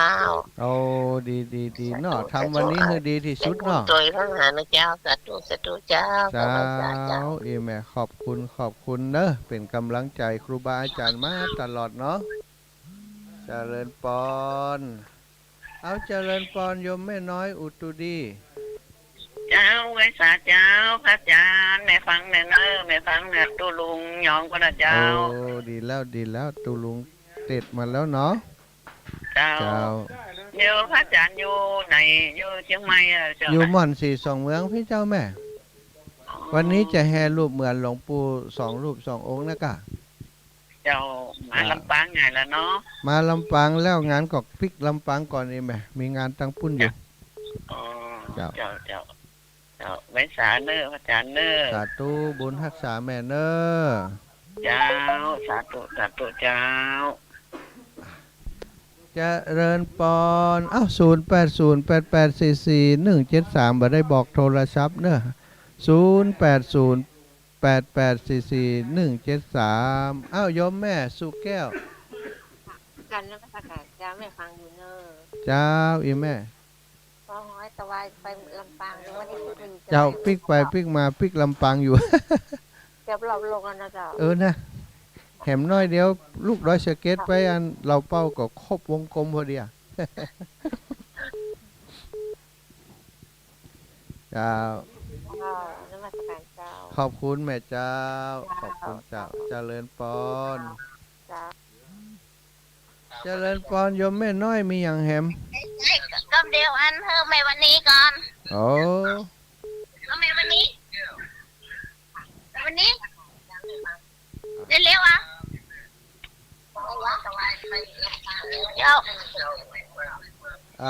ว่าใดมีอย่างแหมเดี๋ยวคือแม่ก่อนเอาแม่เร็วเนี่ยทานนะทั้งหมดเร็วรอว่าใดแม่กะนี่ว่ากับเป็นอย่างเก่าสบายดีเก่าลูกดีแล้วมากันรับนี่เลยสวงใจแล้วเนาะที่เลยไปมาแล้วเนาะเจ้ามาแล้วเนาะเคยแอวแล้วดีละดีแล้วลูกเขาก็ทำดีของเขาที่สุดแล้วเจ้าสาธุแล้วจะกลับมาวันที่อย่างก่อนกลับวันนี้กะเสร็จงานแล้วก็กลับแล้วเจ้ากลับวันนี้กะเจ้าเสร็จงานก็กลับแล้วกลับมาแม่ก็จะว่ากูกระจายเขาจะไปเพียวยากลับวันนี้แน่บัดต้องเป็นลำบากอย่างแม่เดี๋ยวเขาจะมาตัดมานี่อยู่เนี่ยการของตัวเก่าเถอะแต่จะไปช่วยกันนั่นที่มันนี่เลยลูกมันจะยากจะขึ้นหลักแหละเป็นอย่างดูแลงานตัวเองเตอเนอะยันอย่าแม่ไม่ยันอย่านี่นอนรับกินแล้วกันหรือว่านี่ดีกะไม่เลี้ยงไงสาธุขอบคุณแม่เนอะเดี๋ยวจะฮับสายพี่น้องเชียงใหม่ก่อนเนอะเจ้าเจริญปอน9669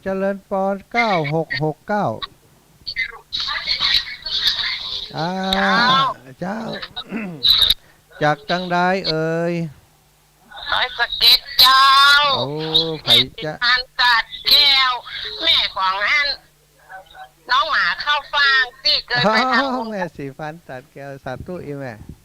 มาเอวกะวันนี้มาเอวกะแม่ขี่มอเตอร์ไซค์ขึ้นไปแม่กลัวแม่เลยไม่กล้าไปใจแม่ขึ้นไปอยู่ปุ้นแล้วอะค่ะดีกะถ้าแบบมีรถใหญ่มาบัดทำมาเนอะอันตรายฝนตกถนนลื่นตั้งมื่นอีแม่รถประสบอุบัติเหตุหลายนะแต่ว่าพอแล้วเบาไหวตั้งมื่นอันแม่เอาไปมอเตอร์ไซค์กูค้างไปค้างหลังสุดนี่เมื่อวันที่24 เมษายนแม่เนี่ยเอารถมาดับอีกครึ่งกิโลจะถึงบ้านรถดับสตาร์ทเลยเนี่ยค่ะสาธุมาละอันถ้ามีรถใหญ่ก็มาเนอะวันนี้แม่ก็เลยโทรมารายงานท่านมหาว่าแม่บ่ได้มาขึ้นไปแต่ตัวแม่บ่ขึ้นไปแม่กลัวรถค่ะแม่บ่กล้าแล้วก็อย่างนึงฝนตกแม่กลัวอันต่างเรื่องตัวค่ะสาธุบุญรักษาอีแม่เนอะบุญรักษาเจ้าไก่ไว้สาเจ้าเจริญปอนโอ้อยู่แม่อุ้ยอินแม่สาบเสมอครับบัดตันเนอะแม่เนอะสุมาเตะแม่อมรพี่น้องท่าดอยคลั่งอีกครับแม่แม่แล้วจือได้อยู่จักเบิร์นแล้วไม่ได้โทรขั้นหาฟังอยู่สาธุอีแม่ฟังตัวเฮากำเนิดวันแม่ก็จะมีงานเหมือนกันอีแม่มีคนโทรมาหานี่แม่ฟังล้อกำเขาจะอุดตัวนี้ตัวเจริญพรครูบาไปเจริญพรครูบาน่ะครับอาจารย์ว่าใด อาจารย์มาอยู่ด้วยอยู่หมด4 ชั่วโมงอย่า ใจแล้วครับ เดี๋ยวทำบุญสักกรรมเนี่ยอันข้าวต้มจะไปแล้วเนอะ อ๋อข้าวต้มจะมาแล้วเนาะอ๋อได้ข่าวว่าข้าวต้มจะ ไป มา ครับพ่อผมมันทำข้าวต้มไปถวายแล้วผมติดงานนี่อยู่ติดงานตัวหลวงพ่อร้องนี่อยู่พระเจ้า อ๋อ นี่นะ ค่ะครับ ครับแล้วก็พอถ้วยพอจอดกำเนิดหลังเนาะ จ้าครับผม ครับอันนี้หมดเนอะ สาธุครับ เรื่องงานนี่ผมไปครับ สาธุครับอาจารย์ครับโอเคครับรับทราบครับโอ้ครูบาโทรมาโอ้ยอมแม่ตะกี้ไม่อุ้ยอินปิดไปเหี้ยละกี้ละโอ้อ่ะเจริญปอน ใบสาเจ้าผ่านมาหา เจ้า แม่บันดีเทศบ้านเลี้ยงปลาเป้าลังกาเนอะ โอ้สาธุ วันนี้แม่ไม่ได้ไป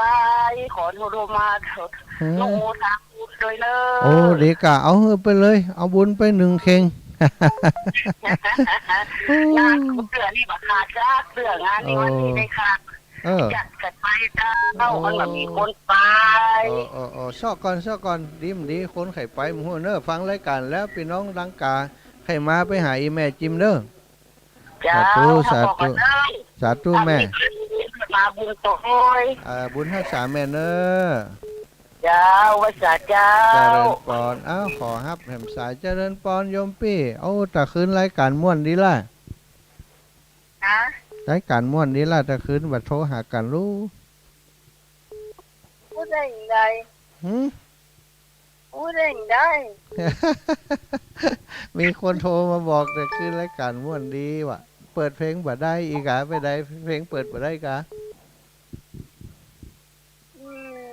อาจารย์สงสัยถ้าไอ้เมาดูบอล อาจารย์ไปดูบอลได้อย่างอาจารย์เป็นมอนิเตอร์อยู่หันตลอดนะ บอลเลยบอล อ๋อกะใครชนะก็ เนี่ยจันดีอย่างงูแล้ว เจ้าปี่ เดี๋ยวแม่จันดีสันทราย เจ้า ทำเสียงได้อยู่ อ๋อตะกี้นะเจ้า ข่าว เจ้า อาจารย์เล็กเสียข่าว เจ้าสาธุ ข่าว ขอบคุณปีเนอร์ ข่าว ได้เดี๋ยวเขาโทรหาปีเนอร์เจริญปอนเจริญปอนอีแม่โยมแม่เกี่ยงคำปีน้องวอแก้ว เจ้ากับนมัสการฟังอ่านมาอ่านตลอด คือเติงหาอีแม่ น้องติ่มไปยังบัดหาแม่สักกำนะ โอ้ยไอ้ว่าอีลานี่ฮะแต่ว่ามันมางานศพมันถ่ายจะหีบมาอันป11 โมงแล้วกะมันออกมานะ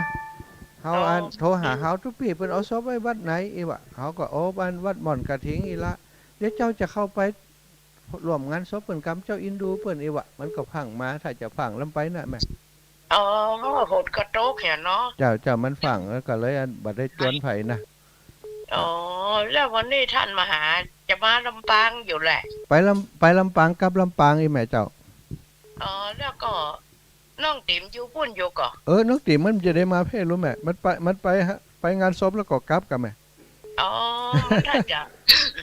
อยากฝากน้อยเนาะถ้ามารับแม่น่ะฝนก็ตกมันก็กลัวอันตรายอย่างเนาะ ใจ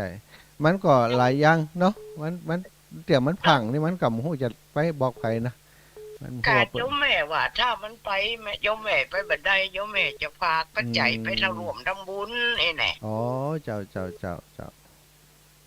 สาธุ พูดมีกำบังได้ยินแต่เสียงเพ่นพูดกับเลยหานนี่ทายทอดกับเจ้า ถ่ายทอดแม่ถ่ายทอดรายงานสดเตี๋ยบ่อน42เมืองเพ่แม่ อ๋อ เจ้า แล้วก็ YouTube นี่บ่ได้หันแล้วเนาะ YouTube อีแม่มมีเครื่อง YouTube ก็ถ่ายทอดอยู่นะ Facebook ถ่ายทอดอยู่นะเจ้า หลายแม่จะพยายามพอเนาะ เจ้าของวัดฝ่ายหินเด้อแม่เด้อเจ้าพอใน YouTube ก็ได้ มาลำปางโยมแม่จะติดต่อน้องติ๋ม เจ้าจนกันไปก็ได้ จะมีเพื่อนไปโจยอีไหน อ๋อดีกะ ผู้กันตะวาเนี่ย โอ้กะโอ้กันกับไปหาเนอะ เจ้ารบกวนได้อีกท่านเจ้า สาธุแม่เจ้าสาธุ จ้า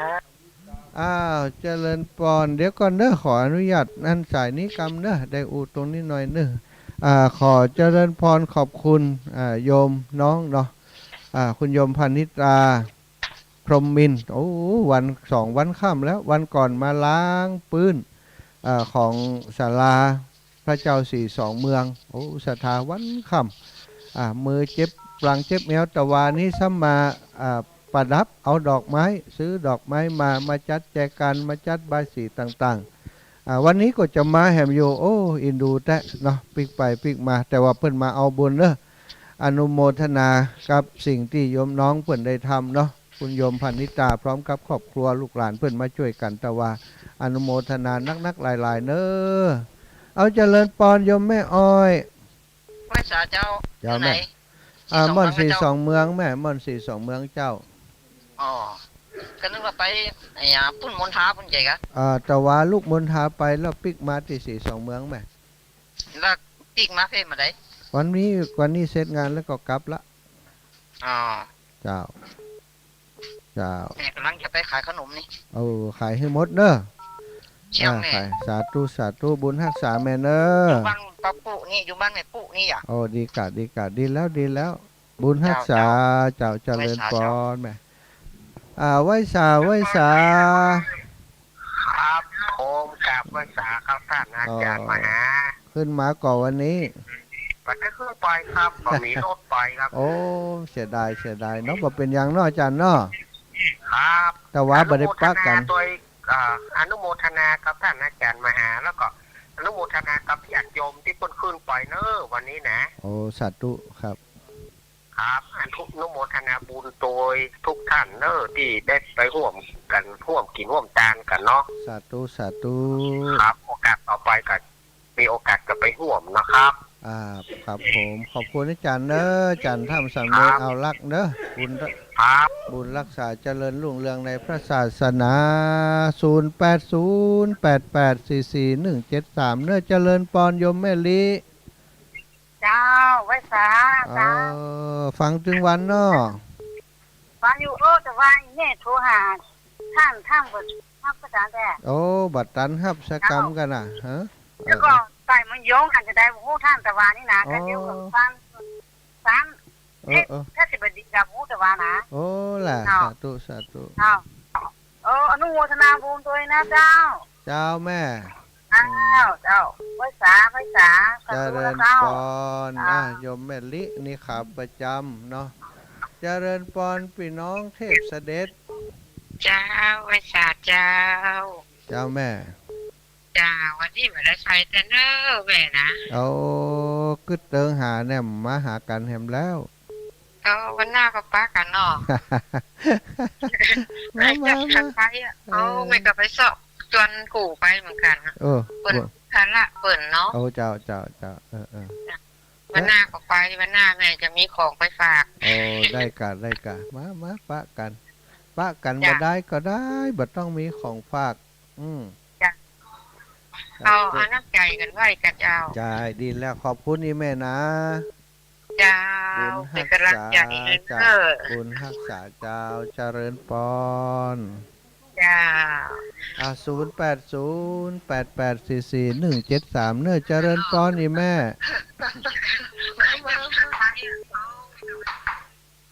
เจ้าแม่อู้ได้เลยแม่โยมแม่แก้วเจ้าไม่ได้อยู่ไหนอยู่นี่อยู่ดอยนางแก้วแม่ม่อน42เมืองเนอะยังไม่ได้กลับมาลำปางแกกะยังไม่ได้กลับเลยแม่กลับไม่ได้หรอลูกจะกลับบื้อกะแม่เสร็จงานแล้วก็กลับกะเจ้าเสร็จงานแล้วก็กลับบื้อกลับละฝนตกแม่ฝนตกแต่คืนนี่ฝนตกอยู่มันเขากะมืดปะได้มันลงเจ้าฝนตกก็พอดีพอเย็นอยู่ไหมเย็นแหละเจ้าเย็นอากาศเย็นนะทางบนไหมเจ้าหนาวก่อนนะกะอยู่บนดอยเจ้าบนดอยเย็นเนอะขอบคุณอีแม่เนอะจ้าบุญรักษาอีแม่บุญรักษาเจ้า เอาเจริญปอนพี่น้องทางเมืองนั่นเนอะ ไว้สาครับ เขาอีปอ เศษน้อยๆนะแดงนะครับเน้อ ปลอดแทนพี่น้องเมืองน่านขอบคุณอีปอหลาย แล้วก็ฟังเสียงเจ้าโอ้หม่อนดีครับมีสาระประโยชน์ดีเนาะที่ได้ถึงได้ทั้งเนาะ ๆ ฟังแล้วก็มีความคิดความอ่านดีพระอาจารย์ครับเพราะว่า โอ้ครับปอขอบคุณอีปอหลายๆเนอะขอบคุณอีปอหลาย ถูกอยู่ดีมีสุขอันเจ้าผมใส่ครับ เจริญปอนขอบคุณอีปอเอาจับปรับไปครับขอเป็นสายของแม่อุ้ยอินแม่สาบเสมิงเจริญปอนแม่อุ้ยอินครับแล้ว โอ้ไว้สาตุลูกตุหลานท่านมาหาแม่อุ้ยฟังโทษติดจะไหนเจอแล้วมัน หน้ากากมันทับบัดตันนะมันยังว่าหน้าสายมันซ้อนกันนี่แม่ เจ้าอนุโมทนาโดยเนอไปบนดอยนางแก้วของแม่อุ้ยนี่มีเวลามีไปตรง เจ้าแม่ ไปขนาดเจ้า นะเป็นยังไว้โอกาสตั้งหน้ามันมีไผ่ส่งเขาไปคนเดียวบ่ได้ เดี๋ยวนี้ก็มีฝนพ่องมีแดดพ่องนั่นน่ะ จ้ะ อยู่ดีสบายเนอท่านเนอ เจ้า เจ้าเดินสายตลอดเนาะ เจ้า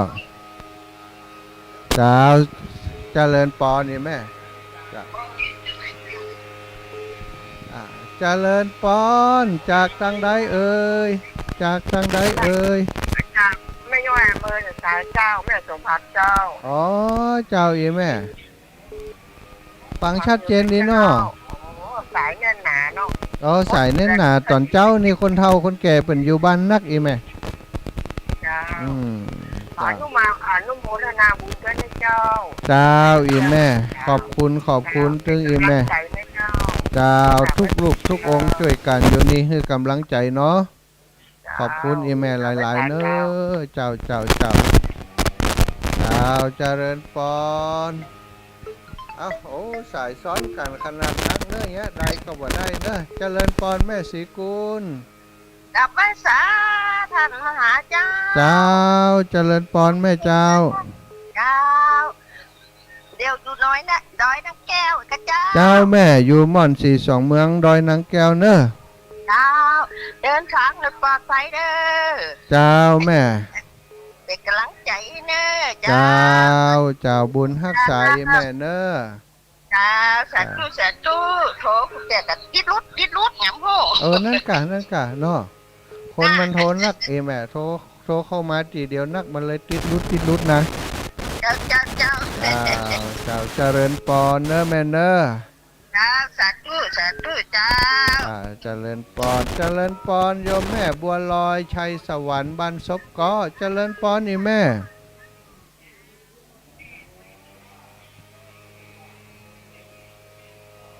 ฝากมาเนาะ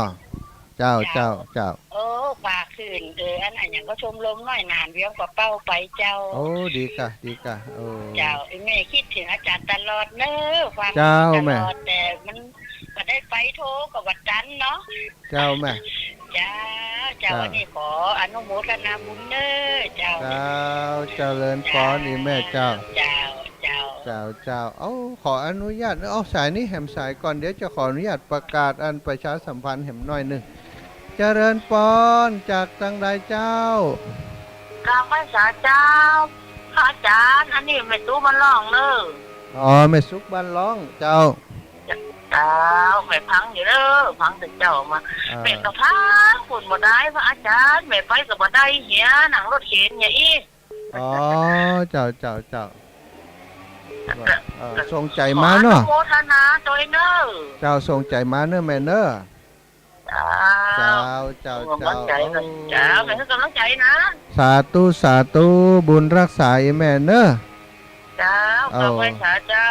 สาธุขอประชาสัมพันธ์กำเนิดศรัทธาญาติโยมที่เปิ้นฝากปัจจัยฝากสตังค์ฝากซองมาตั้งตุลุงยองเนอะโยมแม่แสงทองคำเจริญบ้านปากกองสารปีฝากตุลุงมาเนาะอนุโมทนาได้ครับแล้วเนอะแล้วก็แม่พวงพกาบ้านอุโมงค์ละปูนก็ฝากตุลุงมาเนาะตอนนี้ได้ครับแล้วเนอะ เจริญปอนอายุวันโนสุขังปรังโยมแม่ทั้งหลายที่ฝากเป็นปัจจัยมาถวายถวายเพื่อจะเป็นการน้ำกาไฟอย่างต่างๆขอบคุณเนอะสายที่บได้ฮับ2-3 สายขอสุมาอภัยสถาฮับปตันเนอะเจริญปอนแม่นิตยาแจงหัวลินโอ้ยแม่ฟังอยู่เนาะลำปางฟังถึงวันน่ะพระอาจารย์เจ้าไว้สาเจ้า เจ้าแม่ดีแล้วดีแล้วพระโทถ้าวันไหนมันได้ฟังกะอะไรหาจะเนี่ยเนี่ยอ๋อมันผูกพันกันเนาะฟังกันประจำเนาะเจ้าฟังถึงวันน่ะมีอย่างกับประกาศมาเนอะเจ้าแม่ก็จะประกาศให้ทราบตลอดเนาะเจ้าสาธุสาธุบุญรักษาอีแม่เนาะ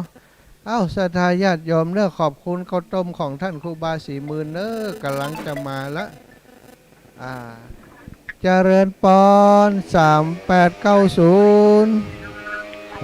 จ้าท่านอาจารย์โอ้โหคิดยังไงกับมาตานเปิดเนาะเจ้าแม่คนมันโทรมาหลายปั่นกันคนน้อยจะอ่านเนาะแม่เนาะเจ้าแม่นโมนาบุญเป็นเนื้อไม่ได้ไปรวมบุญเนาะเจ้าแม่เจ้าไม่ใช่เจ้าเจริญปอนเนอะแม่เนอะศรัทธาญาติโยมทั้งหลายขอบคุณอีกครั้งหนึ่งสำหรับโยมแม่เทียมจันทร์คนเที่ยงเนาะเอาใบสีเอาชดามาไว้ที่นี่ตัวโยมแม่เทียมจันทร์คนเที่ยงเอามาไว้เมื่อวันก่อนละเนาะแต่ว่าวันซืนเปิ่นจัดใบสีมาไว้ที่นี่แล้วก็ตะวันนี้โยมน้องพันนิตาพรหมมินทร์พร้อมกับโยมแม่ทองคำพรหมมินทร์และครอบครัวลูกหลานของโยมแม่โยมน้องได้มาจัดพานดอกไม้ประดับประดาไว้ศรัทธาญาติโยมตึงที่พระเจดีย์พระธาตุแล้วก็ที่บนบริเวณพิธีในศาลานี่เนาะเป็นที่เรียบร้อยแต่ว่าวันนี้จะมาจัดเพิ่มเติมแหมอยู่ขณะนี้ตอนนี้กำลังเดินทางมาก็ขอให้โยมน้องพันนิตาและครอบครัวเดินทางด้วยความปลอดภัยเนอะแต่ว่านี้เปิ่นกลับไปพอค่ำแล้วก็นึกว่าจะพักเต็มใกล้ๆนี่พอดีโยมแม่มาโดยก็จำเป็นต้องกลับไปส่งเนาะที่อำเภอแม่แตงเนาะบ้านสันปะตองแม่แตงแต่วานี้ก็ขอขอบคุณเนอะอนุโมทนาบุญกับครอบครัวพรหมมินทร์โยมน้องพานิตาและครอบครัวทุกคนที่ช่วยกันประดับประดาตกแต่งสถานที่ตกแต่งเป็นไม้ประดับฮือสวยสดงดงามตอนนี้ก็ได้ศรัทธาญาติโยมยังโทรมาเจริญปอนโยมแม่จันเรือนใสไว้แต่เจ้าท่านนาขออนุโมทนาด้วยน้องเจ้าก็แม่เทียมจันทร์บนทำภาษีสองเมืองงามกับดอกกับดวงมาตลอดนะเจ้าโยมน้องพนิตาก็มาจัดเพิ่มแหมตะวาหวานขำเปิ่นมาเนี่ยนี่เองไหมเป็นกันมาตลอดเลยตั้งแต่มีงานนะดอกดวงอย่างเป็นงามก็ไปเจ้ามาช่วยกันตลอดดีเนาะคนนั่นเนี่ยนั่นน้อยคนนี้เนี่ยนี่น้อยช่วยกันไปเนาะแม่เนาะดีที่สุดละของหน้าหมูที่ทำมันงามมาตลอดเลยนะเจ้าดีแล้วขออนุโมทนาสวยเปิ้นเลยสาธุบุญรักษาแม่เนอะบุญรักษาเทวดาคุ้มครองให้แม่อายุมันขวัญยืนนะเจ้าเริญปอนอยู่ดีมีสุขนะสาธุแม่เจ้าสาธุญาติโยมทั้งหลายวันนี้เนาะพิธีก็จะเริ่มประมาณ9 โมง 10 โมงเนอะศรัทธาพี่น้องที่อยู่บ่ปอกไก่อยู่แถวดอยสะเก็ดแตงใหม่สันทรายสันกำแพงนี่มาตันอยู่พี่น้องเวียงป่าเปาแม่สวยอำเภอวังเหนือเนาะก็มากันเนอะมาเป็นประวัติศาสตร์ในการที่เคลื่อนย้ายเอารูปหล่อรูปเหมือนของหลวงปู่พระเทพวิสุทธิคุณพระสุนทรปริยัติวิกรมมาประดิษฐานไว้สักการะปูจาคู่กับพระเจ้าสีสองเมืองพระพุทธรูปสีสองเมืองที่ม่อน พระศรีสองเมืองที่นี่เนาะครูบาอาจารย์ถึง2 ฝั่ง2 อำเภอตึงดอยสะเก็ดตึงเวียงป่าเป่าก็จะมาร่วมโดยช่วยกันมาในพิธีที่นี่ครูบาอาจารย์ที่เปิ้นเดินทางมาจากที่จากต่างที่ต่างถิ่นแถมก็จะมากันหลายศรัทธาญาติโยมจะเอาหงตาลมาเนอะเรียนเชิญเจริญพรได้เลยเอาหงตาลมาร่วมโดยช่วยกันครูบาอาจารย์พระสงฆ์องค์สังฆเจ้าก็ดีองค์สามเณรเจ้าก็ดีตลอดถึงศรัทธาญาติโยมที่มาร่วมบุญก็จะมากันนักกันหลายถึงฝั่งเวียงป่าเป้าถึงฝั่งดอยสะเก็ดถึงเชียงใหม่ถึงเชียงรายเนาะก็ฝากไว้กับศรัทธาสาธุชนเท่าแก่อีป่ออีแม่ทั้งหลายที่อยู่บอกไกลกันนะมาร่วมบุญร่วมกุศลมาเป็นกำลังแรงใจให้กันงานบุญก็อาศัยคนใจบุญศรัทธาเนาะคนใจบุญเท่านั้นที่จะนิยมชมชอบกับการทำบุญสุนทรทานการกินกันทานคนที่เปิ้นบ่หุมเปิ้นบ่ชอบเปิ้นก็บ่มานะอันนี้ก็จะประกาศเฉพาะ สำหรับคนที่มีเวลาคนที่ใจบุญชอบทำบุญสุนทรทานคนที่กตัญญูกตเวทีอยากจะมาร่วมรำลึกถึงคุณงามความดีของครูบาอาจารย์ท่านเจ้าคุณพระเทพวิสุทธิคุณท่านเจ้าคุณพระสุนทรปริยัติวิกรมเข้ามาร่วมการร่วมงานกันเป็นการรำลึกถึงคุณของเปิ้นได้เอารูปเหมือนของเปิ้นมาไว้มาประดิษฐานไว้ที่ศาลาพระเจ้าสีสองเมืองที่นี่ประกอบกัน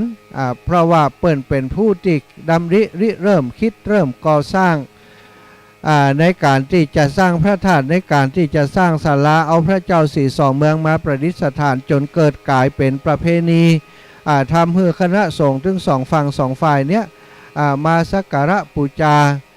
ในสถานที่แห่งนี้อย่างแรกมาสักการะบูชาพระเจ้าสีสองเมืองก่อนต่อมาเมื่อเขาได้สืบกำกึดยึดเจตนาของเปิ้นที่เปิ้นเคยกึดว่าจะสร้างพระธาตุก็ได้มาช่วยกันสร้างพระธาตุถึงต่อแทนของถึง2 จังหวัดเชียงรายเป็นพระธาตุดอยตุง2 องค์จังหวัดเชียงใหม่เป็นพระธาตุดอยสุเทพ2 องค์นำสิ่งศักดิ์สิทธิ์ตั้งหลายเป็นพระเจ้าเป็นเหรียญเป็นอายังที่ศักดิ์สิทธิ์มาประดิษฐานมาบรรจุหัวใจพระธาตุมาเอาไว้ที่ฐานของพระธาตุที่นี่ศรัทธาญาติโยมเอาหันพระธาตุสีขาวช่างลั่งงามสง่าอยู่ที่นี่นั้นตั้งในบรรจุไปด้วยสิ่งศักดิ์สิทธิ์ตั้งหลายเป็นวัตถุมงคลเป็นพระพุทธรูปศักดิ์สิทธิ์ได้เอาใส่ไว้บรรจุไว้ในพระธาตุที่นี่โดยศรัทธาอีป่อยอีแม่ได้เดินทางผ่านไปผ่านมาก็เข้ามากราบแวะสักการะบูชาก็เป็นบุญเป็นกุศลเป็นอานิสงส์เกิดกับตนกับตัวของเฮาการได้สร้างพระธาตุเจดีย์การได้สร้างพระเจ้าสารูปเป็นปาการได้สร้างศาลาคือคนทั้งหลายได้ใช้ประโยชน์ศรัทธาญาติโยมพระสงฆ์องค์สังฆเจ้าได้มาปฏิบัติธรรมที่นี่เกิดเป็นบุญเกิดเป็นอานิสงส์เกิดเป็นกุศลแก่เฮาตลอดไปเมินนานจนกว่าพระธาตุเจดีย์ที่นี่จะยุบจะหายไปก็คงจะเมินนานศรัทธาญาติโยมเพราะว่าโครงสร้างต่างๆการก่อร่างสร้างแปลงวิศวกรเปิ้นกำหนดมาแล้วว่าอันนี้สามารถอยู่เป็นปันปีโครงสร้างอย่างแข็งแรงเพราะฉะนั้นบุญกุศลที่จะเกิดไปตั้งหน้านั้นแหมนักแหมหลายอยู่อย่างการสร้างศาลาไว้ที่นี่ก็เช่นเดียวกันศรัทธาเมื่อสร้างศาลาแล้วศรัทธาสาธุชนทั้งหลายได้มาใช้ประโยชน์ได้มาทำพิธีกันที่นี่หลายครั้งหลายคราแล้วก็แสดงว่าศาลาหลังนี้ที่เขาสร้างเขาแปลงไว้นั้นเกิดประโยชน์ในการทำกิจกรรมอย่างต่างๆมามากมายตลอดถึงพระสงฆ์องค์สังฆเจ้าที่เดินทางผ่านไปผ่านมาจากเชียงใหม่ไปดอยสะเก็ดจากดอยสะเก็ดเชียงใหม่มาไปเวียงป่าเป้าจากเวียงป่าเป้าผ่านมาตั้งเชียงใหม่อย่างต่างๆนี้เปิ้นผ่านมาถึงตรงนี้พระสงฆ์องค์สังฆเจ้าเปิ้นเดินธุดงค์มามีที่พักขึ้นมามีที่พักที่อาศัยได้ปฏิบัติธรรมที่นี่ศรัทธาญาติโยมก็จะเกิดเป็นบุญเป็นกุศลที่เขาได้สร้างเอาไว้เนาะศรัทธาญาติโยมคงจะได้ยินได้ฟังเรื่องเล่าของท้าวสักกะและมัคคะมานพพร้อมกับบริวารของเปิ้นทั้งหลายที่ได้สร้างไว้ในเมื่อตอนเปิ้นเป็นมนุษย์เนาะได้สร้างศาลาได้สร้างท่าน้ำได้สร้างสระบกกรณีไว้สร้างถนนหนทางไว้ต่อสุดท้ายมาพอตายจากอัตภาพของการเป็นมนุษย์เปิ้นก็ไปเกิดบนสวรรค์ชั้นฟ้าเป็นเทวดาเป็นพระอินทร์ศรัทธา อันนี้ก็เนื่องจากผลบุญผลกุศลที่สร้างไว้ตอนเป็นมนุษย์อยู่ในมนุษย์เมืองคนได้สร้างน้ำบ่อก่อศาลาสร้างวิหารสร้างที่พักที่อันยังคือกับคนที่เปิ่นเดินตาเดินทางต่างๆเป็นบุญเป็นกุศลอานิสงส์ที่มากมายมหาศาลอันนี้หมู่เฮาเจ้าข้าทั้งหลายร่วมบุญกับครูบาอาจารย์เนาะได้สร้างสิ่งละอันพันละน้อยถวายไว้ในพระพุทธศาสนาสิ่งละอันพันละน้อยที่เฮาร่วมโดยช่วยกันสร้างนี้เป็นสิ่งที่ยิ่งใหญ่นะศรัทธาหอมต่างกันคนละเล็กละน้อยเนาะก็สร้างได้เป็นศาลาหลังจัดใหญ่มีห้องเก็บของพร้อมเนาะไผ่ที่ยังบ่หันกำเตือมีโอกาสก็ขึ้นมาแอวมาพอมาหันเนอะศาลาหลังใหญ่บ่เล็กบ่เล่นศรัทธาต้องวิหารหลังหนึ่งที่วัดที่วาของเฮาประดิษฐานพระพุทธรูปไว้ก่อสร้างโดยวัตถุที่ทนทานต่อความเสื่อมสลายเนาะใจเล็กถึงนั้นอิตนะศรัทธาปวกนี่ให้หาเอากันเนาะบ่ได้กินนะมันแบบมีไม้ เป็นเล็กมดศาลาหลังคาก็มุงเมทัลชิดอย่างดีถ้าบาดใจไม้ต้นใหญ่ๆล้มทับก็สบายมากเนาะใบไม้ตกลงมาก็ปลิวลงลุ่มมดอันนี้เพราะว่ามันมื่นศรัทธาญาติโยมทั้งหลายศาลาหลังนี้เป็นศาลาที่ใจประโยชน์มานักแล้วถ้าอู้ถึงความคุ้มค่าตอนนี้คุ้มค่าคุ้มราคาไปแล้วใจทำกิจกรรมกันที่นี่มาหลายกิจกรรมแล้วเกิดบุญเกิดกุศลกับที่นี่ต่อจากนี้ไปเนาะงานต่างๆที่จะทำที่ม่อนพระศรีสองเมืองของเฮาที่นี่ก็จะใจศาลาที่นี่และเนาะศรัทธาญาติโยมทั้งหลายที่จะประกอบพิธีทางศาสนาต่างๆแสดงว่าบุญกุศลที่ศรัทธาญาติโยมร่วมด้วยช่วยกันที่ผ่านมานั้นเกิดเป็นบุญมหาศาลเกิดเป็นพลานิสงส์เกิดเป็นสายทานบุญตลอดเวลาเนอะสำหรับวันนี้พิธีการอายังต่างๆที่จะเริ่มต้นนั้นเนาะเวลาตั้งแต่9 นาฬิกานะงานพิธีนี้ศรัทธาญาติโยมที่มาฟังตั้งทีหลังนะเปิ่นอู้เรื่องหยังพิธีอย่างจ้าแม่กำลังฟังบัดเดียวนี้นะก็ขอแจ้งให้ทราบว่าพิธี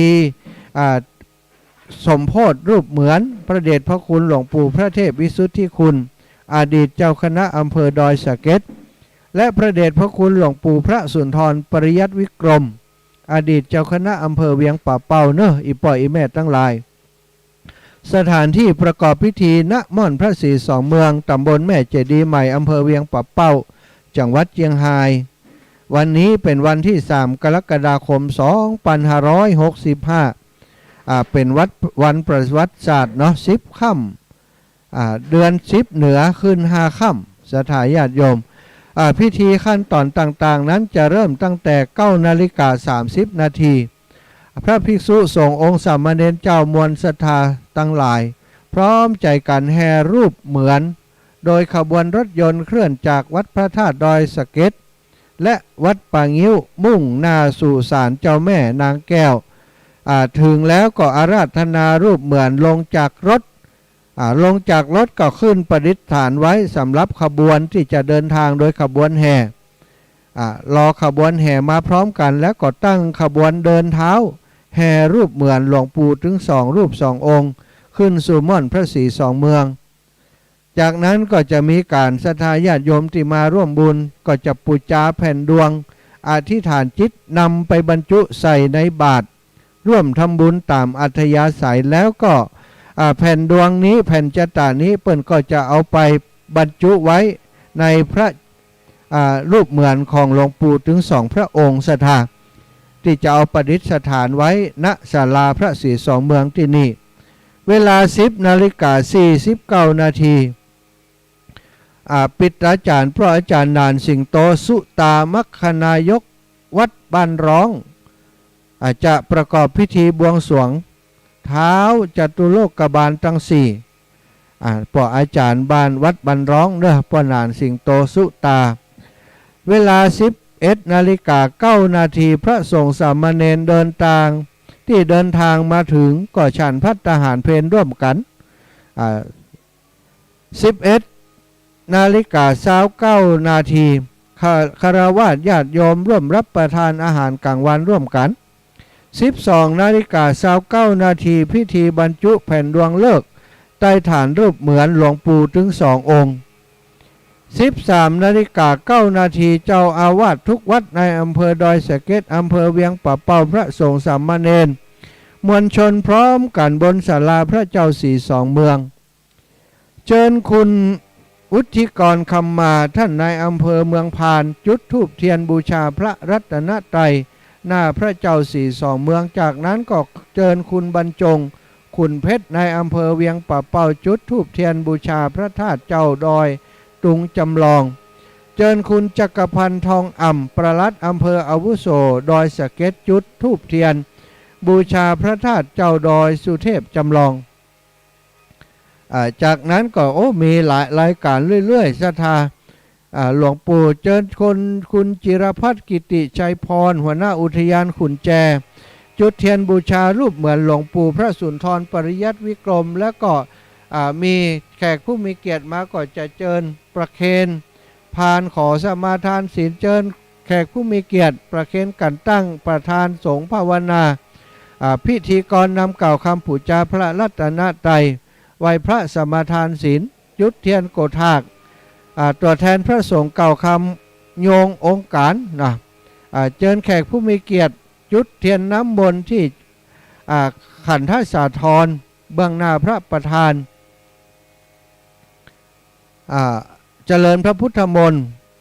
จุดเทียนน้ำมนต์ขันสาครเบื้องหน้าพระภาวนาจารย์พระพิธีกรอาราธนาพระปริตรพระสงฆ์ชุมนุมเทวดาประธานสงฆ์ในพิธีนำพระสงฆ์ทั้งปวงเจริญพระพุทธมนต์ภาวนาจารย์สี่รูปนั่งอธิษฐานจิตแผ่เมตตาพระสงฆ์ทั้งปวงเจริญพระพุทธมนต์จบแล้วก็แผ่เมตตาวันตาหลวงวันตาน้อยก็สุดท้ายมาเนาะหลวงพ่อเจ้า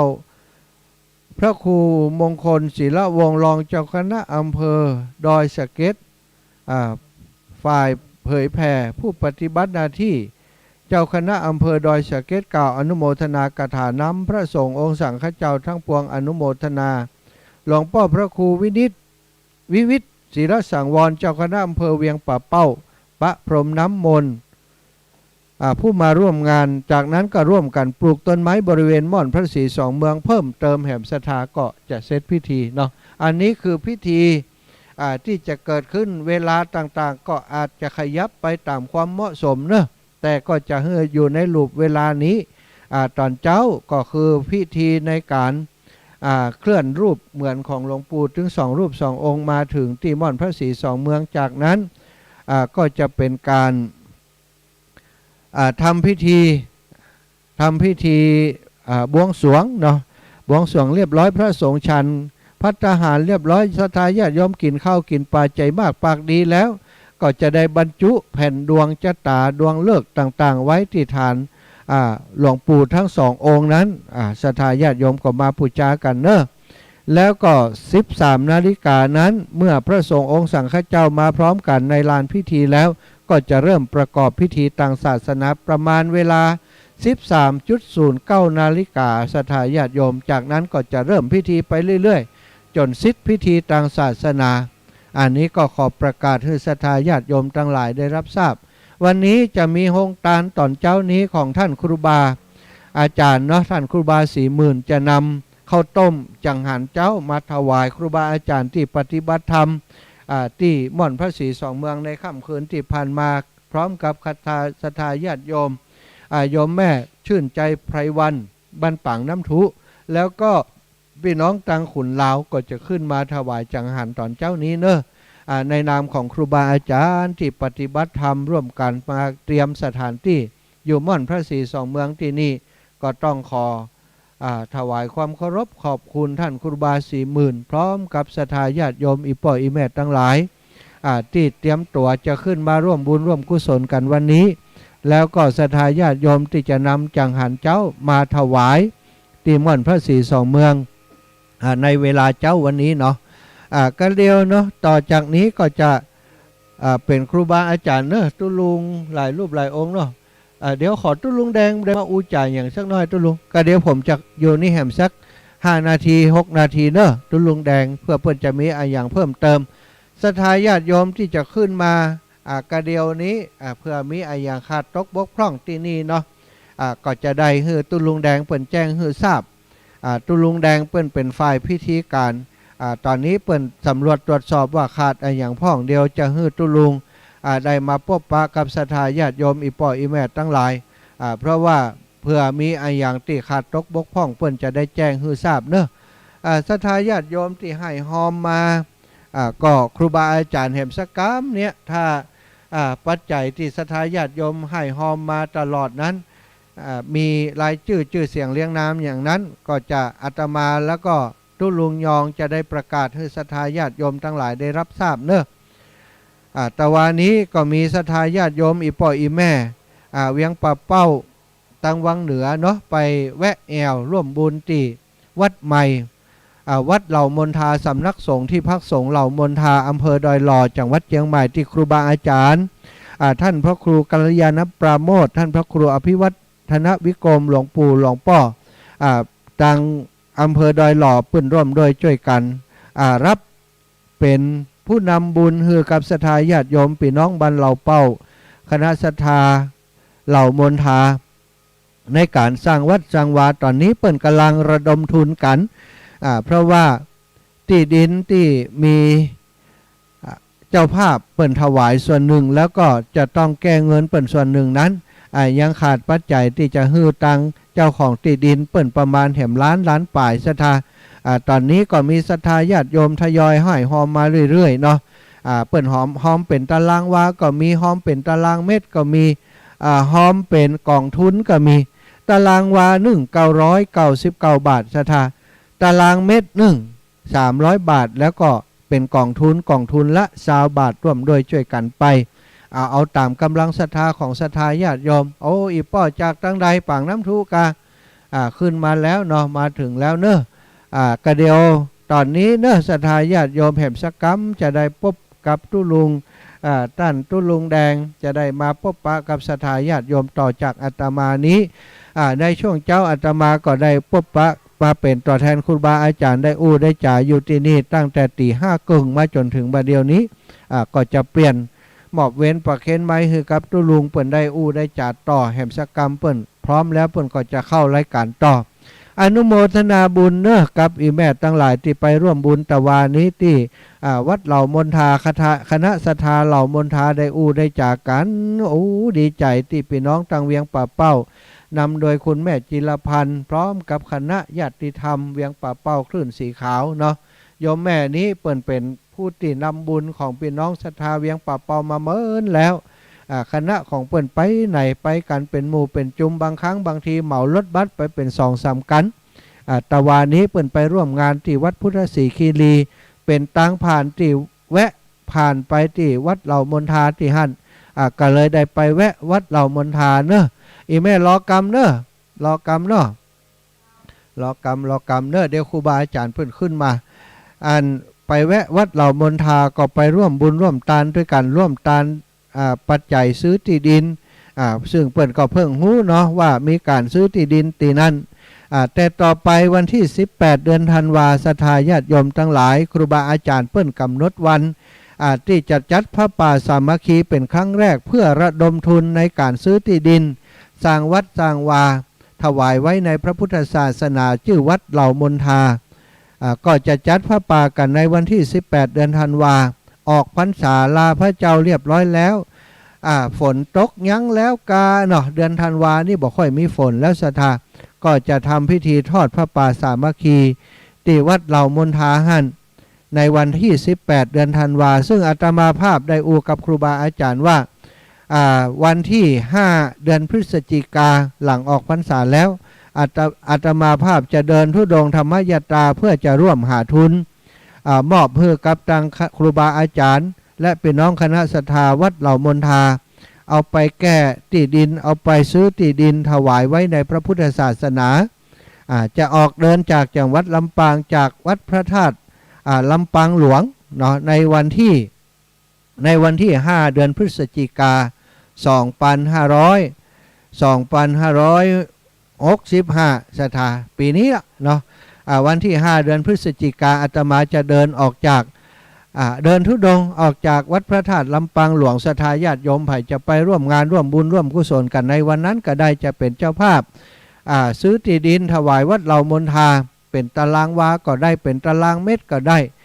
จะมีคณะกรรมการพี่น้องวันเหล่ามนทาที่เป็นกรรมการจะไปจดเอารายหมายเอาชื่อของศรัทธาญาติโยมไว้แล้วก็จะประกาศอนุโมทนา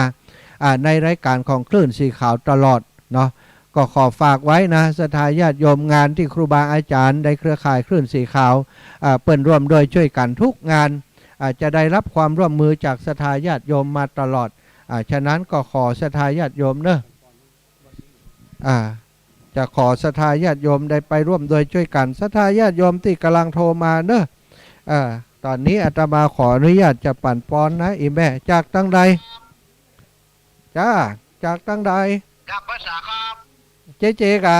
คือกำลังใจท่านมหาลูกโอ้เจกะเจฟังปั่นปอนด้วยจะปั่นปอนก่อน เจบ่ได้มาเนาะเจริญปอนเจคณะของท่านครูบาสีมื่นล่ะโอ้อีแม่บ้านสันกูทองเพิ่นได้ไปอันวัดใหม่เนี่ยงามล่ะบอกครูบาว่าอันท่าอันไรบ่ดีคือลมมันปัดไปเนื้อแปลงใหม่งามเนาะศรัทธาญาติโยมแม่คณะศรัทธาสันกูทองเนอะคณะศรัทธาสันกูทองเพิ่นได้เอาข้าวต้มท่านอาจารย์ทิศนึงบนโทรมาหาเขาแล้วตะกี้เองไหมอ๋อนี่ประจันกะโอ้สาธุอันนี้เปิ่นหอมหยอดตาลนี่เนาะตาลข้าวต้มอันนี้ศรัทธาที่ร่วมกันกะศรัทธาที่ร่วมกันเนาะเจอันท่านอาจารย์จะปั่นป้อนคือเปิ่นเอาข้าวต้มมาตาลก่อนเนอะฟังด้วยกันนี่เนอะขอบคุณคือกำลังใจเจคือปันใหญ่ปันสูงกับภาษาครับสาธุขอบคุณสาธุดิลีอาจารย์ในวันนี้ก็เป็นวันดีสลิสุปมังคละอันประเสริฐล้ำเลิศยิ่งกว่าวันและยามทั้งหลายเนื่องจากวันนี้เป็นวันที่ครูบาอาจารย์พระสงฆ์องค์สังฆเจ้าญาติโยมทั้งหลายคณะกรรมการที่ก่อร่างสร้างแปลงยังพระเจดีย์พระธาตุสีสองเมืองตลอดถึงศาลาพระสีสองเมืองที่ประดิษฐานพระพุทธรูปสีสองเมืองที่นี้ได้กำหนดเป็นวันที่จะเคลื่อนรูปเหมือนเคลื่อนย้ายรูปเหมือนของหลวงปู่หลวงพ่อถึงสองพระองค์มาประดิษฐานไว้ที่ม่อนพระศรีสองเมืองที่ศาลาพระศรีสองเมืองที่นี้บัดนี้ก็มีมูลศรัทธาสมณศรัทธามูลศรัทธาพี่น้องบรรสันกุทองท่านครูบา40,000เจ้าพร้อมกับครอบครัวญาติกาวงวันและก็ปนานนิมิตนางคำไหมลอดนาเนาะซึ่งอีป่อได้เป็นผู้อาจารย์ของวัดสันกูแล้วพร้อมคณะศรัทธาป่อบุญตาลแม่สีมาคำมุงเมืองบ้านสันกูทองแล้วก็แม่ยมแม่น้อยเมียกองบ้านสันกูทองตำบลแม่ใจดีอำเภอเวียงปะเป้าจังหวัดเชียงรายร่วมโดยช่วยกันเป็นเจ้าภาพข้าวต้มมาถวายพระสงฆ์องค์สังฆเจ้าที่ปฏิบัติธรรมมาเตรียมงานอยู่ที่ม่อนพระศรีสองเมืองที่นี่บัดนี้ตนตัวแห่งผู้ฆ่าได้เป็นตัวแทนของครูบาอาจารย์พระสงฆ์องค์สังฆเจ้าสามเณรเจ้าที่ปฏิบัติธรรมเตรียมงานอยู่ที่ม่อนพระศรีสองเมืองที่นี่ก็พิษปฏิฆาหะรับเอาแล้วก็ขออำนวยเอาใจยื่นโยงต่อองค์พระพุทธพระธรรมพระสังฆเจ้าอันเป็นรัตนแก้วเจ้าอันประเสริฐขอเอาคุณพระพุทธพระธรรมพระสังฆเจ้าคุณพระอรหันต์เจ้าคุณครูบาอาจารย์คุณศีลธรรมกรรมฐานของครูบาอาจารย์ของตนตัวของผู้ฆ่าจงมาปกเก่าเกษาปกปักรักษามาเตรียมมาเติมเมียเพิ่มยมบุญญาละสีแห่งอีแม่เจ้าทั้งหลายให้มีอายุมันขอนยืนพญาติอปาดเข้าเกณฑ์เว้นภัยความกังวลอันตรายในจิตในใจของโยมแม่ทั้งหลายของครูบาอาจารย์ท่านครูบา40,000ให้มาลายหายไปให้หอมให้หายให้กินการออกจากตนจากตัวเหมือนน้ำที่กินการลงจากใบบัวใบบอนแม้นว่าครูบาอาจารย์เจ้าและโยมแม่โยมปอดทั้งหลายจะปรารถนาเจ้าอุทิศผลบุญตานบนฝูงมูนี้ไปให้เจ้ากรรมในเวรเจ้าเทวบุตรเจ้าเทวดาพญาอินทร์พญาพรหมพญายมมาราชตลอดถึงหมู่ญาติทั้งหลายที่ล่วงลับมรณาไปสู่ปรโลกไปดางฮึเปิ้นเจ้าทั้งหลายเหล่านั้นได้กินได้บริโภคได้พ้นจากที่ยากได้พรากจากที่ทุกข์ได้ถึงสุขเป็นที่แล้วคือเมืองแก้วยอดในลาปานนั้นจงจะมีตั้งแต่ดิลีบุญญาละสีอีป่ออีแม่ได้ทำในวันนี้แม้นว่าไปถึงเมื่อเจ้าไปถึงลูกหมู่ญาติกาวงวานที่ล่วงลับมรณาไปสู่ปรโลกนั้นไปถึงเมื่อเจ้าให้ได้กลับกลายเป็นของงายไปถึงเมื่อลาเมื่อควายให้ได้กลับกลายเป็นแผ่นเสื้อแผ่นผ้า ไปถึงบรรลุมุนลาคือได้กลับกลายเป็นข้าวทิพย์น้ำทิพย์10ประการบุญสมปานที่แม่สั่งสมอบรมกันมาที่ครูบาอาจารย์ได้มาพัฒนาได้มาก่อร่างสร้างแปลงได้มาสื่อกำคืดยึดเจตนาของครูบาอาจารย์สนองกุลของครูบาอาจารย์เป็นบุญญาปารมีที่นี้ก็ขอให้แผ่ไปถึงโยมพ่อโยมแม่ทั้งหลายครูบาอาจารย์ทั้งหลายที่รวมโดยช่วยกันแล้วเอาข้าวต้มมาถวายในวันนี้ให้ท่านเจ้ามีอายุมันขวัญยืนมั่งมูลตุนเต้าเป็นเจ้าเข้าเจ้าของทรัพย์สินเนืองนองเงินทองให้ไหลมาเทมาปรารถนาสุขสมบัติมนุษย์สมบัติสวรรค์สมบัตินิพพานสมบัติขอความปรารถนาของอีพ่ออีแม่ของครูบาอาจารย์เจ้าจงสำเร็จโดยพันจงสำเร็จโดยพันดังสลีสัพพัญญูพระพุทธเจ้าได้เมตตาประทานปอนอันประเสริฐเอาไว้ว่ายะถาวาริวะหาปุราปาริปุเรนติสาครังเอวะเมวะอิโตทิดังเปตานังอุปกัปปติอิชิตังปฏิตังตุมหังคิปะเมวะสมิจฉตุสัพเพปุเรนตุสังกปาจันโทปนะระโสยถามณิโชติระโสยถาสปีติโยวิวัชชันตุสัพพะโรโกวินัสสตุมาเตภวัตวันตรายโยสุขีทีคายุโกภวะอภิวาทนาสิริสานิจังวุธาปจายโนจัตตารโอธรรมาวทันติอายุวันโนสุขังปรังนิพปานังปรมังสุขังสาธุสาธุบุญรักษาอีพ่ออีแม่เด้อโอ้ดีใจพี่น้องสันกูทองบ่ได้ก็เอาข้าวต้มมานะข้าวต้มกินง่ายเนี่ยง่ายเนาะนะก็ขอให้ทุกอย่างทุกประการตีเนี่ยในชีวิตเนี่ยง่ายกินง่ายอยู่สบายเนอะโอ้กะอีปอเอาไปปักต้นสตังเนอะปักต้นสตังไว้เลยเอาไปเลยเอ็มแม่ยกไปยกลงไปโอ้พยานดูพยานของดีนะของดีของตู้ลุงของดีของตู้ลุงอีพ่อแจ๊กเฮายิบมาจานยุดอูไปเห็นนะยกแม่สัตตุเนอะบุญรักษาอีแม่บุญรักษาตู้ลุงแดงเนอะได้แจ้งอย่างต่อไปเพราะว่าเดี๋ยวผมตุกลุนไปคือตู้ลุงได้อูได้จากกับสถากับเพื่อไอ้อย่างขาดตกบกพร่องเพิ่นจะได้เตรียมขึ้นมาออกอากาศขอแตบไต้ไหว้สาครูบาอาจารย์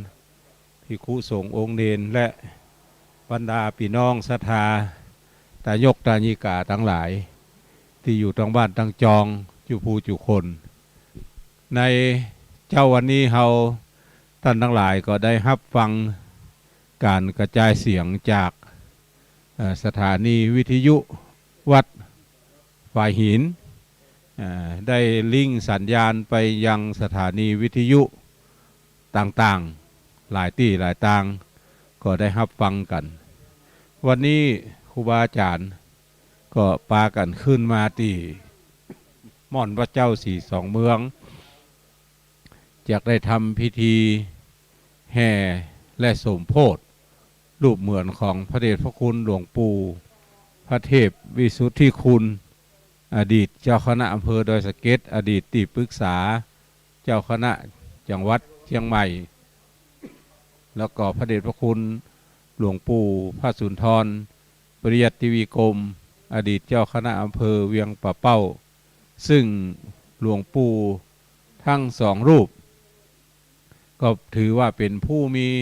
คุณูปการต่อคณะสงฆ์อำเภอเวียงป่าเป้าคณะสงฆ์อำเภอดอยสะเก็ดโดยเฉพาะอย่างยิ่งแล้วบนม่อนพระเจ้าสี่สองเมืองนี่ถือว่าพระเดชพระคุณหลวงปู่ทั้งสองรูปมีคุณูปการนักที่มีวันนี้ตึงวันได้เนี่ยมีศาลาหลังหนึ่งกว้าง13ยาว17นอกนะครับเอานอกยาว17 เมตรแล้วก็มีเจดีย์แถม3 องค์นี้ทางอุทยานแห่งชาติขุนแจก็ได้อนุเคราะห์พื้นที่อยู่1 ไร่กว่ามาดำเนินการปกสร้างห้างแปลงถาวรวัตถุอันเกี่ยวเนื่องโดยม่อนพระเจ้าสี่สองเมืองซึ่งจะเป็นศูนย์เรียนรู้สิ่งแวดล้อม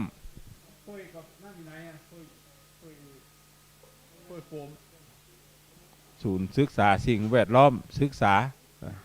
ศูนย์สิ่งแวดล้อมศึกษาก็ได้มาช่วยกันพ่อช่วยกันก้อยภารกิจนี้เป็นถือว่าเป็นภารกิจคำรบสุดท้ายก็ได้เพราะว่าเขาจะได้นำรูปเหมือนของพระเดชพระคุณหลวงปู่ทั้งสองรูปเอามาประดิษฐานไว้บนหม่อนพระเจ้าสีสองเมืองที่นี่ต่อไปกิจกรรมก็จะมีปีละครั้งคือในวันเข้าพรรษาปีนี้ก็วันที่14กรกฎาคมเป็นวันเข้าพรรษาก็จะได้ ปากันมาทำบุญประเพณีส่งน้ำพระธาตุส่งน้ำพระเจ้าสีสองเมืองได้ได้จากันทว่าคณะสงฆ์อำเภอเวียงป่าเป้าก็ได้ผสมจุ่มนุมกันที่วัดปะงิ้วก็กันถึงเรื่องนี้ว่าจะจัดงานเป็นประเพณีที่จะได้ดำเนินการในส่วนที่เกี่ยวข้องต่อไปแถมเพราะนั้นโดยเฉพาะวันนี้เนี่ยเวลา9:00 นทางดอยสะเก็ดก็จะแห่รูปเหมือนของพระเดชพระคุณหลวงปู่พระเทพวิสุทธิคุณออกจากวัดพระธาตุดอยสะเก็ดพระอารามหลวงขึ้นมาที่ศาลแม่นางแก้วแล้วก็ตั้งเหนือนี่ก็คณะสงฆ์อำเภอเวียงป่าเป้าก็จะได้แห่รูปเหมือนของพระเดชพระคุณหลวงปู่พระสุนทรปริยัติวิกรมจากวัดปะงิ้วขึ้นมาที่ศาลแม่นางแก้วเมื่อมาพร้อมกันแล้วก็จะได้ทำพิธียื่นโยงองค์การอังคาดอาราธนาตามจารีตหีดห้อยพระเดชพระคุณหลวงปู่ทั้งสองขึ้นมาบนหม่อนพระเจ้าสีสองเมืองเขาจะตั้งขบวนแห่กันขึ้นมาโดยการหามประเด็นนี้เอา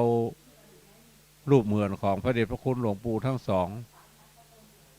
วางไว้บนประดิษฐานไว้บนแท่นซึ่งแท่นนั่นก็จะได้เอาไม้การสอดละหามกันขึ้นมาบนหม่อนพระเจ้าสีสองเมืองมาแล้วก็จะเอาตั้งกลางศาลาตั้งไว้กลางศาลาก่อน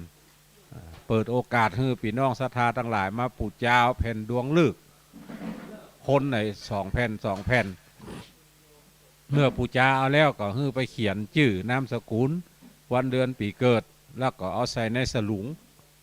เขียนเหมือนกันทั้งสองเช่นนายกเกิดวันขอก็เขียนนายกเกิดวันขอเหมือนกันทั้ง2 แผ่นและแยกใส่สลุงสองใบเมื่อได้เวลาแล้วสักประมาณสักเตี้ยงปลายก็จะประกอบพิธีบรรจุแผ่นดวงฤกษ์ใต้ฐานของพระเดชพระคุณหลวงปู่ทั้ง2 รูปบรรจุเสร็จแล้วเวลาประมาณสักบ่ายโมงคณะสงฆ์อำเภอดอยสะเก็ดคณะสงฆ์อำเภอเวียงป่าเป้ามาพร้อมกันแล้วก็จะได้ประกอบพิธีสูตรมนต์ตันสมโพธิรูปเหมือนพระเดชพระคุณทั้งสองเมื่อสูตรมนต์ตันเสร็จสัดเรียบร้อยแล้วก็เสร็จพิธีวันตาหลวงวันตาน้อย เรียบร้อยแล้วก็พระเจ้าประสงค์ฮือปอนแล้วประพรมน้ำพระพุทธมนต์เสร็จสัดเรียบร้อยแล้วเขาก็จะอาราธนารูปเหมือนเข้าตีเข้าตางซึ่งจะเอาประดิษฐานไว้บนนี้ทั้ง2 องค์ทั้ง2 รูป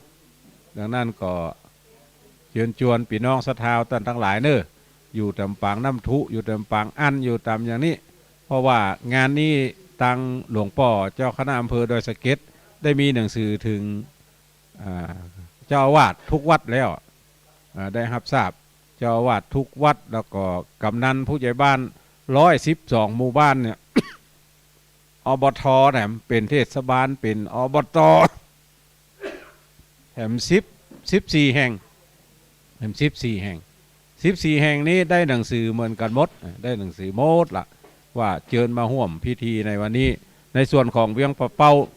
พระเดชพระคุณหลวงพ่อเจ้าคณะอำเภอก็ได้ลงนามในหนังสือมอบหมายให้ฝ่ายเลขานุการดำเนินการแจกอย่างเดียวกันกำนันผู้ใหญ่บ้านทุกหมู่บ้านก็จะได้รับหนังสือนี้ถึงหมดแต่ว่าจะได้รับบ่ได้รับนั่นอยู่ที่กองงานเลขาหลวงพ่อเจ้าคณะอำเภอจะดำเนินการอย่างใดเพราะว่าบริบทของแต่ละอำเภอนั้นมันเหมือนกันในส่วนของอำเภอดอยสะเก็ดนั้นได้มอบหมายให้เลขานุการเจ้าคณะตำบล เอาไปหนังสือไปแจกให้เจ้าอาวาสทุกวัดหนังสือไปแจกให้กำนันผู้ใหญ่บ้านทุกหมู่บ้านนายกองค์การบริหารส่วนตำบลนายกเทศมนตรีเทศบาลตำบลต่างๆเป็นที่เรียบร้อยในส่วนของราชการมีท่านนายอำเภอเป็นต้นเป็นประธานก็ได้นำหนังสือไปเรียบร้อยละวันนี้ทางท่านนายอำเภอโดยสเก็ตติดภารกิจได้มอบหมายให้ทางปลัดอาวุโสมาเป็นผู้แทนแล้วก็ในส่วนของนายอำเภอผู้ที่กรคำมานายอำเภอพานซึ่งเป็นอดีตนายอำเภอเวียงปะเป้านี่เป็นผู้ที่ร่วมคิดร่วมสร้างในการปกสร้างห้างแปลงถาวรและวัตถุต่างๆเนี่ยก็ได้มาดำเนินการในส่วนนี้ในที่นี้เปิดย้ายไปเป็นนายอำเภอพานจังหวัดเชียงรายแต่ว่าวันซืนคณะสงฆ์โดยหลวงพ่อเจ้าคณะอำเภอเวียงปะเป้าและคณะสงฆ์ฝ่ายดำเนินการม่อนพระเจ้าสีสองเมืองนี้ก็ได้ไปเยี่ยมเยือนท่านนายอำเภอวุฒิกรคำมาที่ว่าการอำเภอพานแล้วก็ได้ทำหนังสือไปเชิญเปิดมาห่วมเปิดก่อห้าปากจะมาห่วมในวันนี้ห่วมพิธีในวันนี้ก็กำนันผู้ใหญ่บ้านทุกหมู่บ้านบอกว่าจะเป็นอำเภอดอยสะเก็ดอำเภอเวียงปะเป้าถ้ายังบ่ได้รับหนังสือเตื้อถ้าฟังรายการนี้ก็ขอใจเครื่องขยายเสียงนี้เอิ้นเปล่าเชิญชวนตันทั้งหลายตัวเนอพี่น้องศรัทธาตันทั้งหลายตัวใครจะขึ้นมาก็เอาข้าวตอกดอกขึ้นมาตัว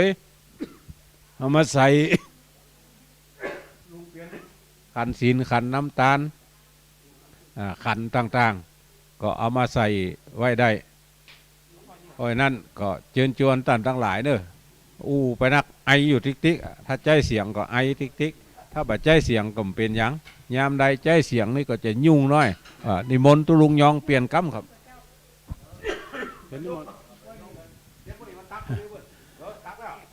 ก็ขอความนอบน้อมแด่พระรัตนตรัยทำกำเนาะอะไรต่อเครื่องใหญ่เดี๋ยวต่อเครื่องใหญ่กันเดียวกันเนอะต่อเครื่องใหญ่กันเดียว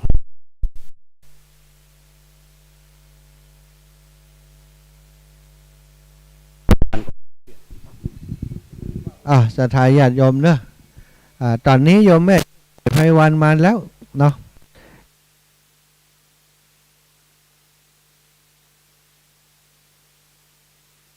ไปแม่เปิ่นฟังตลอด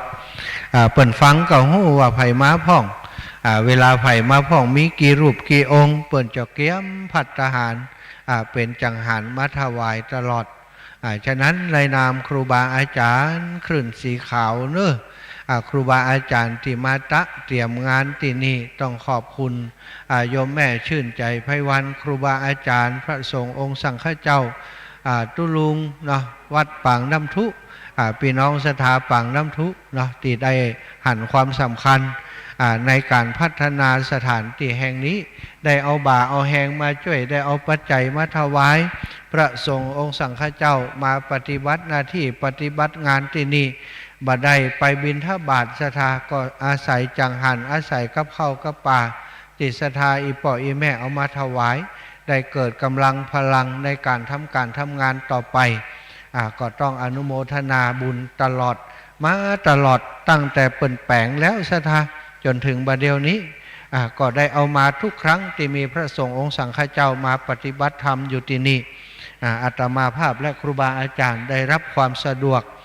จากอีป่ออีแม่มาตลอดก็ต้องขออนุโมทนาครับอีแม่โยมแม่ชื่นใจไพวันพร้อมคณะครอบครัวลูกหลานของอีแม่เนอะเอาไว้หันเนาะเดี๋ยวจะปั่นปอนเอาออกมาวางนี่สาธุสาธุสาธุสาธุดีลีอาจารย์ในวันนี้ก็เป็นวันดีสลีสุปมังคละอันประเสริฐล้ำเลิศยิ่งกว่าวันละยามทั้งหลายเนื่องจากว่าวันนี้เป็นวันที่ครูบาอาจารย์วันนี้วันที่3 กรกฎาคม 2565เป็นเดือน10คืน5 ค่ำเป็นวันที่ครูบาอาจารย์ได้กำหนดหมายเป็นวันที่เอาหล่อรูป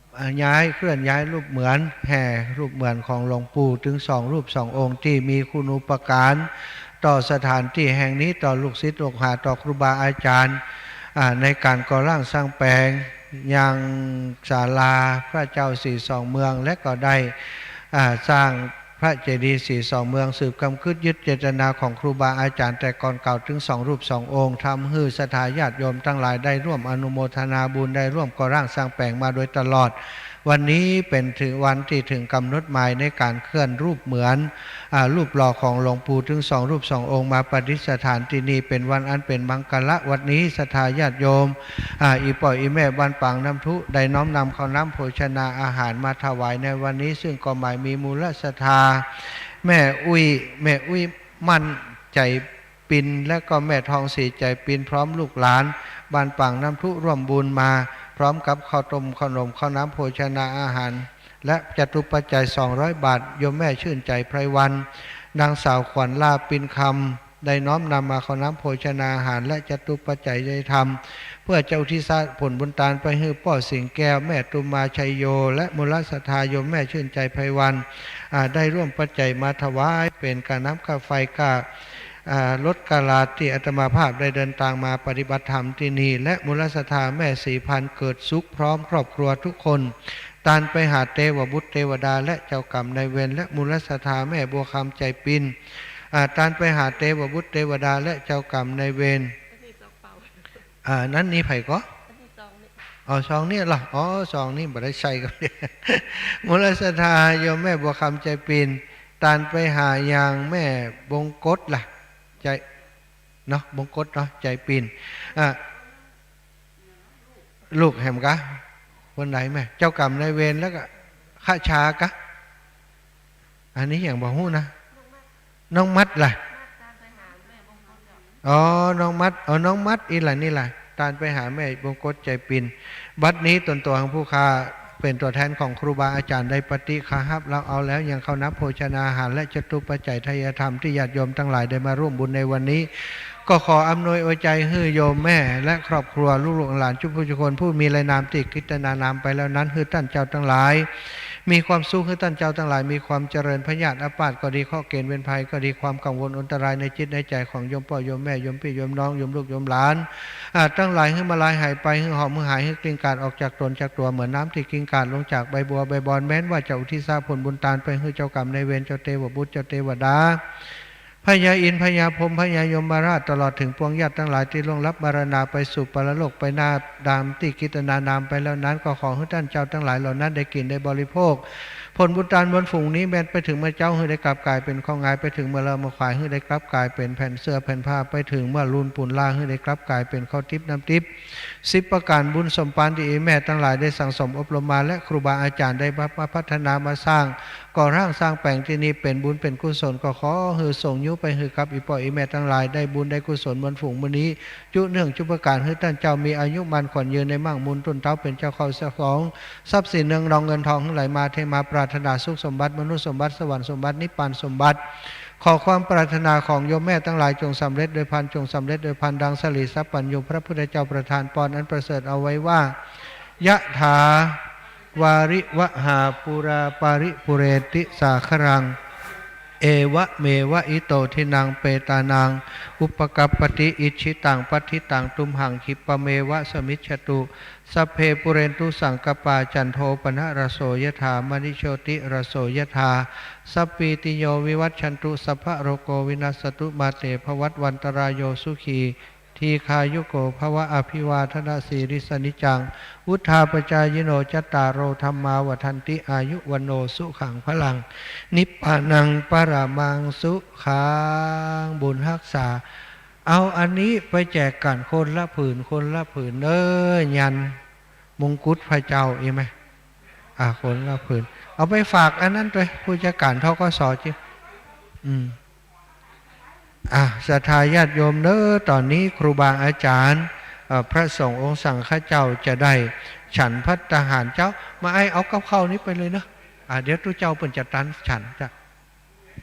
เอาลงไปเลยนะเอากับข้าวลงไปลุ่มเลยไหมปัจจัยเดี๋ยวเขาจะไปปักต้นสตังนะสาธุสาธุบุญรักษาบุญรักษาเจริญปอนไหมเจ้าวัดเหล่ามนทาศรัทธาญาติโยมอีป่ออีแม่จุติอยู่ตังบ้านตังจองเนอะตอนนี้พระสงฆ์องค์สังฆเจ้าครูบาอาจารย์เจ้าที่มาเตรียมมาดา มาห้างมาดาอย่างต่างๆที่ม่อนพระศรีสองเมืองนี่ก็จะฉันจังหันผันพัตตาหารเจ้าเหี่ยก่อนวันนี้อาหารเจ้าพัตตาหารจังหันเจ้านี้เป็นของญาติโยมบรรปังน้ำทุส่วนหนึ่งแล้วก็ของครูบาอาจารย์ครูบา40,000และศรัทธาพี่น้องบรรสันกูทองเนาะได้นำภัตตาหารได้นำข้าวต้มมาถวายแด่ครูบาอาจารย์ที่มาปฏิบัติธรรมมาเตรียมสถานที่กันอยู่ที่นี่อาตมาภาพเองตอนนี้เนาะมันออกอากาศรายงานสดไปศรัทธาก็จะจารอครูบาอาจารย์เปิ้นฉันไปก่อนก็เดียวพอเปิ้นฉันเสร็จแล้วมีคนมาเปลี่ยนก็จะได้มอบเวรประเคนใหม่ให้ครูบาอาจารย์ครูบาอาจารย์จะได้แจ้งให้ทราบถึงเรื่องต่างๆที่จะประกอบพิธีทางศาสนาในวันนี้ตลอดถึงอนุโมทนาบุญกับศรัทธาญาติโยมสาธุชนทั้งหลายที่เฮาได้มาร่วมบุญร่วมกุศลกันตั้งแต่เบื้องต้นตั้งแต่เบื้องแรกหัวตีมาจนถึงปัจจุบันนี้เนาะว่างานที่เฮาสร้างที่เฮาทำไปแล้วนั้นเกิดประโยชน์อย่างกับอันศาสนาเกิดประโยชน์อย่างกับสถานที่แห่งนี้พ่องครูบาอาจารย์มีหลายรูปหลายองค์มาช่วยกันในวันนี้ท่านพระครูอภิวัฒนวิกรมซึ่งเป็นประธานเครือข่ายพระสงฆ์นักจัดรายการในเครือข่ายคลื่นสีขาวที่เป็นผู้ที่ทำหน้าที่ดูแลบริหารเครือข่ายเข้ามาโดยตลอดเนาะก็คงจะมีหลายเรื่องหลายเล่าที่ครูบาอาจารย์จะได้แจ้งบอกคือกับศรัทธาสาธุชนต่างหลายได้รับทราบในกิจกรรมต่างๆของเครือข่ายที่เขาจะทำกันต่อไปตั้งแต่วันนี้ไปจนถึงตลอดพรรษาการนี้ออกพรรษาการแล้วมีงานที่ไหนเพื่อนก็จะแจ้งฮือกับศรัทธาญาติโยมทั้งหลายได้รับทราบเป็นวันเป็นเวลาอย่างต่างๆไปเนาะก็ศรัทธาญาติโยมทั้งหลายก็รอฟังจากครูบาอาจารย์ตัวส่วนตอนนี้เนอะที่ม่อนพระศรีสองเมืองของเฮาเวลานี้ณเวลานี้มีญาติโยมเฒ่าแก่พี่น้องจากปางน้ำทุก็ได้มาร่วมบุญร่วมกุศลกันแล้วก็พี่น้อง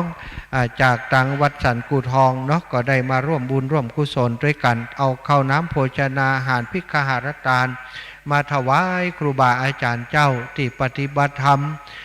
มาเตรียมห้างดาอยู่ที่ม่อนพระศรีสองเมืองที่นี่เนาะสลับซับเปลี่ยนกันเนาะฉันภัตตาหารกันไปศรัทธาญาติโยมที่กำลังมาก็เข้ามาหากันเนาะ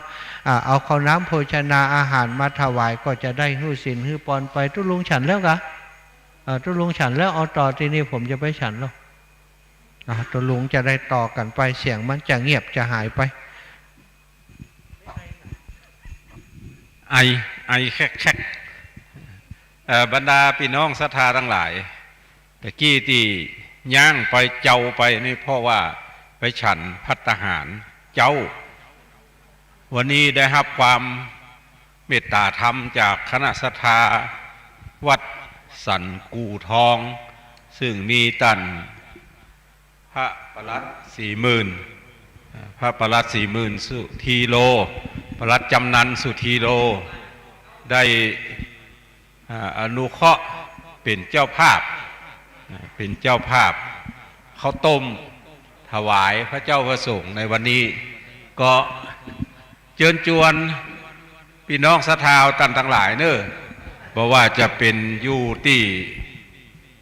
อำเภอใดอยู่จังหวัดใดวันนี้ก็วันค่ำเนาะจะอยู่ด้วยกันนี่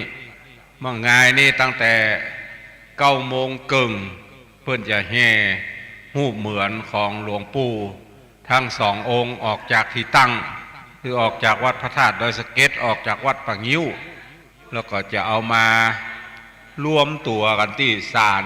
แม่นางแก้วก่อนเมื่อมารวมตัวกันที่ศาลแม่นางแก้วแล้วถ้าได้เลือกงามยามดีก็ทุกอย่างพร้อมหมู่แห่ก้องกองพร้อมก็จะได้อาราธนารูปเหมือนหลวงปู่ทั้ง2ขึ้นมาตีบนม่อนพระเจ้าสีสองเมืองเขาจะหามกันขึ้นมาบนนี้ก็จะต้องอาศัยแห่งกายแห่งใจผู้มาร่วมขบวนได้ขออนุเคราะห์ชมรมกำนันผู้ใหญ่บ้าน ตำบลแม่เจดีย์ใหม่ขอชุดชลบมาช่วยกันยกช่วยกันหามในวันนี้ศรัทธาเฮาที่เหลือก็โตยก้นขบวนมาแห่แหนแต่นแต้กันขึ้นมา เมื่อมาถึงบนนี้แล้วก็จะมาตั้งไว้บนศาลาเราจะเปิดโอกาสให้พี่น้องศรัทธาทั้งหลายปูจาเอาแผ่นดวงฤกษ์มาเขียนชื่อวันเดือนปีเกิดของตัวเก่าแล้วก็เอาใส่ไว้ในสลุงประเดี๋ยวนี้สลุงยังอยู่บนโต๊ะรับบริจาคอยู่แถมสักบืดเนี่ยจะเอาสลุงขึ้นมาไว้ที่หน้ารูปเหมือนของพระเดชพระคุณหลวงปู่ทั้งสองรูปตั้งแต่แห่ขึ้นไปละก็จะเอามาไว้ที่หน้ารูปเหมือนคือท่านทั้งหลายเอามาที่ฐานจิตเอาใส่ในสลุงคนเดียวเวลาสักเตี่ยงปลายนี่ก็จะประกอบพิธีบรรจุแผ่นดวงฤกษ์ที่เอาใส่ในสลุงเอาไว้ใต้ฐานของพระเดชพระคุณหลวงปู่ทั้งสองเวลาบ่ายโมงจะประกอบพิธีเจริญพระพุทธมนต์สูตรมนต์ตันวันนี้ได้อังคาดอาราธนานิมนต์พระเจ้าประสงค์อำเภอดอยสะเก็ดเจ้าวาดทุกวัดอำเภอเวียงป่าเป้าเจ้าวาดทุกวัดมาร่วมกันสวดเป็นอาจาริยะปูจาสวดถวายพระเดชพระคุณทั้งสองที่มีคุณูปการต่อคณะสงฆ์ทั้งสองอำเภอมาโดยตลอดก็คณะทำงานก็ได้อู้จากันไปว่าจ้างศาลากรุงเทพแปลงรูปเหมือนของพระเดชพระคุณหลวงปู่ทั้งสองเพราะนึกถึงคุณูปการที่เป็นมีต่อหม่อนพระเจ้าสี่สองเมืองบนนี้ก็มาเมินก็จะช่วยกันทำตามปณิธานตามเมืองเขาก็ว่าสืบกำกึศของครูบาอาจารย์เป็นภารกิจสุดท้ายที่คณะทำงานจะทำไว้บนนี้แล้วก็ต่อไปก็ปีหนึ่งก็จะใจงานส่งน้ำพระเจ้าส่งน้ำพระธาตุปีนี้ก็จะจัดวันที่14ส่วนพิธีการจะมีจะได้บึดก็ลองฟังพระเดชพระคุณหลวงพ่อเจ้าคณะอำเภอเวียงป่าเป้าซึ่งตะวาเปิดได้ได้จ่าคณะสงฆ์ประชุมเงินที่วัดปะงิ้วไปแล้วว่าพิธีการจะมีจะได้เนี่ยอย่างจะได้พ่องก็เชิญชวนท่านพี่น้องศรัทธาท่านทั้งหลายใครจะขึ้นมาถ้ามีเจตนาก็เอาถุงดำมาด้วยก็ได้ไม่ได้นี่ต้องการถุงดำบนนี่นะแต่ว่าลืมซื้อเอาไว้ลืมซื้อมาตัวใครจะขึ้นมาถ้ามีโอกาสก็เอาถุงดำขึ้นมาตัวเนอะจะมาไว้ใส่ขยะใส่อย่างการกำจัดขยะบนนี้เป็นเขตอุทยานแห่งชาติขุนแจเขาจะต้องช่วยกันดูแลเรื่องความสะอาดเรื่องขยะใจแล้วต้องเอาลงไปเอาขึ้นมาใจแล้วก็ต้องเก็บลงไปบริหารจัดการในส่วนที่เกี่ยวข้องต่อไปแถมดังนั้นวันนี้ก็เชิญชวนท่านทั้งหลายเนอะพี่น้องที่มาถึงแล้วจะปูจาแผ่นดวงฤกษ์ก็เชิญเนอะตามเจตนาของท่านทั้งหลายกี่บาทก็ได้ปูจาแล้วเปี่ยเอาไป2แผ่นไปเขียน ลืมเอาแว่นมาก็ดีบหันทีก็ดีบรรทัดใดเป็นบรรทัดใดหมูขอตู้เจ้าพระเนรเขียนฮื้อก็ได้แล้วก็จอมในสลุงเขียนเหมือนกันนะปักแก้วกับปักแก้วถึง2แผ่นนะเอาจอมในสลุง2ใบบึดเปิ่นจะเอาบรรจุในหุ่นในใต้ฐานหุ่นของหลวงปู่ถึง2รูปและส่วนต้น2ต้นนั้นเขียนไว้ชัดเจนแล้วว่าต้นเงินต้นนี้จะเอาตาลไปหาอดีตเจ้าคณะอำเภอดอยสะเก็ดต้นเงินต้นนี้จะเอาตาลมาหาอดีตเจ้าคณะอำเภอเวียงป่าเป้าท่านทั้งหลายก็เสียบก็ปักตามเจตนาเด้อเอาเงินมาปักทีเดียวนี่ก็ได้แล้วไปเอา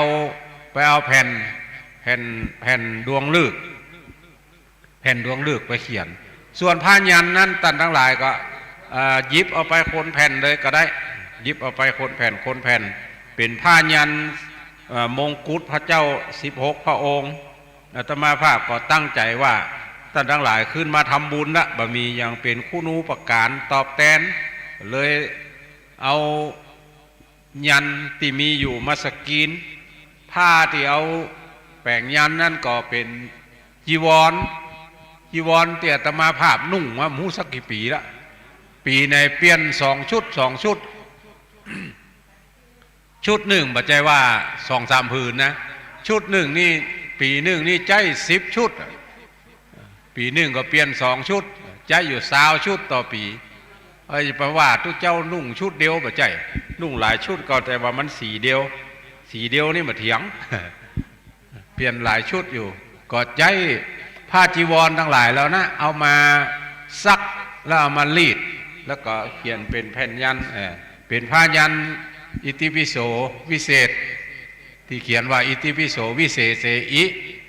อิติปิโส8อินะอิเสเสพุทธนาเมอิเมนาพุทธตังโสอิโสตังพุทธปิติอิแล้วก็อิติปิโส8 ด้านตั้งแต่อิละจากตะละสาติหังจะโตโลถีนัง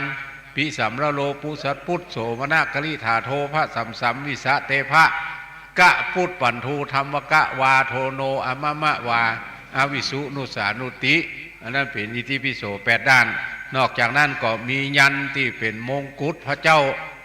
16 พระองค์ตั้งใจเอาเขียนไว้แล้วก็เพื่อจะให้ได้สืบต่อไปหน้าแถมก็มากึดถึงคุณูปการหลวงปู่ทั้ง 2ว่าหลวงปู่ถึง2 รูปเนี่ยมาอยู่ในสายยันสายเตียนตามภาษาบ้านเฮาเนาะมาอยู่ในสายยันมาอยู่ในสายเตียนมาอยู่ในสายพระเครื่องเปิ้นเป็นผู้ที่ทำงานสงเคราะห์ชุมชนโดยตรงโดยเฉพาะพระเดชพระคุณหลวงปู่พระเทพวิสุทธิคุณนี่แล้วก็หลวงปู่พระสุนทรปริยัติวิกรมนี่ออกอากาศก่อนภัยอายุตั้งแต่50ขึ้นไปนี่จะหู้จักหลวงปู่เจ้าคุณมหาทรัพย์ดีก่อนเพิ่นออกอากาศตั้งสถานีวิทยุวปท2ในตึงวันเพิ่นออกวิทยุมีหลวงพ่อเจ้าคุณพระศรีธรรมนิเทศแห่งรูปหนึ่งออกกู้กันเปลี่ยนกันอย่างตึงวันเนี่ยเฮาท่านทั้งหลายฟังวันนี้ก็ฟังตั้งแต่ตี 3มาละตุลุงยองตั้งแต่ตี 3เปลี่ยนกันถึงท่านมหาสมชาติต่างคนต่างต่างจ๋าตุลุงเจ้าคณะตำบลแม่เจดีย์ใหม่ถ้าฟังอยู่ทางวัดวันนี้ขอออกเจ้าเน้อเพราะว่าเครื่องเสียงของตุลุงนั้นมันมีไผ่จ้างสักลายเดี๋ยวนี้ดังกับลำโพงฮอนแอบนี่ตู้บ่ดังเอาเสียบตัวใดเป็นตัวใดหมูบ่เสียบบ่จ้างเขาหมูนี่นะอันนี่ไว้ให้เพิ่นเถอะแต่ว่าแปลงเครื่องนี่ใครรู้เฮ้ยเพราะนั้นตุลุงถ้าว่าเสร็จภารกิจทางวัดแล้วก่อนนิมนต์นะครับมากอยเครื่องเสียงกำมันมีไผ่จ้างมันเป็นเครื่องเสียงระบบใหม่ผมซ้ำให้ระบบใหม่นี่บ่ได้ถึงแต่งอย่างเดียว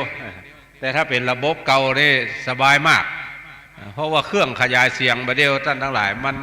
มันพัฒนามันขึ้นเรื่อยๆอย่างเฮาท่านทั้งหลายฟังเนี่ย8 จังหวัดภาคเหนือที่ฟังอยู่ประเดี๋ยวนี้ต่างคนต่างฟังต่างคนต่างได้ยิน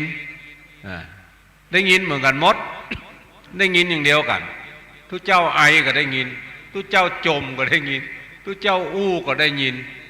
เหมือนกันหมดได้ยินอย่างเดียวกัน8 จังหวัดภาคเหนือนี่ก็อาศัยสถานีวัดฝ่ายหินเป็นแม่ค่ายลิงสัญญาณไปในแต่ละที่แต่ละตางว่า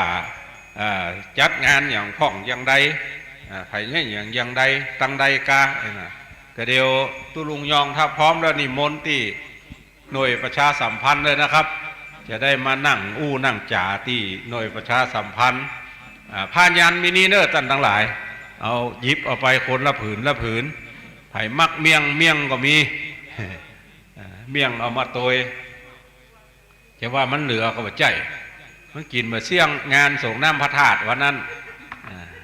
มันก็เลยเอามาโตยอยู่หั่นก็อยู่บ่ได้พอถึงวัดมีอาตมาภาพตนเดียวที่กินเมี่ยง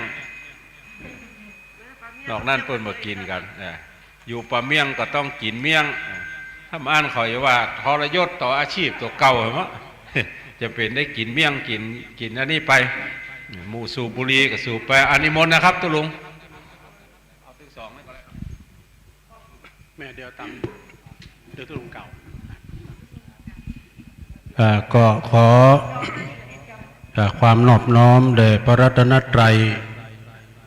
อันมีพระพุทธพระธรรมพระสงฆ์เป็นสรณะที่พึ่งแนบใต้ไว้สาถวายความเคารพอาจารย์ท่านพระครูชลทานพิทักษ์หรือว่าตุลุงแดงซึ่งก็ได้มานอนจำวัดด้วยกันที่นี่เนาะได้มาช่วยกันประชาสัมพันธ์แล้วก็ท่านพระมหาสมชาติชาตปัญโย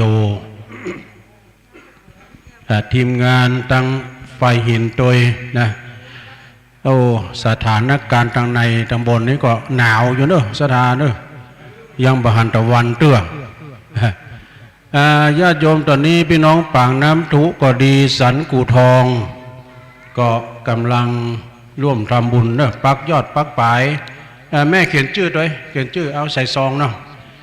ประกาศเอาเลิกเอาชัยอันใหม่มีแม่จันแก้วนะจันแปงบ้านสันกูทองตำบลแม่เจดีอำเภอเวียงป่าเป้ามาถวายข้าวต้มโดยในนามคณะศรัทธาวัดสันกูทองท่านครูบาเจ้า40,000แล้วเพิ่นยังได้มาเตื้อติดงานอยู่ก็เดี๋ยวจะโดยมาไอ้หรอกแม่จันแก้วจันแปงเกาะสันกูทองร่วมทำบุญทำ40 บาทเนอะสาธุสาธุเอาจำตู้ก็ได้ไหมจำตู้ก็ได้มันง่ายดีเนาะแม่มหยังอันนี้แม่มหยังแม่บัวคำสันกูทองเนาะพี่น้องปางน้ำทุกับไผ่ก็หลานนำเศร้าเนาะแม่เอาจอมในหีบนี่จอมไหนนี่เนาะแม่เอาจอมในหีบเนาะขอบคุณตั้งท่านพระอาจารย์ปลัดจะจำนันนะสุทธิโลจอมนี่เปิ้นเอาข้าวต้มมาแถมพี่น้องปางน้ำทุแถมเนาะแม่ชื่นใจไพวันก็ทุกครั้งที่มานอนที่เปิ้นมาถวายข้าวติบข้าวเทวดาหรอกแม่ศรีพันธ์เกิดสุขนี้พี่น้องปางน้ำทุร่วมทำบุญทำกุศลในการสมโภชหลวงปู่ทั้ง2 องค์แถม100 บาทเด้อสาธุสาธุบัดเต้าเต็นนั้นก็มีเพิ่มเติมอันใหม่มีแม่อุ้ยมั่นใจปินแม่ทองศรีใจปินพร้อมลูกหลานพี่น้องปางน้ำทุร่วมทำบุญสมโภชจำนวนแถม200 บาทเนอะสาธุสาธุอนุโมทนาเนอะคุณแม่ชื่นใจไพวันแล้วก็น้องนางสาวขวัญล่าปิ่นคำอันนี้เปิดอุทิศบุญกุศลนะฮะตาลไปหาจิตตะดวงวิญญาณของพ่อสิงแก้วแม่ตุมมาชัยโยจำนวนแถมบิดไปพูดหน่อยมันหอนบิดไปตรงอื่นบิดนะเอาละดีแล้วใจได้ได้ใจได้เหลือ1 2ใจตัวใดดีนะใจตัวนี้เนาะคุณแม่ชื่นใจไพวันลีน้อยตัวพี่หนุ่มลีน้อยมันดังแล้วไปปางน้ำทุร่วมทำบุญแถม1 ซองเนอะขอบคุณเนอะเปิ้นมาถวายภัตตาหารเจ้าตัวของงานแม่ชื่นใจไพวันพร้อมต่างคณะนะมีตุลุงเชาบุตรตุลุงเชาจะโดยมาแม่4,000เกิดสุขอันนี้ก็พร้อมด้วยครอบครัวลูกหลานทำบุญตานไปหาเทวบุตรเทวดาเจ้ากรรมในเวรแถม1 ซองเนอะตอนนั้นมาก็หมายมีแม่บัวคำใจปินอุทิศบุญกุศลตานไปหาเทวบุตรเทวดาเจ้ากรรมในเวรเนอะแล้วก็ร่วมทำบุญตานไปหายังแม่บงคตนะใจวงกฎเนาะวงกฎใจพินใจปิน แถม12เด้อขอบคุณเด้อแล้วก็มีอันนี้พี่หนานออดเด้อธีรชัยมีชัยเปิ้นมาจากสันน้ำเมงมาตะวาแล้วดูเปิ้นยังมานอนที่อันตังลุ่มพุ่นน่ะเอากดเอาใส่ซาเล้งมาเลยมานอนโดยแล้วก็เปิ้นมาทำบุญโดยขอบคุณนะแม่เด้อสาธุแม่ชื่นใจไพวันนะมาถวายภัตตาหารเจ้าแล้วจะปิกก่อนพุทธจะมาแถมก็มีเพิ่มเติมเนอะพี่นานออดธีรชัยมีชัยบันสันนามเมงเปิ้นก็ทำบุญร่วมทำบุญธนุบำรุงทั่วไปเนี่ยบริเวณพระธาตุ42เมืองแถม100 บาทเนอะสาธุสาธุโมรณาพินานด้วยเนอะสมพัฒน์อรุณีพร้อมลูกทำบุญพระธาตุ42เมืองแถมจำนวน100 บาทสาธุสาธุบุญกุศลปกปักรักษายังมูลศรัทธาทั้งหลายร่วมกินร่วมทานร่วมทำบุญทำกุศลเนื่องในงานทำบุญสมโภชรูปเหมือนหลวงปู่อดีตเจ้าคณะอำเภอและณศูนย์การเรียนรู้สิ่งแวดล้อมศึกษาม่อนพระศรีสองเมืองวันนี้เป็นวันอาทิตย์ที่3ของเดือนก็จะได้น้อมบอกเอิญเชิญชวนพี่น้องศรัทธาญาติโยมที่กำลังมาก็ดีไผ่ข้าได้ตั้งพายันก็ดีพายันมงกุฎพระพุทธเจ้าอิติปิโส16พระอรหันตาอันนี้ตังต้นครูบาแดงนี่เปิ้นได้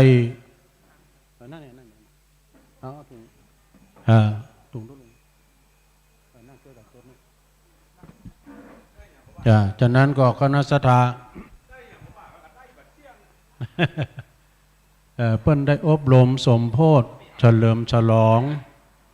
กับศรัทธาสาธุชนญาติโยมใครได้ก็มาเอาเก็บไว้ข้างในเหลือเอาไว้ด้านบนเช็คไว้ด้านบนตัวนี้ก่อนตัวนี้นะนี่เก็บไว้เอาไว้ปั่นปอนได้ปักยอดปักปลายห่วมทำบุญทำกุศลตะกี้ก็ลงไปตังลุ่ม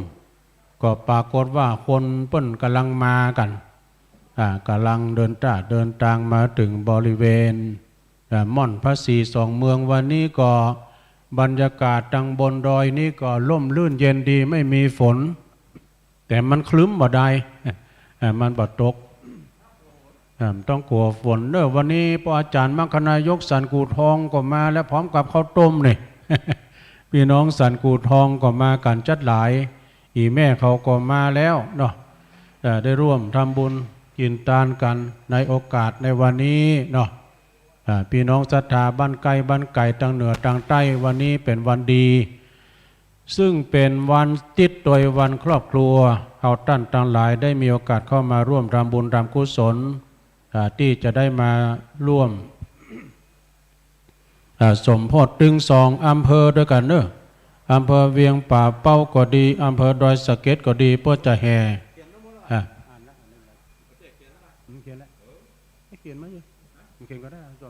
่านแล้วเนี่ยอ่านแล้วเพราะฉะนั้นก็คณะศรัทธาสาธุชนญาติโยมได้ร่วมทำบุญทำกุศลและได้ของดีด้วยพอจะมาจดเอาแผ่นดวงเลิกแผ่นดวงมหาราชแผ่นดวงมงคลจดชื่อเสียงเรียงนามจดชื่อนามสกุลวันเดือนปีเกิดลงไปแล้วแต่บื้อนี่เขาจะได้อธิษฐานจิตได้เอาไปบรรจุที่ฐานของหลวงปู่ทั้งสองที่เขาจะได้เอาไปบริสถานนาทีหันเนาะได้มีโอกาสเข้ามาร่วมกินร่วมทานร่วมทำบุญทำกุศลในโอกาสในวันนี้นะฮะแล้วก็ศรัทธาสาธุชนญาติโยมที่ได้มาสำหรับรถลานั้นก็ที่จอดก็ถึงกว้างขวางสะดวกสบาย ในการที่จะได้มาร่วมทำบุญทำกุศลแล้วก็ใกล้ที่จะเข้าวัดสาแล้วแถมศีล2 ศีลก็จะเข้าวัดสาแล้วสดา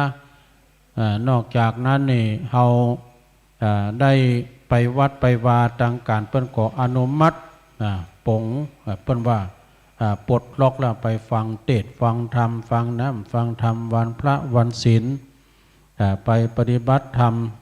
ไปใส่บาตรหยาดปกทานขันข้าวขันน้ำนะเปิ้นว่าเปิดเม็ดก็ได้ดอกต้องเปิดก็ได้นะลงเด้อบ่ต้องเปิดเพราะว่ากันละอองกันฝุ่นเนี่ยนะเนาะเพราะว่าเขาจะไปประมาทเพราะว่าโลกใหม่โลกเก่าไปก็โลกใหม่มาเขาก็จะได้บ่ได้ประมาทลาสากันโดยเฉพาะก็สูงวัยนะสวเขาดิ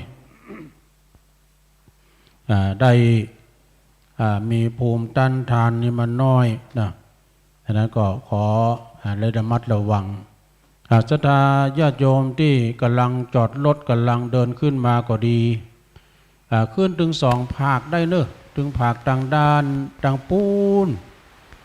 ทางด้านใต้เพื่อก็ทางเชียงใหม่ทางด้านเหนือนี่ก็ทางด้านใต้ด้านทิศว่าลงทิศกันนี่ตุลงขึ้นได้ถึง2 ภาคก็แล้วกันนะแต่ว่าถ้าไผ่ที่เอาของนักมานี่จะต้องได้ช่วยกันเนอะคือคณะทางคนหนุ่มคนกำช่วยกันยกกันแบกขึ้นมาเพราะว่าเชือกสลิงมันปุดเชือกสลิงกวานมันปุดนะต่อก็บ่ได้เอาเชือกข้าวมาต่อก็ไม่ได้มันเป็นเชือกสลิง มันแป้มันดังนั้นก็คณะสัตยาที่เอาของนักมาก็ช่วยกันยกกันแบกมาน้ำเป็นแพ็คเนาะตะกี้นี่พ่อจานสันกูทองกับเนนนัดหามเขาต้มขึ้นมา ยั้ง2 ที่เพราะมันไก่เนาะก็ศรัทธาญาติโยมท่านสาธุชนที่กำลังเดินทางมาในโอกาสในวันนี้นะท่านก็ได้มาบูชาช่วงนี้ก็มีการงานบุญนักอยู่เนื่องจากก่อนเข้าพรรษานี่นะมีงานตานเตียนตานเก้าวัดตานหลายที่หลายต่างที่สายบุญแต่ละสายได้ไปกันสายเฮานี่ก็จะไปเนี่ยวันที่17นะศรัทธาญาติโยมเขาก็รวมตัวกันวันที่17นี่เขาจะไปบุญกองฝายพระธาตุจ้อแฮนะจัดรถไผรถมันไปเนาะได้รวมตัวกันโดยเฉพาะก็ครูบาอาจารย์ที่เปิ้นออกรายการนี้เปิ้นก็จะไปกันหมดเขาจะได้ตานเตียนตานหลอดไฟกาอย่างนั้นเนาะเพื่อความเป็นเรียกว่าเป็นสิริมงคลตานหลอดไฟนี่ก็ขอให้มีดวงตาเปล่งแจ้งตานเข้าน้ำโภชนะอาหารที่เปิ้นกำลังหิวโหยนะที่เปิ้นกำลังหิวโหยนี่นะเปิ้นว่าให้กำลังให้อายุนะให้อายุมันยืนยาวว่าตานโพเครื่องนุ่งห่มตานผ้าตานครัวตานผ้าผ่อนต้อนสบายเปิ้นก็ว่าให้ผิวพรรณวันนะเปล่งปังถ้าหากว่าเฮาให้ปฏิบเตียนไฟเป็นเตียนเป็นหลอดไฟก็ตาใสเปล่งแจ้งจักขุแจ้งดีหรอกเนาะ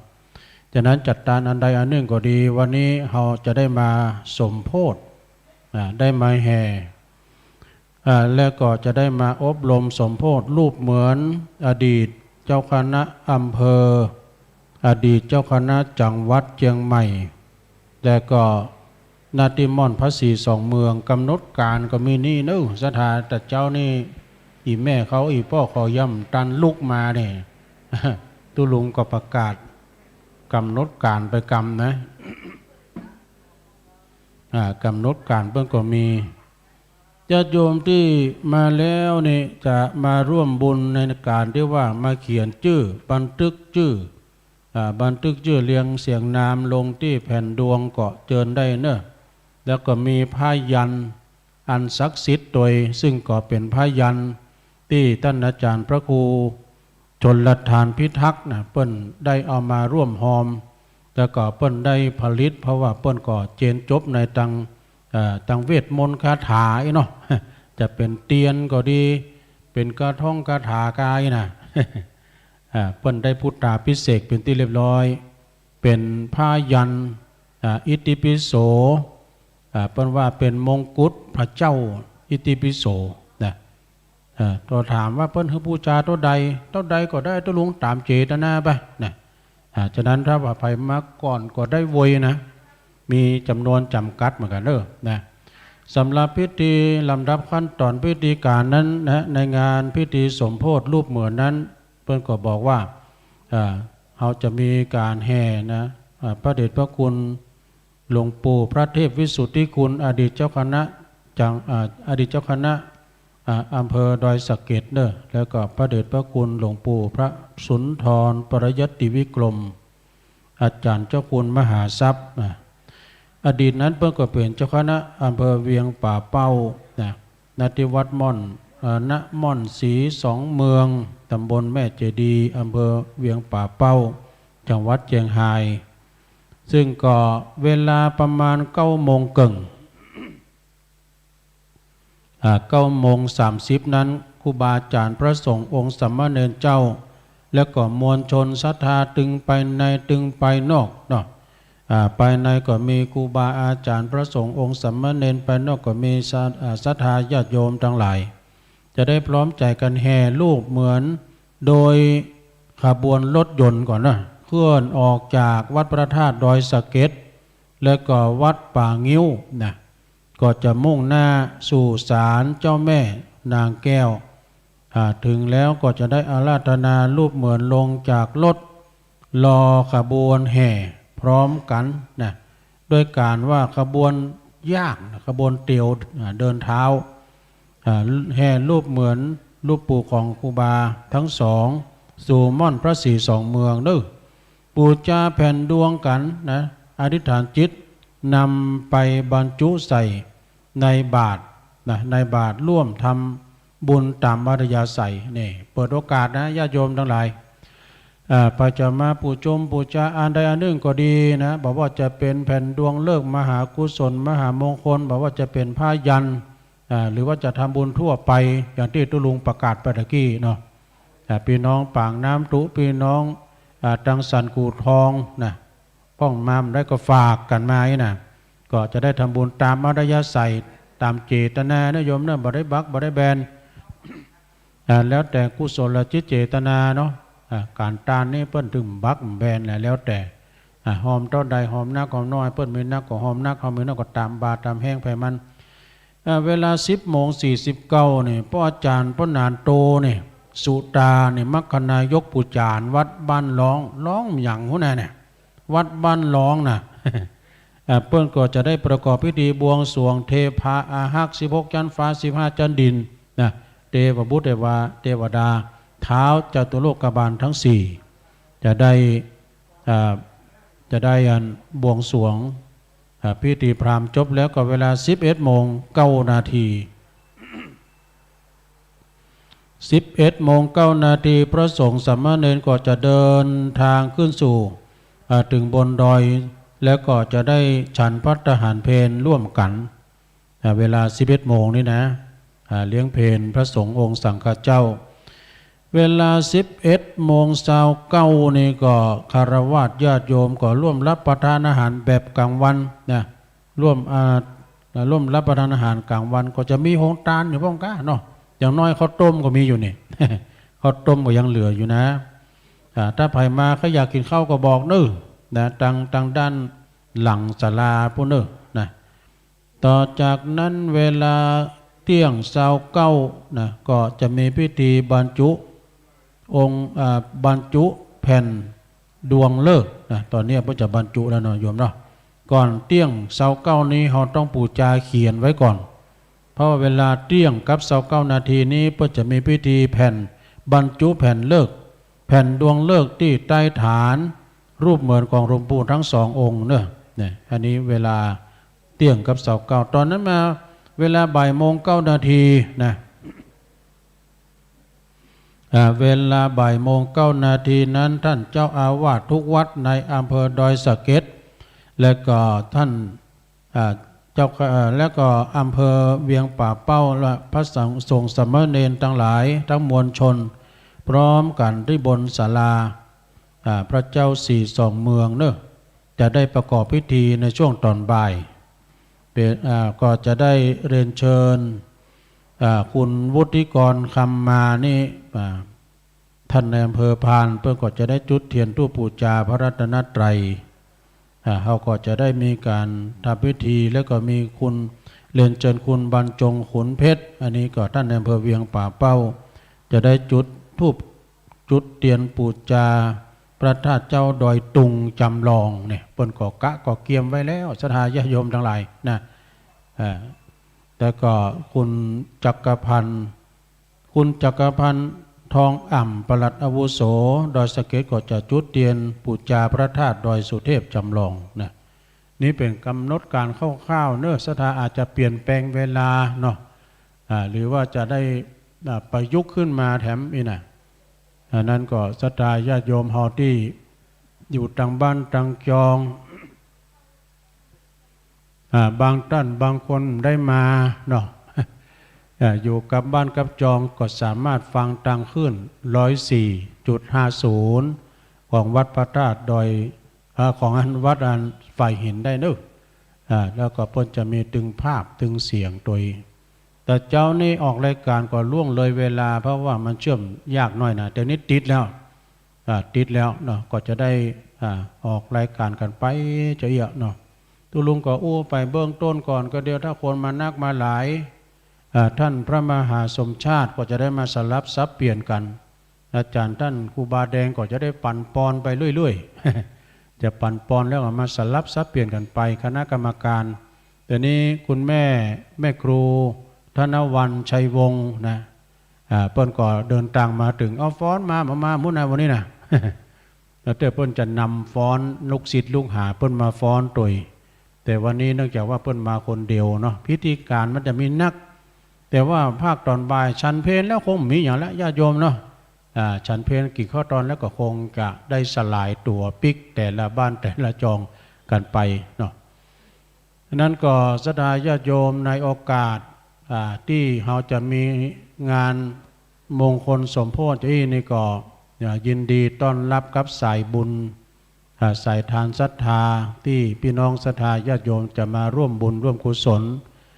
เป็นปริโยสารนั่นเด้อศรัทธาเนาะพระธาตุเขาก่อนแล้วศาลาเขาก่อนแล้วโมดละไฟก็รอบทิศทางก็ได้รับความสะดวกสบายกู้อย่างน้ำไฟคนทางเดินสะดวกสบายนะมาเนาะอันนี้ฟ้อนล้านนาประยุกต์เนอะแม่ครูเพิ่นเอามาวันนี้นะจะมีฟ้อนล้านนาประยุกต์โดยก็ขอบคุณเนอะเพื่อต้อนรับเนาะเพื่อต้อนรับคณะศรัทธาถึงสองอำเภอนะท่านในอำเภอด้วยเนาะ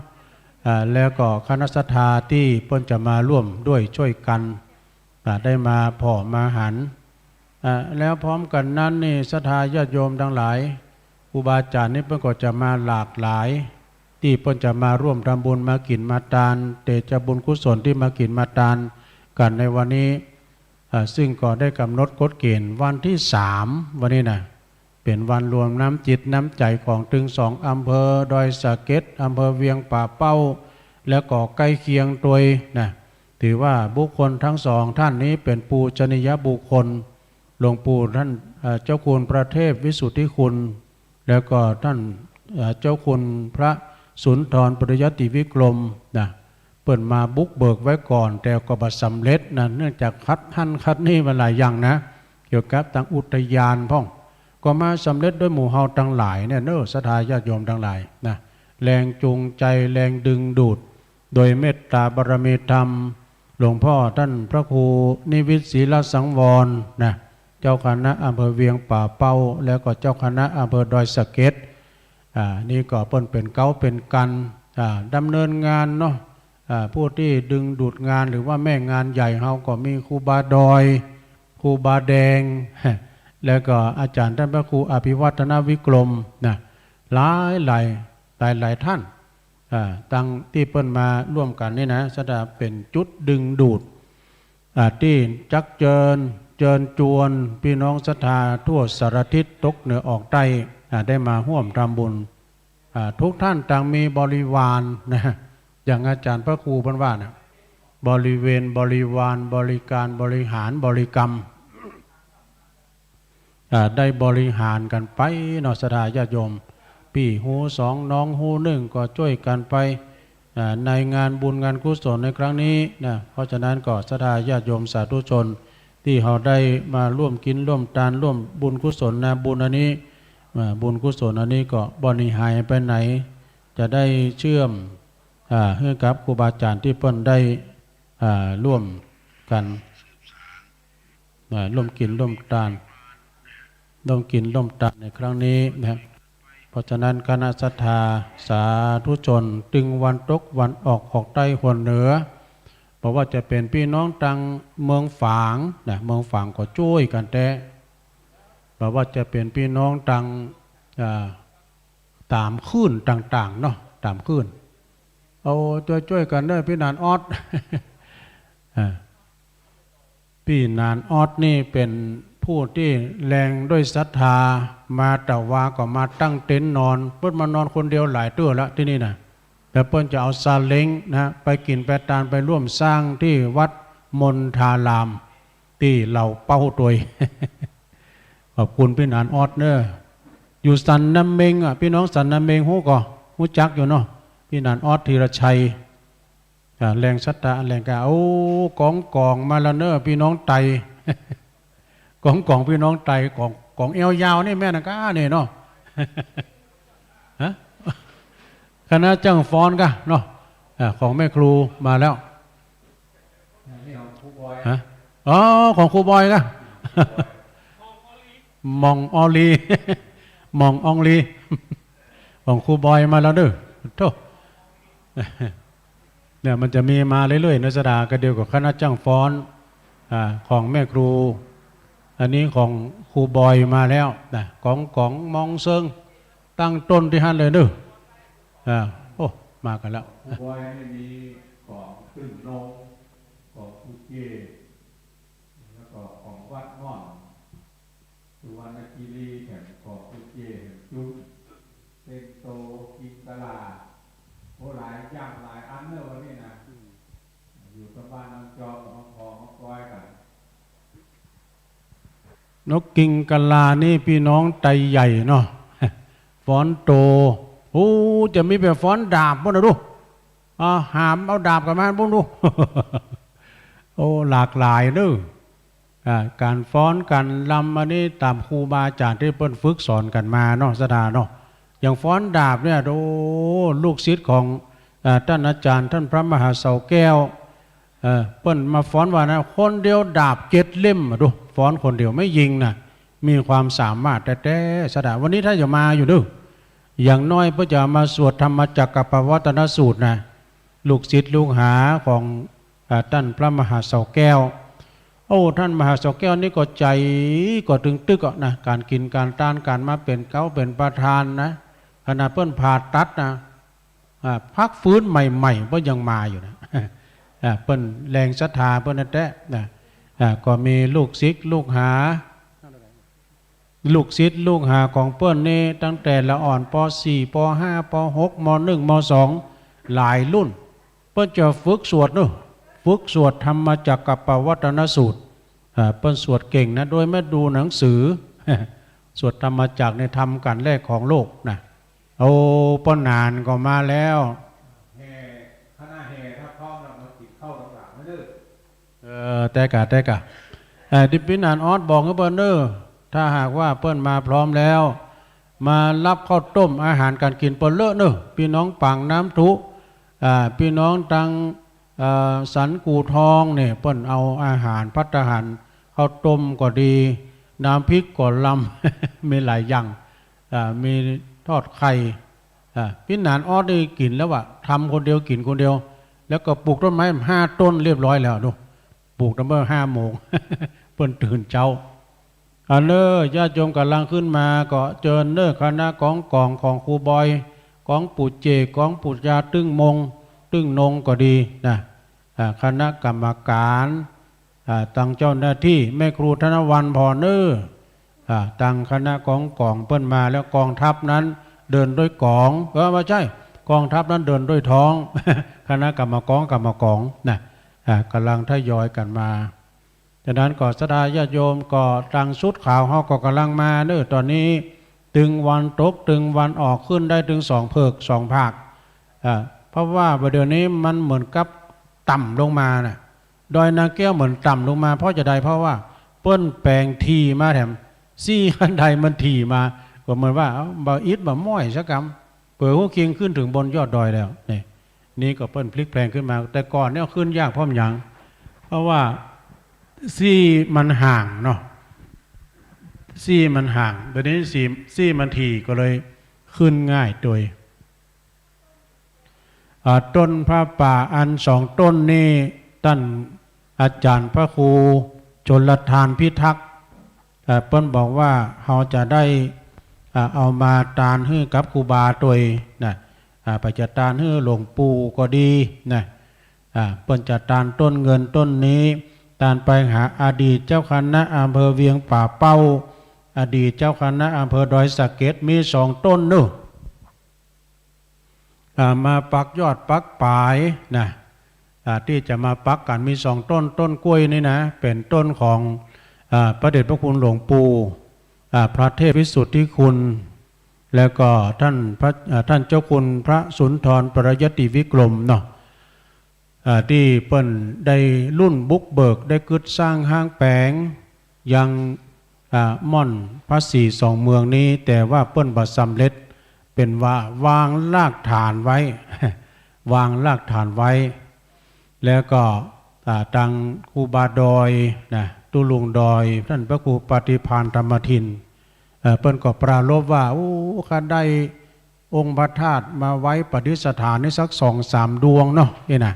ก็เลยเกิดความคิดขึ้นมาว่าจะได้แปลงรอยต่อเจดีย์พระธาตุเจดีย์รอยต่อฝั่งตังพระธาตุฝั่งตังเจียงใหม่ก็พระธาตุดอยสุเทพจำลองอีกฝั่งตังเวียงป่าเป้านี่ก็พระธาตุดอยตุงจำลองก็มาแปลงกันที่รอยต่อนี่เนาะ ได้สร้างรอยต่อเจริญพรครูบอยขอเนอเดินทางมาถึงเนาะสาธุสาธุเดี๋ยวรับอาหารนะตอนนี้แล้วเนี่ยเปิ้นเตรียมพร้อมโอ้โหวันนี้สุดยอด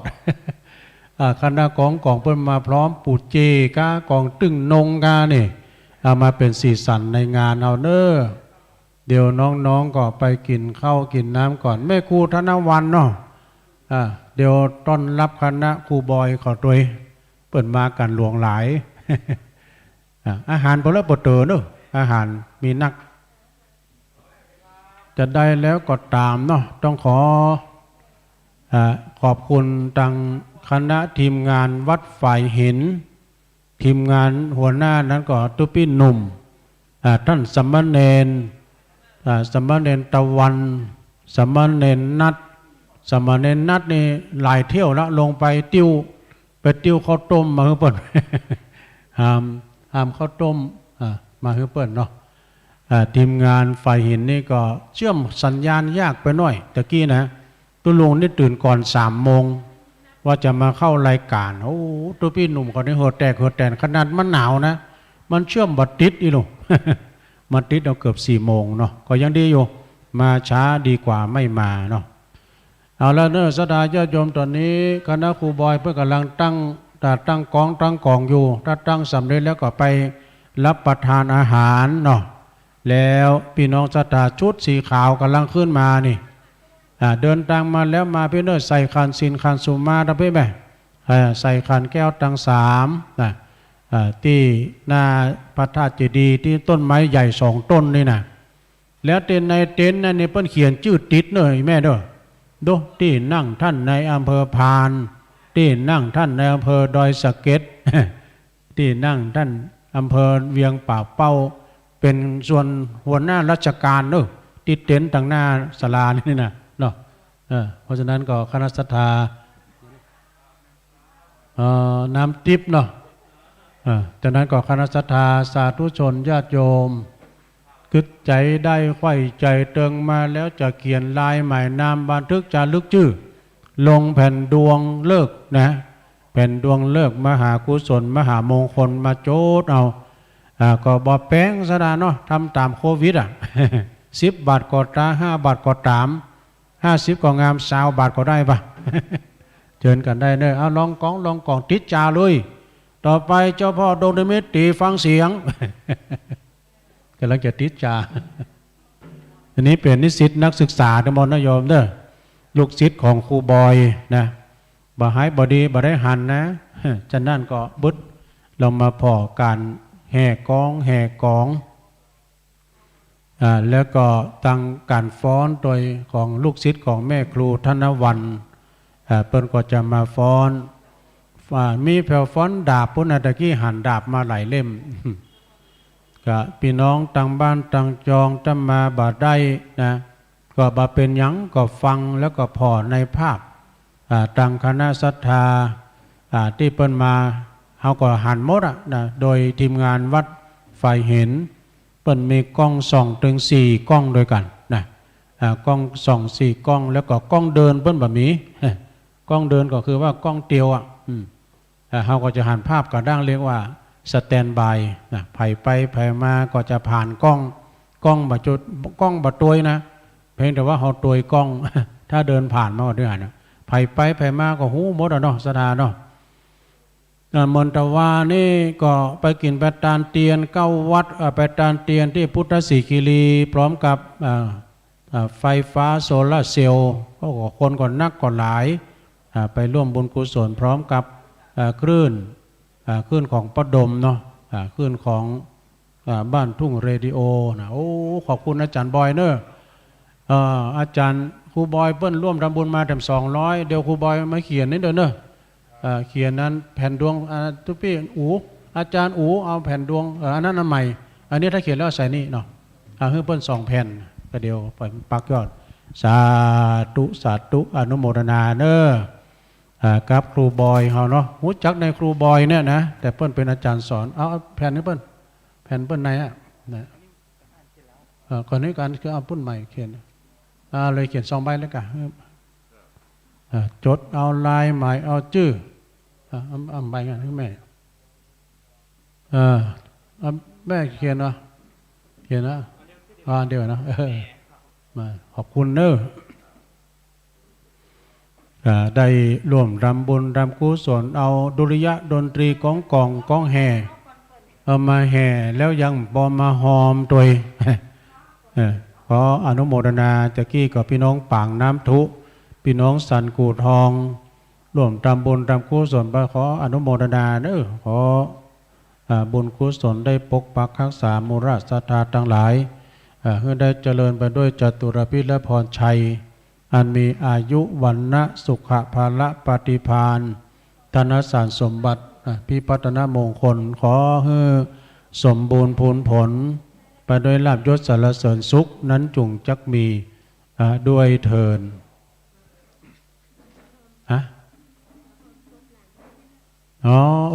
หลานทพี่นัท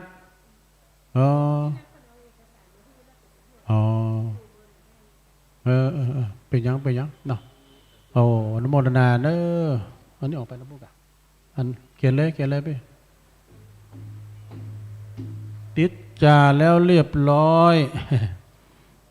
ขอต่อไปขอประกาศรายนามเพิ่มเติมเนื่องจากที่มีศรัทธา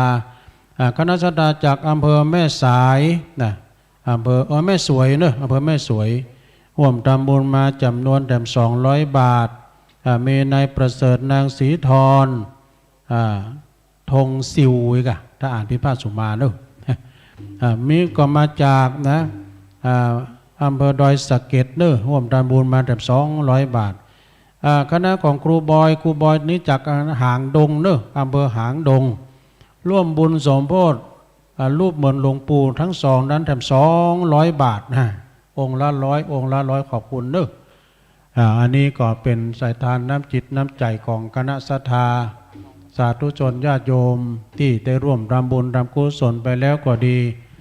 แม่ครูธนวรรณร่วมบริจาคแถม100 บาทเด้อสาธุ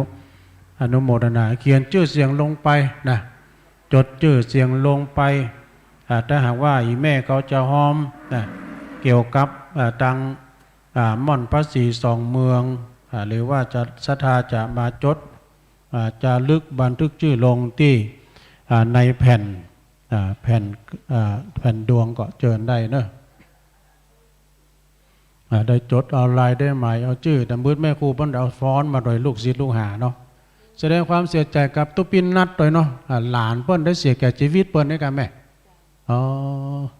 วันนี้ตุปินนัดเพิ่นก็จะเป็น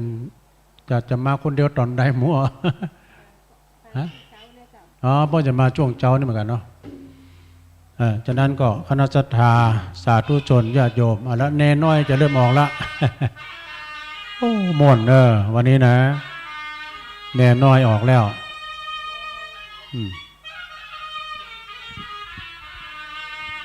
ต่อไปก็แม่ครูธนวรรณชัยวงศ์รวบรวมบุญจากเชียงใหม่วันนี้เอาลูกศิษย์มาตัวยหอมแดม200 บาทดูอนุโมทนาสาธุการตัวยตะกี้ก็พี่นานออดเขาก็หอมกันหมดละถ้ามานี่เป็นหอมกันหมดตัวลุงย่ำได้หอมตัวนี้บึดก่อนตัวลุงเขาคณะขึ้นสีขาวแต่บึดก่อนบ่ลืมแล้วลืม ถ้าว่าจากกองเติงแล้วเนี่ยแม่ครูธนวรรณเอาเปิ้นไปกินข้าวก่อนเนาะพ่อครูบอยเขามาแล้วตัวพิการ เจ้าอาวาสวัดนี่นะเดี๋ยวอันนี้ไผ่นี่ประกาศไปก่อนเนาะนี่เปิ้นฟอนจะไปนี่ฟอนจ้างฟอนนะซ้ำ ประกาศผิดไปละวันนั้นเอาความดีมาให้แม่ครูมาแล้วปูนเปิ้นผ่อนหน้าตัวลุงมั่มมาคณะจ้างฟอนฮักการฟ้อนเนาะฟ้อนเปิดว่าฮักการฟ้อนฟ้อนล้านนาประยุกต์แม่ครูเฉลียวนะแม่ครูเฉลียวก็เดียวบุตรเปิ้นมาแล้วเนาะต้องขอบคุณกับพี่น้องศรัทธาญาติโยมทั้งหลายที่กำลังเดินทางตัวพิการเปิ้นมาเจ้าพี่น้องจังตังลุ่มตังล่างที่กำลังจะขึ้นดอยมาเนาะก็ขอเชิญตังพี่น้องศรัทธาตังวันตกวันออกสันน้ำเมงเพื่อมานอนเดี๋ยวมันจะวาแล้ว พี่นานออดหอแล้วก็ห้องน้ำนี่ก็บอกไปก่อนศรัทธาห้องน้ำศรัทธาอยู่ด้านวันออกวันตกถ้าห้องน้ำสีเขียวนี่เฉพาะพระสงฆ์บนเขียนไว้หรอเฉพาะพระสงฆ์สัมมาเนรจากนั้นก็คณะศรัทธาที่เดินทางมาแล้วจะใช้บริการห้องน้ำห้องสุขาก็อ่านชื่อพอตัวเนาะได้อ่านชื่อพอตัวศรัทธาญาติโยมตอนนี้แดดเริ่มจะออกแล้วทางพระธาตุเจ้าสี่สองเมืองเดินทางมาบางพ่องก็ว่าฝนตกนะตัวลุงทางเมืองฝางก็ฝนตกอยู่แต่มันตกนักมันตกน้อยนี่ก็ตะวันนี่ก็มาถึงที่นี่ก็ตกนะหัวค่ำวันหัวค่ำมันตกมาน้อยก็เลยว่าจุ่มเนื้อเย็นใจโอ้แม่กาหอยมาแล้วเฮ้ย เอาเลยจดชื่อก่อนแม่กาหอยคืนกำไรให้แก่ทางวัดอันนี้แม่กาคืนจดแผ่นดวงเลยเนาะโชคดีการแม่นไข่หมานอีแม่ก็มาแล้วดุงอ่านก่อนเนาะสาธุอยู่บ้านใดเมืองใดจดเอาลายยังบอกเสียเนี่ย พี่น้องเมืองแปรต่อไปประกาศรายนามแม่จันสมอุตมาเนาะไม่ใช่อาตมานะแม่จันสมอุตมาบ้านขันหอมตำบลแม่เจดีอำเภอเวียงป่าเป้าเชียงรายร่วมทำบุญมา40 บาทขอประกาศด้วยประกาศตัวทางท่านพระครูบวรธรรมพิรามเอาฐานไม้มาด้วยวะ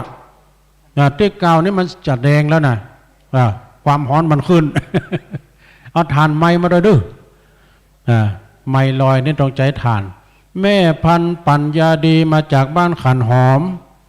อำเภอเวียงป่าเป้าเด้อร่วมทำบุญมาแต่100 บาทเด้อสาธุสาธุอนุโมทนาเนาะจนกันเจ้าญาติโยมอีแม่เขาจดเอาลายไหมเอาน้ำมาที่อาจารย์อูนี่เด้อเพิ่นจะได้แจกของดีใครก็ได้ของดีมานะเว้เนาะอาจารย์อูจะได้แจกเดี๋ยวพี่นันออสก็มานั่งด้วยกันนี่ก็ได้โอ้ผ้ายันเด้อเอาผ้ายันผืนแล้วเอาตามเจตนาไปอาจารย์ตัวพี่อูเอาเฮือเปิ้นกำผ้ายันอันนี้อิติปิโสผ้ายันอิติปิโสเปิ้นว่าผ้ายันนี่ก็คุ้มครองแคล้วคลาดปลอดภัยให้ได้อยู่ดีมีสุขเด้ออยู่เย็นเป็นสุขอันนี้ให้ผืนเด้อโดยเตจบุญกุศลที่บรรดาแม่ก้าหวยเอาไปแล้วขายหวยม่วนเด้อนะนะนี่มาก้าขึ้นอยู่คือมีใจไปไม่มีโชคมีลาภเด้อพายันอิติปิโส108จบก่อนนะอันนี้ก็พุทธาภิเษกกันไปเป็นที่เรียบร้อยเปิ้นว่ามงกุฎ38นี่มงกุฎมงกุฎพระอรหันตา16ถ้าไปเขาได้ก็มาเอาเด้อมาปู่ชมปู่จาแผ่นดวงมงคลแผ่นดวงเลิกนะเลิกดียามดีในโอกาสในตอนนี้นะสดา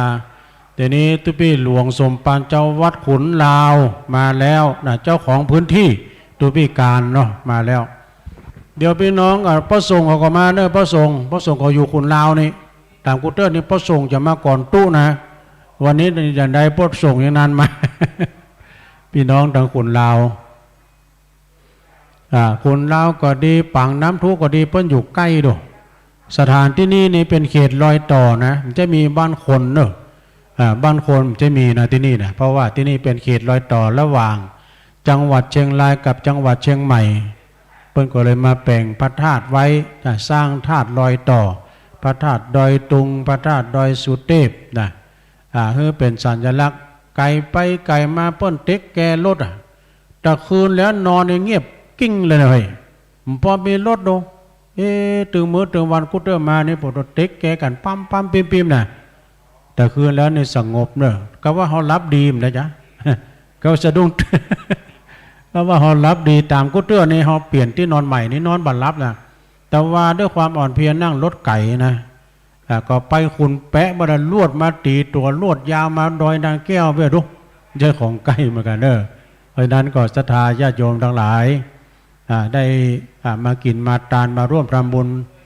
ความจริงตอนเช้านี้มันมีหลายด้วยนะเพื่อนจะแห่กันมาบุญช่วงนั้นพี่น้องทางดอยสะเก็ดพี่น้องทางเวียงป่าเป้านะป่าทางงานป่างิ้วเนาะโอ้เจริญพรเลยพ่อเข้ามาแล้วเนาะพ่อหลวงเข้ามาแล้วพ่อน้อยพ่อนานพ่อจานลำวัดฮับข้าวต้มก่อนเด้อกินข้าวต้มก่อนแกงข้าว ไปฮับข้าวต้มก่อนโอ้วันนี้ด้วยบุญบารมีของครูบาเจ้า40,000สันกูทองพร้อมคณะเปิ้นเอาข้าวต้มมาลูกเน้นนัดยกมาปวแปะย่าง2 เตื้อ 3 เตื้อก่อนนะยั้งนะกับปอดจานสันกูทอง แต่ว่ามีพี่น้องปังน้ำทุคุณแม่ชื่นใจไพวันเขาก็เอามาหลายคั่วไข่ก็มีน้ำพริกก็มี มีหลายอย่างไส้อั่วไส้ยัดตุลุงเขาว่าวันนี้อาหารติ๊บมาอย่างก็ไอ้นะเป็นว่ามากันแน่นหนาเนอะป้อมซ้ำเสี่ยงเหมือนกันนะก็มาด้วยบุญเนาะสดาเนาะมาด้วยบุญขึ้นมากับพระกับเจ้ากับพระกับเจ้าแล้วสดาญาติโยมก็ไปรับประทานอาหารข้าวต้มวันนี้ก็ทางพี่น้องตระกูลกิ่วแก้วก็จะมาเนอะคุณเชิดพงษ์พร้อมด้วยพี่น้องตระกูลกิ่วแก้วเปิ้นก็จะมาร่วมบุญด้วยในฐานะที่ว่าเปิ้นได้เป็นเจ้าภาพใหญ่ในการสร้างองค์พระธาตุเจ้าเฮาในครั้งนี้โดยโอกาสอนาคตนะไปหน้านี้เพิ่นจะติดคำเนอะสถาญาติโยมเพิ่นจะติดคำได้ยินข่าวว่าสลาดซักนี่เปิ้นได้หูมาแล้วนะเพิ่นจะติดคำไหมดอกรอก่อนรอปัจจัยก่อนเนาะสดาญาติโยมเดินทางมาแล้วห้องน้ำมีทางปูน ห้องน้ำศรัทธาญาติโยมมีด้านใต้ดังด้านเหนือนี่ก็เป็นของพระสงฆ์องค์สังฆเจ้าเนาะจะใส่บาตรใส่ขันศีลขันสุมาใส่ขันแก้วทั้งสามก็มาตอนนี้เด้อใส่ขันดอกไม้ซึ่งเป็นของก่อนนำทานได้ร่วมบุญกุศลได้ใส่บาตรใส่ขันดอกแล้วก็มาทั้งเพะนะจะฮับเอาของดีมาที่อาจารย์อูหรือว่าตังพี่นันตังพี่นันออสเนาะได้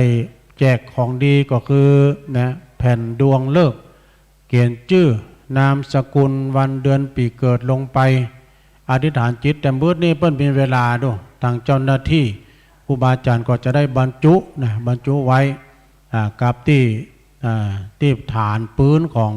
สมณะรูปเหมือนของครูบาเจ้าทั้งสองตัวนะในโอกาสที่เราได้มาร่วมบุญกุศลก็อดเอาทำสองศีลญาติโยมทั้งหลายทำสองศีลนี่ก็จะเข้าวาสาแล้วนะเข้าวาสาแล้วก็ยังจะมีงานอยู่นะเข้าวันษาวันที่13วันที่14เพิ่นก็จะมีงานนะงานที่พระธาตุดอยนางแก้วนี่เพิ่นก็จะมีการสูมากะละวะบวงสรวงกันนี่กันนะเปิ้นมีงานประจำปีตามแต่ก่อนนี่ทางตุลุงแดงว่าเปิ้นมีแผ่วมีแผ่วแข่งบอกไฟเพื่อด้วยเนาะนิมนต์ท่านมาหาเอากำนี่ตุลุงก็จะได้อมเมี่ยง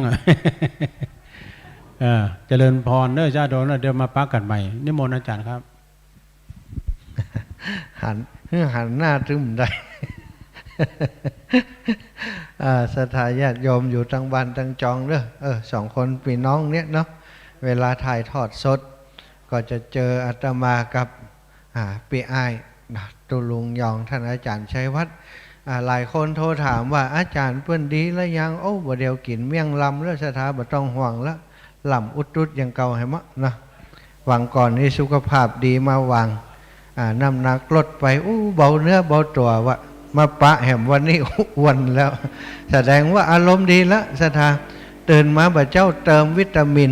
วิตามินเนาะแจ้งมาบ่เจ้าตี 3 ตี 4ตุลงห้องลุกปลุกตื่นสถาญาติโยมก็ติดตามตุลงเปิ่นจัดรายการทุกวันหลายคนบอกว่าเป็นยาสามัญประจำวัน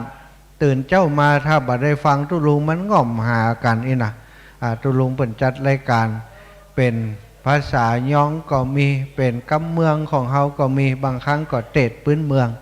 ก็ทำเฮือสถาพี่น้องโดยเฉพาะคนลำปางวันนั้นเดือดร้อนเฮือตมาว่าตี 3จะได้บ่ออกแหมเหมาะอีนะโอ้ยังไงอ่ะอาตมาบ่ได้อยู่ที่สถานีฮะนะอีแบบไฟดับก็กับไฟดับก็ยังแปลงกัดถึงบอกบ่อยู่ที่สถานีสถานีเพิ่งแต่ไฟดับนะอีแม่นะเน็ตบ่ดีนะมันก็เลยดับไปกะโอ้แม่บ่ได้ฟังตุลุงยองมา2 วันแล้วนะอีวะเป็นมาเกียรติฮือเฮาเฮ้เนาะสถาญาติโยมทั้งหลายเนอะวันนี้ได้ฟังตุลุงหลายรอบแล้ววันนี้กว่าจะเสร็จงานก็เดี๋ยวตุลุงก็จะได้ได้จ่าแหมอยู่สำหรับแฟนรายการของตุลุงเนอะใครจะโทรมามาก็เปิ่นก็กับตุลุงได้จะฝากให้ฝากหอมยังก็ได้นะบัดเดี๋ยวนี้มีศรัทธาญาติโยมที่เปิ่นฝากให้ฝากหอมติดตุลุงมาแต่เจ้าอาตมาอนุโมทนาไปแล้วแต่ว่าบัดได้ไปขุนแปะกับตุลุงสกรรมบัดได้ไปพุทธศรีคีรีสกรรมเนื่องจากว่ามีงานศพที่ลำปางต้องเดินทางไปที่ลำปางตุลุงเปิ่นได้รับปัจจัยที่ญาติโยมฝากมาแล้วก็มาฮือน้องเบาเปิ่นแล้วเนอะก็ขอประชาสัมพันธ์ให้ทราบเจ้าวันนี้เนาะก็ได้กันตั้งแต่เจ้าเกริ่นนำกันตั้งเจ้าว่าตีม่อนพระศรี2 เมืองเขามีกิจกรรมอะไรอย่างตุลุงก็ได้ประกาศไปตุลุงแดงก็ได้แจ้งให้พี่น้องศรัทธาทราบขั้นตอนพิธีการต่างๆเป็นลำดับลำดามาศรัทธาพี่น้องเขาทั้งหลายสิ่งที่ครูบาอาจารย์ได้เนี้ยกึศร่ำตำสร้างกันตีม่อนพระศรี2 เมืองนี้ก็เป็นการสืบกำกึศยึดเจตนาของครูบาอาจารย์แต่ก่อนเก่าหลวงปู่หลวงพ่อนะหลวงปู่ของเฮาพระเทพวิสุทธิคุณท่านหลวงปู่พระสุนทรปริยัติวิกรมซึ่งเป็นครูบาอาจารย์นักคิดนักพัฒนานักการศึกษานักปฏิบัติศรัทธาแล้วที่สำคัญคือเป็นผู้ที่มี สายตาที่กว้างไกลมองเห็นการไกลว่าอนาคตตั้งหน้าเนี่ยเนาะถ้าปล่อยให้ศรัทธาญาติโยมไปเคารพสิ่งที่บาใจมังคละอันสูงสุดเนาะไปไหวผีสร้างนางไม้กาไปเนี่ยอย่างติพิษแผกแตกต่างออกไปจากพระธรรมคำสั่งสอนของพระพุทธเจ้าพระสงฆ์องค์สังฆเจ้าก็จะเป็นผู้ที่มีส่วนในการที่ปล่อยให้ศรัทธาญาติโยมเป็นเจ้าอัน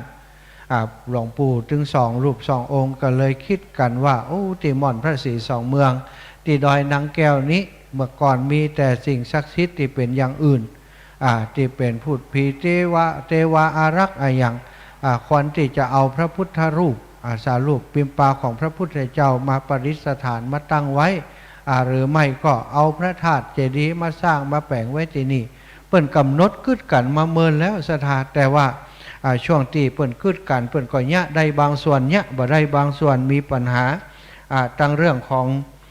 สถานที่พ่องในเรื่องของปัจจัยพ่องก็เลยบ่ได้ยะได้สร้างสกรรมนะยะสร้างในส่วนของศาลาแต่ว่าศาลาที่สร้างไว้มันก็เมินก็นานเนาะก็ชำรุดทรุดโทรมไปเพราะวัสดุที่เอามาใช้เป็นไม้เป็นกระเบื้องมันนักแล้วก็ศาลาก็คับแคบไปน้อยเอกเวลามีการสลงมาสมโพธิกันก็พระสงฆ์นั่งก็บ่เปาะสถานที่มันก็บ่สะดวกสบายก็ทำให้ครูบาอาจารย์ที่เคยร่วมงานกับครูบาอาจารย์ในสมัยก่อนเมื่อ 4-50 ปีก่อนนั้นซึ่งยังมีชีวิตอยู่เป็นเจ้าคณะปกครองก็มีเป็นครูบาอาจารย์ที่ศรัทธาเคารพนับถือก็มีได้มากับพระรุ่นลูกรุ่นหลานรุ่นของท่านอาจารย์พระครูอภิวัฒนวิกรมนี่ก็ถือว่าเป็นรุ่นลูกรุ่นหลานของครูบาอาจารย์แต่ก่อนเก่าก็สร้างปุญญาบารมีมาเจริญพรแม่มาถึงแล้วมาถึงแล้วศรัทธาพี่น้องหมู่เฮาเนอะเจริญพรแม่มาเจ้าได้กินพักทั้งป่าย มาขวายได้กินพักทั้งเก้าเนอะแม่กินข้าวกินปลากันไหมยังข้าวต้มมีเนื้อตั้งหลังข้าวต้มมีตั้งหลังมาตั้งเพะมาตั้งสบายเพะน่ะไปย้อมผมลั่นได้มั่งขาวงามแท้งามว่าสัมวัติศาสตร์เนาะจับบ่เจ้าอากาศเย็นเอาไว้ข้างหันก็ได้เอาไว้ข้างหันก็ได้นะใช่ไว้หันก็ได้อาจารย์อยู่ตรงบนเนอะกับพระไว้พระก่อนแม่จับจังหวะเนอะแอวหาอาจารย์ก่อนศรัทธาพี่น้องอีปล่อยแม่ถ้าย้อยกันมาแล้วศรัทธาวันนี้ฝนมันเว้นฮือนะฝนจะเว้นฮือไปถึงปุ่นแล้วงานพวกแม่เนอะสาธุเอาไปกราบพระก่อนแม่ไปอธิษฐานกราบพระเจ้า4-2 เมืองก่อนท่านอาจารย์พระครูอภิวัตรอยู่บนแม่ขึ้นไปหาบนได้เลยเนอะศรัทธาพี่น้องที่อยู่ต่างบ้านต่างจองพี่น้องแม่ขจารเวียงปะเป่าบางพ่อง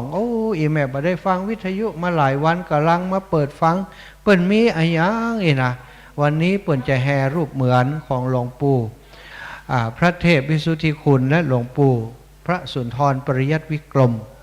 มาประดิษฐานเป็นรูปหล่อสำริดเนอะศรัทธาเนอะ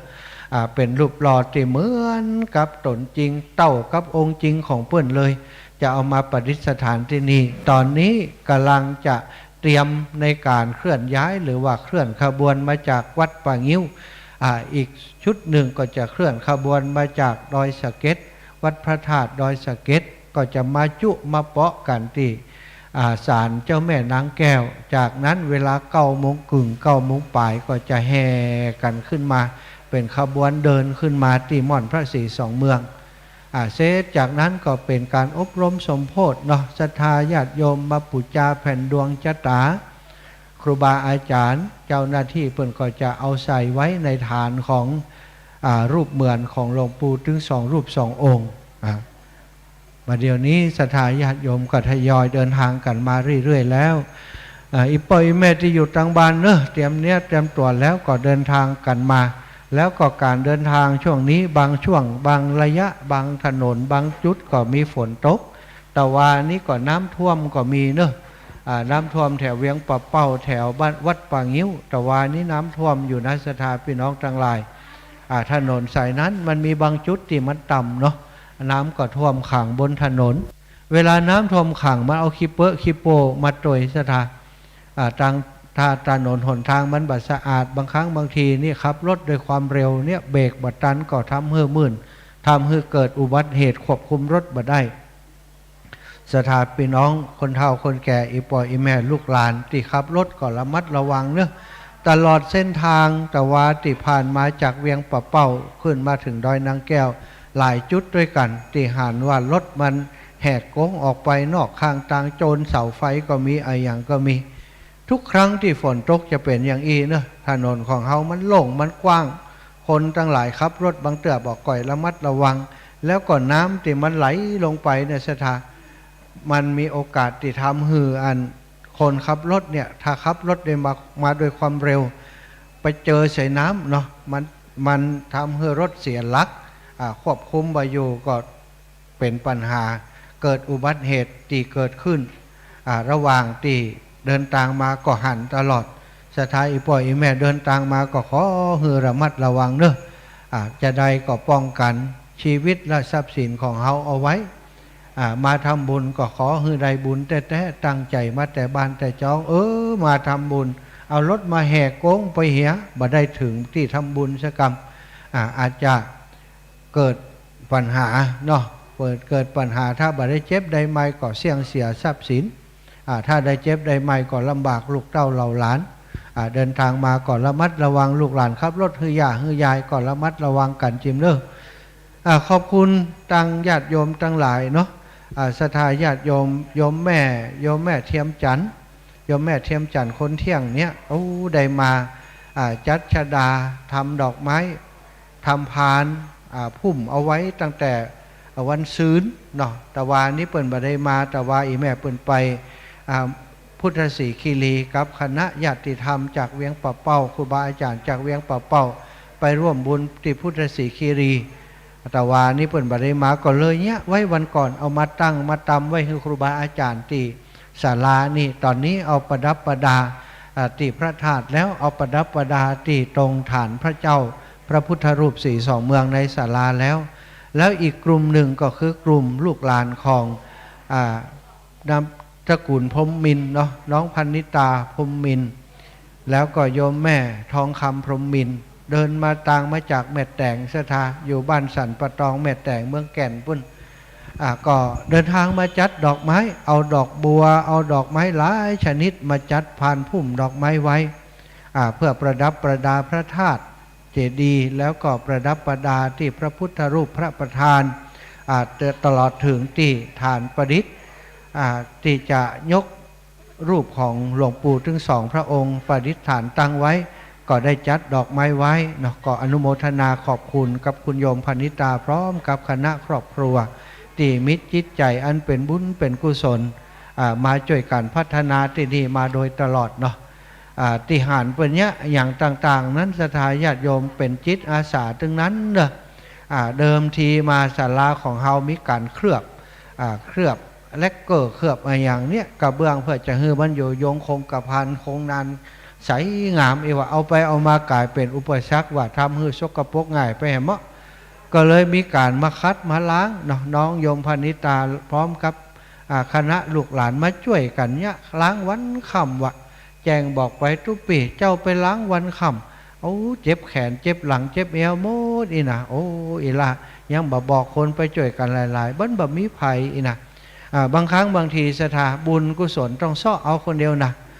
จิตอาสาเนี่ยเป็นสิ่งสำคัญคนที่มิตรจิตอาสาจิตเป็นบุญเป็นกุศลมันจะปาร่างกายให้ได้มาพัฒนามาแล้วปหลวงปนานปอาจารย์ที่ไหนมาเร็วมาแล้วอีปออันนี้ปอาจารย์เก้ากันนี่ฮะมาแล้วฮะประทรงขุนลาวกันมาแล้วเนอะสถานพี่น้องบรรไกลเรือนแข็งประสงค์ขุนเราหันกันประจำแล้วเขาจำชื่อเพื่อนมาได้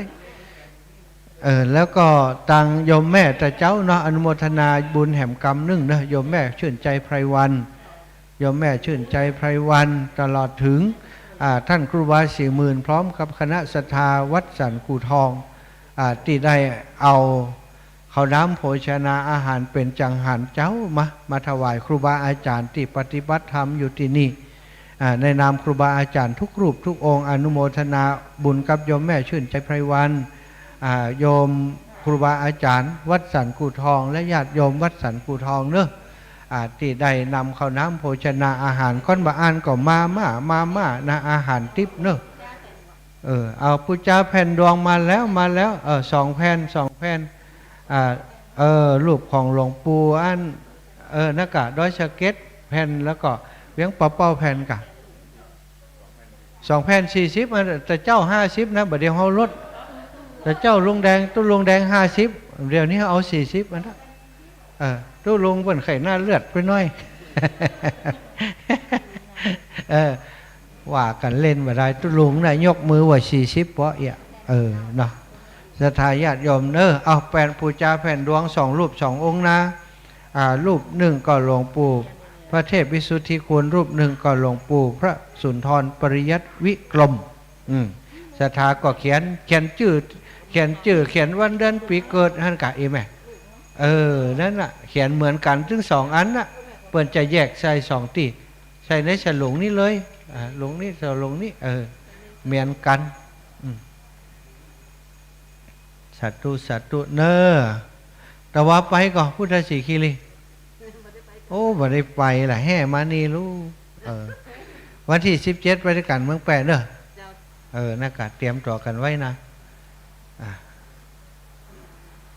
จำเงินแม่ครูธนวันแม่บัวลาทองดีพี่น้องเวียงปะเป้าเนอะร่วมบุญมาแหม100 บาทแล้วก็ปูจาแผ่นดวงชะตา2 แผ่นอีปอบมาแล้วป้ออุ้ยคำปันแหล่งแก้วแหล่งก็ว่าแหลงแก้วแหลงแก้วเปิ่นมีไม่เอกเนาะแหลงแก้วแหล่งนี่ถ้าเป็นภาษาใต้ก็ว่าอู้อีน่ะบอกบ้านเฮานี่แปลว่าอย่างทุลุแหล่งใต้อีน่ะแหล่งใต้อีน่ะบ้านเฮานี่เปิ่นว่าอย่างแหล่งนี่แหลงแหลงแก้วเนาะมันต้องเป็นอุปกรณ์อย่างสักอย่างมันเป็นแก้วเป็นคำลูกเนาะถ้าหลองนี่หลองเข้าน่ะอันนี้แหล่งแก้วพี่น้องขุนลาวร่วมทำบุญกับพระใหม่ที่ไหนป่ะอันนี้เพราะรูปเหมือนหลวงปู่นั่นเนาะรูปเหมือนของหลวงปู่เปิดว่าพระใหม่อีน่ะเนาะแม่ชัยเลยมาเดี๋ยวอนุโมทนาแม่ยังจะบ่เขียนให้เฮาแม่ลาทอนแม่เขียนครับทุกปีเปิดนั้นนี่พยานแม่ลาทอนอาจารย์เขียนให้เปิดกรรมแม่ลาทอนเวียงปะเป้าบ้านเมียงก็แม่ปังยิ้วสถาปังยิ้วแม่พรขมมัดวิไลพรพยานได้หรือยังตะกี้บ่เอาแหละถ้าแ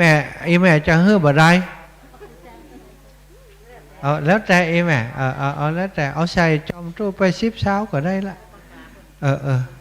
แต่เอามาหมอบฮื้อบ่ได้เนี่ยแต่แม่จะบริจาคแหมก็ดีแม่เขียนทั้งเพแม่จะหอมอย่างบอกเพใส่เข้าไปเนอะขอบคุณครับแม่ทั้งหลายยังแควนนะมา4 คนยังวุ่นวายนี่ก็เดี๋ยวเข็มจัดหลายทยอยกันมาเนอะศรัทธาญาติโยมทั้งหลายตอนนี้แม่พี่น้องเวียงปะเป้าบ้านป่างิ้วเนาะได้เดินทางมาถึงแล้วบักกรนี้ได้อยู่กับท่านเจ้าคุณอยู่เนาะแม่เนาะเจ้าคุณเป็นชัวก่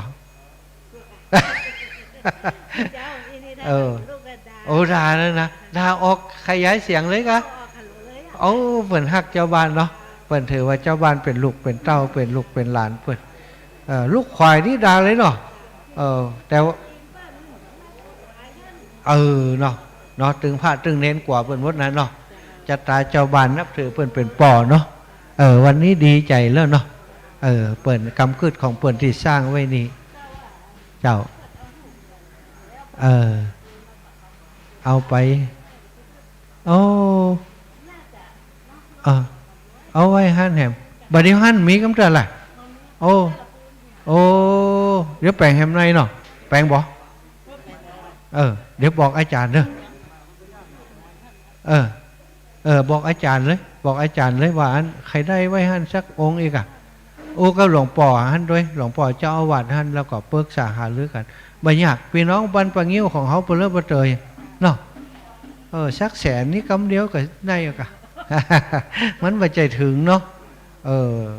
ดีแล้วเนอะโอ้หันตัวเดียวจะหอมด้วยนะถ้าเปิ่นนั้นรอรูปเหมือนของหลวงป่อให้องค์ไว้หันโอ้กะตอนนั้นยังฮือเปิ่นเอาไปฮะโอ้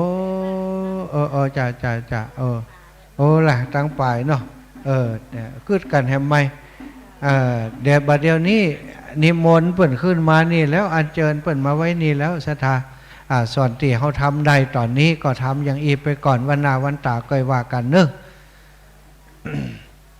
ศรัทธาญาติโยมไผ่มาเจ้าเนอะอาจจะตันอยู่นะถ้ามาขวายก็บอกฮู้กับไผ่เนอะมาให้เอากับบันไดละเนอะแผ่นยันอันนี้ยันดีนะมงกุฎพระเจ้าแม่วัดเหล่ามนทากะโอ้ยแม่จะเอาตัวใดตารางวาละ999ตารางเมตร300ถ้าเป็นกล่องทุนละ100ได้5กล่องทุนแม่ตัวใดปั้นกันมา อีแม่เขียนใส่ซองเหี้ยเดี๋ยวเขาจะเก็บเอาไปถวาย โอ้จะไปลู่ตุลุงพุ่นน่ะลู่ไม้ตุลุงอยู่บ้านอันอย่างก็ดอยหล่อพุ่นน่ะโอ้200ก็ได้300ก็ได้นะบ่ต้องถามอ่ะแต่เฮือก็ได้บุญนี่นะ10ก็ได้20ก็ได้เองแม่เป็นบุญเป็นกุศลดีนะเขาซื้อที่ดินถวายวัดวาอารามนี่เองแม่วันหน้าขอเอาพระเจ้าไปตั้งที่ดินของเขาฮะลูกเอาวิหารไปตั้งเอาศาลาไปตั้งเราของเขาหมดอ่ะได้บุญโดยเปิ่นกุยอย่างออกภาษาแล้วเขากับครูบาอาจารย์จะรวมโดยช่วยกันก็เปิ่นอีแม่จะจัดพระป่าวันที่18เดือนธันวาเนอะ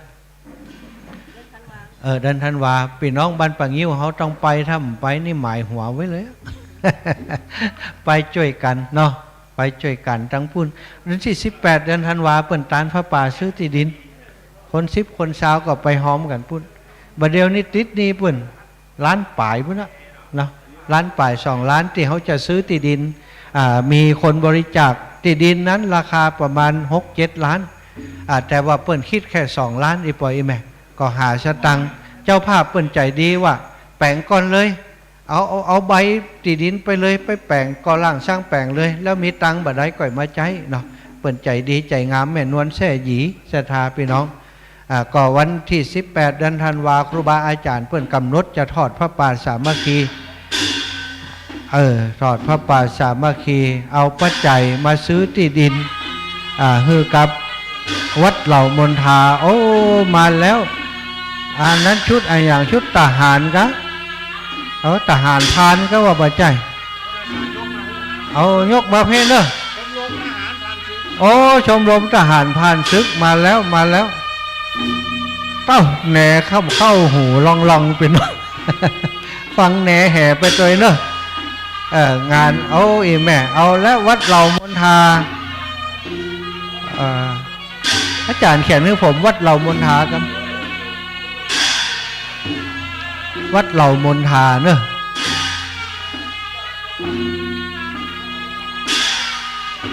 เอแม่ม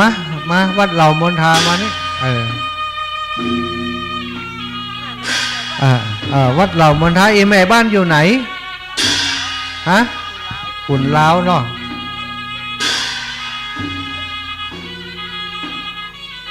เหล่ามนทาเนอะวัดเหล่ามนทาเปิ้นหอมไปซื้อที่ดินเนอะศรัทธาญาติโยม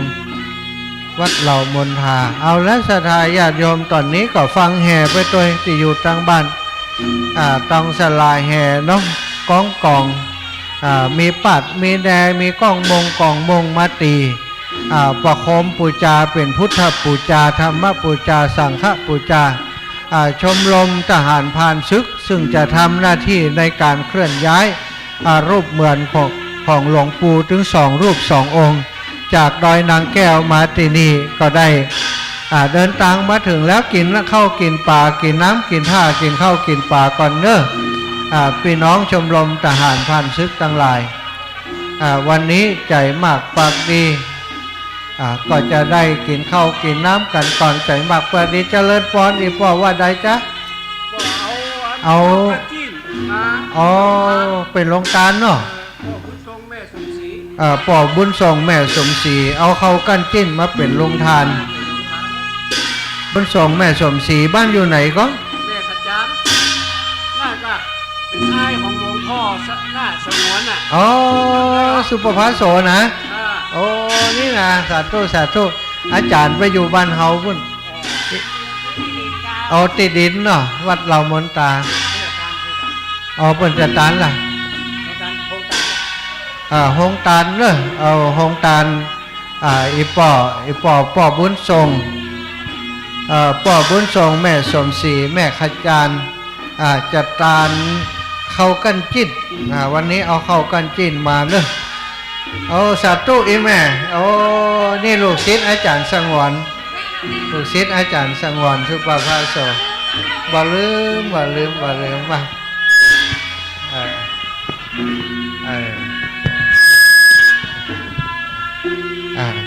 ตัวหลวงอูตั้งพูดเดี๋ยวผมจะปั่นป้อนให้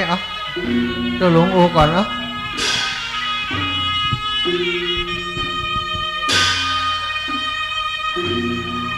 ตอนนี้ท่านมหาเพิ่นไปปั่นปอนโฮงตาลก่อนเนาะ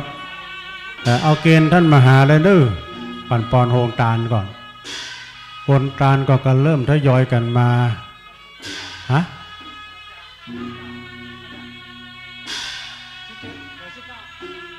ปูจาแผ่นดวงก็มาใช้แปลง19แผ่นดวงเลือกแผ่นดวงเลิก พี่น้องก็เอาโฮงตาลมาเป็นหอนึ่งจะนักได้ ตอนนี้ดุริยะดนตรีของอาจารย์บอยพร้อมด้วยลูกศิษย์ก็กำลังแห่กันเป็นที่ละเมาเอาใจม่วนอันนี้จังหวะฟ้อนเล็บจังหวะฟ้อนเล็บเอาเลยแม่ชื่อหยังจดชื่อที่ตัวพี่จดชื่อเนี่ยแม่หยังจดชื่อก่อนจดนี่เปิ้นจดตังขึ้นสีขาวก็กำลังยาวมาเลยเดี๋ยวนี้นะเป็นพี่น้องต่างใดเมื่อมาแล้วจะใส่ขันศีลขันสุมาจะไปไหว้พระนพธรรมตำบลศาลาท่านพระครูก็อยู่ตำบลพุ่นแล้วเนาะพระครูอภิวัฒนวิกรมมีเพิ่มเติมแม่วันดีพิชัยบ้านโป่งเทวีได้ก็เลยร่วมทำบุญจากเวียงป่าเป่าซื้อที่ดินเนาะซื้อที่ดินที่อารามมณฑารามเหล่าเป้าแถม1 ซอง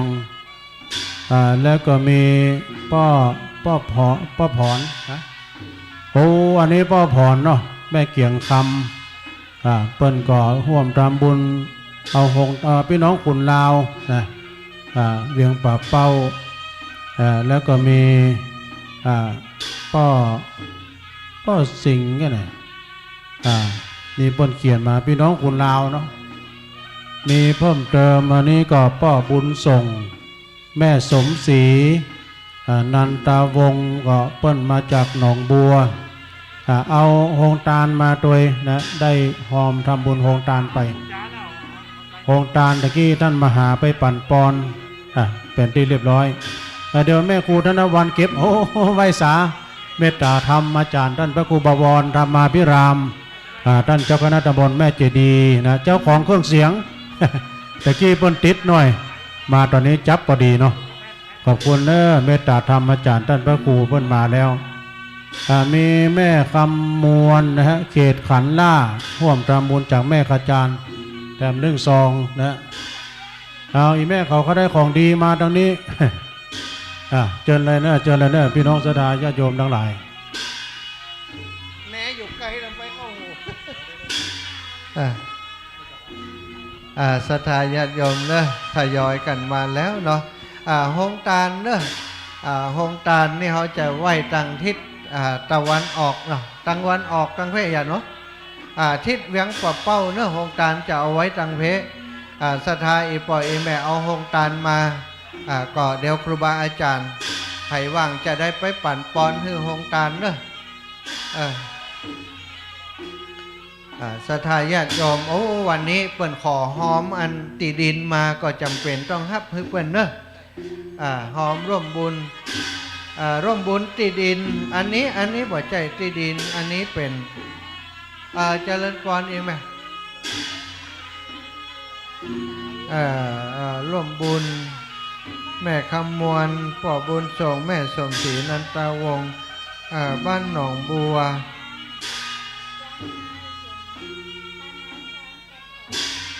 สาธุสาธุที่เปิ้นหอมที่ดินเขียนว่าซื้อที่ดินจิมเด้อถ้าบอกเขียนไว้นี่ก็จะเป็นอันเขาก็ต้องเอาหอมนี่เด้อหอมมันงานบุญของวัดเฮานี่เนาะเอาเจริญปอนอีแม่บุญรักษาเน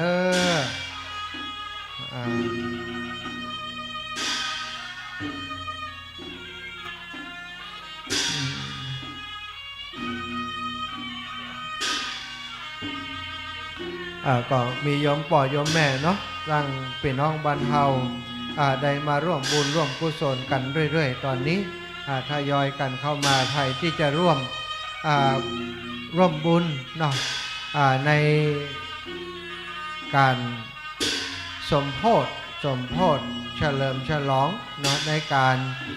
เอารูปเหมือนของหลวงปู่พระเทพวิสุทธิคุณและหลวงปู่พระสุนทรปริยวัฒน์วิกรมมาประดิษฐานตั้งไว้ที่ม่อนสีสองเมืองอำเภอเวียงปะเปาจังหวัดเชียงรายร่วมบุญในพิธีสาธุบุญรักษาอีกบ่ก็มาร่วมบุญด้วยกันเนอะมาร่วมบุญด้วยกันเขียนซองเขียนอย่างไว้ฮือดีก็จะได้ประกาศชื่อเสียงเรียงนามฮือตั้นนี่พวกเขียนชื่อฮือกำละใส่ซองเหียเขียนชื่อจะได้ประกาศฮือเทวบุตรเทวดาเปิ่นได้รับรู้รับทราบไว้ศรัทธาญาติโยมไผ่บ่มีซองมาเอาซองนี่เนอะมาเอาซองนางงานนี่ได้เลยเนอะที่กองประชาสัมพันธ์กองอำนวยการมีซองบริการมีศรัทธาญาติโยมเปิ่นมาให้หอมในงานพิธีวันนี้ตัวแล้วก็บางพ่องก็ขออันฝากไปหอมซื้อที่ดินจิมก็ได้เนอะอีปอยอีแม่มาฝากหอมได้อาตมาภาพและครูบาอาจารย์ท่านพระครูอภิวัฒนวิกรมตุลุงยองก็จะได้ร่วมกันเอาปัจจัยที่ศรัทธาพี่น้องให้หอมมาฝากไว้ให้กับศรัทธาพี่น้องบรรเหล่ามนทาเปิ้นจะได้เอาไปสมทบใส่ธนาคารไว้ในการซื้อที่ดินถวายสร้างวัดเหล่ามนทาอำเภอดอยหล่อจังหวัดเชียงใหม่ตอนนี้ก็เริ่มรับบริจาคกันมาประมาณตั้งแต่วันที่17มาแล้วศรัทธาก็มีศรัทธาญาติโยมเครือข่ายคลื่นสีขาวไปร่วมด้วยช่วยกันไปให้หอมเป็นเจ้าภาพที่ดินเปิ่นมีกำหนดคือว่าตารางวาละ999ถ้าเป็นตารางเมตรก็300 บาทถ้าเป็นกองทุนแล้วแต่ศรัทธาพี่น้องมีปัจจัยต่อใดก็ได้กองทุนละ20 บาทก็พอเนาะศรัทธาญาติโยมทั้งหลายเนอะร่วมโดยช่วยกันเป็นสะพานบุญให้อีป่ออีแม่แล้วอาตมาก็จะประกาศชื่อเสียงเรียงนามให้อีป่ออีแม่ทั้งหลายเนาะตลอดนะเจ๊ข้อเนาะร้านใบชาคุณกี้แม่ดาอุทิศไปหาป้าอ้ายแม่เขียวที่พึ่งก็อนุโมทนาบุญเนอะเอาเจริญปอนเปิ้นเอาอันพานดอกไม้เอาพานชดามาแหมเนาะเอาไปอันถวายอาจารย์ก่อนเดี๋ยวก็จะเอาไว้ที่ไหนก็ว่ากันเนอะเอาไปถวายไปกราบพระเจ้าตั้งบนก่อนเอาไปกราบพระเจ้าก่อนตั้งใจเนี่ยตั้งใจแปลงมาแล้วถามครูบาอาจารย์เพื่อจะเอาไว้ตั้งใดเนอะ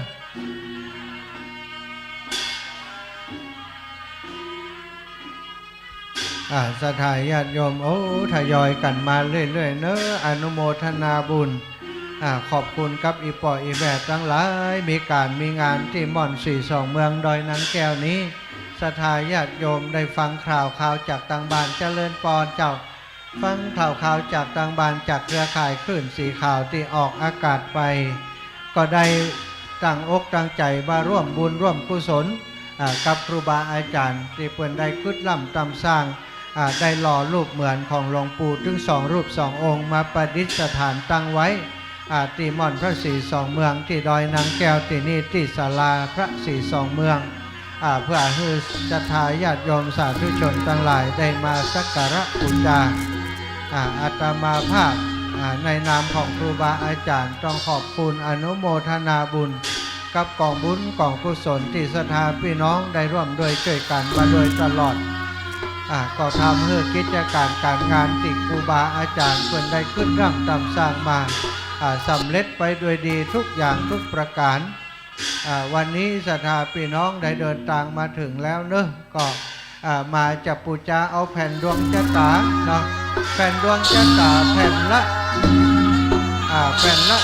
บาทแผ่นละ20 บาทต่ออันส่วนจะมาให้หอมเป็นค่าใช้จ่ายเป็นค่าทนุบำรุงเข้าในกองทุนพระเจ้าสีสองเมืองที่นี่ก็เรียนเชิญเจริญพรจดเอาลายหมายเอาชื่อมาเอาซองเขียนชื่อเสียงเรียงนามจะอุทิศบุญกุศลไปให้ฝ่ายก็เจริญพรตามอัตยาศัย2 ต้นนี่เนอะต้นพระป่า2 ต้นนี่ศรัทธาญาติโยมเป็นพระป่าเปิดตาลให้กับหลวงปู่เนอะจะเป็นพระป่าสามัคคี2 ต้นนี้ตาลให้กับหลวงปู่ถึง2 รูป 2 องค์ศรัทธาพี่น้องจะปักต้นพระป่า10 เสา100 ปันก็ว่ากันไปเนอะมาปักติดต้นพระป่าของหลวงปู่เพิ่นได้เนาะอันนี้ถวายตาลอุทิศไปให้หลวงปู่เพิ่นเป็นพระป่า2 ต้นเนาะแล้วก็แผ่นเงินแผ่นทอง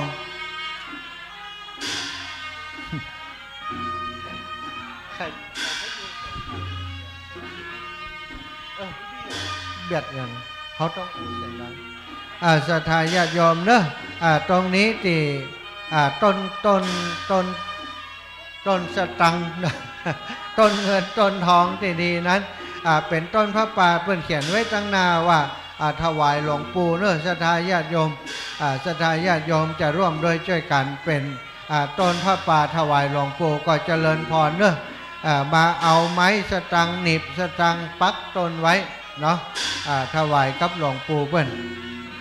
ศรัทธาญาติโยมที่เพิ่นเอาโฮงจานมาก็ทยอยมาแล้วหลายท่านด้วยกันรอพอตั้งบนเนอะเอาไปไว้ในที่ปลอดภัยก็ดีเหมือนกันถ้าแถวนั้นถ้าฝนตกมาก็ต้องเคลื่อนต้องย้ายเนาะพี่น้องหมู่เฮาช่วยกันพอกันกอยเพราะบนนี้บ่มีศรัทธาเก้าศรัทธาลักนะต้องช่วยเหลือต่อเองมีโต๊ะตั้งเก้าอี้อย่างบ่พอก็ไปพอเอามานั่งได้ตอนนี้ติดเตรียมไว้ก็มีอยู่ส่วนหนึ่งเนอะศรัทธาญาติโยมตอนนี้ทยอยกันมาเรื่อยๆแล้วเนาะก็มีหลายท่านด้วยกันมาร่วมดื่มบุญซื้อที่ดินไปวัดเหล่ามนทาหลายซองแล้วศรัทธากระเดียวก็จะลวดฝากตุลุงและก็ท่านอาจารย์เอาไปให้ครูบาอาจารย์ท่านพระครูกัลยาณปราโมทย์พี่น้องศรัทธาวัดเหล่ามนทาแต่ว่านี้ไปที่ไหนก็ได้แต่ว่าไปที่ลำปางมีศรัทธาพี่น้องที่ลำปางได้ให้หอมมาเป็นเจ้าภาพเนาะเป็นเจ้าภาพส่วนของการจะซื้อที่ดินถวายวัดเหล่ามนทาก็ได้ห้าบมาก็ได้ฝากกับอาจารย์วัดเหล่ามนทาเปิดไปวันนี้ก็จะเอาปัจจัยที่ศรัทธาญาติโยมได้ฝากมาในวันนี้ฝากครูบาอาจารย์ไปให้กับคณะศรัทธาพี่น้องวัดเหล่ามนทาเปิดจะได้เอาไปรวมกันเอาไปใส่ธนาคารไว้ใดครบแล้วกาเปิดก็จะเอาไปมอบให้กับเจ้าของที่ดินเนาะได้ซื้อที่ดินจากที่ดินที่เปิดมีเจ้าของที่ดินที่เป็นโฉนดก็จะเอาไปถวายกับวัดวาเปิดซื้อที่ดินต่อไปการซื้อที่ดินถวายวัดวาศาสนาสร้างศาสนสถานถือว่าเป็นบุญกุศลที่ใหญ่หลวงศรัทธาญาติโยมวัดวาอารามในประเทศไทยของเรามีหลายวัดหลายวาแต่ว่าบางหมู่บ้านต้องการอยากจะมีวัดวาเพิ่มเติมเนื่องจากว่าประชาชนคนในพื้นที่เปิ้นบ่สะดวกในการที่จะเดินทางไกลไปวัดวาอารามต่างๆเปิ้นก็ใครได้วัดวาอารามไว้ไกลบ้านเปิ้นก็ซ้อตีซ้อต่างมาสร้างวัดแปลงวาแต่ว่าปัจจัยสตังค์ของพี่น้องในชุมชนเปิ้นบ่พอ ก็เลยบอกบุญมายังครูบาอาจารย์ในเครือข่ายคลื่นสีขาวเขาก็ได้ช่วยกันในการที่จะร่วมโดยช่วยกันกับเปิ้ลโยมแม่จันแก้วสิทธิวงศ์เนาะร่วมบุญงานสมโพธิรูปเหมือนของหลวงปู่พระเทพวิสุทธิคุณพระสุนทรปริยัติวิกรมมาแห่มซองนึ่งเนาะศรัทธาพี่น้องทั้งหลายเนอะตอนนี้มาถึงแล้วไผ่ยังบ่ได้ปูจาแผ่นดวงชะตาแผ่นดวงชะตานี้ปกติ50 บาทแผ่นละ50 บาทเดียวนี้2แผ่น40 บาทต่ออันเนาะเจริญปอนเนอะอันนี้ฝากมาจากคุณประภัสพิมพ์ชนกพรหมเรืองฤทธิ์นะคุณประภัสคุณพิมพ์ชนกบุญพรหมเรืองฤทธิ์บันร้องนะร่วมบุญในงานมงคลสมโพธิรูปเหมือนของหลวงปู่100 บาทอนุโมทนาบุญคือศรัทธาญาติโยมทั้งหลายมีแต่ความสุขความเจริญสมความมุ่งมั่นปรารถนาในสิ่งที่ตั้งใจไว้ทุกอย่างทุกประการความกตัญญูกตเวทีเป็นเครื่องหมายของคนดีศรัทธาพี่น้องงานที่เขาทำกันนี่เป็นงานที่แสดงออกถึงความกตัญญูกตเวทีต่อบุรพาจารย์ครูบาอาจารย์แต่ก่อนเก่าที่มีคุณูปการต่อพระศาสนาต่อศรัทธาญาติโยมเป็นพระสงฆ์องค์สังฆเจ้าที่ทำให้ศรัทธาญาติโยมได้ฮักได้เรื่อมใสได้ศรัทธาได้ปฏิบัติดีปฏิบัติชอบทำตามครูบาอาจารย์มาแต่ก่อนแต่เดิมหลายอย่างหลายประการวันนี้เราได้มาลำลึกถึงบุญคุณของเพื่อนได้ทำรูปเหมือนได้ทำพิธีสมรสสมโพธิรูปเหมือนแล้วจะเอามาประดิษฐานตั้งไว้ที่ม่อนพระศรีสองเมืองเพื่อคนทั้งหลายจะได้มาสักการะบูชาเนอะมูลศรัทธานางจันแก้วอินคำร่วมบุญมาแห่ม1 ซองศรัทธาจำนวนตะฮือบาหูเนาะได้ร่วมบุญมาแล้วในนามของคณะศรัทธาสาธุชนทั้งหลายก็ขออนุโมทนาบุญขอบคุณกับศรัทธาเจ้าภาพทุกคณะเนอะที่ได้ร่วมด้วยช่วยกันนำจตุปัจจัยทายธรรมมาร่วมถวายมาเป็นเจ้าภาพเจ้าศรัทธาด้วยกันในการงานบุญในวันนี้ในการงานบุญในวันนี้ก็ต้องขอบคุณตั้งหลายที่ร่วมด้วยช่วยกันมาตลอดถึงครูบาอาจารย์พระสงฆ์องค์สังฆเจ้าทุกรูปทุกองค์ที่มาเตรียมงานแล้วศรัทธาญาติโยมทุกท่านทุกคนที่มาตั้งแต่ตะวากันแล้วก็มีมาช่วยเตรียมสถานที่มาช่วยเตรียมประดับประดาดอกดวงต่างๆมาจัดพานดอกไม้มาจัดพานพุ่มเพื่อจะเอาประดับประดาให้เกิดความสวยงามเป็นการบูชาคุณของแก้วเจ้า3 ประการเป็นการบูชาคุณต่อครูบาอาจารย์พระสงฆ์องค์สังฆเจ้าที่มีคุณูปการทำให้หมู่เฮาทั้งหลายได้มาร่วมบุญร่วมกุศลกันที่นี่ได้เกิดเป็นสะพานบุญได้เกิดเป็นสายทานบุญในการร่วมกันในคราวครั้งนี้ถ้าบ่มีครูบาอาจารย์ที่เปิ่นยะเปิ่นสร้างไว้เนาะหมู่เฮาทั้งหลายก็คงบ่ได้มาร่วมการร่วมงานกันอย่างอีบัดเดียวที่เฮาได้มาร่วมการร่วมงานร่วมพัฒนาสถานที่นี้ก็น้อมบุญญาบารมีของครูบาอาจารย์ที่เปิ่นเคยสร้างทำไว้ให้หมู่เฮาพอก็ขอบคุณกับศรัทธาญาติโยมสาธุชนทั้งหลายที่มีส่วนร่วมโดยช่วยกันมาพัฒนามาเตรียมสถานที่นี้รอดึงชมรมกำนันผู้ใหญ่บ้านเนาะบ้านแม่เจดีตั้งดอยสะเก็ดก็มาช่วยกันร่วมโดยช่วยกันมาโดยตลอดก็ต้องขอบคุณอนุโมทนาบุญกับศรัทธาญาติโยมทั้งหลายที่ช่วยกันเนอะตลอดถึงอีปอยอีแม่ที่เดินทางมาถึงแล้วในวันนี้ตั้งครูบาอาจารย์ก็หันนายอีปอยอีแม่แล้วก็สบายใจก็ดีใจแต่เจ้านี้อยู่กัน8 รูปเนาะ8 รูป 8 องค์พระสงฆ์องค์สังฆเจ้าที่อยู่ที่นี่ก็คิดว่าวันนี้จะมีศรัทธาญาติโยมมากันนักกันหลายก็จ้าการที่เขาประกาศประชาสัมพันธ์ออกไปศรัทธาญาติโยมเปิ่นฟังอยู่ทางบ้านเปิ่นจะหู้ก็จ้าเปิ่นจะมาก็จ้าเนาะศรัทธาสาธุชนโยมคุณสมเพชรคุณสุวรรณดารัตน์นางบุญสมสุวรรณดารัตน์เนาะร่วมบุญงานสมโพธิรูปเหมือนของหลวงปู่2 รูป 2 องค์ แถม200 บาทอนุโมทนาบุญมีแต่ความสุขความเจริญจัตตาโรธรรมาวัฏันติอายุวันโนสุขังพลัง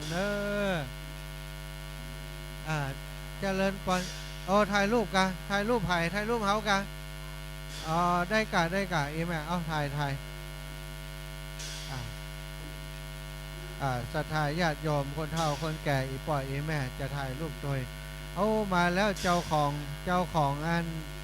พานพุ่มดอกไม้ต่างๆน้องพันนิตาพรหมมินทร์เดินทางมาถึงแล้วไปกินข้าวเห็นละข้าวต้มอยู่หลังคุณเด้อสาธุวันนี้เอาเหมือนเลี้ยงใหญ่มาโดยเจริญปอนพี่น้องแม่แต่งพี่น้องสันป่าตองเนอะเดินทางมาแล้วเจริญปอนขอบคุณอีแม่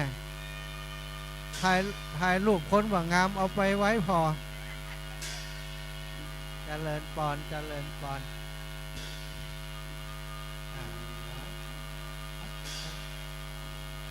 เอาได้2 ตน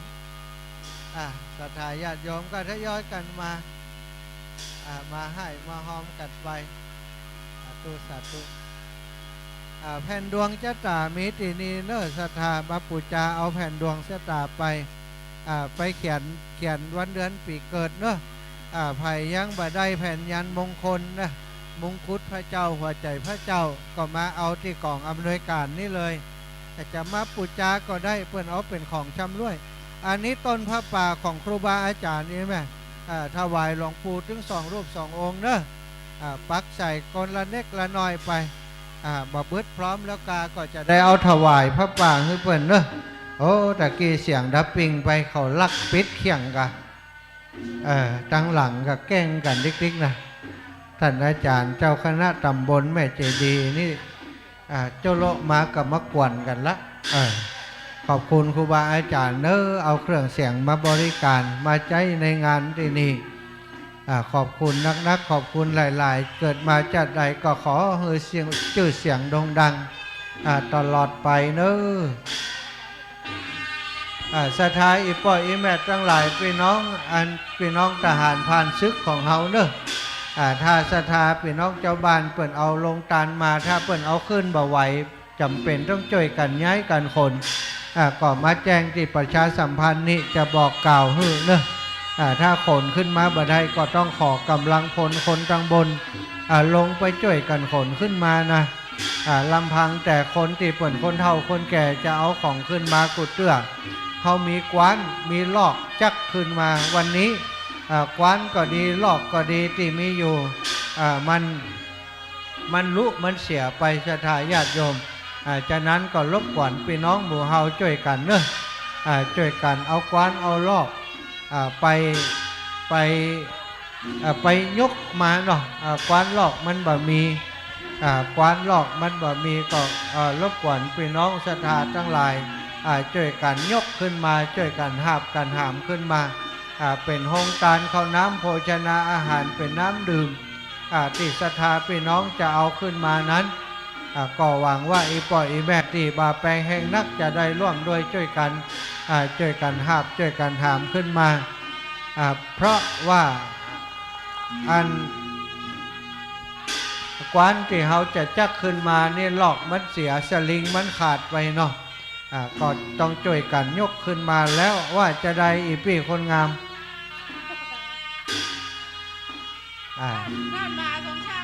จ้า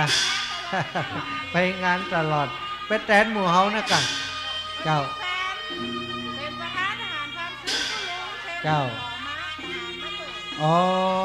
ดีเนอะเจ้าดีแล้วเป็นคุณนายทหารพันศึก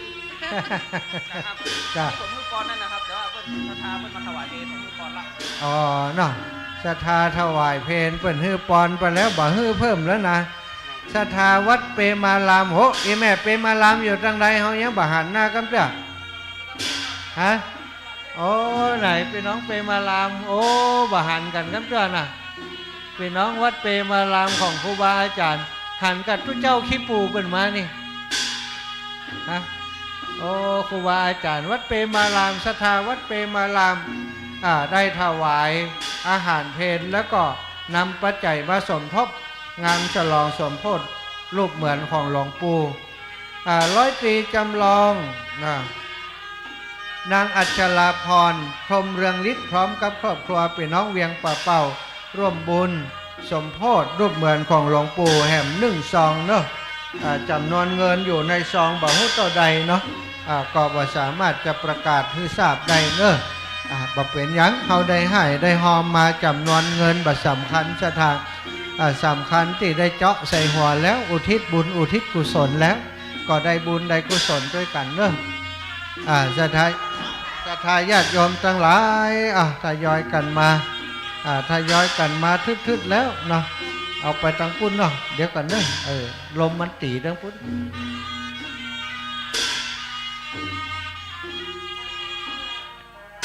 ศรัทธาญาติโยมทั้งหลายอีพ่ออีแม่ทั้งหลายเนาะไผ่จากร่วมปูชาแผ่นดวงชะตาแผ่นดวงชะตาครูบาอาจารย์เพิ่นทำมาไว้เนาะจริงๆแล้วแผ่นละ99 บาทก่อนบัดเดี๋ยวนี้เพื่อจะเอาเป็นบรรณาการให้กับศรัทธาพี่น้องได้ร่วมอนุโมทนาบรรจุแผ่นดวงชะตาไว้ที่ฐานของรูปเหมือนของครูบาอาจารย์ถึง2 รูป 2 องค์ก็คือปูชาแผ่นละ20 บาทแผ่นละ20 บาทเนาะจากเดิมแผ่นละ99 บาทตอนนี้เหลือเพียงแผ่นละ20 บาทต่ออัน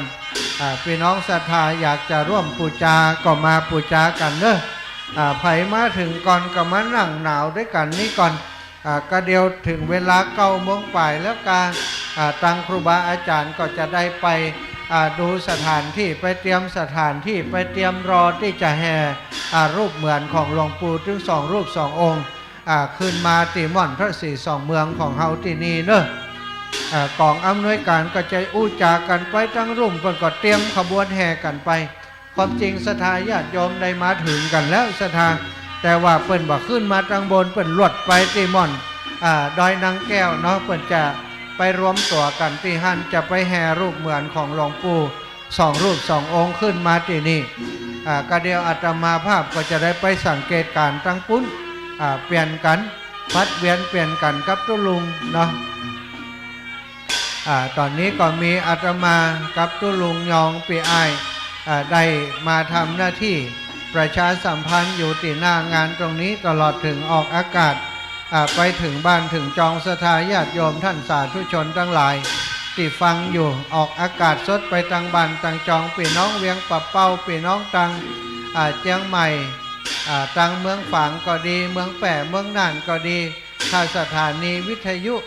ในอำเภอของท่านได้ออกอากาศไปก็จะได้ฟังกันเนาะแต่ถ้าว่าเปิ้นมาได้ออกอากาศไปมันก็ไปทั้งเจียงใหม่เจียงหยางเต่าที่เปิ้นออกอากาศไปได้เนอะพี่น้องทั้งหลายถ้าโทรมาช่วงนี้โทรมาบ่ได้เตื้อเพราะว่าเปิดแห่ก้องแห่กองโดยเสียงแน่ก็ม่วนโดยคนที่จะฮับโทรศัพท์ก็ฮับบ่ได้เพราะฉะนั้นบ่ต้องโทรมาเนอะบ่ต้องโทรมาหาอาตมาบ่ต้องโทรมาหาตุลุงยองเตื้อถ้าโทรกันมันจะจะหามันจะฟังกันบ่ฮู้เรื่องเอาท่านครูบาอาจารย์ท่านอาจารย์พระมหาเสาแก้วท่านครูพระครูปริยัติรัตนโชติเดินทางมาถึงแล้วมาอาจารย์มาช่วยกันตุลุงอันนี้จะฝากไว้วัดเหล่ามนทานะตุลุงอยู่ไกลกล่ำไปก่อนผมปุ้นวันที่12จะได้ไปแหมวัดเหล่ามนทากระเดียวเนื้อศรัทธาหลายคนเปิดหอมไปวัดเหล่ามนทาก็มีหอมไปหลายที่หลายแห่งเนาะที่เปิดได้ฟังจากทางสถานีวิทยุในเครือข่ายของเฮาซึ่งจะมีงานหลายที่ด้วยกันจะไปแห่เตียนที่วัดห้วยฝายไปตานเตียนติปุ้นเด้อศรัทธาญาติโยมศรัทธาญาติโยมอีพ่ออีแม่เพิ่นก็ได้ไปให้ไปหอมติปุ้น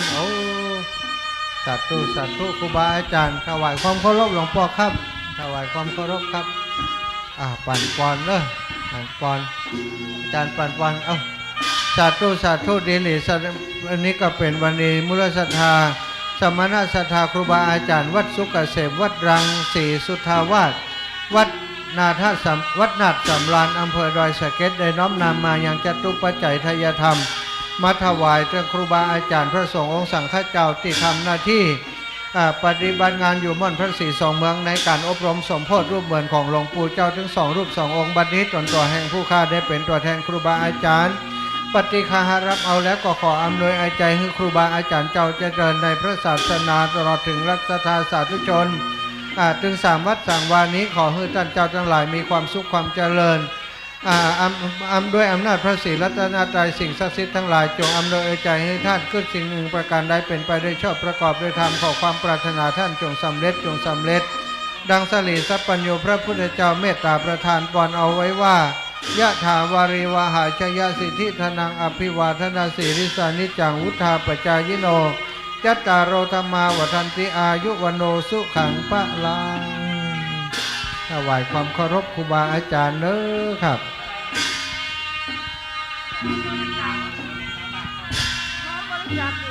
บริจาคที่ดินอะไรแม่แหละไอ้แม่เขียนชื่อได้ก่อนถ้าบ่ได้ให้ทุกปีเขียนกันบริจาคที่ดินเนอะบริจาคที่ดินวัดเหล่ามนทาไปวัดเหล่ามนทาเดี๋ยวจะเก็บไปส่งวัดเหล่ามนทาศรัทธาญาติโยมทั้งหลายที่ดินวัดเหล่ามนทาครูบาอาจารย์ในเครือข่ายคลื่นสีขาวของเฮาท่านพระครูอภิวัฒนวิกรมท่านพระครูกัลยาณประโมทตุลุงท่านอาจารย์ชัยวัฒนาคเสโนตุลุงยองแล้วก็ครูบาอาจารย์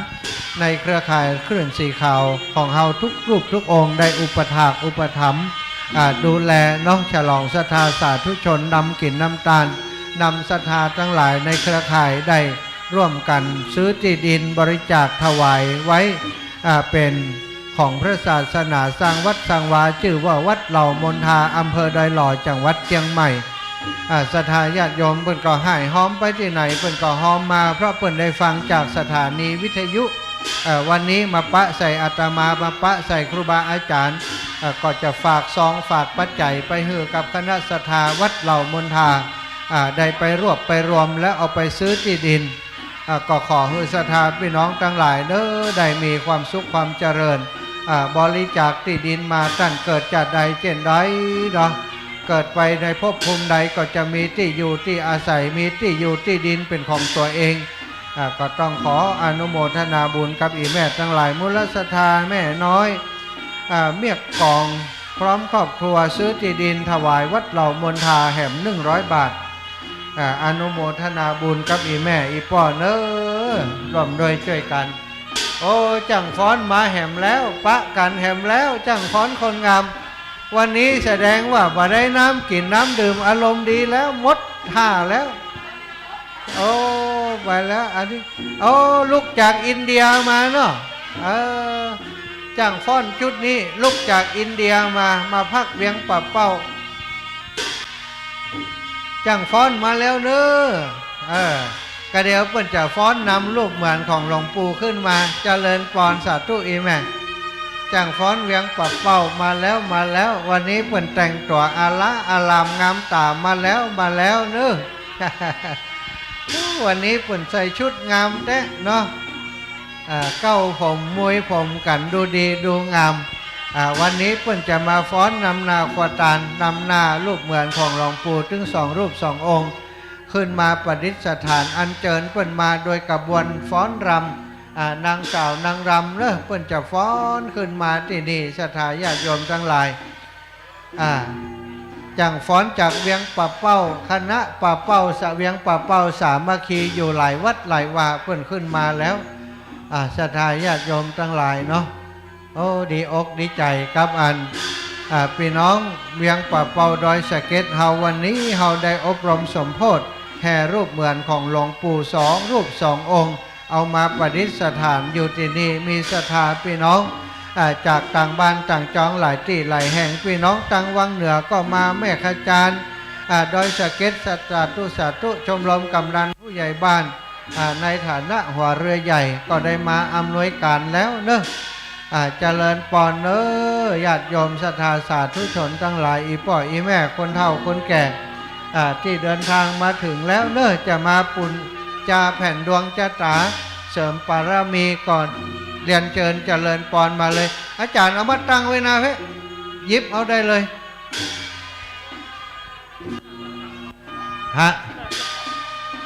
อ๋อเปิ้นเอามาฝากกะเอามาปลูกเอามาสาธุสาธุเอาอีแม่เอาอย่างมาเอาปลูกล่ะเอามาปลูกเก็บไว้หันก่อนอันนี้ปูจาแผ่นดวงชะตาเนอะแผ่นดวงชะตาพี่น้องที่ยังบ่ได้ปูจาแล้วเขียนไว้โอ้คนงามจากบ้านสันปะตองมาแล้วเนอะมาเอามาปูจากันปูจาแผ่นดวงชะตา2 แผ่นแผ่นละ20แผ่นละ20 2 แผ่นเอาใส่ที่ฐานพระเจ้าเนาะฐานรูปหลวงปู่ถึง2 รูป 2 องค์เนอะหลวงปู่พระเทพวิสุทธิคุณหลวงปู่พระราชพระสุนทรปริยัติวิกรมศรัทธาญาติโยมมาเลยเนอะขอบคุณอนุโมทนาบุญกับอีป่อยอีแม่ทั้งหลายบางพ่องก็มาให้หอมซื้อที่ดินวัดเหล่ามนทาอยู่ที่ไหนอยู่อำเภอดอยหล่อจังหวัดเชียงใหม่เป็นวัดใหม่ที่เป็นกำลังสร้างเปิดซื้อที่ดินถวายกันอยู่ในตอนนี้ศรัทธาญาติโยมฟังจากวิทยุหันอาตมาไปออกอากาศหันตุลุงท่านครูบาอาจารย์เปิ่นอู้ถึงศรัทธาญาติโยมก็มาให้มาหอมก็ขออนุโมทนาบุญแทนครูบาอาจารย์โดยศรัทธาญาติโยมจะปูจาแผ่นดวงชะตาเนอะจะมาปูจาแผ่นดวงชะตาก็ดีจะมาปูจาอันร่วมบุญเนาะสมโภชรูปเหมือนของหลวงปู่2 รูป 2 องค์อยากจะหอมเป็นปัจจัยสมทบกระเปิ้นในการรอรูปเหมือนทั้งนี้มีค่าใช้จ่ายอยู่ส่วนหนึ่งศรัทธาญาติโยมอยากจะเป็นเจ้าภาพก็มาให้มาหอมเอามาเขียนชื่อเสียงเรียงนามใส่ซองไว้อีแม่บอกเขียนชื่อให้เฮาสักหน่อยนี้โอ้ใจดำได้ว่าบอกหู้จักกันเลยกะเขียนชื่อเหียอุทิศให้ไผ่ก็เขียนเด้อเจาะใส่หัวหัดจะได้หู้ที่มาที่ไปซองนี้มาจากไหนจ้างฟ้อนบ่ใครถ่ายรูปก็ทุเจ้ากะหันเปิ้นแต่งตัวงามกับใครสู้ถ่ายรูปโดยสักภาพเหมือนกันนะวันนี้มดซิดบ่ได้กินน้ำดื่มอารมณ์ดีเนี่ยบ่เมียไปเป็นจ้างฟ้อนจ้อยเป็นว่าลูกอินเดียมาหน้าผากแดงปะลึงฮะพุ่นเอาฟ้องต่างพุ่นกลางต่างพุ่น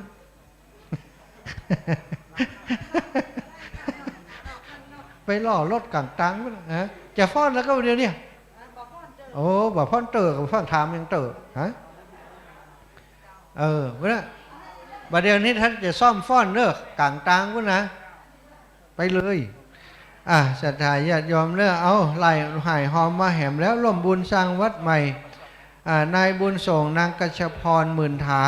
บ้านโป่งน้ำฮ้อนตำบลแม่เจดีย์อำเภอเวียงปะเป้าเชียงใหม่เนอะโอ้อันนี้เป็นร่วมบุญที่ดินมา1 ตารางเมตร300 บาทเอาเก็บไว้ก่อนเดี๋ยวจะฝากตุ้ลุงไปเนอะศรัทธาญาติโยมอีแม่ตะกี้เขียนช่องแล้วเอาจอมเมียเขาไปได้อ่านใช่ไหมบ่ฮู้กรรมกัน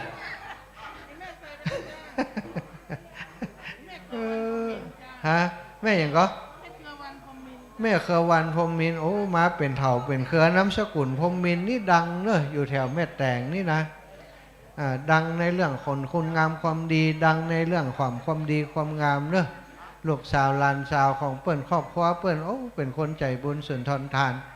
โอ้มาเนี่ยการที่นี่ศรัทธาญาติโยมมาช่วยตลอดนะน้องพันนิตาพรหมินทร์เปิ้นอีแม่เอามาอ่านก่อนอนุโมทนา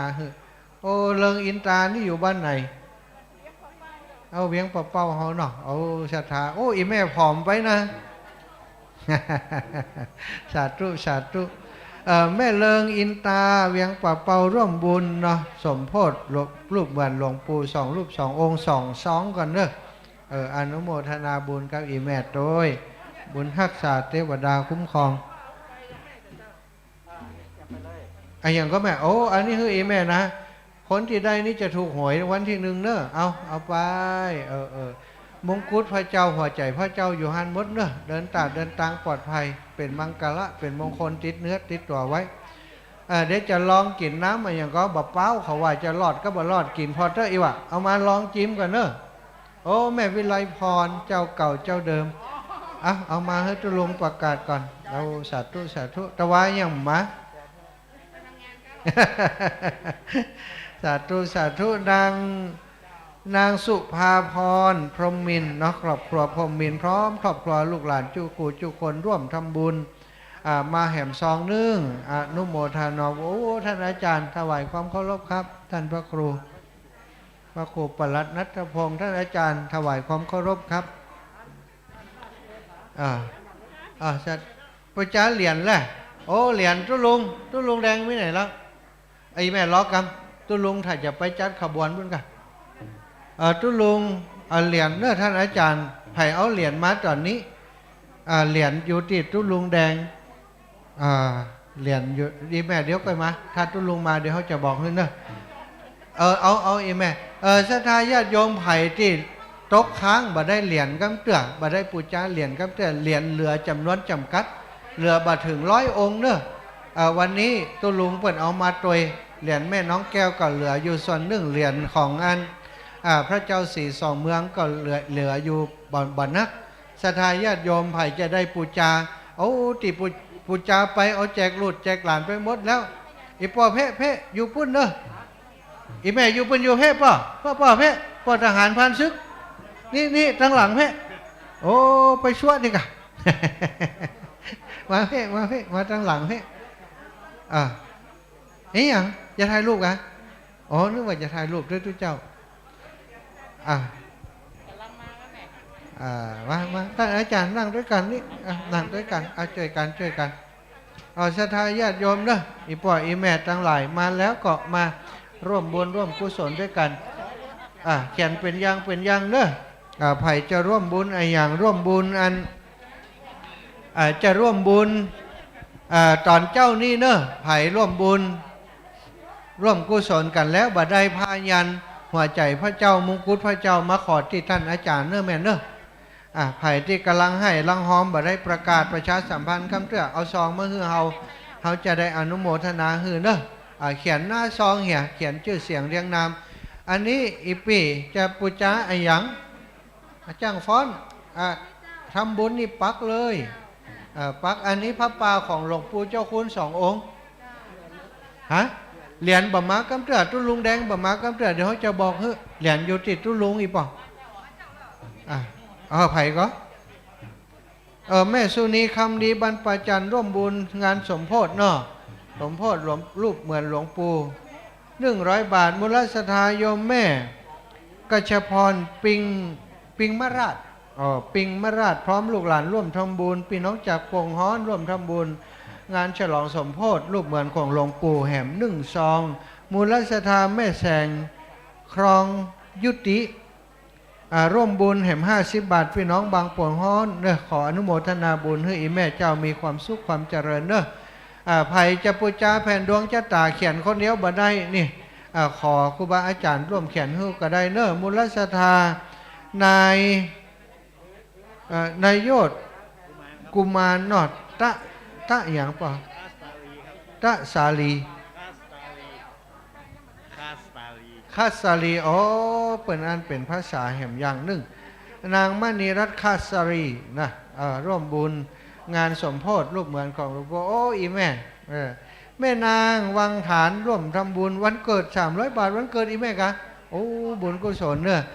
สัตตุชัยสิทธิธนังลาพังสุถิงวันเกิดของอีแม่วันนี้ก็ขอให้อยู่ดีมีสุขอายุมันขวัญยืนมั่งมุนตุนเต้าเป็นเจ้าของทรัพย์สินเงินทองให้ไหลมาเทมาวันนี้ทำบุญวันเกิด300 บาทร่วมบุญกับงานสมโพธิของหลวงปู่ถึง2 รูป 2 องค์วันนี้ก็ขอพระอานิสงส์ที่อีแม่ร่วมญาติร่วมสร้างร่วมทำนี้จงทำให้อีแม่เจริญไปโดยอายุวันนะสุขภาละปฏิภาณนัสสารสมบัติให้ได้การกุ่งรุ่งเรืองจุเนื่องจุประการอายุวันโนสุขังพระลังมีตังเป็นเศรษฐีเนอะแม่เนอะบุญรักษาอีแม่เอามาจะโฆษณาจะขายยาฮึมาเลยมูลศรัทธาแม่จันฟองมื่นตาแสงคำแสนอุทิศไปหาแม่อุ้ยกุยนวลคำมาป้ออ้ายมื่นคำแสนบ้านขุนลาวอุทิศไปหน้าแม่นางดวงสุภาแล้วแม่นางก็มากะร่วมทำบุญแห่ม100 บาทเนอะขอบุญกุศลที่อีปล่อยแม่ได้ญาติร่วมสร้างกันในวันนี้คือท่านเจ้าได้พบสิ่งดีสิ่งงามมีอายุวันนะ สุขาพนะอายุมันขวัญยืนจู้ผู้จู้ท่านจู้ครูจู้คนอายุวโนสู้ขังปะลางท่านอาจารย์ถวายความเคารพครับมาแล้วเหรียญมาแล้วมาอีแม่อีป่อทั้งหลายเรือแหมประมาณ20 องค์ไผ่มาเจ้าก็แล้วไปเนอะไปว่าเฮาบ่ฮื้อนะมาปุจจาเอาแต่มันบอกกุ้มบอกปอกก็ไปเกลียดกันเพราะมันมีบัตรนักเนาะมันมีบัตรนักอีป่อมาเอาเหี่ยขจายเรือแหมสัก20อีกอะไอ้ป่อมาตั้งนะมาตั้งนะบัตรตาอันนั้นบ่เอานี่อันเดียวอีป่อไปตั้งนาเลยไปหาอาจารย์ตั้งนาเรียนอาจารย์เอาเหรียญให้อีป่อไปจะเอาเหรียญอย่างเอาไปไผ่ที่จองเหรียญไว้ที่บ่ได้เอามาเอาที่ครูบา40,000เนอะแต่เมื่อน่ะผมจองไว้ผมได้ไม่เตี้ยนะไปจองผมหายแล้วเอาอะไรก่อนครับต้องเอาใบจองมาตัวนาสถาโอ้อีป่อมาแล้วกาเอาสาธุเอาเหรียญมาตัวเอาเก็บไว้ก่อนเอาใบจองมาตัวเอาใบจองมาตัวเนี่ยเต้าสถาพี่น้องส่งใส่แบงค์คุณกะฮะเนาะคุณเล่นขึ้นแล้วนะเอาคุณยกแข้งยกขาขึ้นแล้วสถาญาติโยมหันอีแปบเปิ้นเอาอันเท้าขึ้นนั่งบนเก้าอี้เป็นว่าคุณกวนเปิ้นคุณกวนเปิ้นเนอะเอามาเอาละสถาญาติโยมนางสารัชดาวังฐานร่วมทำบุญไปไปหาชื่อเก่าชื่ออย่าง ชื่ออมรวังฐานร่วมบุญ200 บาทร่วมบุญในงานมงคลสมโภชรูปเหมือนของหลวงปู่อายุวโนสู้ขังพลังเนอบ้านไหนขุนเล้านี่คะอยู่ป่าจันสาธุตุ้ลุง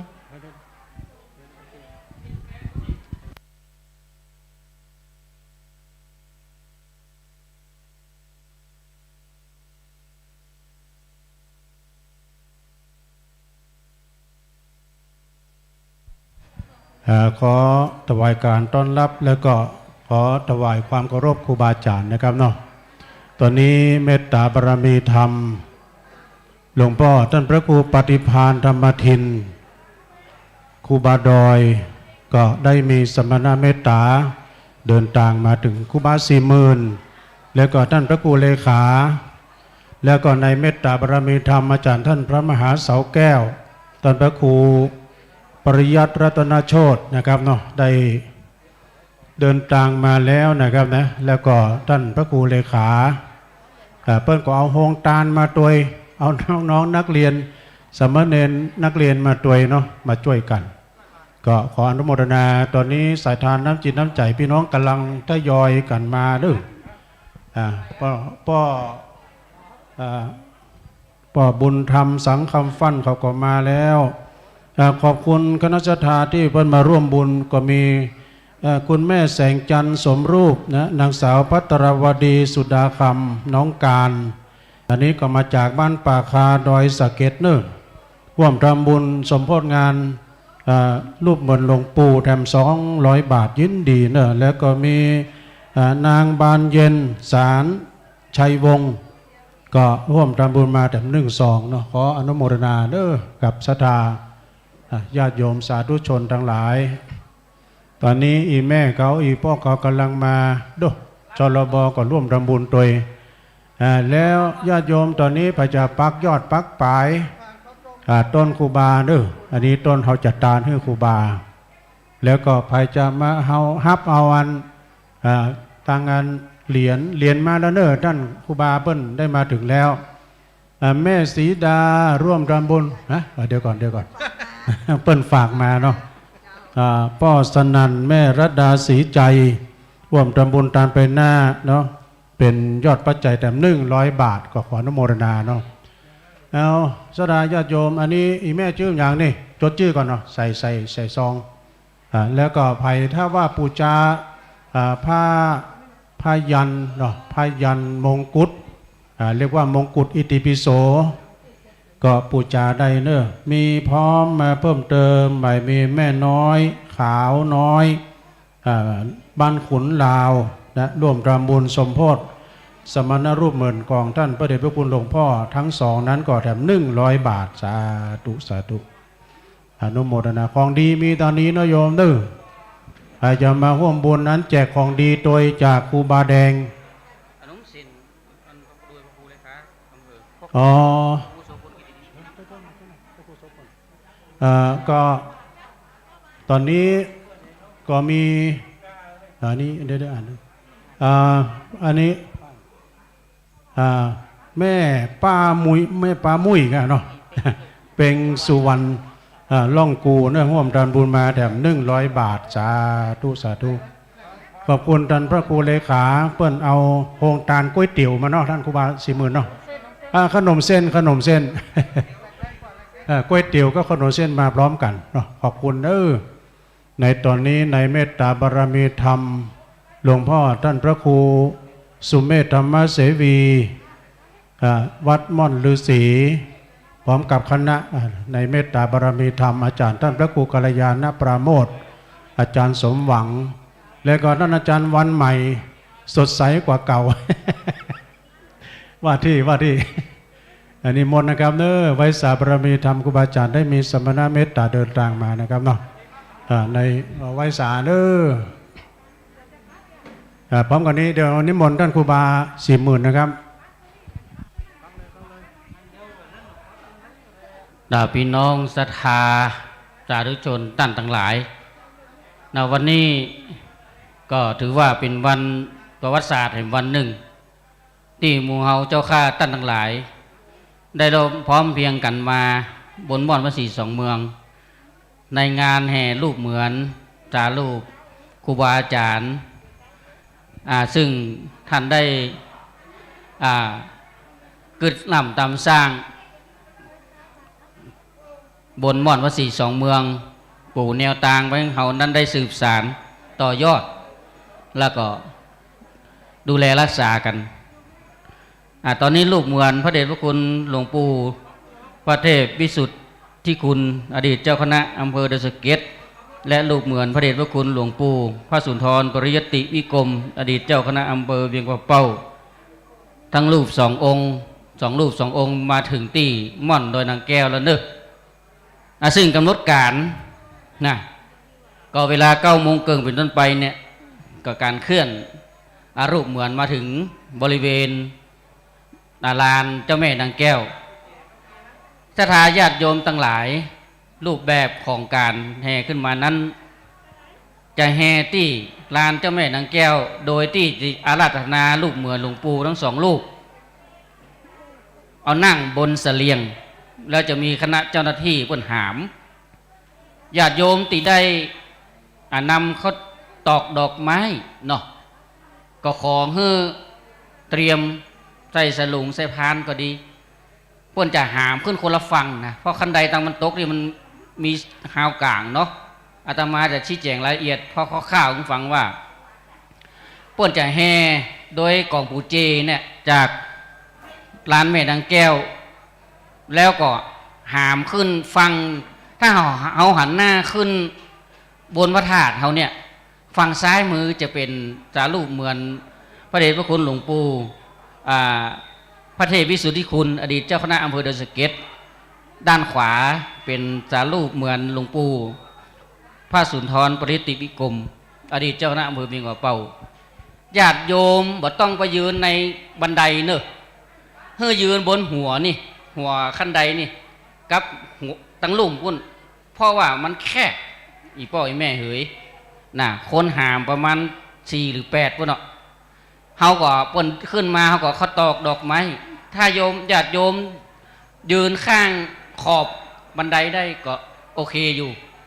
ถ้าขอบอยู่ทางในนี่ปนจะเติกปนหามขึ้นมาเนอะอันนี้ก็แจงรายละเอียด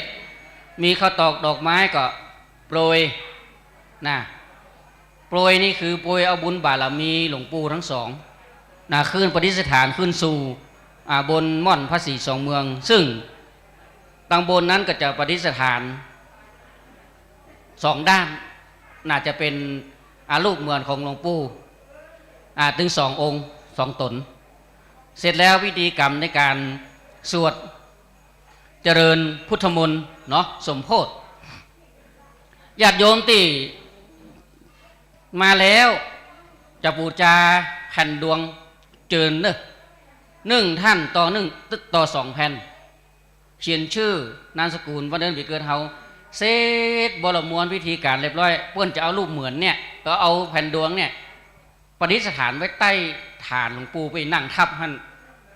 ซึ่งพระมหาเถระทั้ง2รูปนี้เป็นพระมหาเถระอาที่เขากราบไหว้สักการะบูชาเจิญเนอะโยมแม่นาที่ท่านพระครูปริยัติรัตนโชติแล้วก็ท่านพระครูปรัตน์นาฏพงศ์ตรงนี้แผ่นละ19 บาทนะท่านใดที่เขียนแล้วบุตรอาตมาเอาบาทมันนี่จะเอามาย่อนในบาทหรือว่าจังใดเดี๋ยวดูท่านพระครูชนทานกันเพราะว่าได้ชี้แจงกันเบื้องต้นในคณะประชุมคณะการทำงานประชุมเนาะและในวันนี้พระเดชพระคุณท่านพระครูโสพลกิตินิวิทย์รองเลขาเจ้าคณะอำเภอเวียงกับเป้าได้นำดูพระองค์เนรทำขนมเส้นนะทำขนมเส้นนี้เป็นของคณะผู้ทำงานเนอะของพระสงฆ์ของพระเจ้าครูบาอาจารย์หมดทุกตนทุกองค์ตึงดอยสะเก็ดตึงอำเภอเวียงกับเป้านี่นะร่วมใจกันทำขนมเส้นมาเลี้ยงดูมาเป็นโรงทานเพื่อศรัทธาเขาได้กินและรับประทานกันเนาะก็อนุโมทนาตอนนี้ความพร้อมก็คงจะอยู่ที่ศาลแม่นางแก้วถ้าหากว่าไผอยากจะไปตอนนี้ก็ได้เนอะไปเข้าขบวนก็ได้บ่เป็นอย่างเบื้องเฮามานั่งแล้วทีนี้ที่นั่งด้านหน้าก็จะมีชื่อเนาะดังเช่นนายกอบตเป็นต้นท่านนายอำเภอ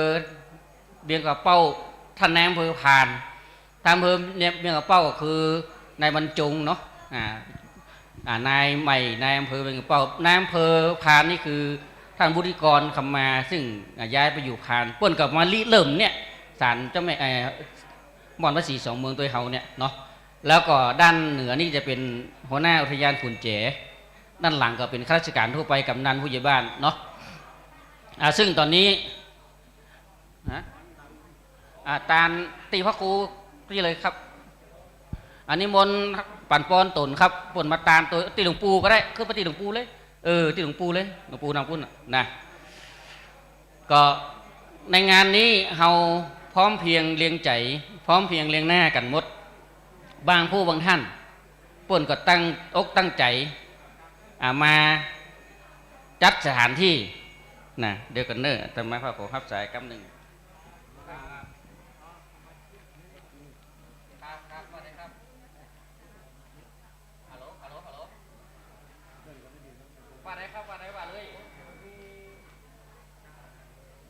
ได้ยินครับว่าเลยครับนี่ครับบักกัมอยู่ตีพระครูร้องนะครับบักกัม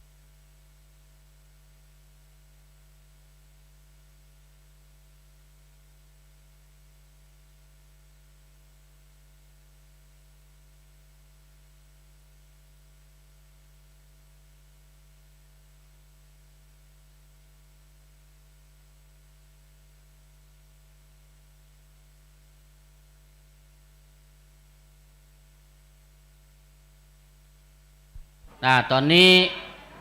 สัญญาณส่งมาเพื่อนกำลังจะแห่โยมตั้งไหนตั้งใดท่านใดจะไปร่วมแห่ขบวนนางฟ้านางงามทั้งหลายจัดรูปแบบขบวนอย่างไรแต่มายังไปถึงนะ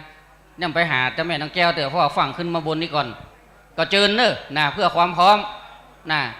นางลำนางงามทั้งหลายเจ้าเจ๊กี้บ่จบเนาะว่าโยมบนมาทำก็คือนำโดยโยมพนิตาพรหมินเนี่ยได้มาคัดปืนนี่สถานโยมตีพระสงฆ์ของพระเจ้าบนหนังนี่นะเอาวิกซอเอาแปลงเอาอย่างมาคัดกันแล้วก็มาจัดดอกเนาะอนุโมทนากับโยมพนิตาเนอะโยมทั้งหลายมาถึงแล้วเจริญพรเนอะใครจะบูชาแผ่นดวงนี่เขียนชื่อนามสกุลเฮาแล้วเขาจะได้ประดิษฐานไว้ปืนฐานครูบาอาจารย์ทั้ง2 รูป 2 ตนหลวงปู่ทั้ง2 รูป 2 ตนเอาตีไม่ได้เขียนไหมคนหนึ่งคือบูชา2 แผ่นเนอะเพราะมี2 รูป 2 ตนแผ่นละ19 บาทเขียนชื่อวันเดือนปีเกิดตามนั้นตามที่รายการมีให้นะเขียนโดยประกาศมันเป็นยังเป็น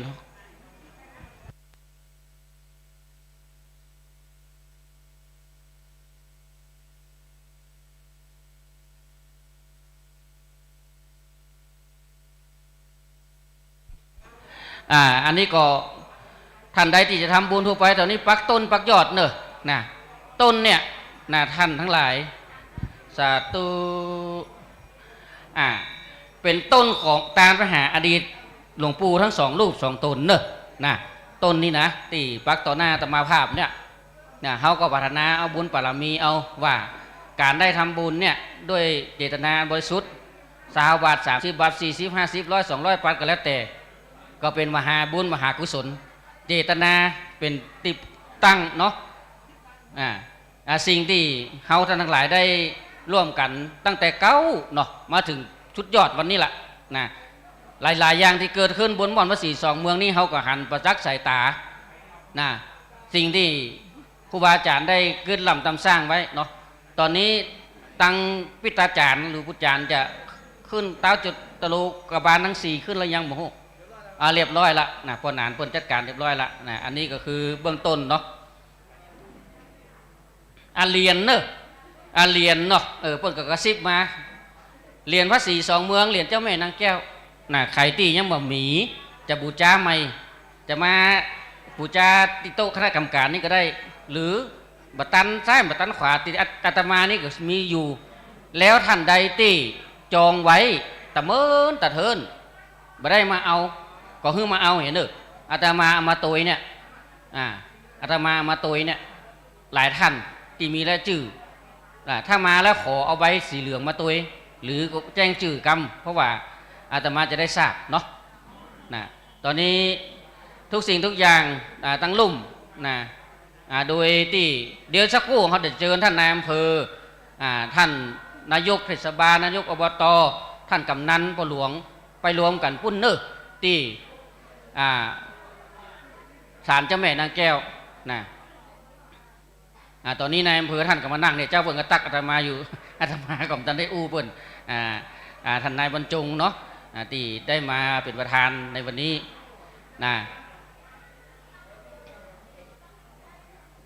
ในส่วนของงานวันนี้ก็อย่างที่เราได้ทราบทางสถานีวิทยุครูบาอาจารย์ก็คงจะได้ประชาสัมพันธ์กันพ้องละเนาะคือในส่วนของการทำพิธีทางพุทธศาสนานั่นคือหลักของศาสนาพิธีเราก็จะได้ไหว้พระสมทานศีลเสร็จแล้วก็จะได้ประกอบพิธี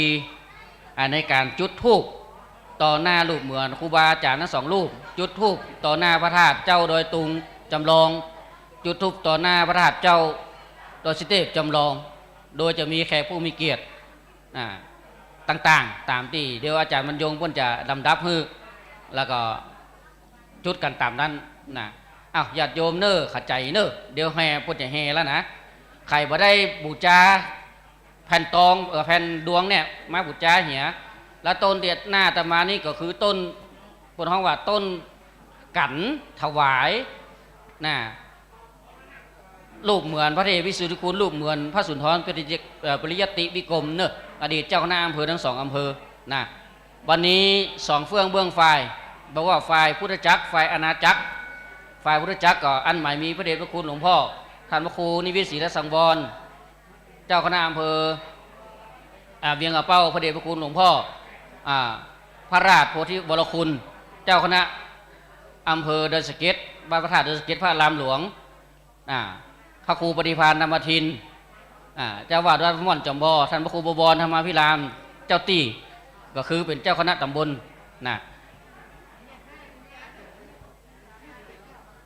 ตอนนี้ก็ได้มีผู้มาร่วมทำบุญคือนางจินตนากันธมาอุทิศให้เจ้ากรรมนายเวร50 บาทพระตานุโมทนาสาธุเด้อสาธุตุปีวัดปากนาเขตเนาะรูปิจูได้มาเดินทางมาร่วมตัวฝ่ายอาณาจักรก็มีท่านนายอำเภอบรรจงเนาะขอสุมาพามาจำชื่อนามสกุลได้ ท่านนายอำเภอบรรจงนายอำเภอเวียงกระเป้าของเขาเนี่ยท่านที่ใส่เสื้อขาวใส่แว่นตาใส่แมสสีขาวเนี่ยนี่ป่อเมืองเวียงกระเป้านี่นะเนี่ยใส่แว่นตาเดินเข้าไปท่านป่อเมืองเวียงกระเป้าแล้วก็ท่านนายอำเภอบุริกรคำมาเป็นอดีตนายอำเภอเวียงกระเป้าเนาะมาร่วมตัวตอนนี้ท่านไปเป็นนายอำเภอพานเนาะแล้วก็หัวหน้าขุนแจอุทยานขุนแจแล้วก็ท่าน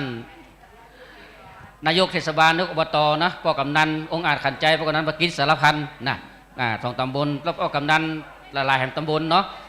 หมายมีแม่ประภัยยอดคำลือบ้านแม่จ่องใต้ดอยสะเก็ดเนอะอันนี้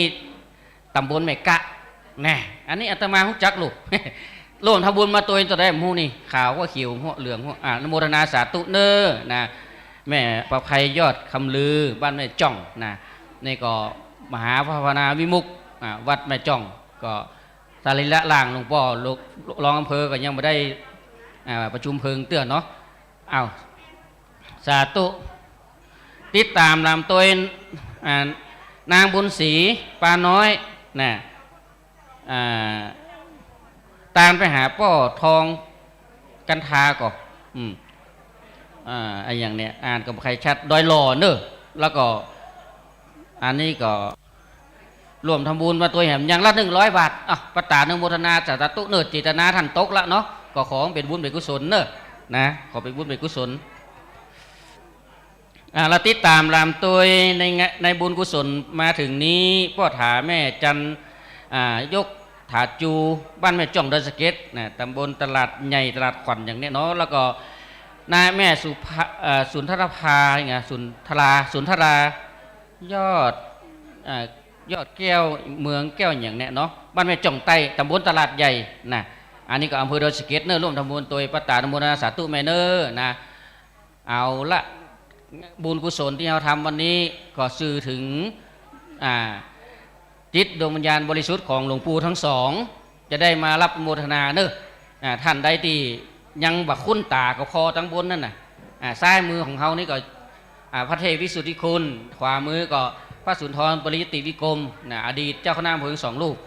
ตั้งแต่ปี2519ซาวญาติโยมเปิดมากึดเนี่ยมันสำเร็จโอ้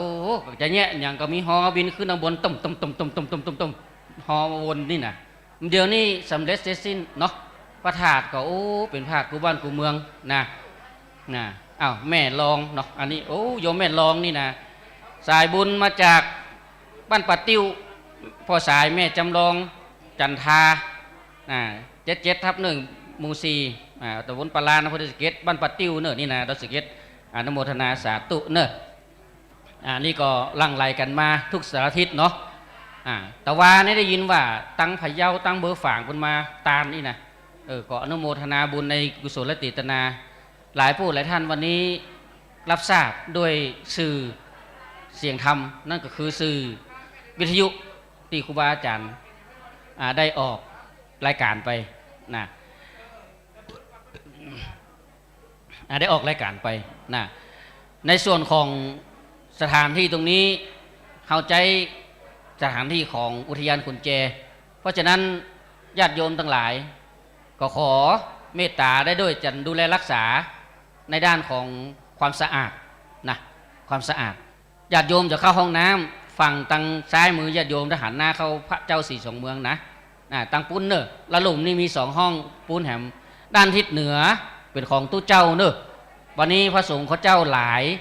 ขอเมตตาจะไปเข้าห้องน้ำตู้เจ้าเนอะนะครูบาอาจารย์มหาเถระนั่งกันโอ้นะดอยรอวะมอดฤาษีวะมากันนักคณะเนาะโอ้บุญไฟสาปารมีเนอะไฟสาปารมีมหาเถระผู้ใหญ่นางทวนสุวรรณสายะร่วมทำบุญ100 บาทอันนี้บ้านอย่างเบิ้ลได้บอกนอกประตานุโมทนาเนอจิตนาเป็นที่ตั้งที่เปิ้งเนอกราบเรียนครูบาอาจารย์ทุกตนทุกรูปนะครับในส่วนที่มาถึงแล้วเมตตานั่งอยู่โซนด้านเหนือก่อนนะครับเนอะส่วนพระเถระพระมหาเถระเจ้าคณะพระสังฆาธิการที่จะขึ้นสวดเดี๋ยวบึดรอฟังกรรมนะส่วนที่เหลือเมตตานั่งตั้งลุ่มนะครับก็สวดด้วยกันนั่นนะแต่พระจัดสถานที่ตั้งบนก็พอสมควรนะครับวันนี้มีพระภาวนาจิตแต่ก่อนเป็นห้องว่าพระนั่งปกอธิษฐานจิตเดี๋ยวนี้ห้องนั่งพระภาวนาจิต4 ตน 4 รูปนะ4 ตน 4 รูปอันนี้ก็เดี๋ยวเราจะได้หันรูปแบบงานในช่วง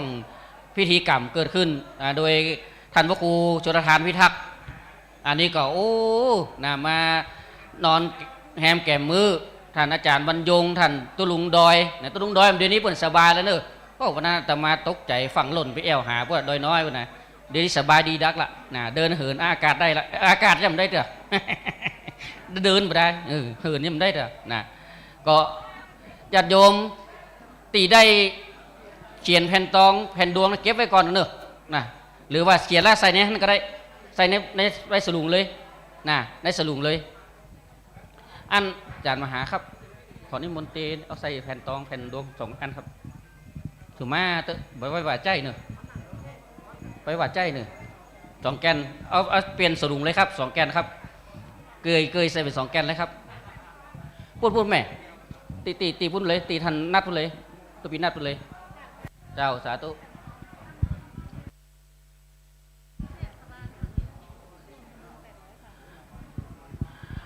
ทำบุญที่ดินเลยรอหาตุลุงยองเลยเนอะแม่หาตุลุงยองเลยตอนนี้ได้มีเทศบาลตำบลปะงิ้วร่วมทำบุญ800 บาทประตานุโมทนาสาธุสทวาสนามาที่ก่อนโยมเสลียปักนี่ไปเอาไปแลกและเสลียปัก2 ต้นนี้เอาแบงค์500ไปแลกและเสลียปัก2 ต้นนี้ให้มันได้เต่ากันเนาะอนุโมทนาเทศบาลตำบลบางยิ้วเนอร์โดยท่านสทวาสนาแท่ตันก่อนแท่ตันอันนี้ก็โอ้เป็นถึงอหปลเป็นบดนี่นะเป็นเมียก็เป็นนะ ทำกูอย่างอันนี้ทำบุญนี่เนาะไหมเนาะอันนี้ก็ได้มีปอน้อยทองแม่วิไลยกอะไรอย่างนี้แม่ยกคำจูโอ้ยกคำมาจูก่อนปาทุก ปอน้อยทองแม่วิไลยกคำจูนะบ้านแม่จ่องร่วมทำบุญตาเจ้าหาในกักเจ้ากรรมในเวรปตะนโมทนาสาธุเนอนะหลายสิ่งหลายอย่างที่เขาได้ร่วมกันเปิดเพลงอย่างนะเปิดเพลงอย่างที่ไหนนะวะเทศเสียงกะถ้าจะเทศเสียงเขาก็สะดุ้งก็จะฟ้อนละ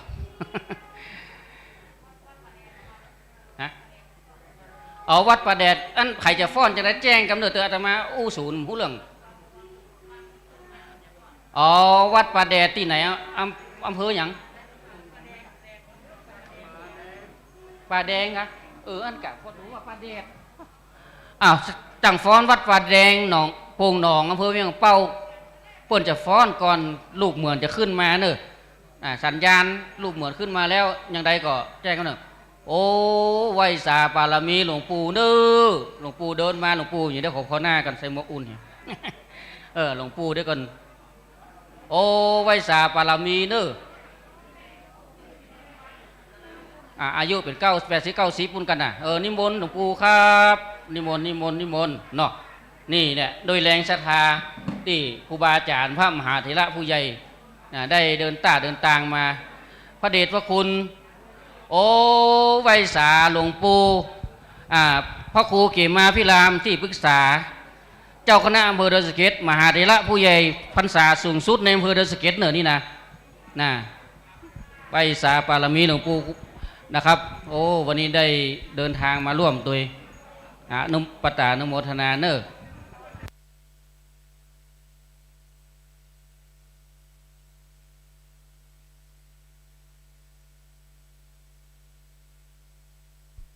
มหาเถระผู้ใหญ่เอาสูงสุดในอำเภอดอยสะเก็ดเนอะนี่นะอดีตเป็นที่ปรึกษาเจ้าคณะอำเภอดอยสะเก็ดณปัจจุบันนี้นิมนต์หลวงปู่ขึ้นข้างบนนะครับตอนนี้พระเดชพระคุณเดี๋ยวจะนั่งนี่พักก่อนนึงกันครับเดี๋ยวบนจะมีที่นั่งให้อยู่ให้เป็นนั่งลุ่มขึ้นก่อนหลวงปู่ติดตามโดยพ่อหลวงพิชัยพี่รุนใจ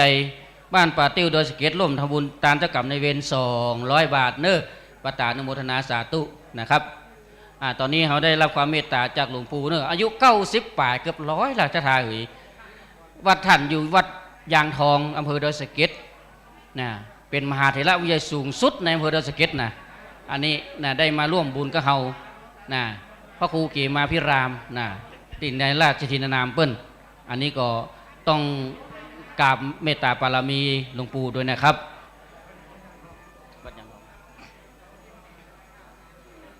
ถ้าใครจะฟ้อนอย่างใดเอิญก็เนิดเตือจะได้อู้ศูนย์มันจะ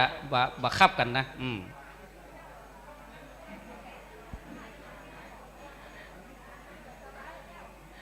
วันนั้นก็ได้มีโอกาสไปร่วมตอนนี้พระเดชพระคุณหลวงพ่อท่านพระครูพิพิธสุธรรมเปิ้นจะบอกฟ้อนเดี๋ยวเปิ้นแห่นั่นคือนะแต่นี่ลำแยกกันนะครับแยกกันมาแล้วอู้มได้มันจะสูญกันหลวงพ่อพระครูพิพิธสุธรรมรองเจ้าหน้าอำเภอเดชสะเก็ดหลวงพ่อร้องอำเภอเหมือนป้อนเลยพอร้องอำเภอเหมือนป้อนนะพอนี่นะ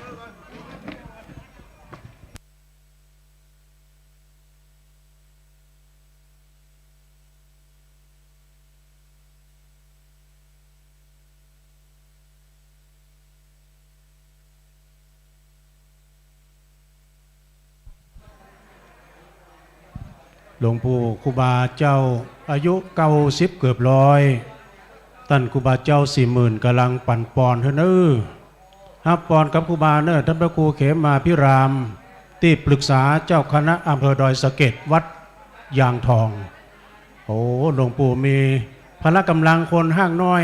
เตียวขึ้นดอยง่ายแม่เหมือนตุลุงตุ้ยไปหน่อย เอาเลยเน้อศรัทธาญาติโยมตอนนี้นะใกล้เวลาขบวนแห่สมณรูปเหมือนของท่านครูบาหลวงปู่ครูบาทั้งสองนะฮะ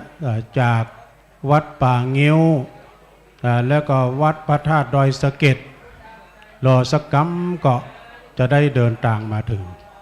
เอาไปก็ได้ของดีก็มาตอนนี้ญาติโยมทั้งหลายพายันของท่านครูบาแดงนะฮะมาแล้วก็พระเจ้าเขียนแผ่นดวงจัตตาก็เจิญได้นึเรียนเชิญเจริญพรวัดนิมนต์หลวงปู่ขึ้นน้ำมนต์นึเดี๋ยวเปล่าเพิ่นหน่อยครูบา40,000ฮะเพื่อจะมักตะเพ็ดเนาะ โอ้ไว้สาบารมีธรรมหลวงปู่เนอะเดี๋ยวพักตอนนี้ก่อนก่อนนี้ก็ขอบคุณทางโครงการของคณะท่านพระครูเลขาวัดป่างิ้วเปิ้นได้เอามาถึง2อย่างนะบอกว่าจะเป็นก๋วยเตี๋ยวแล้วก็ขนมจีนด้วยแล้วก็หลายโครงการช่วงเมื่อเช้านี้ก็ได้รับความเมตตาโอ้ไวสาหลวงพ่อมาแล้ววัดป่าซักงามเนาะแม่กวงมาแล้วหลวงปู่นิมนต์นะครับเน้อวันนี้ดอยสะเก็ดมากันจัดหลายแล้วตั้งสายตั้งปูนเนาะหลายที่หลายทางกำลังทยอยกันมาปฏิสัมพันธ์ปฏิสันถานครูบาอาจารย์ด้วยเน้อยังไงนะตอนนี้คณะสงฆ์ต่างๆได้เดินทางมาจากอำเภอเดชสะเก็ดอำเภอเวียงป่าเป้าแล้วก็หลายๆที่นิมนต์ครูบาอาจารย์พักผ่อนตรงนี้ก่อนก็ได้นะครับด้านนี้ด้านเหนือนี่ครับวันนี้เขาหันว่าบนม่อนวัดศรีสองเมืองเนี่ยข่าวเพื่อคำแล้วสถาญาติโยมเนาะก็เป็นสิ่งที่เขาหันแล้วว่า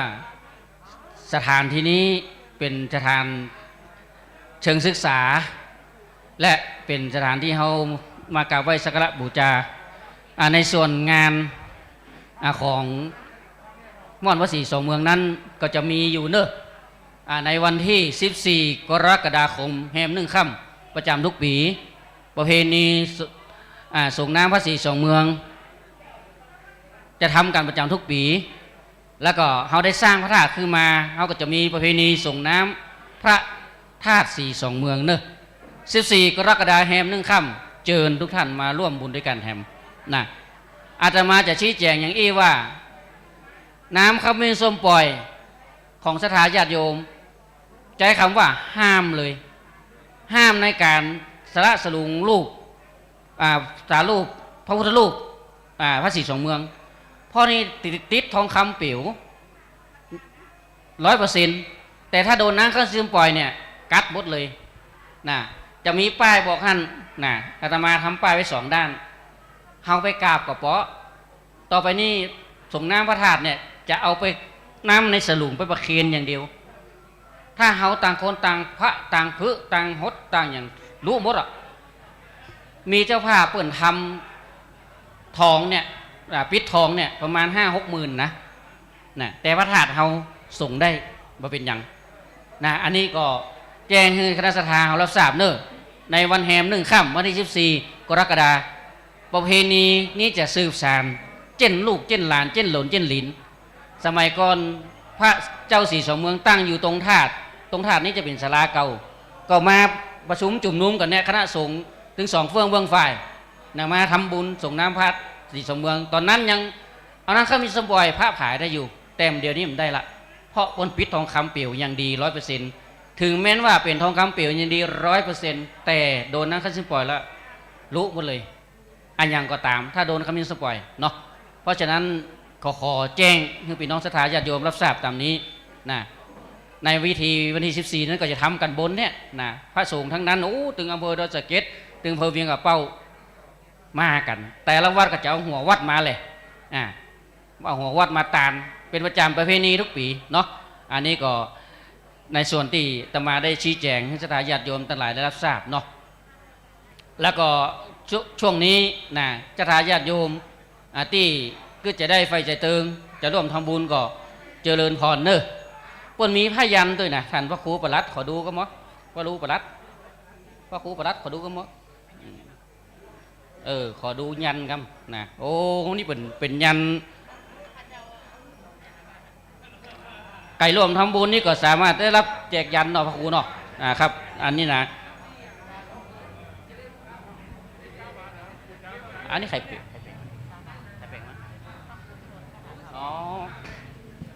เป็นยันของหลวงพ่อพระครูชนทานพิทักษ์เนอะแผ่นละ19 บาทผลร่วมสมทบทำบุญ100อีกว่ะ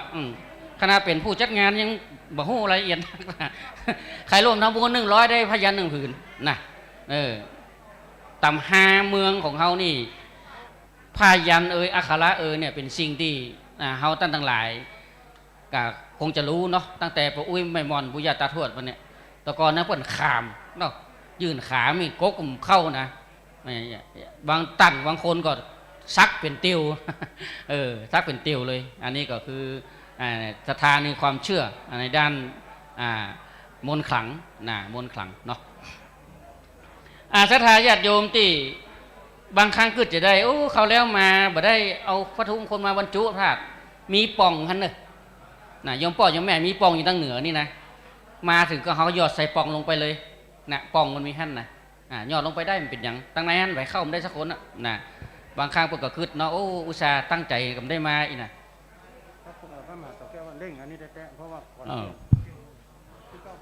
อันนี้ก็อันนี้ดวงชะตานี่นะเดี๋ยวเตี้ยงเพิ่นก็จะบรรจุแล้วนะศรัทธาญาติโยมเจิญเนอะท่านใดที่ยังได้มาบูชาได้19 บาทเนาะ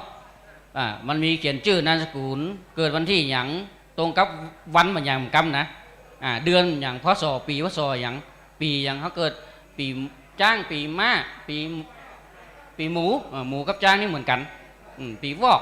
ปีลิงนี่เนาะก็มาเขียนลงนี้ได้มาเสงมาเมียมาแม่ว่าไปเนาะแล้วก็เอาใส่ในบาทจะมี2 แก่นเนอะ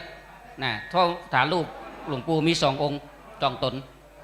19 บาทศรัทธาญาติโยมแต่ศรัทธาญาติโยมจะต้องบูชาคนละ2 แผ่นเดี๋ยวอาตมาก็จะเอาไว้ก่อนเดี๋ยวมันตันเปิดนะเอาไว้ก่อนเดี๋ยวมันตันเปิดเดี๋ยวบุญตางใส่หื้อตู้เจ้าแปะได้วะอันนี้ก็โยมแม่มาเดินทางมาถึงสาธุเนอะดอกเตียวซื่อๆหน่อยนี่แม่นะห้องนี่คือแม่คนชื่อแม่ห้องนี่คือแม่บ้านบักยิ้วขุนเมื่อวันขุนปุ่นเข้าไปหู้จักหมดคุณว่า40,000นี่นะหู้จักไปเห็นหมดก็ในงานเนาะศรัทธาญาติโยมวันนี้สังฆสามัคคีและประชาชนสามัคคีนั้นนำโดยป้อเมืองเขาไผ่บ่เคยหันป้อเมืองเมียงเป้านี่เนอะนั่งอยู่ข้างป่นหลวงโตนี่นะท่านนายอำเภอบรรจงเนาะท่านก็ได้มาเป็นเก้าเป็นกิมภรรยามาตุยคุณนายมาตุยมากท่านนายท่านภรรยานายอำเภอมาตุยแล้วกับประชาสัมพันธ์แหมอย่างเนอะวันที่12อีแม่อีพ่อทั้งหลายโดยเฉพาะเวียงเป้าป่วนจะรอเทียนมันสาตีวัดหน้าวัดหล่องนอดเนอะ ใครมีขี้เพิงใครมีขี้เตียนเก่าครูบาอาจารย์เนอะวัดหล่องนอดก็ไปห้อยหอมกันได้เนอะพอดีงานเนี่ยทีแรกจะจัดที่ห่วงลานอำเภอเนาะที่ว่าการอำเภอนายเพิ่นก็ว่าโอ้เจ้าหน้าที่ที่รับเสด็จเพิ่นจะมาพระเทพเพิ่นจะเสด็จก็เลยประจัดตีควงหน้าวัดควงนอดใกล้ๆกับบ้านปวดหนานวินนั่นน่ะไปให้ไปหอมก็ได้ไปร่วมทำบุญกันได้เนอะงานรอเทียนประจำปีเทียนพรรษาประจำปีของอำเภอเวียงป่าเป้าปีนี้จัดหน้าวัดหล่องนอดที่แรกก็จะเอาควงลานหน้าที่ว่าการอำเภอน่ะนายเพิ่นว่าโอ้บ่เดี๋ยวนี้เจ้าคณะของปุ่นห้องว่าเจ้าหน้าที่ตั้งฝ่ายราชวงศ์ชวังเนี่ยเพิ่นจะมาหั่นก็เป็นการบ่ใครงามอีเนี่ยมันจะอดลำไปนะเจอวันที่12กรกฎาคมไปร่วมกันรอเทียนพรรษาที่หั่นเป็นบุญประเพณีประจำปีเฮาก็บ่ลืมทั้งพุทธกาลแหละถึงแม้ว่ามันจะมีไฟฟ้าเฮาก็บ่ลืมทั้งพุทธกาลเพราะเป็นบุญประเพณีที่หั่นข้อความใหม่มาวันที่5ถึงวันที่10หลวงพ่อรองตำบลปะงิ้วเพิ่นแจ้งมาบ่เดี๋ยวนี้ตั้งแต่วันที่5ถึงวันที่10เจิญไปร่วมกันรอเตียนไผว่างวันใดไปวันนั้นได้เนาะโอ้กราบไหว้สาพระเดชพระคุณครูบาอาจารย์ท่านพระครูสมุพินัทนี่ท่านเจ้าอาวาสวัดสระปีดอยสะเก็ดแม่คือท่านพระสมุศรีไทยเจ้าท่านเลขาเจ้าคณะตำบลลงเหนือเจ้าวัดใหม่ชมทางนุชาติแล้วก็ต้นลุงเนาะหมูจักก็ว่าต้นลุงนะกะหมูจักจือหรอ นิมนต์นะครับมาทางเหนือเฮ้ปีตุ๊ปอกตุ๊เจ้ามาอยู่ทางเหนือเพ่เนอตั้งใต้ของโยมอยู่เดี๋ยวมันจะสูญสุนันเดี๋ยวจะว่าเหลวหน้าโหเซียวมาได้ยุ่งนะ กลางอู้กันม่วนตุ๊อุ้ยนั่นลูกไปเนาะเซียวลูกไปตุ๊เจ้ามันหนังแต่โหเซียวมาได้ยุ่งเนอะอันนิมนต์นะครับนิมนต์เนาะตอนนี้คณะสงฆ์อำเภอดอยสะเก็ดมาละหลั่งไหลกันมาคณะสงฆ์อำเภอเวียงเป้าก็ทยอยมากันเนาะนี่แหละสถานญาติโยมสุขาสังคสะสามัคคีความสามัคคีในหมู่คณะนำสุขมือตันใดที่จะไปรอเตียนก่อนวันที่5ถึงที่11ทยอยไปกันได้เขาจะไปวันที่9เนี่ยเอาเหล็กมาโค่นก็ไปเตอะเขาจะไปวันที่11ชนะ2ครั้งก็ไปได้1+1เป็น2เนาะในการนี้ท่านอาจารย์มหาธุมชาตินักเดินธุดงค์100 ลี้ 1,000 ลี้ก็มันนอนแฮมแก่มือนี่เป็นนักจัดรายการเสียงเอกเสียงดีไล่สดตลอดก็ได้มาร่วมด้วยกันทุกครั้งที่มีงานซึ่งท่านอาจารย์มหาธุมชาติก็ขอปวารณาหลังจากที่ได้ไปท่องยุทธจักร ออกไปท่องยุทธจักรปีกเข้ามาก็ปวารณาเลยทุดงปัจจัยที่โยมถวายข้างตางหรือติไหนเนี่ยคนก็เอาเข้าสถานีวิวก็อนุโมทนาในบุญกุศลเจตนาของท่านต่อไปเดี๋ยวจะมอบไม้ให้ท่านอาจารย์มหาเดี๋ยวจะมาไปดูความพร้อมที่พระนรแก้วก่อนในโอกาสนี้ญาติโยมท่านใดที่จะโดนทำบุญก็เจริญเจริญพรเอาประกาศกรรมเอานี่คณะสงฆ์คณะศรัทธาและคณะสงฆ์สำนักสงฆ์หอมบุญบ้านป่าไม้แดงหอมบุญไว้ป่าไม้แดงตำบลแม่ปูงเนาะโดยสเก็ตหลวงพ่อมานิดนำโดยหลวงพ่อมานิดร่วมทำบุญมานักตึกปึกนี่ต่อได้พวกนี้นะโอ้เขียวบือแล้ว นโมทนาสาธุครับมอบถวายไม้ให้แกอาจารย์มหากับไว้สารนะครับถวายความเคารพครูบาอาจารย์ถ้าแบบเปลี่ยนกันมดเสียงเนี่ยศรัทธาตั้งแต่ตี4ตี5กับตุลุงยองท่านอาจารย์ชัยวัฒน์นาคเสโนเนาะได้ได้จ้ากับศรัทธาญาติโยมความจริงตู้เจ้าก็ไข่ยั่งเก่านะแต่เขาออกอากาศไปตังเชียงใหม่เชียงรายแม่ขาจานเมืองฝางพุ่นนะยั่งถึงบ่ได้เนอะไผจะไปไก่ตู้เจ้านะตู้เจ้าหมูนี่ตนเดียวตนนั่นยั่งตนนั่นแตนอย่างปล้ำปะเหลียนะอดเอาฟังไปเลยหมู่ทั้งบ้านท่าฟังอยู่บางพ่อง